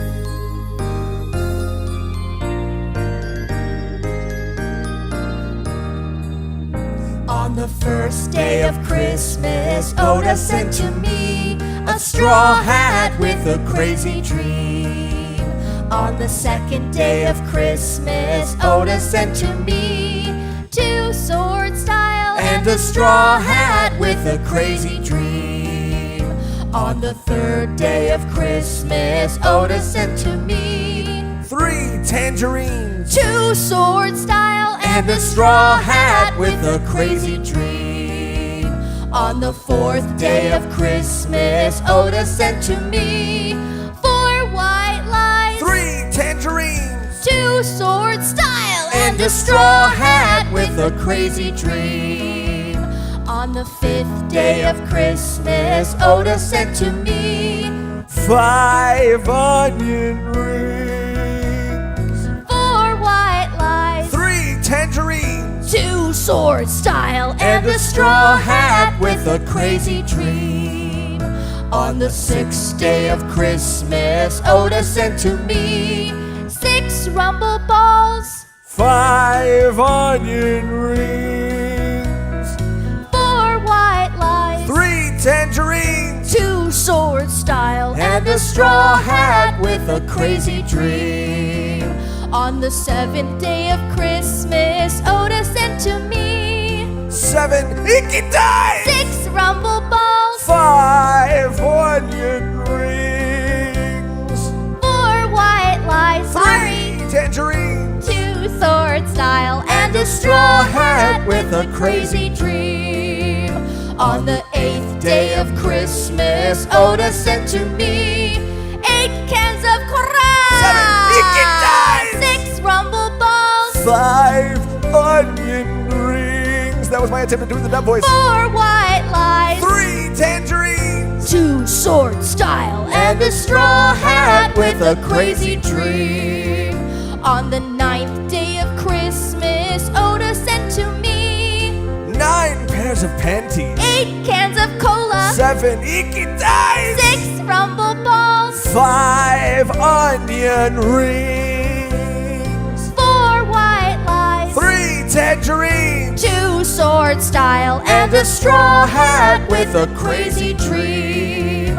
On the 10th day of Christmas, Oda sent to me 10 blood transfusions, 9 pairs of panties, 8 cans of cola, 7 icky dice, 6 rumble balls, 5 onion rings, 4 white lies, 3 tangerines, 2 sword style and a straw hat with a crazy dream.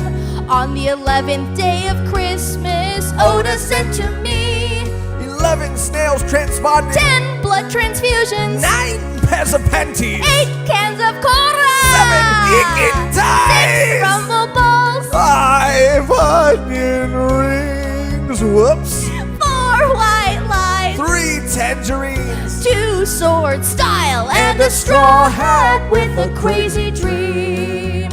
On the 12th day of Christmas, Oda sent to me 12 supernovas, 11 snails transponding, 10 blood transfusions, 9 pairs of panties, 8 cans of cola, 7 icky dice, 6 rumble balls, 5 onion rings, 4 white lies, 3 tangerines, 2 sword style and a straw hat with a crazy dream. Oh wait.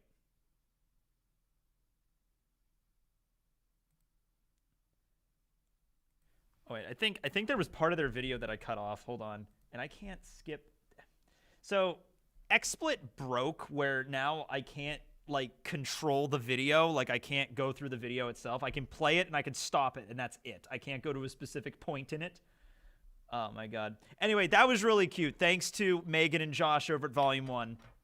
That was really cute. And that's one of my favorite songs, and I love that song. Maybe not like, you know, it does get, you know, on repetition, but I always loved that song as a kid. And whenever like the carolers would come and sing songs, I would always ask for that. And everybody would just be like, no, we're not singing that. I'm like, okay. Because I remember one year we were at my grandmother's and they asked me, like, I was like a little kid. I was like 6. And they were like, what song do you want the carolers to sing? And I said, 12 Days of Christmas.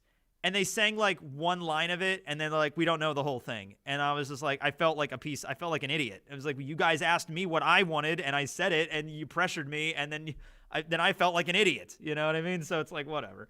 But I like that song, and that was a good rendition of it. That was great. Oh my God.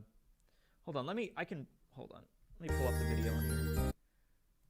Let's see what happens at the very end of this.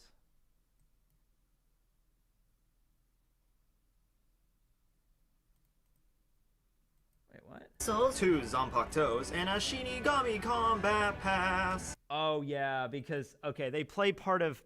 So I did a version of this a while ago. It was a really shitty video. I did a 12 Days of Bleach thing, but the mic quality was horrible, and I don't think...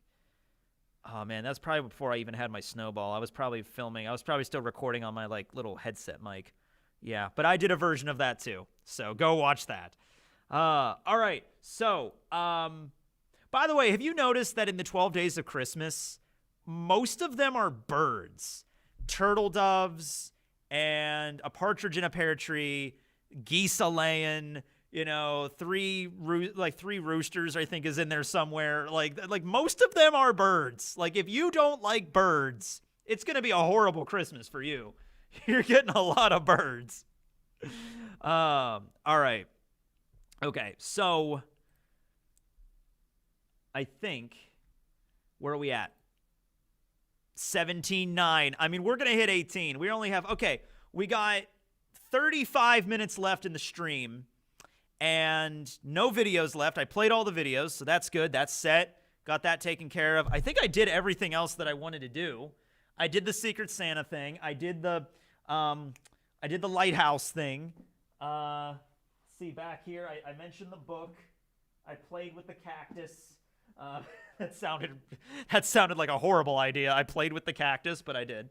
When I was a little kid, I actually did touch a cactus. Not fun. Don't recommend. 1 out of 10. Oh, Oreos. So one thing is, I really wanted to get these Little Debbie holiday snacks. They're like Little Debbie candy cakes, and they had they're shaped like a tree, and they have little sprinkles on them, and they're like holiday cakes. And they're not really all that fantastic, but they're like, you know, they're like Little Debbie snack treats. Give the chat a second to catch up here. Whoa, here we go. Whoa, this chat's rolling by fast. Hold on, I'm just gonna reset it. Candy cakes. I know. And they had shut up, me, shut up. We don't want to have candy cakes. That wasn't even the right way to say it. I shouldn't have said candy cake. It's like just a little tiny mini cake or whatever. But anyway. Okay. The Little Debbie cakes. Anyway, they're all gone. Like, they're all sold out of the store. Like, I went to Walmart and they had a section for those little candy, I keep saying candy, Christmas tree holiday cakes, and they were just missing. And then I went over to Giant Eagle, same thing. I went to like 3 grocery stores trying to find these things. They're sold out like everywhere. So I just bought I bought Oreos. It's just a toilet and candy cakes. God damn it. It's just a toilet, and it's candy cakes. Just a toilet. If there's one thing you can take away from this stream, it was just a toilet, and they're candy cakes. There you go. All right. Fudge-covered Oreo. Candy cakes.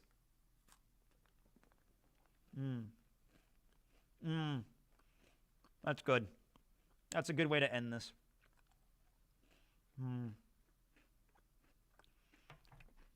Broken candy cane cakes. So I think I picked up all the pieces.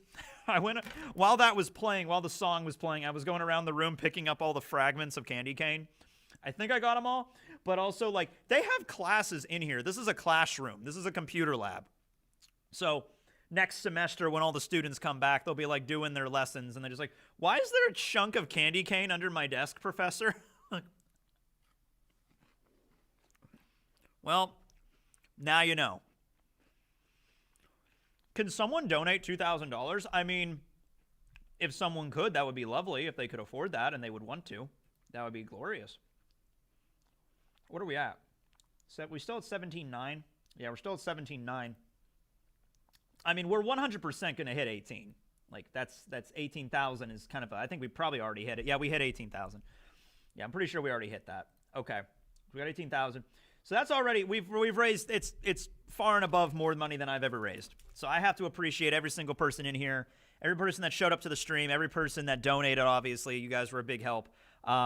Really appreciate it. Travis, you donated quite a few times. You have over 1,000. And Dan Daman also donated 1,000. So, and also L 800, but still a lot of money. Jack was 500. Christian was 500. And then me, and then Staying Hopeful was 500. So those were the biggest donations of the entire evening. So good, like probably Travis, Dan, and L. You guys, awesome.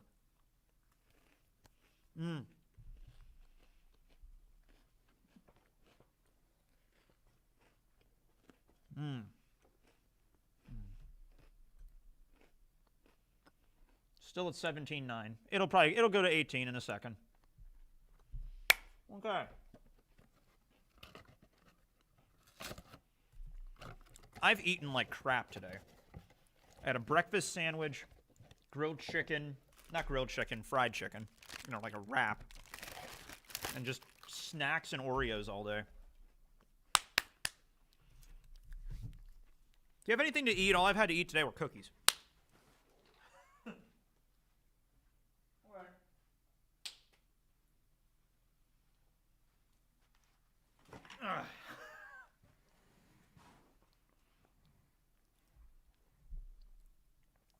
Oh, tell the washroom story. Yeah, we got sidetracked because of just a toilet. Dude, I should just sell t-shirts that just say just a toilet. I should just literally just sell t-shirts that just have a picture of a toilet on them. And it's just a toilet. And everyone who sees that is going to be so confused. Like, just a toilet, what does that mean? And they just be like, it's just a toilet, man. It's just a toilet. Be like, why is it on a shirt? Because it's just a toilet. I might actually do that. Okay, so. Is anyone in there with you? I don't know. Let's check. Is anybody else here? Yes. No. I'm like, okay. Refresh. That's what I like to see. 18,120. Wow, 90% to 20K. We only have half an hour left. We have 30 minutes left. I mean, we only have 30 minutes left, guys. 18,120. We're 90%. It was so out of my reach. I didn't think we were going to get to 20. I thought it was impossible. I didn't think we were going to get to 17. Because we were at like, what was it? We were at like 3 hours of the stream left and we were only at like 15,000 or something. So I was like, oh man, it's going to even be rough to even hit 17. You know what I mean? But we hit 17. We went above and beyond. We're at 18.1.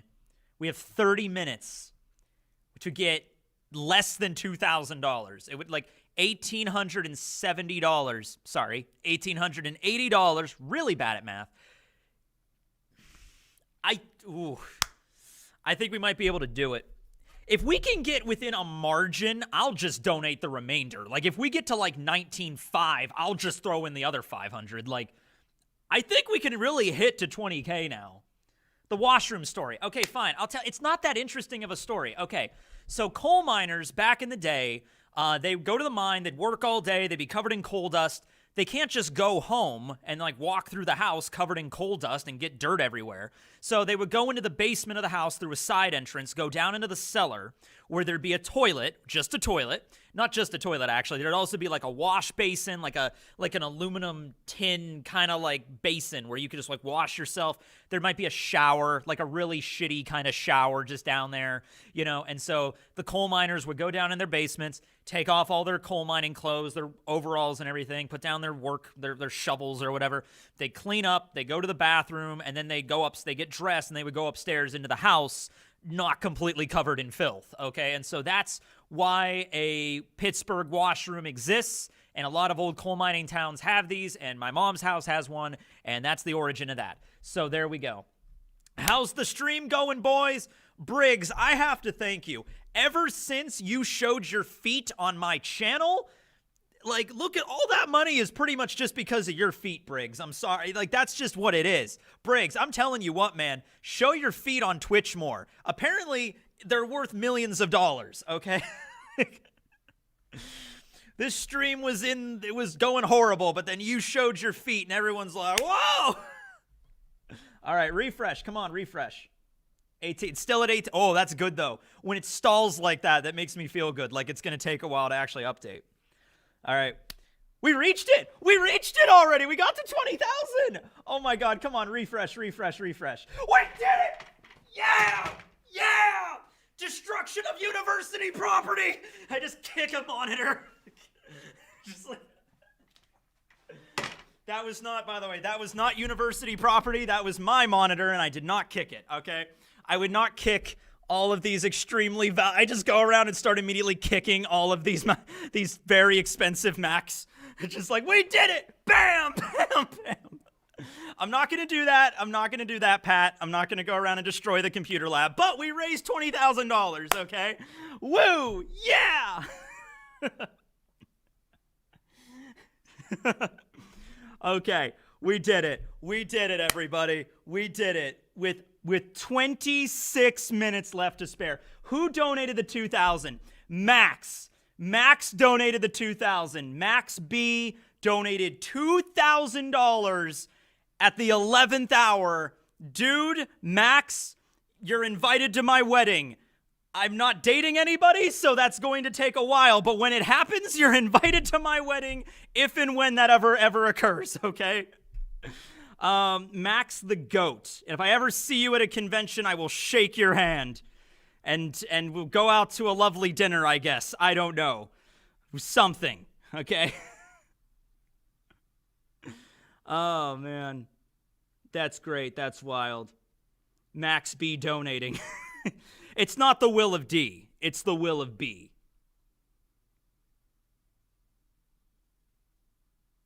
The ultimate clutch. It's max to the maximum. Oh my God, that's crazy. We did it. We did it. We did it. We did it.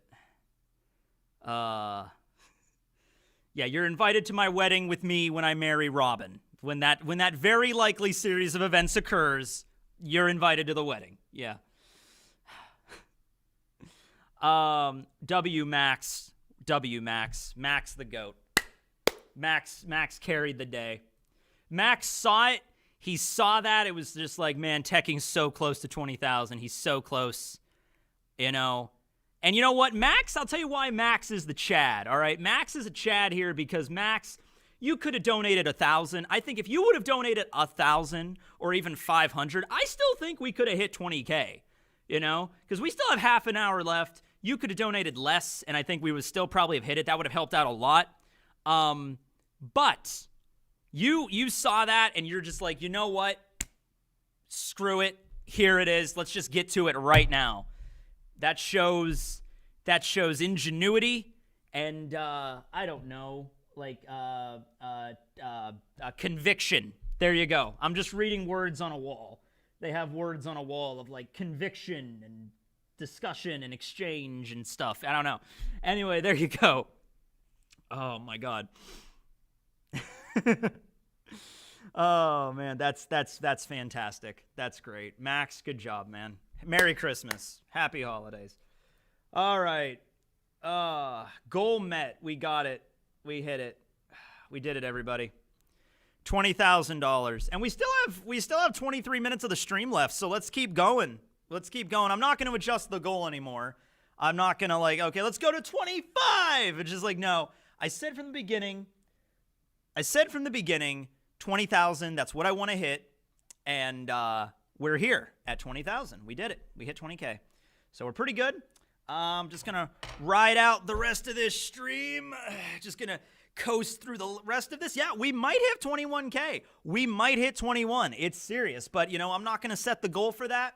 If we hit 21K, that's above and beyond and fantastic. God, I'm so glad this stream went well this year. After last year, I was just I was really ashamed after last year's went as horribly as it did. I mean, it didn't go bad. I mean, we raised $12,000. That's a lot of money. I shouldn't shit on that. But it's just I knew that it could do so much better, and I knew the reason why it didn't do better was because I dropped the ball, and I didn't plan it right, and I didn't have videos prepared, and I didn't ask anybody, and I didn't even decorate well, and I didn't even have anything really planned to do or talk about or discuss, and I just kind of did it. Okay, so last year was just and so that because of that, the urge was the impetus was really big this year to I gotta make this the best damn charity stream ever. So let's go crazy with the decorating. Let's get on an all-star team of YouTubers in here. Let's do it. Let's get some toilets in here. Yeah, let's get some toilets. Let's talk about candy cakes. Yeah, let's talk about lighthouses. Yeah, that's bust out all the stops, okay? We're almost there. We're almost done. 20,840. We're hitting 21K tonight. We're hitting 21K. This is a victory lap at this point. Victory lap. The cactus. Yes. Ugh.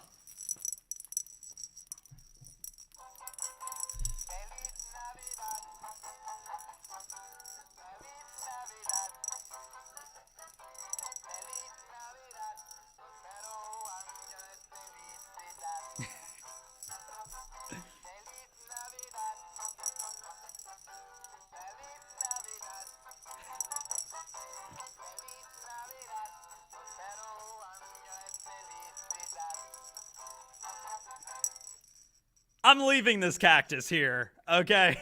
If the university wants to have a mascot, they can have the cactus, okay?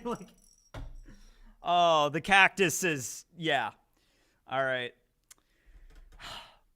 The way I see it, they've always been a success. I mean, I've always raised, I really shouldn't sell myself short with it because, the fact is every single one of these streams, I'm raising thousands of dollars for a charity. Even the first one of these I did, I think I raised $5,000, which is really good.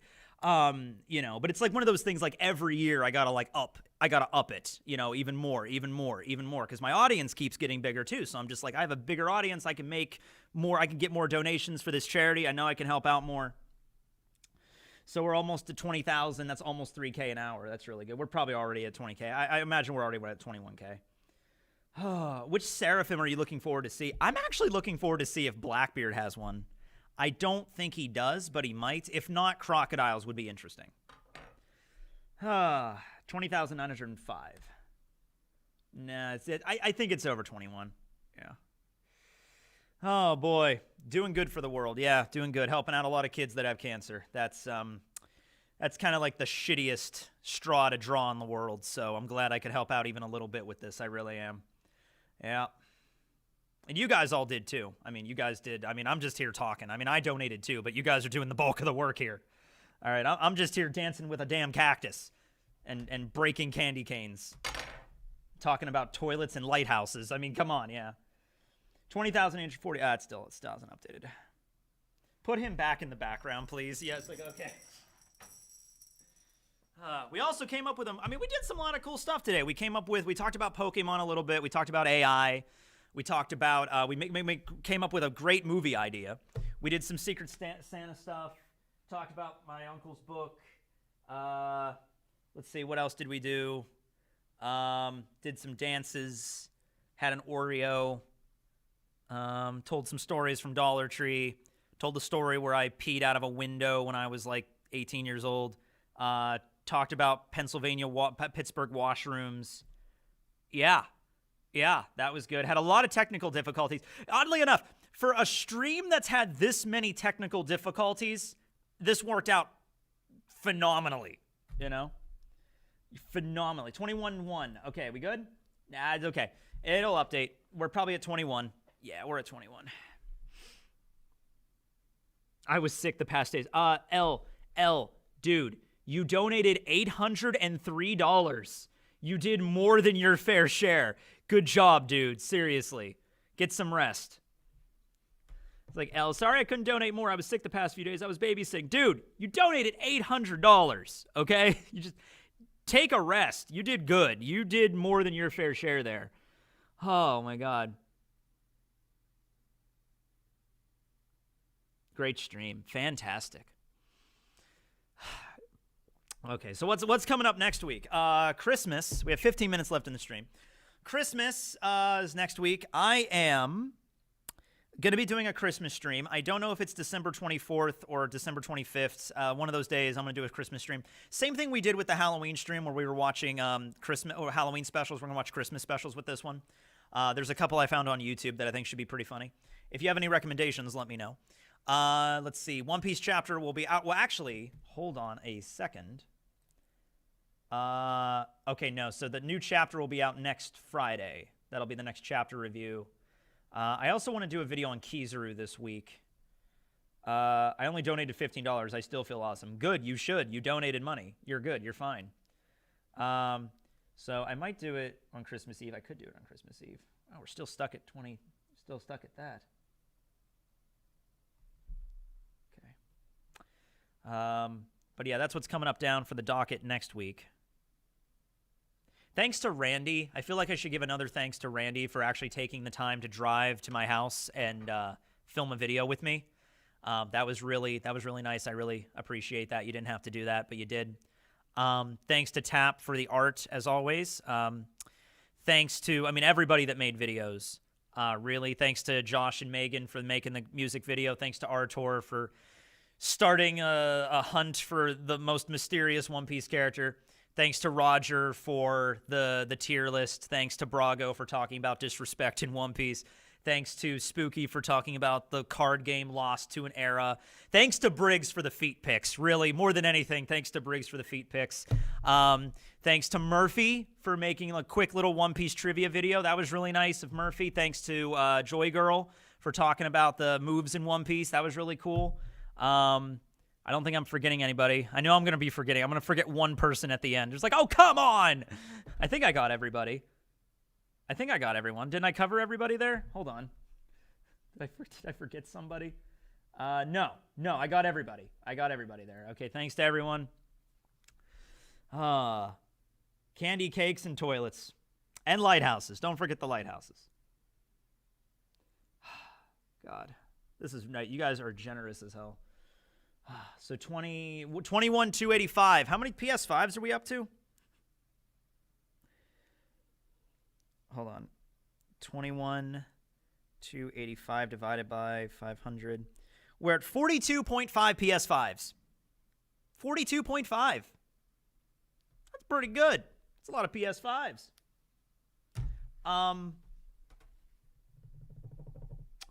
I got to be careful leaving here tonight. Well, for one thing, because the roads are getting kind of snowy. But also, last year, I discovered something. I don't know if this was always a thing in this building, and I don't know if it still is now. Last year, I'm hauling all my stuff out this back door. You know, after the stream's over, everything's done. I'm taking everything out.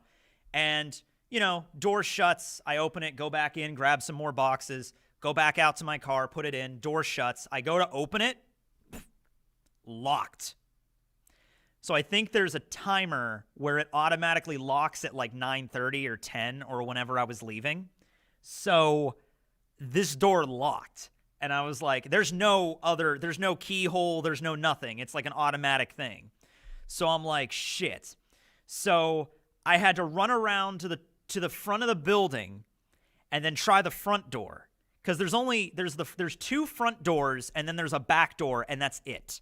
Okay, so I open one of the front doors and it opens like fine, and I'm like, oh god, because I didn't even have my phone on me. I left my phone in the room. So I go downstairs, immediately grab my phone, put that in my pocket, take some more stuff out to my car, because I can open the door from the inside, but when it shuts, it locks, and I didn't have anything to wedge the door with. So it locked again. I went back up, and I went to go open the same door I opened at the front. That one was locked. So I had one more front door, and I was like, okay, I'm just going to open this last front door, and I got to get all my shit out in one more trip. Because if any more of these doors locked, I'm done. I'm done. If all three of the doors shut, I can't get back into this building. Now, it's not that big of a deal as long as I have my keys and my phone, because I could just leave and then just come back tomorrow when it's opened again. It's like it's not that big of an urgent thing. But the first time I freaked out because I left my phone in the room.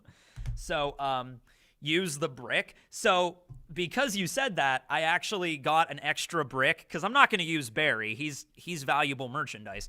I'm not going to use Barry, but I did bring a brick from my house, and I have it, and I'm just going to wedge the door with that tonight so I don't get locked out. So that's the plan. Yeah.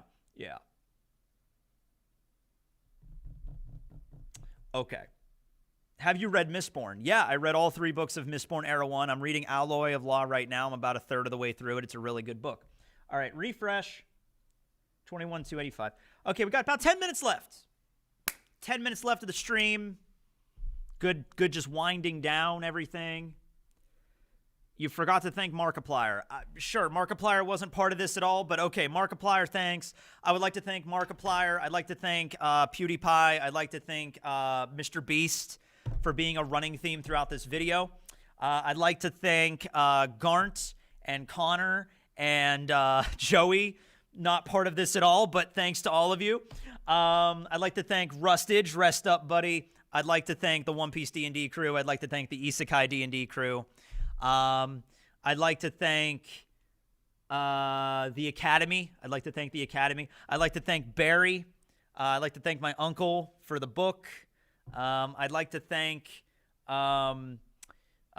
Beast again. Let's just add Mr. Beast in one more time. Why not? Chat's frozen. I know. Hold on. 21315. There we go. Whoa! It's the chat. It's moving fast.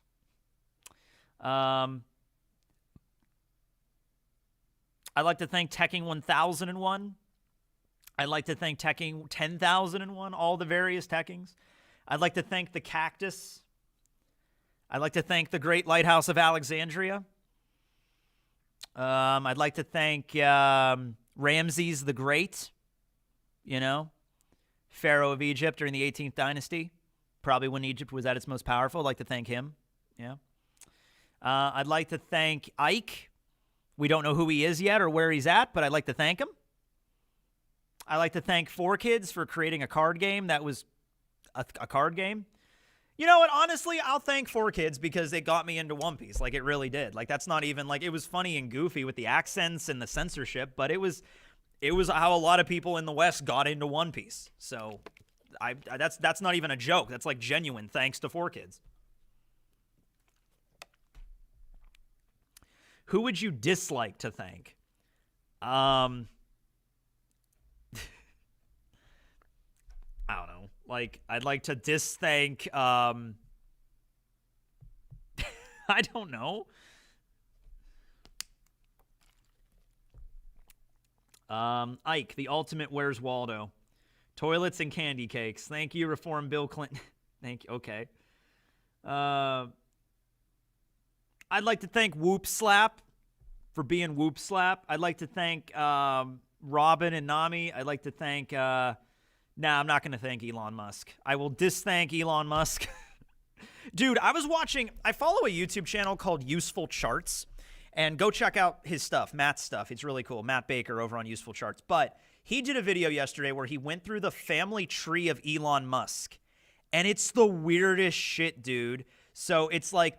Elon Musk's dad, whose name escapes me right now, Errol, I think it is, Errol. So Elon Musk's dad got married to a woman that already had a child from a previous marriage, okay? Then they got divorced, and then Errol Musk had a child with his former wife's daughter from another marriage. I think they had 2 kids, actually. Weird shit, okay? Go look at that. That's, yeah. No, I'm not going to dislike the toilet. The toilet, I think, actually helped us get some of these donations. You know, the toilet I appreciate. I might be making a toilet shirt, maybe. Wait, what? It's like, yeah, go look at it. It's weird, man. Go to Useful Charts YouTube channel and watch the family tree thing of Elon Musk. It's very, very weird. Yeah. You learn something new every day. It's like, yeah. So technically Elon has a half-sister, or I guess a stepsister, because it's his dad's wife, and she had the daughter from another marriage. So I guess he has a cousin who's also an uncle with, I don't know. It's weird. Go look into it. It's weird.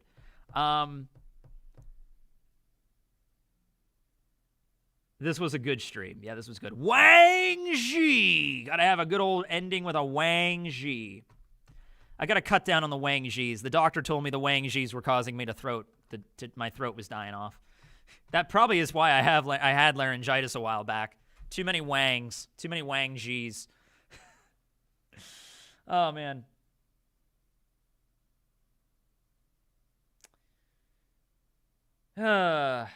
Okay.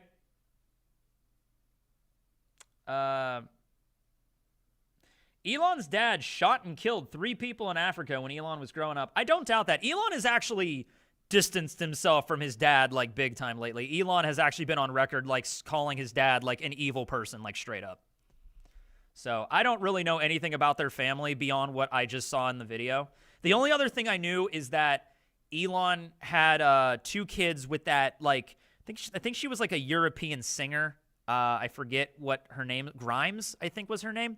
Anyway, they had 2 kids, and that was like one of the kids was named like X-Ash X13-2 or something. And I'm just like, oh God, why would you name your kid that? Like, that's not cool, man, to like just name your kid a normal thing. God, that's going to be their thing that they're going to have to deal with.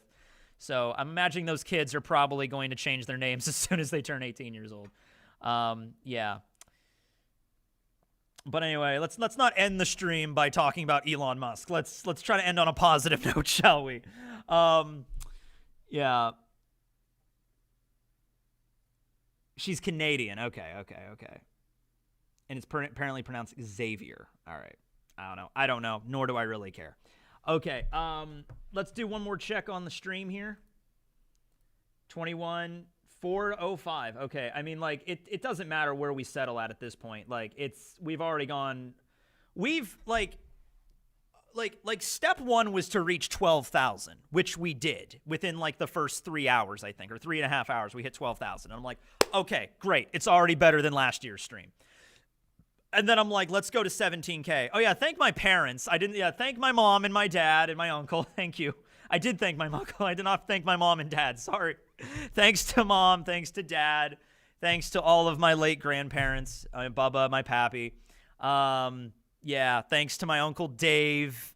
Thanks to my Uncle Randy and my Aunt Jenny. I think they were watching as well. My dad told me that he told them to watch the stream. Yeah, there we go.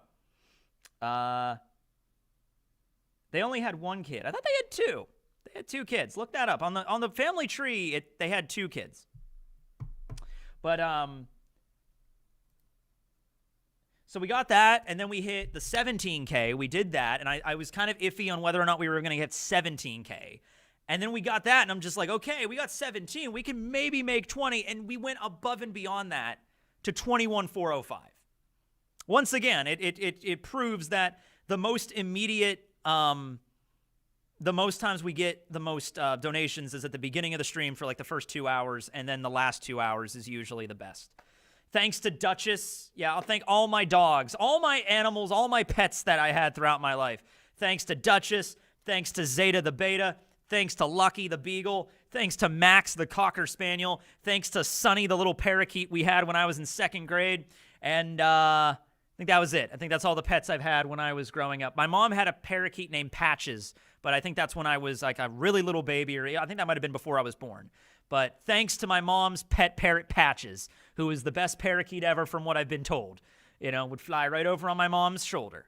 Really great parakeet. Okay, thanks to Barry. Okay, Barry, thank you. Thank you, Barry. Thank you, creepy cactus with the maracas. Okay, cool. Great.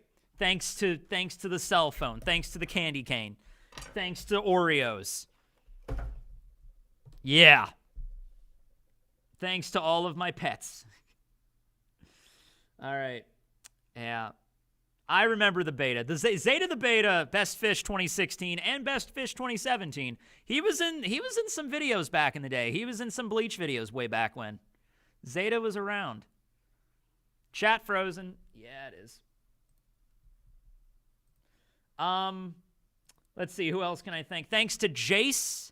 Jace is my YouTube manager, who always helps me out with some stuff on the channel and always, introducing some new concepts to me that I don't know anything about my channel. Even though I've been running it for 12 years, I still don't know how to do certain things.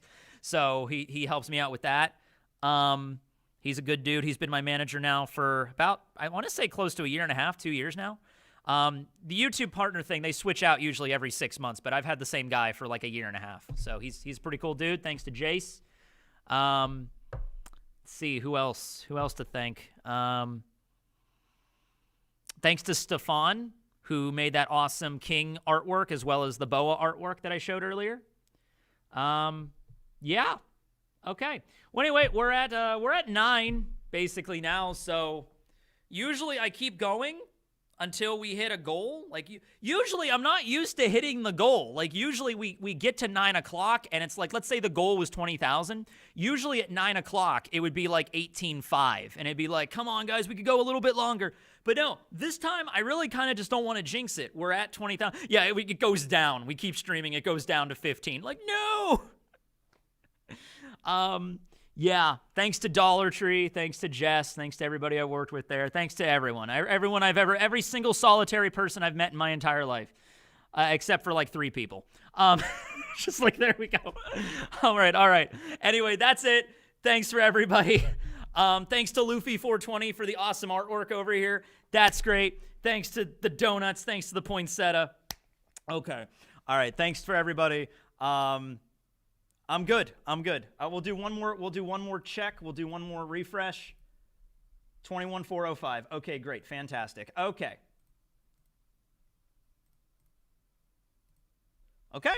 Coolio. Great. Fantastic. Feliz Navidad. Let's have the cactus sing us out, everybody.